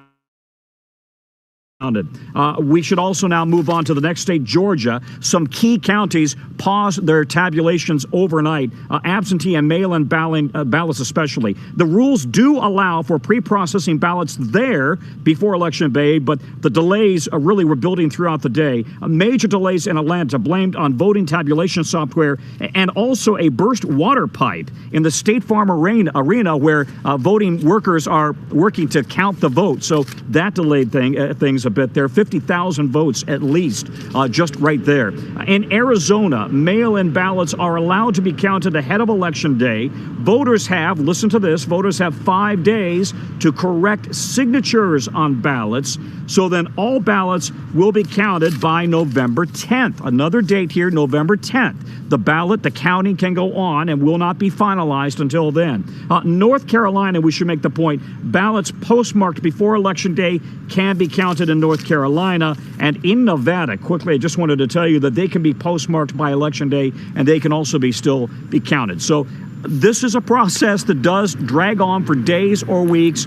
Every state does it differently, and the bottom line is it doesn't matter until you actually are going to the Congress in January and asking Congress to certify your electoral votes. Guys, back to you. All right, Tom, this is that time in the year that we all get familiar with election law, whether we like it or not. It's a razor-thin race. It could be decided by the Supreme Court. The president has already raised the specter of that. Yeah, at like 2:20 in the morning, he did talk about the election being stolen and it being taken to the Supreme Court. Now, I'm the person here who's not a lawyer. You are, and I think Pete knows a lot about law. But what does he mean by taking this to the Supreme Court, Pete? Well, it's already there. There's already one case there. In fact, there are 3 lawsuits already filed in Pennsylvania, all of them having to do with mail ballots, all filed by Republicans. 2 are new, challenging the way that election officials in Montgomery County, which is the state's 3rd largest county, began examining mail ballots before the official pre-canvass began 24 hours ago. The county actually gave voters whose envelopes had an obvious problem a chance to come in and fix it, and the Republicans say they shouldn't have done that. Another challenges the state's decision to let voters cast a provisional ballot if their mail-in ballot was invalid. The Republicans say state law doesn't provide that, but the lawsuit that's still pending in the Supreme Court is over the decision by the state Supreme Court, the Pennsylvania Supreme Court, to extend the mail ballot deadline by 3 days to Friday. Now, there are other lawsuits elsewhere in Nevada. The Republicans are challenging the way the state uses automation to see if the signatures on the mail ballots match what's on file. The lawsuit says that task has to be performed by people and not machines. So if the vote margins are razor thin in these states, we can expect the legal teams to fight this out ballot by ballot virtually, with lawyers for the candidate who's behind trying to get as many votes thrown out as possible from the leader. And if there is a Bush v. Gore type case this time in the Supreme Court, this is what the big issue will be. In the states where the election rules were changed, are those changes improper unless the changes were ordered by the state legislature, not by election officials or the courts? It does seem that at least 3, possibly 4 members of the Supreme Court have said that is how it should work, and we have yet to hear from Justice Amy Coney Barrett on that question, Hoda. Gets complicated though, Pete, because only, I think you said earlier, 16 states have that law, so it's a kind of a question mark in those other states, and the court may have to come in and resolve it. Well, it's a constitutional question, because the Constitution says that legislatures choose how states choose their electors. So does that mean that only legislatures can change the rules, or does that mean something else? And the Supreme Court has never really ruled on that issue. Well, we have a 6-3 conservative majority now with some originalists on there, so we'll see what happens if it comes to that. We want to focus in on Nevada. MSNBC political analyst John Ralston, editor of the Nevada Independent and Nevada guru, joins us now. Now, John, we saw you a little earlier this evening, and the Clark County, Las Vegas votes had just come in, and it was looking good for Joe Biden. Chuck took 45 minutes of a nap, and when he came to, Nevada was a great deal closer. You have crunched the numbers. We revere you, John. What do you think is going on in Nevada right now? No pressure, right, Savannah? Nothing. Yeah, don't blow this, Ralston. I wish I could have taken a nap. God, the Chuck Todd, he is an old man. Listen, it is difficult to tell exactly what is going to happen from here. Let me tell you what we know. Joe Biden has about a 7,500 vote lead now in Nevada. After those first Clark County numbers came in, a whole bunch of rural numbers came in, and then today's vote in Clark County came in where the Republicans did pretty well. The problem that Donald Trump has going forward from here, though, is that there are tens of thousands of ballots left. There may be more than 100,000 ballots. I'm going to find out more tomorrow, today, whatever the day is. And those are mail ballots. And the Democrats in Clark County have performed better than the Republicans by a 2-to-1 margin. So it's highly unlikely. Are they Clark County, Las Vegas mail ballots? Is that what you just said? That's the right question. Most of them are Clark County, Las Vegas mail ballots. There may be as many as 70,000. Even the Secretary of State's office just a little while ago wasn't quite sure. There are some mail ballots left in Washoe County, which, as Chuck knows, is the swing county in Nevada, and that Trump really badly needed to do well in, but Biden was ahead there earlier and probably is going to keep that lead. And there may be a few mail ballots left in rural Nevada, but there are not enough votes out there in the rural counties to save him if those Clark County ballots follow the same pattern, which I believe they probably will. And I've also heard, by the way, that some Trump officials essentially concede that, and that they knew the game they played here and elsewhere is that they wanted to declare victory tonight, be ahead tonight, because they know that those mail ballots are going to hurt them, which is why they went to court. And then Pete Williams mentioned one of the lawsuits 3 different times in the last week to try to block the counting of those mail ballots. And they failed all 3 times. Hey, John, one of the things that we keep talking about here when we watched, I mean, I saw Donald Trump overnights quite a bit in Las Vegas, but even this most recent swing out west, he overnighted, did something at the hotel, and then went back to campaign in Arizona. Did he have a good enough Nevada campaign, and had he had a better one? Do you think he might have been able to shock you a little bit? Well, listen, I'm not shocked, but I am pretty surprised that it's as close as it is, considering that the Democrats had banked so many votes. Now, Chuck, you know that it was a different kind of election in Nevada. They changed the law in a special session. The Democrats control all the levers of power in Carson City here, and they mandated the mail election, which is what upset all these Republicans. But considering all of that, they did a pretty good job of voter contact, getting volunteers out there better than they have in the past. But Chuck, you know this is a very tough tough state for a Republican to win statewide because the Democratic machine is so powerful in getting a registration lead and then turning out those voters. All right, John, I got to cut it there. We're getting into Meet the Press territory here. This is the Today Show. He's about to do hashtag We Matter. I know, anyway, I know. Just tell me real quick, John. I thought I read a wire that said Nevada officials decided not to count any more votes until Thursday morning, which is tomorrow. Is that right? That's not quite right, although I painfully read the date November 5th, just as you did. They're going to spend all day tomorrow counting. They don't plan to post any results, though, until November 5th. And so after I take a Chuck Todd-like nap, I'm going to call them and hector them that they should please posting numbers. Well, the wind will be at your back, John. They're going to count today, but maybe not release till Thursday. We'll see. All right, we're relieved. We were a little nervous. They weren't even going to count today. I know. We'd like a day off, We're going to too. see how much juice Ralston really has in Nevada. Thank you very much. We are joined now by NBC senior national correspondent Kate Snow and our NBC political analyst, former Democratic Senator Claire McCaskill, Rich Lowry, editor of National Review. Good morning, all. So it seems, Kate, and you have spent a lot of time in this upper Midwest, industrial Midwest, Pennsylvania, Ohio. Yeah. That's feeling like that's where the story's going to be again. It is feeling like where it's going to be. And I have to tell you, I've been in areas like Eastern Ohio, where President Trump was strong in 2016, and we were wondering when we were there, would he be strong again? We went to Lordstown, Ohio, which is in Trumbull County, Eastern Ohio, near the Pennsylvania border. And the thing that's interesting there, Lordstown, if you remember the story about GM, and they closed down the GM Lordstown plant, it was a big story last year, 2019, that plant went away. All those jobs went away. So for voters there, a lot of it was about jobs, and not just the GM plant going away, but new jobs coming in. So Lordstown Motors bought that factory and is now about to produce an electric pickup truck, which doesn't even exist in this country yet. So there's some more jobs, not as many as there once were, but some more. So we found this real split. I talked to the mayor, and I want to play you some sound of the mayor talking about why he was very much for President Trump and felt like a lot of voters there that President Trump had done a lot to bring back more jobs.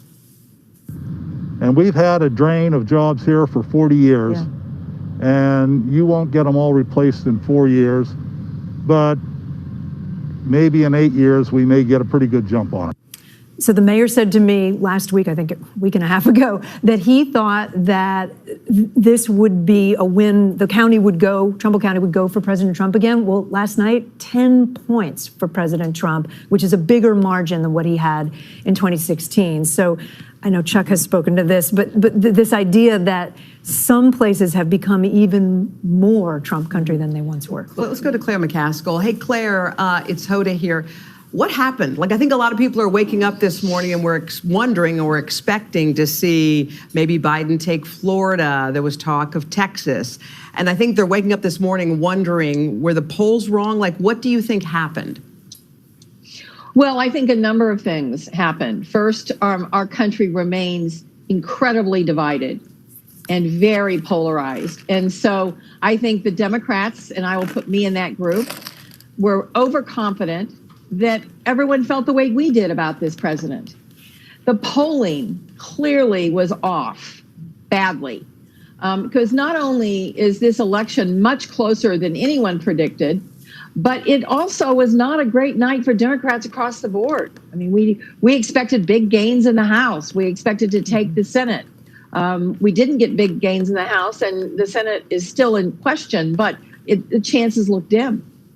Well, what do you say about that, Claire? Because, I mean, honestly, I think a lot of folks sitting at home saying, hey, all I've been seeing are these polls that show Democrats ahead. It was going to be a big night for Democrats. Frankly, as I was discussing with Casey, Republicans thought that too. Yeah. So, you know, from the Democrats' perspective, what went wrong? Well, I have to believe this has to do with the American people, a large swath of them, more than I ever realized, accept this guy's behavior. They've gotten comfortable with the, I call it the outrage fatigue, him breaking norms, campaigning in the White House, lying a lot. And they've looked past all that, and he has convinced them, right or wrong, he's convinced them that somehow he's going to be the one that protects their income, the economy, the creation of jobs. And I think that's what won the day yesterday. And his behavior, which we all thought was disqualifying for the president of the greatest country on the earth, but evidently not so much. Now, I still believe he's not going to be president for another 4 years. I still believe that we will win this election, but this only was a wake-up call. Rich, let me ask you, because you wrote a really interesting article in the National Review, I guess about a week ago, and you said if Trump wins, if he's able to prevail, it will be because Americans have just basically said it was the only way they could rebel against what you call, and you are a conservative writer, this kind of left elite culture, that it would be about the culture above all other issues. Is that how you're seeing it still? Yeah, I think that has to be a huge element of it. You know, a key theory of Trump and his team was that there's a silent majority out there. Now, it's not a silent majority literally, but it's a silent plurality that might be enough to get him to 270 again. And it's folks that some of them were ducking and covering, they weren't talking to pollsters, and they were deeply uncomfortable with things that were happening in the country all year long, from the disorder to the cancellations. And they were there again for this president and for the GOP more broadly. There was a Republican surge across the board in the United States of America that was missed by most of the polls and that was missed by the pundits. And just to think again, we've basically, I don't know whether Trump's going to win, but we've experienced a kind of 2016 once again, which everyone thought would have been impossible. And we even had the equivalent of the Access Hollywood tape, which in 2016 seemed something that Trump couldn't possibly recover from. The equivalent of that this time around was him getting COVID, where his polls tanked, Republicans around the country, their numbers tanked. It wasn't just the public polls and the media polls, it was internal Republican polls showed everyone taking a dive. And amazingly enough, the president recovered, and a big element of it, and I think this is something Democrats have to think about, Joe Biden, I think, was overly passive. And this wouldn't have happened if Trump hadn't been so active, if he hadn't had those big rallies, and if he hadn't especially invested so much in a traditional get-out-the-vote operation. Biden was investing in TV, the Trump team was investing in door-knocking, in phone calls, in turning their voters out, and they did it in an extraordinary way. Well, Rich, I appreciate that you're always a straight shooter. I wonder what you thought of the president's comments last night, because look, as we've just been discussing, this is a very lively, still going presidential race. There's no need for anyone to declare victory yet. The president may just win it fair and square. What did you think about him coming out and saying, oh, it's been stolen from me, I already won it, I'm gonna sue? Did that seem unnecessary? Yeah, unnecessary. One, it's the kind of thing you do when you're losing, and I don't think they believe that they're losing, and it was just irresponsible for a president of the United States. Obviously, all I had to say is, look, we shocked the world, we think we're on the right path, and I'm gonna vigorously protect my interest in the courts if it comes to that. And I think you saw, Savannah, the discomfort of some folks around Trump with this tack through the fact that Mike Pence, when he stepped up to the podium right after the president, he didn't say, oh, we won, guys, you know. He said we're on the path to victory, which is the more conventional way to put it. And it would have been better if the president said that as well. Hey, Rich, when you look at our map that we have up right now, we've got Biden with 224 electoral votes. We've got Trump with 213. What are your people saying? Like, what states do you think Trump is going to take, and do you think he can take this whole thing? Well, it just is a mix and match game at this point. And you know, if Trump wins Arizona and Georgia, then he just needs one of the blue walls. If he loses one of those, he needs two. Loses both, he needs three, and/or Nevada, which is another piece of the puzzle. So he's close, but it's probably going to take a couple days to figure this out, as everyone's noted. Stand by there. Chuck, I had a question because I was thinking about the 2016 polls being way off, the 2020 polls appearing to be way off.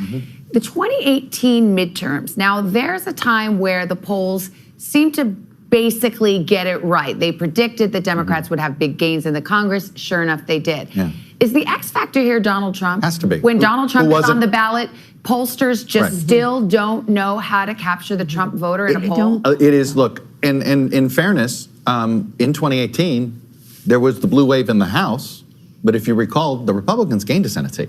Now, it was a terrible Senate map for Democrats. It was a really, it was sort of a red-leaning Senate map, certainly for Republicans, but that's an important point. And the fact is, the polls did miss. I mean, ask Claire McCaskill.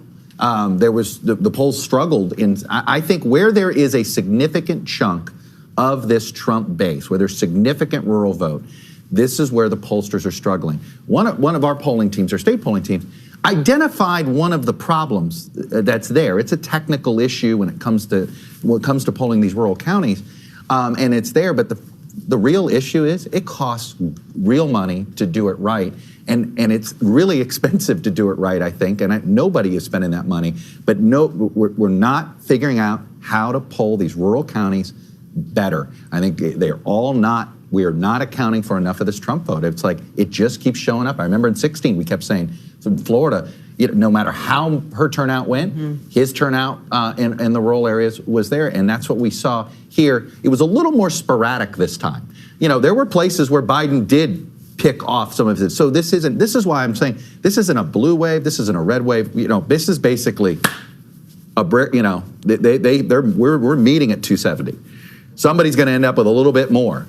But this is, in the Electoral College is concerned, and look at the popular vote. And it's going to end up being maybe 3.5 points. It's not going to be 10. It was all calm and quiet at the polling places. I was thinking, and I woke up this morning, and everyone was wondering because things are boarded up. It's calm and quiet. And Claire, I guess I was just wondering, how are you guys conveying to people? This is going to be a long slog for people. And the one thing we all need, all of us need, is to be calm and to wait until these votes are counted. Is there a way that you guys are communicating with people?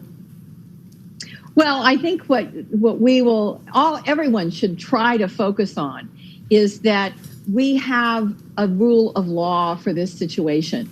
Now, obviously, the president doesn't have the same kind of view of the law as our country typically has embraced, but the law is there. The courts will make decisions if, in fact, this comes down to legal battles. Lawyers will argue. The Supreme Court will ultimately decide. And I just hope people have patience in the institutions that America has always been proud of, even if Donald Trump doesn't necessarily respect them. Senator McCaskill, when you look at this map this morning, and I'm giving you the 6 a.m. truth serum, what is giving you pause? What's worrying you this morning about the results that are coming in? Well, I think obviously we're worried about Pennsylvania because the margin there is difficult in terms of all the votes. There's millions of votes to be counted still, no question. I actually feel very comfortable about both Nevada and Arizona. I feel very comfortable about Wisconsin and Michigan. The question is, what happens with the remaining three? And but I actually believe that there will be some states that there'll be legal skirmishes because I think it's going to be that close. Well, I mean, I don't have the map memorized like my friend Chuck does, but Rich, I believe if Biden could hold on to Wisconsin and Michigan, pick up Arizona, and we've already projected that he's going to pick up that single-digit electoral vote in Nebraska, that would get him, I think, to 270 on the dot, negating Pennsylvania, Georgia, and North Carolina.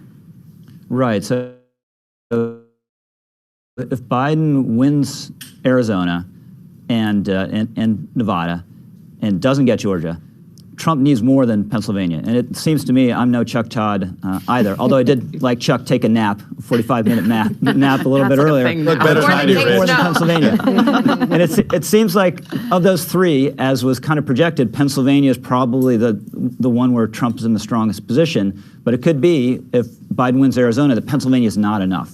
And it'll be really close, and he would need Michigan to get to 270 and that, or Wisconsin. We need one more, not just Pennsylvania.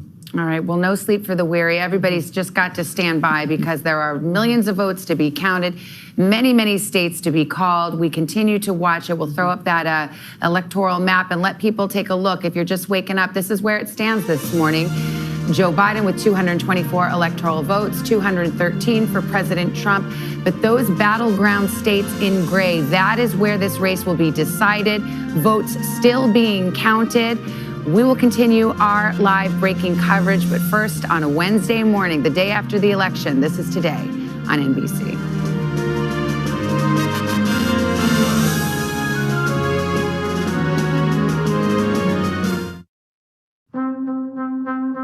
By mail, Early in person, or on Election Day. Each state has its own set of rules for the way we cast our ballots. yes, it's a little confusing. That's why we have to figure it out now. Take 15 minutes and plan your vote. ASAP. In some places, the polls are already open. Go! Make sure your voice is heard. Plan your vote. Plan your vote. Plan your vote.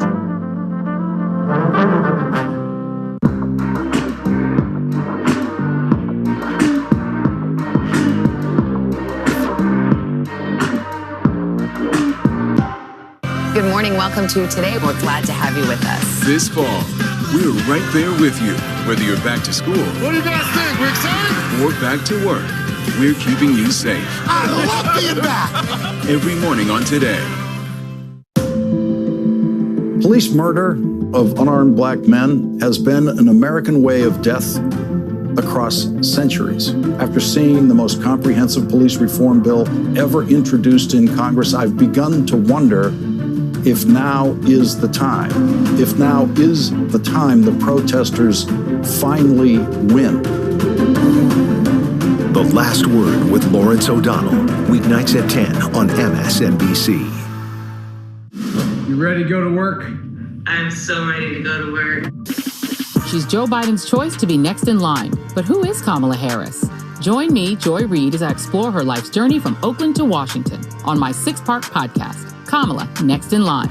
New episodes every Monday. Subscribe for free wherever you get your podcasts. A real close-knit group of nurses who pulled together when their boss needed help battling coronavirus. You're not just any patient, you're their friend. These folks saved my life. Thank God that there are people who want to run towards a pandemic as opposed to running away from a pandemic. Introducing the MSNBC Daily, featuring written perspectives by experts you know and trust for a better understanding of the stories that matter most. Check out the MSNBC Daily today at msnbc.com. You're watching NBC News Now. We've got some breaking news. Are people there concerned about what impact this could have on the election? It's news made for your streaming world.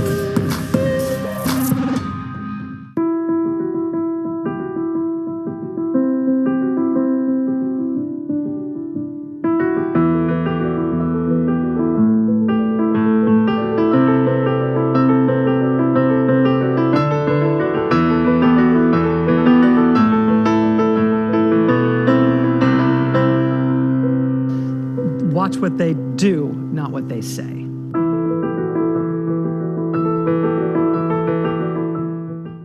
President Trump and Joe Biden hit the trail. At the center of this campaign, coronavirus. The story. The battleground blitz as we enter the final stretch of the 2020 race. From every angle. If you were sitting here talking to Joe Biden and President Trump, what would you want to tell them right now? On the ground. The winds fanning these flames are expected to last another 24 hours. And in depth. We now have 2 vaccine trials on hold. Should people be concerned? NBC Nightly News with Lester Holt.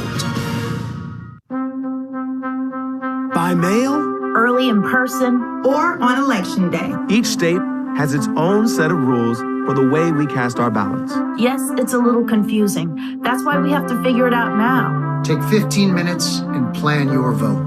ASAP. In some places, the polls are already open. Go! Make sure your voice is heard. Plan your vote. Plan your vote. Plan your vote. Good morning. No decision 2020. The presidential race still up for grabs with millions of votes being counted in crucial battleground states. Overnight, Joe Biden expressing confidence but urging patience. We feel good about where we are. We really do. The president falsely claiming victory and threatening a fight all the way to the Supreme Court. This is a major fraud in our nation. As far as I'm concerned, we already have one. This morning, we'll take you to the states still counting votes that will decide the presidency, the potential path to victory for both candidates at this hour, and reaction from across America and around the world as we wait to see what happens next. Today, Wednesday, November 4th, 2020. From NBC News, this is a special edition of Today with Savannah Guthrie and Hoda Kotb, live from Studio 1A in Rockefeller Plaza. Hi, everybody. Good morning. Welcome to this special edition of Today. We are glad you're with us on Wednesday morning, and we really never left. We've been on the air all night. Lots of news to cover. Yeah, I do think a lot of folks at home, too, are up all night, so good morning to you. It is a day that, quite frankly, it comes with something we're not exactly used to in the wake of a presidential election, and this morning we have it, a lot of uncertainty. And a lot of votes still to be counted, millions of them. Yeah, we're doing our best to walk you through all of this morning. We're going to take you through everything you need to know, and we're going to do it slowly. We're going to do it one step at a time. We are still all in this together. So let's start with the Electoral College map, and here's the count at this hour. According to NBC News, the electoral count is as follows: 224 for Biden, 213 for the president. They're trying to reach 270. That's the magic number. Now, 9 states this morning are either too close to call or too early to call. Not enough vote being counted yet. 7 of them are the battlegrounds that we've been focused on for weeks. You know them by heart now: Pennsylvania, Michigan, Wisconsin, North Carolina, Georgia, Nevada, and Arizona. These are tight races. Yeah, those are the ones we see in gray. There's also the battle for control of Congress to consider. NBC News projects Democrats, though, have held on to the House and actually expanded their majority. And in the Senate, Republicans are clinging to the majority, but several races still undecided. Yeah, disappointing night for Democrats in the Senate, who were hoping to have a big moment. We've got complete coverage, and of course, NBC's Chuck Todd is with us. He'll break down the numbers and be over at the magic wall in a moment. Let us get started with NBC's Peter Alexander at the White House. Peter, good morning. It was about 2:30 in the morning when we heard from the president last night. Yeah, that's right. Less than 5 hours ago that he finally delivered his remarks, and he did something that he said he would not do, falsely and prematurely declaring victory. Of course, the winner of the presidency has not been determined, with several states still counting votes, as you just noted. Still, the president did defy expectations. President Trump overperforming candidate Trump from 2016, holding on to crucial battlegrounds like Ohio and Florida that the Democrats had hoped to flip blue. With the presidential race down to the wire, President Trump at the White House overnight, surrounded by hundreds of supporters falsely claiming victory. Frankly, we did win this election. With millions of legitimate votes still to be counted, the president making a baseless claim, accusing Democrats of trying to steal the election. Millions and millions of people voted for us tonight, and a very sad group of people is trying to disenfranchise that group of people, and we won't stand for it. This is a fraud on the American public. This is an embarrassment to our country. Repeating his earlier claim on Twitter, "We are up big, but they are trying to steal the election. We will never let them do it. Votes cannot be cast after the polls are closed." Twitter quickly flagging that as disputed and possibly misleading. While the president correctly tweeted votes cannot be cast after the polls close, it is legal and within voting procedures to keep counting them after the polls close. The president also claiming that his early leads in some battleground states are insurmountable, despite hundreds of thousands of legitimate ballots still outstanding. With 64% of the vote in, it's going to be almost impossible to catch. President Trump is overperforming candidate Trump from 2016, holding on to key swing states like Ohio and Florida that Democrats had hoped to flip. We won states that we weren't expected to win. Florida, we didn't win it. We won it by a lot. The president relying heavily on an influx of election day voters, part of his get out the vote strategy, and drawing new voters sympathetic to his message, many of them from rural counties. Among the president's biggest gains with Latinos, especially Cuban Americans in South Florida. Evidence his attacks on Joe Biden as socialist resonated. As for the president falsely declaring victory, that attack on the democratic process really was jarring, even irresponsible, and that's in the words of some of the president's allies. President Trump saying that he would take his case to the Supreme Court, but it's still unclear how he would do that or on what legal basis. What was notable last night, Hoda and Savannah, is the Vice President, Mike Pence. He struck a very different tone last evening, speaking immediately after the president, saying he wanted all the votes to be counted, not declaring victory, but simply saying he thinks they're on the path to victory. Back to you. Yeah, it's we've been remarking on it. It's interesting because right now it's anyone's race to have. It's very, very close. The president might win. Joe Biden might win. So, talking about lawsuits and all that seems a little bit premature. It sure does. We're going to move over to the Biden camp. Now we got NBC's Kristen Welker covering it for us. She's in Wilmington, Delaware. Hey, Kristen. Hey, Hoda and Savannah, good morning to both of you. Well, the Biden campaign is striking a defiant note this morning after those remarks by President Trump. The campaign manager releasing a statement overnight that really echoed something that we heard from the vice president. Let me read you part of that statement. It says, "We repeat what the vice president said. Donald Trump does not decide the outcome of this election. Joe Biden does not decide the outcome of this election. And the democratic process must and will continue until its conclusion." Now, Biden, for his part, made very similar comments. He sounding very confident that ultimately he will prevail.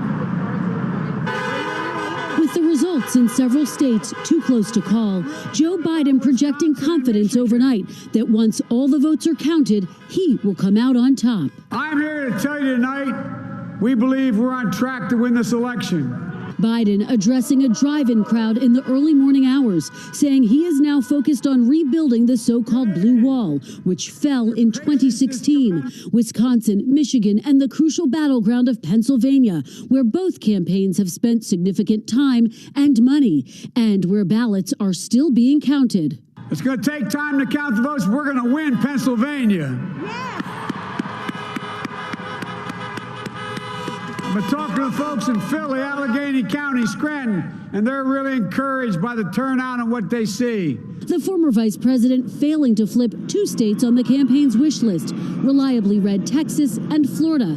That's despite multiple visits to the Sunshine State by Biden and his former boss, Barack Obama. I need you to cast your ballots. Exit polls show Biden underperformed in a key voting group, Latinos, including the large Cuban-American population of Miami-Dade County. But Biden remaining emboldened with a strong showing in Arizona, a state that helped send President Trump to the White House 4 years ago. Still too early to call. Biden also closely watching an unexpected battleground, Georgia, which hasn't voted for a Democrat in a presidential election since 1992. We're still in the game in Georgia, although that's not one we expected. Biden trying to set the narrative by addressing the country before President Trump and telling his supporters the election is not over until the final vote is counted. As I've said all along, it's not my place or Donald Trump's place to declare who's won this election. That's the decision of the American people. But I'm optimistic about this outcome. Now, Biden has signaled we will likely hear from him again today, but no details yet on when or where that may happen. Meanwhile, the campaign has said it has been prepared for legal challenges for quite some time and says it's ready to deploy a team of lawyers when and if that may be necessary. Hoda and Savannah. All right, Kristen Welker for us there in Delaware. Kristen, thank you. Whenever you're talking about the lawyers and deploying lawyers on both sides, Chuck, you know we've reached that moment that we were hoping to not reach. By the way, Casey Hunt also joining us to talk about what's happening on the Hill. So take us through the map, because a lot of folks maybe just let's catch up. That's exactly. Wisconsin is something in the last 3 hours. We got some vote out in Milwaukee, and you can see here some vote is trickling in. Even in the last 45 minutes, Joe Biden's lead is gone from about 7,500 votes to 11,000. So he's really blowing the doors off here right now. And look, it's the assumption is, and I say assumption is not a guess, most of what's being counted is stuff that was vote by mail.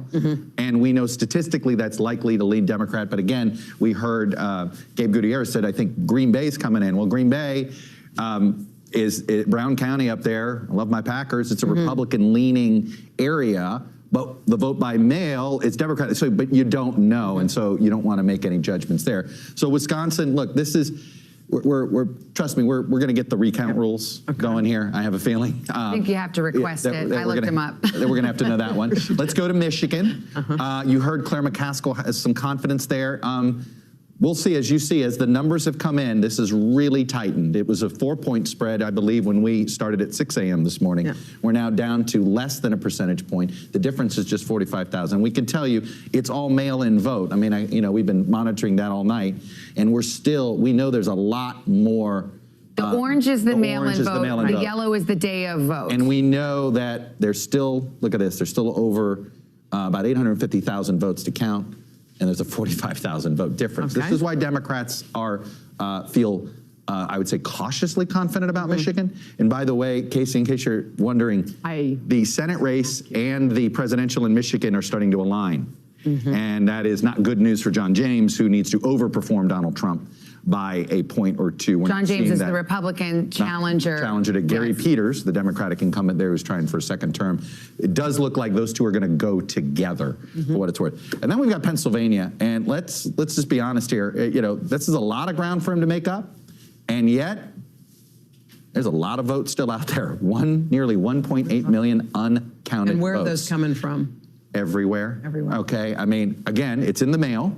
So we know, due to all the great polling that we all trust these days, we know, but we're pretty confident that there is a Dem lean to the mail-in ballots. We don't know by how much. It could be by a great deal. We know that we know Allegheny County stopped counting. They won't start till 10 o'clock this morning. Pennsylvania is something, votes going to trickle in all day long. This maybe we're all going to get comfortable getting to know Pennsylvania a little bit.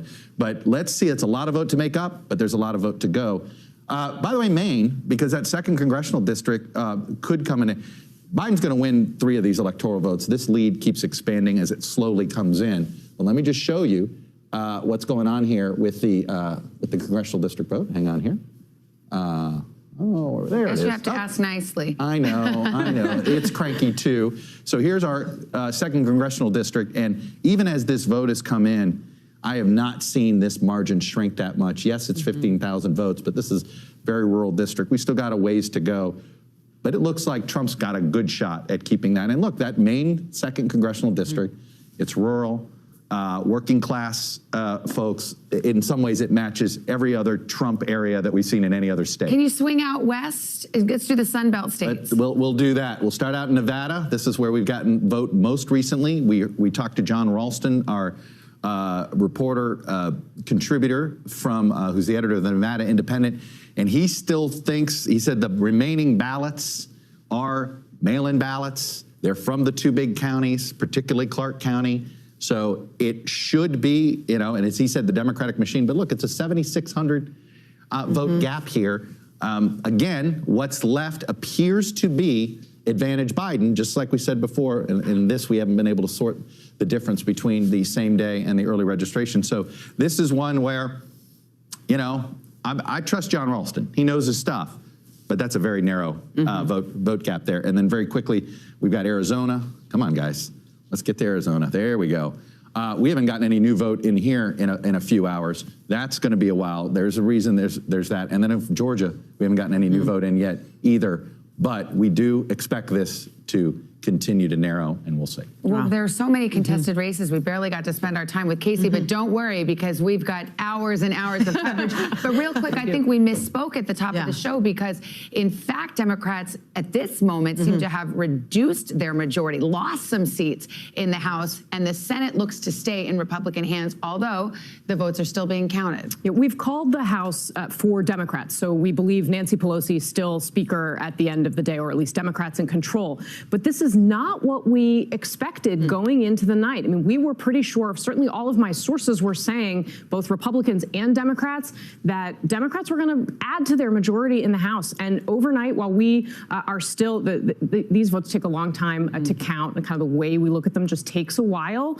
So we're not going to know how many seats, but all of my sources are now saying they think Republicans are going to pick up a couple of seats. And very quickly, Savannah, one thing I'm watching, Chuck was going through Pennsylvania, we're going to learn a lot about it. I grew up in Chester County, County, which is outside. It's a Philadelphia suburb that's really switched from red to blue over the last decade or so. We are expecting potentially to get a big batch of votes. My sources are telling me there, maybe around 7:30, 8 o'clock this morning. That's a place where if you see a very strong Biden margin, he really needs it to be very strong in the suburbs to actually have a hope of ending up winning Pennsylvania. Because there's a wide margin right now. At the moment, the president ahead, but there are a lot of mail-in votes to count in Pennsylvania. Thanks, Stacey. Chuck, stick around. We got a lot more ahead. What's the situation in those key swing states that are still up for grabs? We're going to have more on all of that. We're going to speak to, take you to 3 of them live. But first, these messages.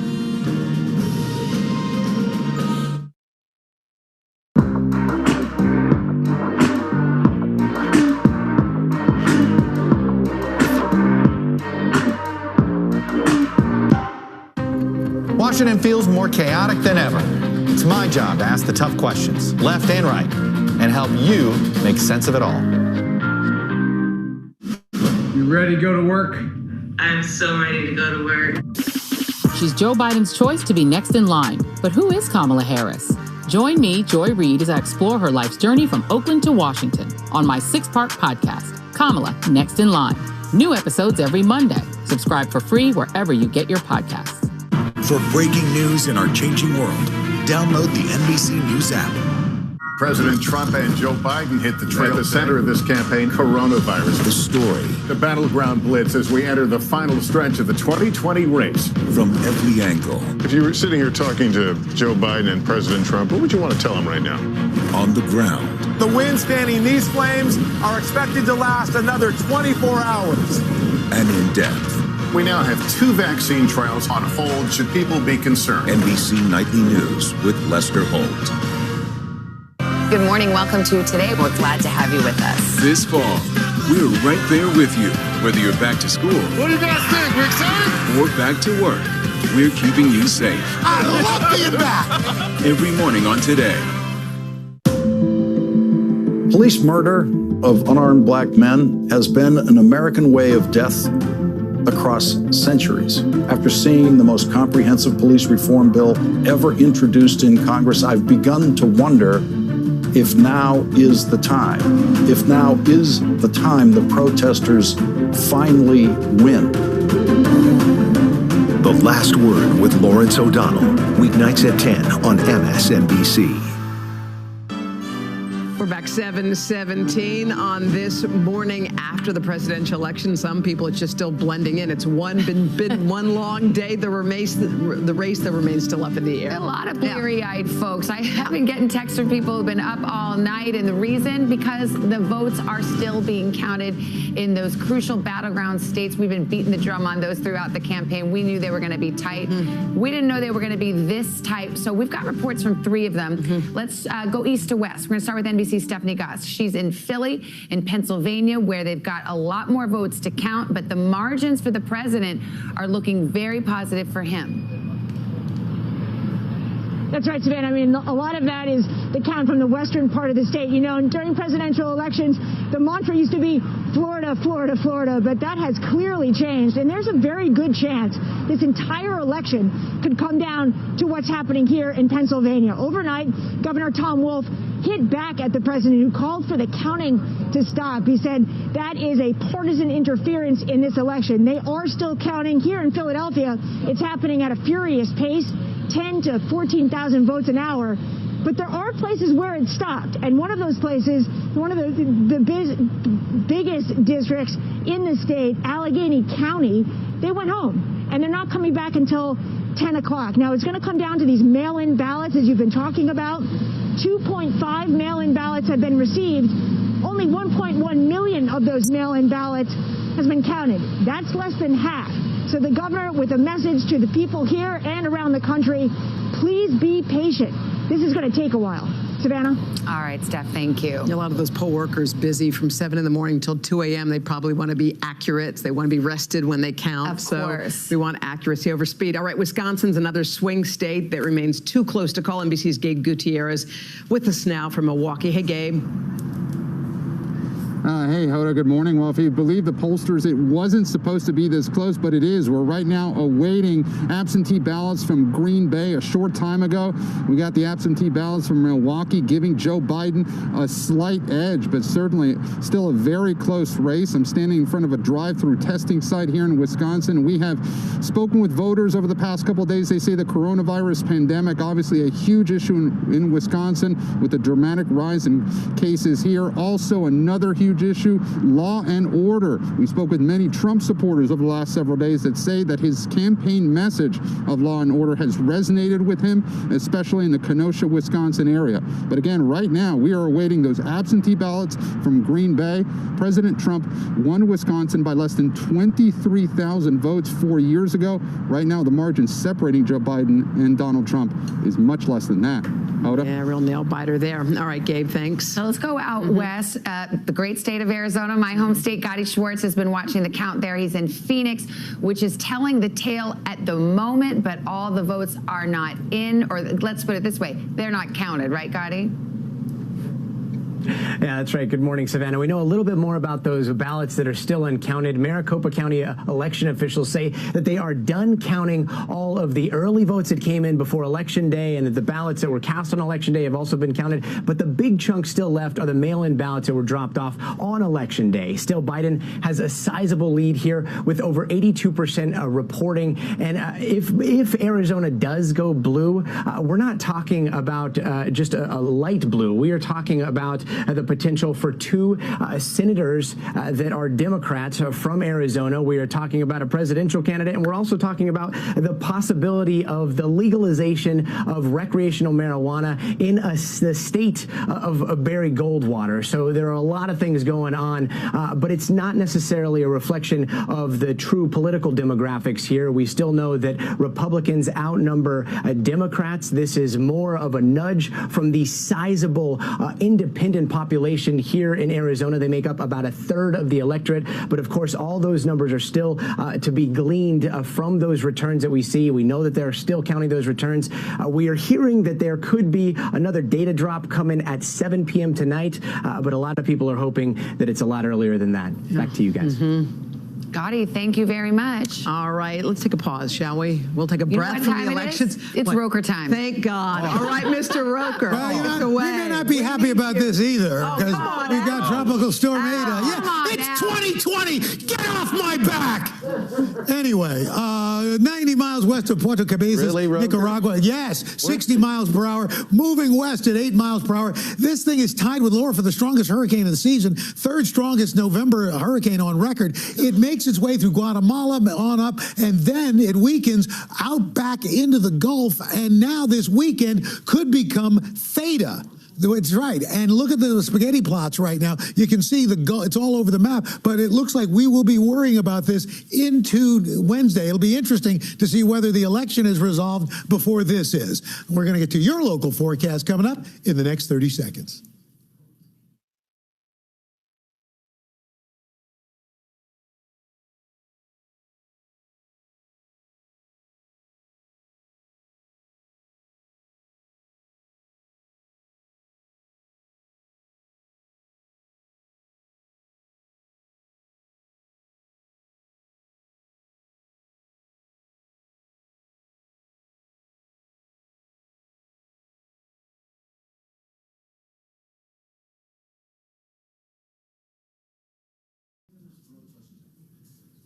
And that is your latest weather. Feeling very good. Got a little love about the pocket watch from Chuck Todd there. Chuck Todd is admiring it's it. Stylish. Come on, I mean, I want some of I'm Al's just trying to be energy wake. myself. Yes. I could really use a little Of bit course, of that. you guys were up all night. I got a good night's sleep. All right, guys, so a lot of people are waking up. It is 7:24, and all they want to know is, when are we going to know who the next president of the United States is? Will it happen today? Will it happen tomorrow? Will it take... I'm very skeptical it's going to happen today. Okay. If you just look at certain vote counts.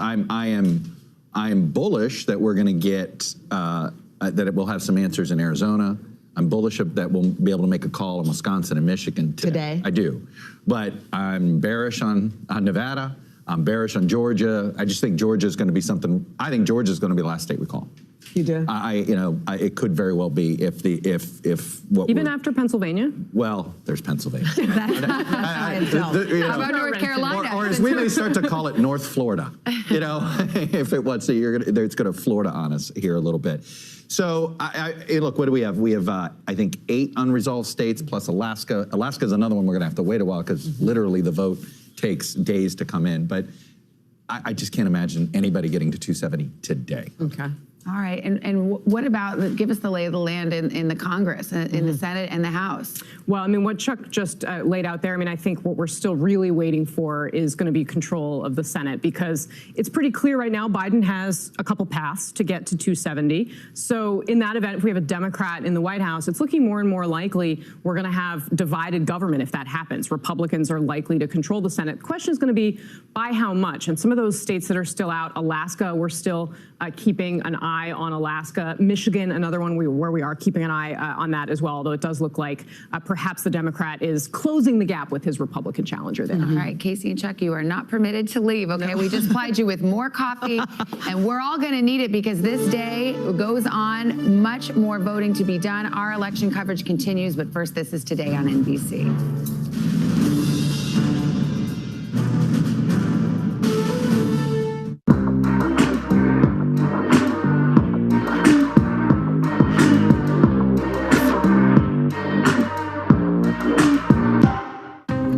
Washington feels more chaotic than ever. It's my job to ask the tough questions, left and right, and help you make sense of it all. You ready to go to work? I'm so ready to go to work. She's Joe Biden's choice to be next in line. But who is Kamala Harris? Join me, Joy Reid, as I explore her life's journey from Oakland to Washington on my 6-part podcast, Kamala Next in Line. New episodes every Monday. Subscribe for free wherever you get your podcasts. For breaking news in our changing world, download the NBC News app. President Trump and Joe Biden hit the trail. At the center of this campaign, coronavirus. The story. The battleground blitz as we enter the final stretch of the 2020 race. From every angle. If you were sitting here talking to Joe Biden and President Trump, what would you want to tell them right now? On the ground. The wind standing these flames are expected to last another 24 hours. And in depth. We now have 2 vaccine trials on hold. Should people be concerned? NBC Nightly News with Lester Holt. Good morning. Welcome to Today. We're glad to have you with us. This fall, we're right there with you, whether you're back to school. What do you guys think? We're excited? Or back to work. We're keeping you safe. I love being back. Every morning on Today. Police murder of unarmed black men has been an American way of death across centuries. After seeing the most comprehensive police reform bill ever introduced in Congress, I've begun to wonder if now is the time. If now is the time the protesters finally win. The Last Word with Lawrence O'Donnell, weeknights at 10 on MSNBC.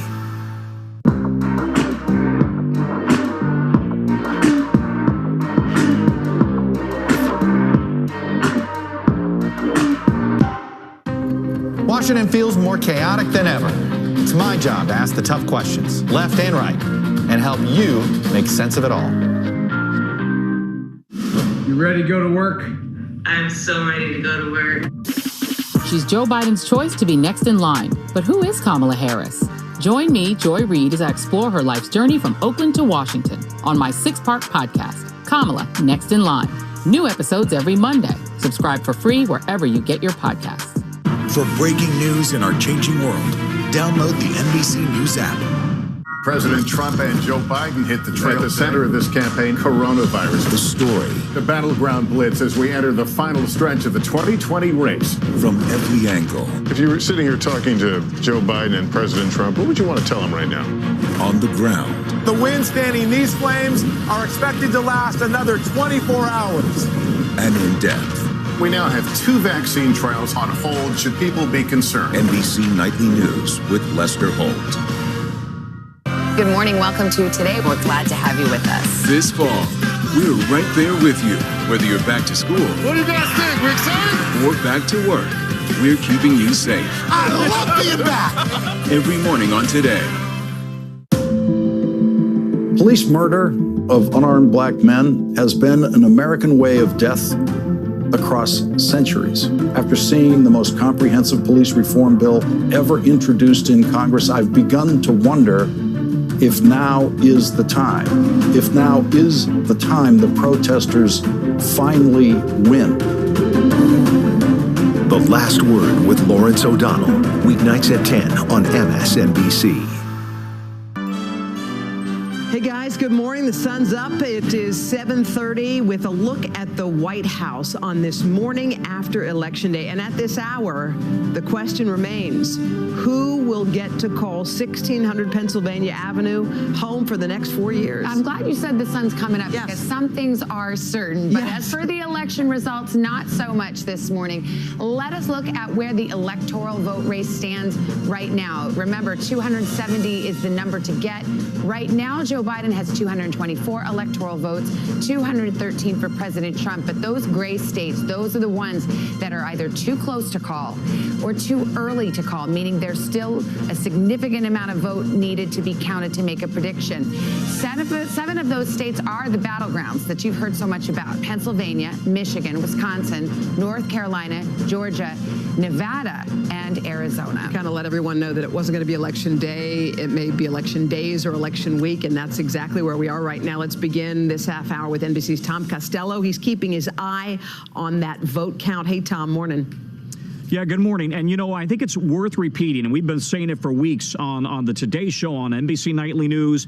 The vote will take days and weeks to count, and never in the history of the Republic has a winner been declared on election night. We are looking, by the way, at the highest voter turnout, we believe, in a century, about 157 million votes, and no state declares a winner on election night. They all have their own processes and deadlines to do this. So let's walk through this at the moment. Pennsylvania right now, the governor says they still have about 1 million mailed-in ballots to count. Now, they paused overnight.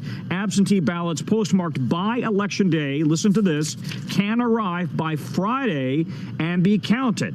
The Secretary of State has insisted, despite what the president has said, that all votes, in fact, will be counted in Pennsylvania. In Georgia, some key counties in Georgia paused counting overnight. There were some problems with some vote tabulation issues in and around the Atlanta area.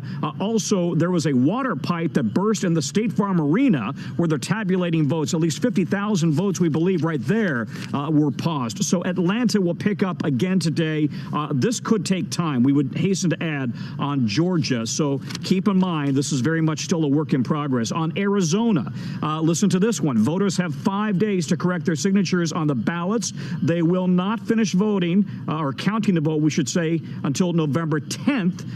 And so we could still get more data tonight, according to our folks on the ground there. Nevada, mailed-in ballots in Nevada postmarked by Election Day can still be counted. Nevada officials say there will be no final tab until Thursday, and specifically they're waiting on Democratic-leaning Clark County for Nevada. We're going to be watching that closely. And then we look at North Carolina. Ballots postmarked by Election Day can be counted. We need to also make the point, you know, there are concerns about specifically Pennsylvania and Michigan and Wisconsin and what their laws, what their rules allow for counting ballots. All of those legislatures set the rules. All of those legislatures are controlled by Republicans. So it's important to know when the president is concerned about what's happening in those states, those are Republican legislatures setting the rules. By the way, in 2008, it took 2 weeks to finalize the vote. And in 2016, the president knows Michigan wasn't formally called and confirmed until 2 weeks after Election Day. Again, these things take time. Guys, back to you. Well, Michigan had the narrowest margin in 2016, but I don't know, because some of these other states might give it a run for its money this time around. And I also think some people are waking up and saying, like, wait, I thought Arizona was called, because there are some networks and other news organizations that are calling states, but we are kind of taking our time when it comes to calling. Chuck is really the expert on this, but the fact of the matter is NBC News has its own decision desk. We do not communicate with them. They make their own calls, and they are very, very careful. So yes, you might see other news organizations say calling Florida well before we did. We have not called Arizona for Joe Biden. other networks have. This is just the way we've decided as a network. We will proceed with caution. We are not concerned about being first. We are concerned about being right. And I think that's a lesson that we take very much to Well, heart. it's a lesson we learned the hard way as a network in 2000 when we called Florida, and we weren't the only ones, but we had to call Florida and we had to pull it back. You don't like to pull back a call like that. Sure. You don't want to pull back the presidency. And look, I frankly, you look at Georgia, we didn't call it. I'm not saying others called it, but a lot of other folks tried to directionally call Georgia early that night, and it was just our folks who spent a lot of time in these models were just like not touching that one with a 10-foot pole, and it turned out it was the right call. Look, Trump may still win Georgia, but it was not correct to ever characterize that as that somehow was headed to his direction yet. We're proceeding with an abundance of caution and just going where the facts are and where the votes are, and we'll continue to do so. Now, during the speech overnight, if you were up for it, the president vowed to go to the Supreme Court to dispute the election count. If it comes to that, let's bring in NBC's justice correspondent, Pete Williams. He's a veteran of those wars, as is NBC News analyst Jeremy Bash. Jeremy actually was a part of the recount in 2000 in Florida as a young lawyer for Al Gore, the Democratic candidate. Pete, I'll start with you. We talked about this before. I said if it gets to the Supreme Court, fact of the matter is there already are cases pending before the Supreme Court. Right. If the electoral vote ends up being close, and if Pennsylvania could make the difference, then a lawsuit already there is the one that would be most likely to get the Supreme Court involved. And here's what it's about. The Republicans object to the decision by Pennsylvania's state Supreme Court. It ruled in September that because of the pandemic and the Postal Service delays, mail votes will be counted if they arrive by Friday of this week, 3 days after the polls close. So the Republicans first asked the Supreme Court to put that ruling on hold. That failed on a 4-4 vote. Then the Republicans asked for a full-up appeal of that lower court ruling and asked that it be heard immediately, and the Supreme Court said, no, we're not going to take it right now. But that appeal is still sitting there waiting for the Supreme Court to decide whether to take it up at all. Now, in the earlier two rounds, Justice Amy Coney Barrett did not vote because she had just arrived at the court, and if the case does come back to life, then she'll undoubtedly face pressure from many quarters to recuse.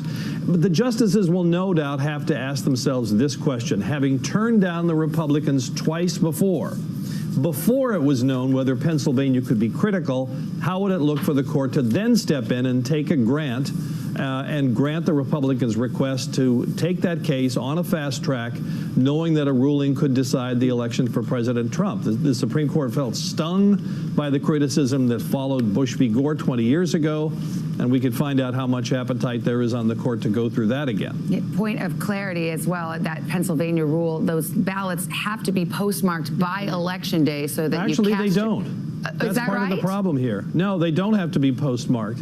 They either have to be postmarked or there has to be proof that they were mailed after the election, after Election Day.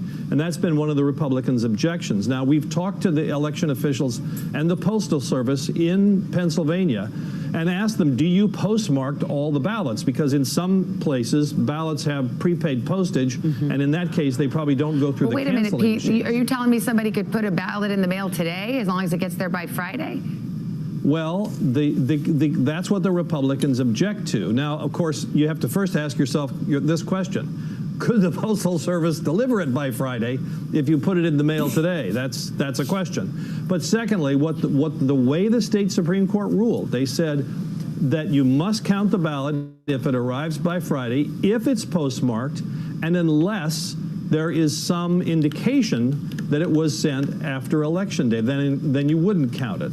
That's one of the sort of bones of contention here. But the majority of the ballots are those that of course, were put in the mail before or on Election Day. Okay, well, you know, this is what happens when you unleash the lawyers. Here's another one, Jeremy Bash. Jeremy, I already gave your resume there. So obviously, every state is different. Every state's rules is different. This is a different year. It's 20 years later. But walk us through what these recount fights really amount to, what it really comes down to. We all remember the hanging Chad in Florida. What are the likely grounds of dispute here in 2020? Well, the first step, Savannah, is that all the votes have to be counted. The big difference between Florida in 2000 and what's happening today is that in Florida in 2000, the litigation was over the recounts. Remember, the Supreme Court stepped in and said, stop the hand recounts of the votes. Here in 2020, in all of these states, most of the votes haven't even been counted. So as Chuck and Casey and you guys kind of walk through where the votes are left to be counted, the first step is to get all those in the door, to get those counted, and then we see where the results are. And that's going to take a while, but assuming that all the votes are then in, then various people can say there were problems at voting places or there were problems with the ballots. There are multiple ways to challenge what happened at the voting places. But I have to say, from looking at reports yesterday, there were very few problems. There's no evidence of fraud. There's absolutely no basis that I can see right now for a candidate going in and challenging legally the validity of what happened yesterday. Jeremy, were you up at 2:20 in the morning when President Trump spoke and he mentioned that he thought the election had been stolen and that he was going to take it to the Supreme Court? And just curious what your thoughts were. Yeah, I mean, frankly, that's outrageous. I mean, first of all, there's no basis to go to court, let alone the Supreme Court. And we got to be calm. We've got to let the process play out. We all knew because of COVID there were going to be mail-in ballots. We have to allow all the ballots to be counted. Then, once all the counts are in, we can see where things stand. If there's an election controversy, a narrow one, maybe that gets litigated in the courts. But I don't think that's going to happen this year. All right, Pete and Jeremy, thank you so much. We've got a lot more to cover ahead. We will continue to look at the map, see what's shaken there as folks are waking up, including the votes still being counted in some key states, and when we could have answers. That's the Hoda question. It's the one that everyone's asking. When are we going to know? Also, how are voters reacting overnight? This is a moment where we've seen a lot of tensions on the streets. In a lot of cities, you saw boarded up store windows, but we've had a quiet night so far. So we'll check in with all of that. But first, these messages.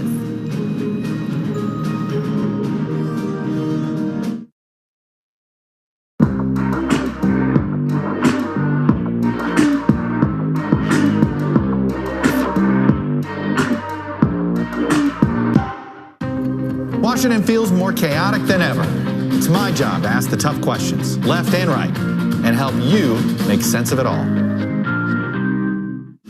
You ready to go to work? I'm so ready to go to work. She's Joe Biden's choice to be next in line. But who is Kamala Harris? Join me, Joy Reid, as I explore her life's journey from Oakland to Washington on my 6-part podcast, Kamala Next in Line. New episodes every Monday. Subscribe for free wherever you get your podcasts. For breaking news in our changing world, download the NBC News app. President Trump and Joe Biden hit the trail. At the center of this campaign, coronavirus. The story. The battleground blitz as we enter the final stretch of the 2020 race. From every angle. If you were sitting here talking to Joe Biden and President Trump, what would you want to tell them right now? On the ground. The wind standing these flames are expected to last another 24 hours. And in depth. We now have 2 vaccine trials on hold. Should people be concerned? NBC Nightly News with Lester Holt. Good morning. Welcome to Today. We're glad to have you with us. This fall, we're right there with you. Whether you're back to school. What do you guys think? We excited? Or back to work, we're keeping you safe. I love being back. Every morning on Today. Police murder of unarmed black men has been an American way of death across centuries. After seeing the most comprehensive police reform bill ever introduced in Congress, I've begun to wonder if now is the time. If now is the time the protesters finally win. The Last Word with Lawrence O'Donnell. Weeknights at 10 on MSNBC. Morning, you guys. 7:43. It's the morning after the election. The race, as you can tell by our big board right there, still unsettled. President Trump and Joe Biden split. It's 224 for Biden, 213, each trying to get to 270. A whole bunch of gray states there remain up in the air. A lot of votes to be counted. We've got our NBC News political analyst with us, former Democratic Senator Claire McCaskill, and Rich Lowry, editor of the National Review. Both of them joining us and have been up all night as well. So, Rich, let me start with you. You look at the map. There were a lot of surprises for the president, pleasant surprises. Starting with Florida early in the night, he took a commanding lead in Florida, which some people thought was more competitive than it ended up being. Yeah, so Trump overperformed almost everywhere, and certainly in Florida. In Florida, he just had a very robust team that working it really hard, and this is one of the things that was underappreciated about Trump. Everyone was focusing on the various distractions and the gaffes, but there was a real concerted effort to build a very serious get-out-the-vote operation that we now know was very effective and had considerable proficiency, and it's gotten him on the cusp of re-election. Now, he's, as we're seeing, in real time here, his leads in those blue wall states, and he's going to need at least one of them and perhaps more, are vulnerable to these late arriving, late counted absentee and mail-in ballots. So it's up for grabs now, but he wouldn't be here if he and his team hadn't done an incredible job turning out their voters and finding more of them. Claire, there are a lot of unpleasant surprises, I think, that you could say for Biden. I think he was expecting to take some states that ended up going red. Just assess what you see on that big map right there. Well, if you look at that map, there really aren't any states that have been flipped by either candidate yet. Except for if we want to count Arizona. That would certainly be a flip for Joe Biden. But Nevada was a Democratic state. So if we end up with Nevada, that's not a change. It really still comes down to the states that, credit to the Biden campaign, they focused on. Those 3 states, Wisconsin, Michigan, and Pennsylvania. Let's just assume that the vote tallies turn out the way people are expecting at this point. The irony is that Donald Trump is going to lose the presidency the exact way he won it 4 years ago. And if he takes it to the Supreme Court and the Supreme Court validates it, that will give Joe Biden a lot of credibility because everybody in the country knows this is a Republican Supreme Court right now. Well, Rich, how do you see it? Do you think this is one that's going to be resolved by voters on the map? Tight, might take a while, but it's going to happen the old-fashioned way? Or do you think we may be looking at one of these drawn-out recount, potentially lawsuits, potentially that could go to the court? It depends. And the scenario people have been focused on from the beginning and still may play out here is an extremely narrow result in Pennsylvania, where Pennsylvania is a tipping point state, where potentially the result is determined by a segment of votes that will be under a cloud. And that, as Pete Williams was describing, that would be late arriving absentee ballots that are being counted because the Pennsylvania Supreme Court changed the rules in September. And if that makes it up to the Supreme Court, that Pennsylvania ruling is really vulnerable. There are 3, certainly, probably 4, maybe 5, maybe even 6 if it comes to it, U.S. Supreme Court justices who I think would believe it was improper for the Pennsylvania Supreme Court to do that. But that's only if it's really close in Pennsylvania, but you can't rule it out. And in fact, I believe the court left it so that those late arriving ballots would be segregated in the event that the court took up that issue. But I know there was a little confusion around the table about that. I think the rule, and Rich, I'm sure you're familiar with it, I think you're a lawyer too, that the ballots have to either be postmarked Election Day and can arrive no later than Friday, or there just has to be no evidence that they were sent after Election Day. So the bottom line is you cannot send a ballot after Election Day under any ruling of the court and expect it to be counted, correct? Right. My understanding, I'm not a lawyer, but my understanding I just appointed is you one. that I don't know whether that's an honor or an insult, but some of the potentially prepaid envelopes don't have a postmark, and what Pennsylvania said, we're just going to presume that they were sent prior to the election, unless there's evidence otherwise. So the nightmare scenario here for everyone, and especially for Chief Justice John Roberts, and if there's someone who maybe didn't get a lot of sleep last night, it's John Roberts, because I think he ducked this Pennsylvania case when it came up before the election, because he kind of figured, well, what are the odds that it's all going to come down to Pennsylvania? It looks like Biden's going to win, and we just won't have the court's fingerprints on this at all, which is what he'd prefer, because he's a real institutionalist and he cares about the reputation of the court. But there's still the scenario where it could come back to the Supreme Court, with everyone knowing that effectively the court would decide the outcome of the election, which would be very bad for the court and be very bad for the country. And for me, it would be an indication that John Roberts and the court should have grasped the nettle prior to the actual election. Well, Senator McCaskill, you are a lawyer, are you not? And I believe in the law. The scenario just described You by just throw that around. Rich Lowry, You'll Esquire. just call anyone a lawyer. The legal term for it is a hot mess. Yeah, it's a hot mess. So there's several things that would throw this into this category of uncertainty around the law and the ballots in Pennsylvania. First, Pennsylvania would have to be determinative. If Biden wins Wisconsin and Michigan and Nevada and Arizona, he doesn't need Pennsylvania. So Pennsylvania is not a key. If Pennsylvania turns out to be a key, then this is an issue of the burden of proof, Savannah. The way that the Pennsylvania Supreme Court found the case was there is a presumption that the ballot was sent in a timely basis. That's the essence of what the legal challenge would be. Is that burden of proof? Should it be shifted to prove that you didn't mail it, as opposed to having to prove that you did mail it before Election Day? All right, or Claire. on Election Day. Claire, thank you. We want to check actually on those numbers in Pennsylvania, but first you have some new numbers coming in. Check from Wisconsin. We did. We were. Gabe Gutierrez said that we were going to get some more vote coming in from Green Bay. Well, it came in. Look at this. I mean, we now only think there is 100,000 votes remaining. We've got Biden up 20,000 votes, so his lead has basically doubled. This is shrinking. It's going to be less than 1%, but I will tell you this, the question will be, you guys are going to ask, okay, what are the recount procedures? Yeah, what are Well, luckily, we have those. Of course you do. And I will get that for you here. I believe they're in here. Okay, so here's the Georgia procedure. All right, no automatic recount. Half of 1%. That's the only way you have to be within that to even be able to ask. If it's more than 0.5, they won't do it. All right, let's go. Our next state is Wisconsin. No automatic recount.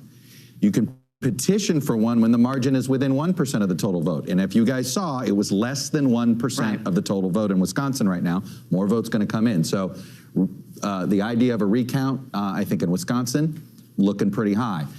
Now, Pennsylvania, when you see, the more writing you see and the less numbers you see, just show, I mean, look at this one. I'm a petition for a recount. 3 electors need to request one for, anyway.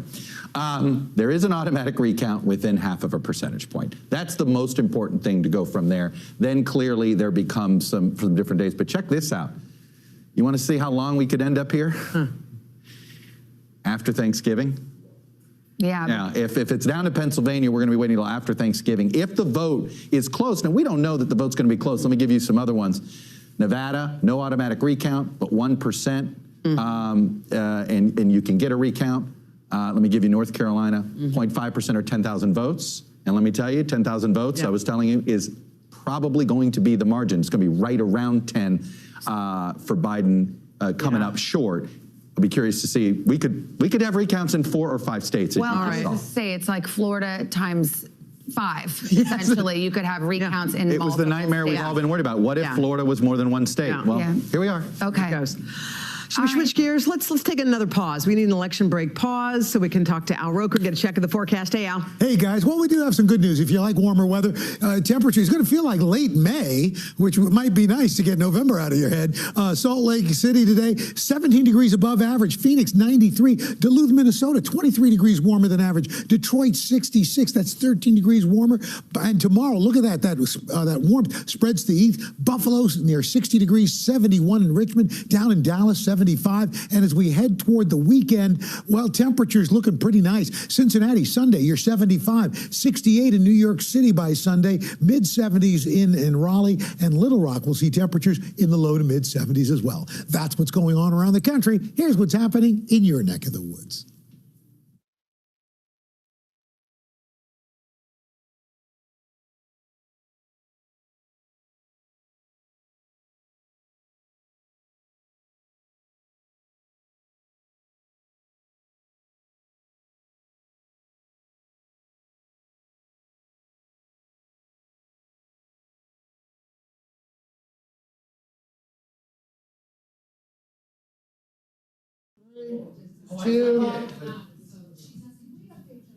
And that's your latest weather, guys. All right, Al, we have a lot of political discussions happening in this moment, don't we?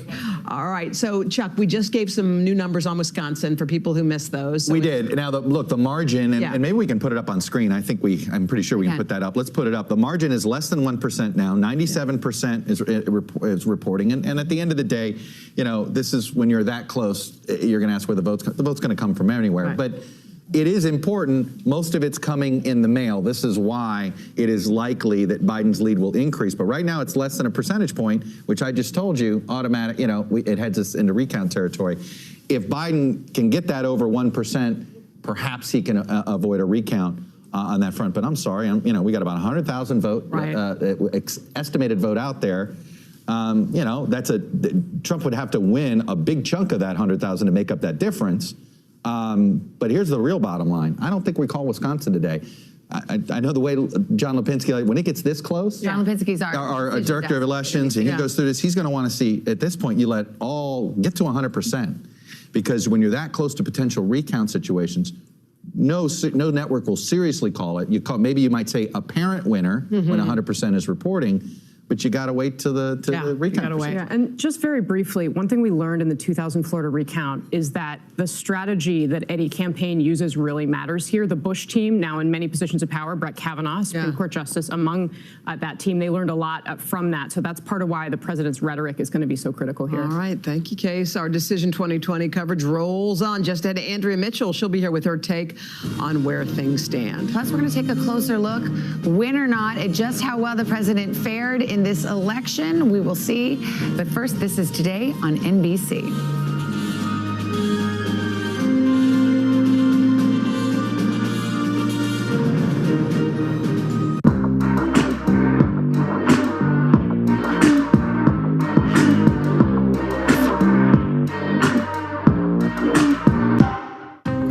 Washington feels more chaotic than ever. It's my job to ask the tough questions, left and right, and help you make sense of it all. You ready to go to work? I'm so ready to go to work. She's Joe Biden's choice to be next in line. But who is Kamala Harris? Join me, Joy Reid, as I explore her life's journey from Oakland to Washington on my 6-part podcast, Kamala Next in Line. New episodes every Monday. Subscribe for free wherever you get your podcasts. For breaking news in our changing world, download the NBC News app. President Trump and Joe Biden hit the trail. At the center of this campaign, coronavirus. The story. The battleground blitz as we enter the final stretch of the 2020 race. From every angle. If you were sitting here talking to Joe Biden and President Trump, what would you want to tell them right now? On the ground. The winds fanning these flames are expected to last another 24 hours. And in depth. We now have 2 vaccine trials on hold. Should people be concerned? NBC Nightly News with Lester Holt.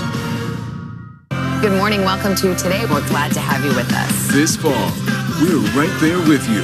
Whether you're back to school. What do you guys think? We excited? Or back to work. We're keeping you safe. I love being back. Every morning on Today.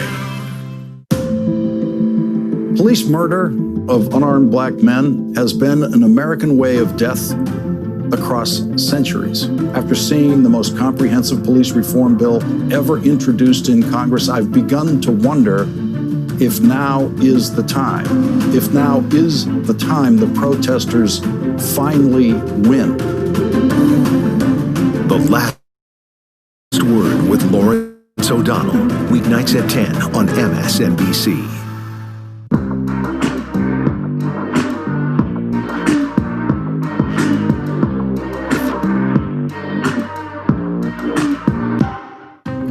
Washington feels more chaotic than ever.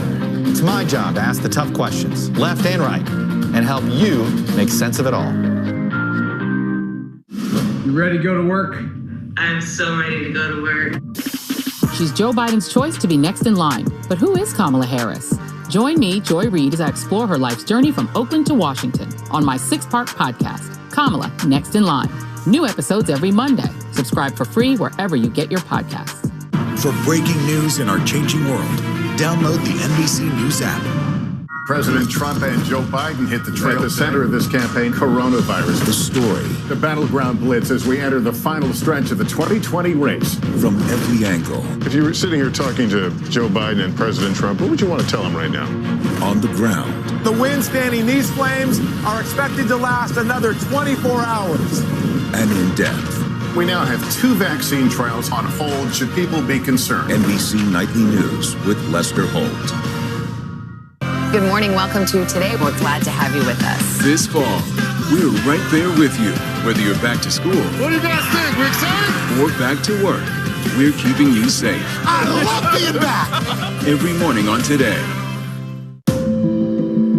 Police murder of unarmed black men has been an American way of death across centuries. After seeing the most comprehensive police reform bill ever introduced in Congress, I've begun to wonder if now is the time. If now is the time the protesters finally win. The Last Word with Lawrence O'Donnell. Weeknights at 10 on MSNBC.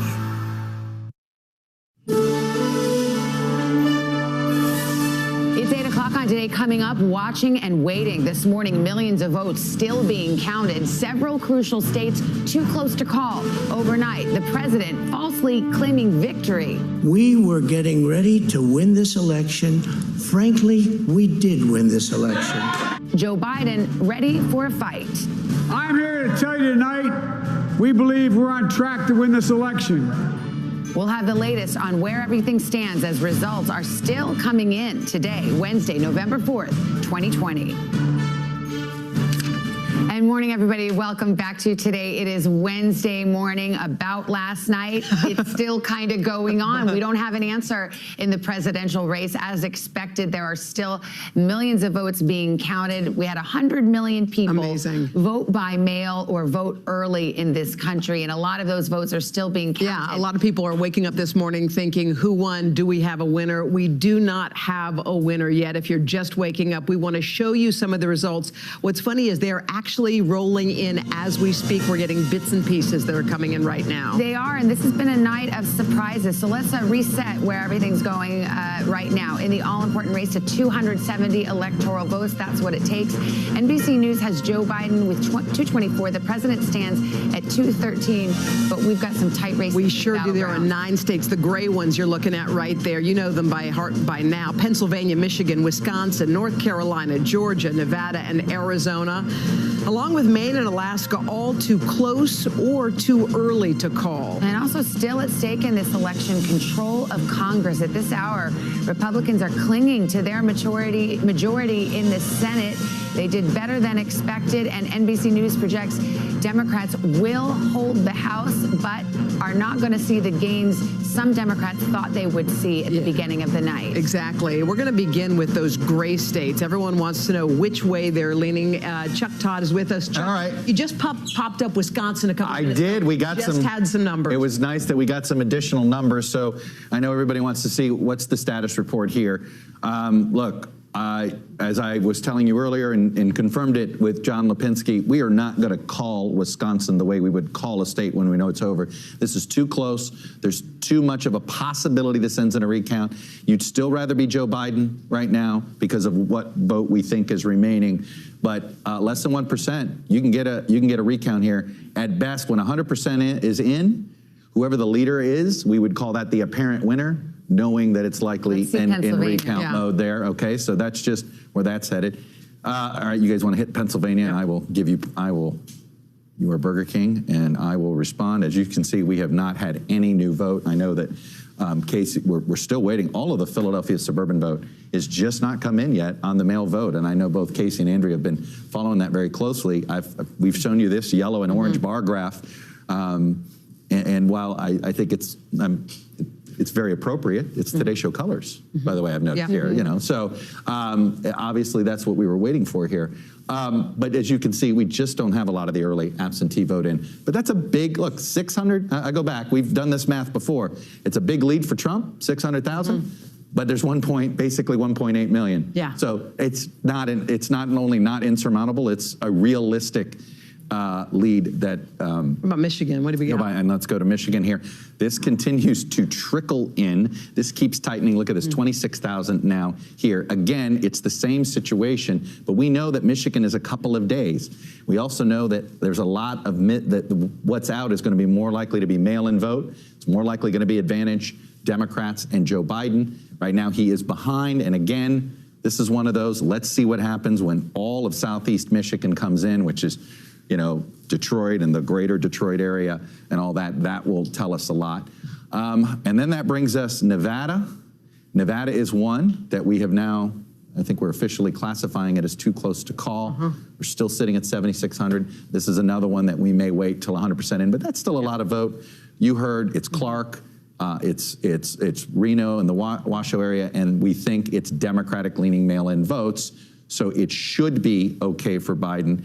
Then we've got, let's not sleep on our Sunbelt states here, right? In Georgia, we just haven't gotten a new vote. There's a whole bunch of vote we expect sometime today, and I'll be honest, I want to see, let's see when we get a chunk of vote, if this, Biden's been chipping away at this lead. Right. But it's been trickles, it's been chipping away. There's still enough vote. Is Atlanta Here's what we could say. Chuck? There's 100,000. We think there's 400,000 remaining, and we think a lion's share of that 400,000 is in strong Democratic areas, So not just Atlanta's Democratic not all areas. in? Atlanta, and even some rural African-American counties that, again, that we expect to lean heavily to Biden. So believe it or not, even though it's 100,000, you think, boy, that's a lot to make up here. That is actually within the realm. So, and North Carolina is another one that we just have to wait for a whole bunch of voting to come. All right, good progress report there, Chuck. Thank you so much. Let's turn to our correspondents now. NBC's Peter Alexander at the White House. Peter, good morning. We heard from the president late last night. What are you hearing from folks this morning?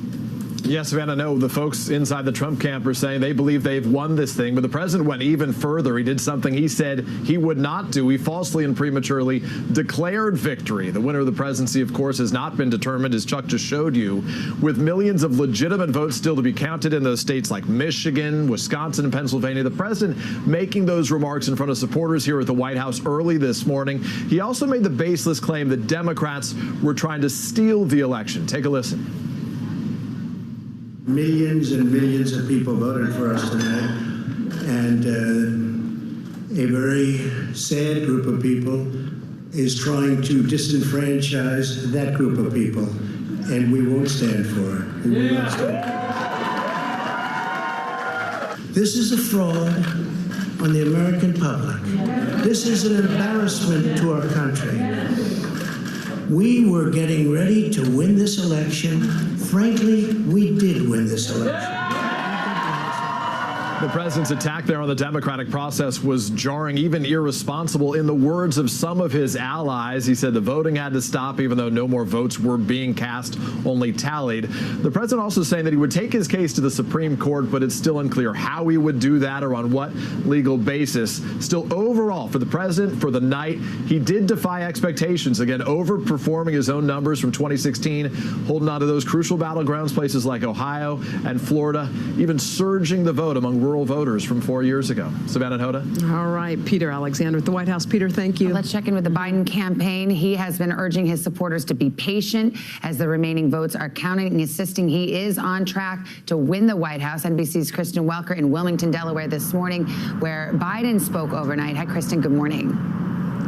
Hi, Savannah and Hoda. Good morning to both of you. Well, the Biden campaign this morning expressing confidence and also defiance, blasting President Trump for those statements that Peter just played overnight. The campaign manager calling those statements outrageous and unprecedented. Let me read you a little bit more of what the campaign manager had to say. She says, "We repeat what the vice president said. Donald Trump does not decide the outcome of this election. Joe Biden does not decide the outcome of this election. And the democratic process must and will continue until its conclusion." Now, that statement coming after Biden addressed a crowd of supporters here. They were socially distant in their cars, and he said he is confident about his chances. Take a listen. We knew this was going to go long, but who knew we're going to go into maybe tomorrow morning, maybe even longer. But look, we feel good about where we are. We really do. I'm here to tell you tonight, we believe we're on track to win this election. Now, Biden said overnight that we would hear from him today. I just got off the phone with a campaign official who said that will likely happen sometime this afternoon. So we're efforting details about that. And I can tell you that this official said they are still feeling confident about Michigan, about Wisconsin, about Pennsylvania, and about Nevada. Now, if this all comes down to Pennsylvania, as we have been saying throughout the morning, both sides are gearing up for legal challenges. The Biden campaign says they're ready. Savannah and Hoda. All right, Kristen, thank you. All right, what do you say we bring in NBC senior Washington correspondent Andrea Mitchell, who was just in a cot sleeping right over there, I think, a couple of minutes ago. Good morning, Andrea. How are you? Good to see you. Curling up in a fetal position. I don't know how you're doing it, Savannah Guthrie, Iron Woman. Well, I mean, an incredible outcome or lack of outcome, and Pennsylvania is so critical. We've been talking about it. Chuck's been talking about it, and Casey. And what you see when you look at Pennsylvania is, first of all, some of the counties, Allegheny, a big Trump county, is not even going to start counting the mail-ins until 10 o'clock this morning. But you've got Philadelphia. They've only counted 22% in Philadelphia. Montgomery and Delaware, the Chester, the big collar counties around Philadelphia, which are largely Democratic, those suburbs, but also a lot of Trump areas, Luzerne and Northampton. So it's spotty. It's all over the place. There are probably more Biden votes than Trump votes out there, but there's 1.8 million votes that have not been counted. And this is going to take at least, well, probably up to the 3 days that they've been given by the U.S. Supreme Court. Yeah, and we see a similar situation in Michigan and Wisconsin. I mean, it does feel shadows of 2016 if it really does end up turning on these three states. These are the three states that brought Trump to the White House in 2016. And again, it may well fall to these three states to determine the outcome of this election. And I think it raises big questions about what is the future of the Democratic Party. Sure, Joe Biden has a path, more path than Donald Trump to the White House. But here's a party that was running against a candidate who was deemed unacceptable by traditional Democratic, standards by Hillary Clinton. I covered that whole campaign. She was giving speeches, he's just unacceptable, to say nothing of the deplorables comment. But the fact is, he was just not judged by the Democratic establishment to be acceptable. And look at all the norms he's broken in the last 4 years, according to the intelligence community and, military leaders, bipartisan leaders, all of the former Republicans, the Lincoln Project. And so what is it about our politics? There is something that is not, our traditional politics are not reaching the discontent of half the American public. Yeah. And the language isn't there, the communication isn't there, the strategy. And Democratic leaders who thought that they were going to pick up seats in the House and likely regain the Senate, have a really tough future. We're living in two different political realities. Yeah. And that's what happened. And neither understands the other ecosystem. And I think that's what we're staring at.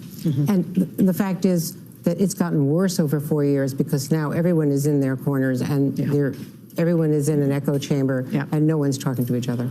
Well, let's talk about Pennsylvania a little bit more. Joining us now is Josh Shapiro. He's the Attorney General in Pennsylvania. Before we get to your neck of the woods and your line of work, do you have any information or any insight about the process of counting votes in Pennsylvania, when that might start, any issues having to do with the count right now? That's the same question my kids asked me when they jumped on me this morning and want to know what's going on. Here's what I can tell you. Counties are counting. Clerks from our community are doing their job. We just have to be patient. We've said all along we were going to secure, protect, and count the votes. And right now we're going through that process of counting. I realize folks want answers, immediately, but it's going to take a little bit more time. But I've got confidence that the process is playing out as it should to make sure that all legal eligible votes are counted as required by law. Can I ask, why does it take so long in Pennsylvania? It seems like a lot of states have a lot of issues, but it doesn't seem like anyone needs as much time as Pennsylvania needs to count all their votes. Look, that's probably a question that needs to be answered another day as we look back on it. One thing I can tell you is that Pennsylvania is new to the vote by mail game, right? A number of states have been doing it for a long time. Our vote by mail statute just started about a year and a half ago. This is the first election where it's being done. And so what you have going on in counties is the need to count the mail-in ballots and count the precinct ballots. And so why I think the results seem a little bit confusing to folks as they look at it now is some counties are reporting both. Some counties are reporting some of one and not a lot of the other, and vice versa. So it's just going to take time. And I just want to urge people to be patient. I want to urge people to recognize that the folks doing the counting right now, they're volunteers, they're clerks, they're county employees in Pennsylvania's 67 counties. They're working their tails off and trying to do this right. And the most important thing is that we get it right.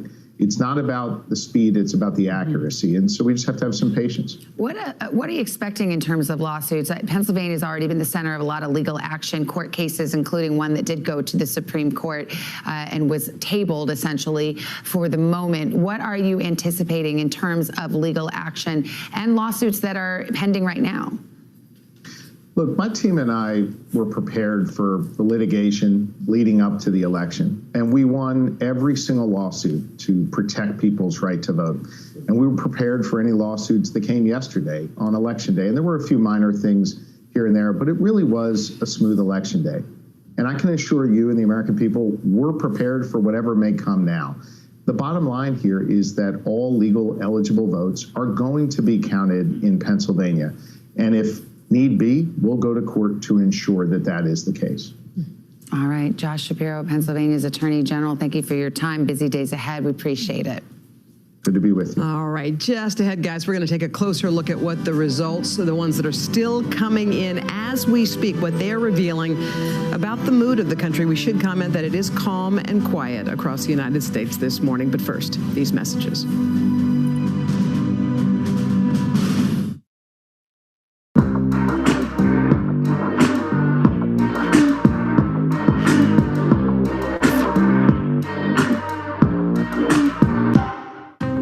Washington feels more chaotic than ever. It's my job to ask the tough questions, left and right, and help you make sense of it all. You ready to go to work? I'm so ready to go to work. She's Joe Biden's choice to be next in line. But who is Kamala Harris? Join me, Joy Reid, as I explore her life's journey from Oakland to Washington on my 6-part podcast, Kamala Next in Line. New episodes every Monday. Subscribe for free wherever you get your podcasts. For breaking news in our changing world, download the NBC News app. President Trump and Joe Biden hit the trail. At the center of this campaign, coronavirus. The story. The battleground blitz as we enter the final stretch of the 2020 race. From every angle. If you were sitting here talking to Joe Biden and President Trump, what would you want to tell them right now? On the ground. The wind standing these flames are expected to last another 24 hours. And in depth. We now have 2 vaccine trials on hold. Should people be concerned? NBC Nightly News with Lester Holt.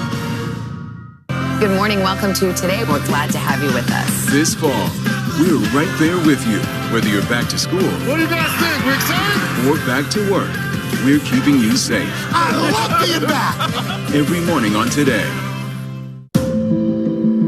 Police murder of unarmed black men has been an American way of death across centuries. After seeing the most comprehensive police reform bill ever introduced in Congress, I've begun to wonder if now is the time. If now is the time the protesters finally win. The Last Word with Lawrence O'Donnell, weeknights at 10 on MSNBC. Well, that's how the map looks, and as good a poll as you get. There's no better poll than Election Day, as the cliche goes. But let us check in with 2 of our NBC News pollster, Bill McInturff, Jeff Horwath. Bill, as I look at this terrain, I am thinking of those remarks you gave to all of us here at NBC News on a conference call the other day. You said, of course, we pollsters have humility. How could we not?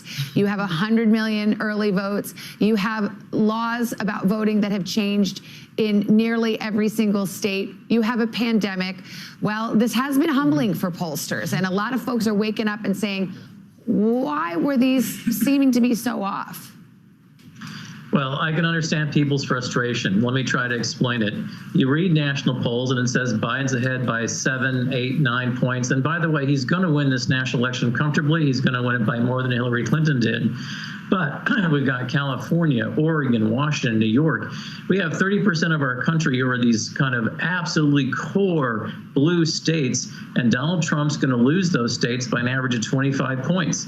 That's not how our country operates. We operate by an electoral college, and as I'm saying today, hey, don't blame the pollsters, blame our founding fathers. They didn't want the elections decided by Virginia. They wanted But Bill, you're here. Thomas Jefferson is not. You know, it's funny. You know, Savannah, you made a point just a while ago, and Jeff, I'll ask you about this. Is Donald Trump kind of the X factor? Is he the reason that people have difficulty polling? No, look, I think what Bill is saying is exactly right. This is 2020 is 2020. It's a unique year, and we are seeing people voting in different ways and counting in different ways. And so I think we do need to be patient when the voters actually vote and say what they want to say. It's a humbling experience for all of us. And the key right now is there's going to be a lot of time to look at the polls and see what went right and what didn't. But the fact remains that Joe Biden is ahead nationally by 2.6 million votes. That has increased, as Bill has predicted. And I think right now we really need to focus on making sure we're listening to the voters as we did last night, and we'll continue. And look, in 2018 we saw this happen before, where there were candidates who were winning on election day, and as the votes came in, as they were counted, there was a different result. And I think, as unsatisfying as that is, we need to be patient and really listen to what the voters are telling us. Well, it's interesting because, Bill and Jeff, I know that pollsters made a lot of changes after 2016. And one thing that Chuck had mentioned to us a couple times is a lesson learned in 2016 is you don't stop polling the Saturday before Election Day. You keep at it because there are late deciders. This is just the back of the envelope on a Wednesday morning, but what are some things that you feel like might be learned in this scenario? Well, again, one of the things we talked about is on our Sunday poll, Trump had closed another point. His job approval is up to 47. And the other thing to remember is we now know that we have the highest percentage of eligible voters voting since 1900. We've kind of shattered that record from 1960 from Kennedy Nixon. And what the Trump people did really well is they said, you know what we're going to do? We're going to spend a year and we're going to find non-college white voters in core states, and we're going to pick up a little Latino vote, very small African-American vote. But part of what happened last night, and this is your rebuke to the Democratic Party, is that non-college white voting men were in these states voting for the president by 30, 40-point margins. And in our polling, we were getting high numbers like 25 or 30, but not that high. And so those margins by the number of people who came out, this record, unbelievable turnout, and those margins tip the scale in a way that's, I think, hard to see in a poll. But I do think this is what we outlined as a very realistic possibility, including on Sunday Meet the Press when we talked about the exact 3 states. Because we said you got to look at states where high non-college white and large election day turnout yet to come, and that's what happened yesterday. Do you guys have any insight on Pennsylvania? What's going to happen? See, Hoda still trusts the pollsters. I trust. Yeah. Look, I think this is sorry, Jeff.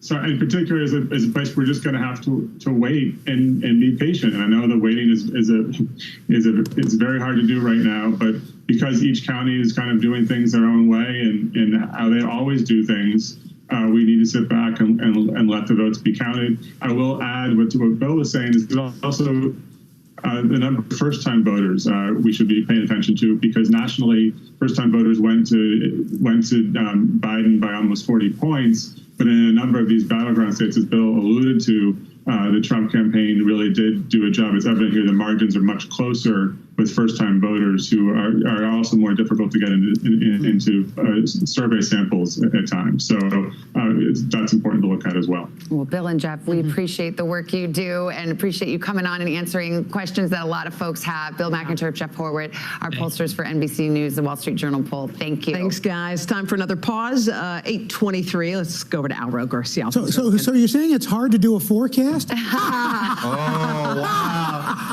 Oh, yeah, the meteorologists are all laughing at the pollsters today, aren't they? Yeah. Oh, it's good to be me.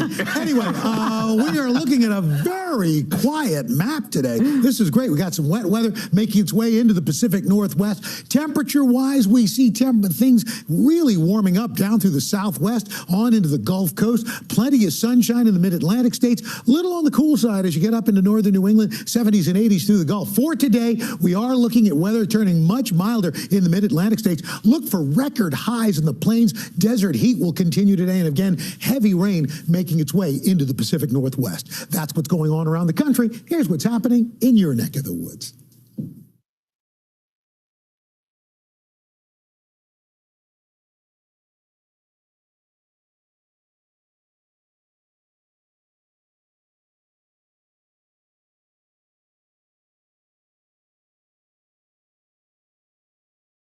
Northwest. That's what's going on around the country. Here's what's happening in your neck of the woods.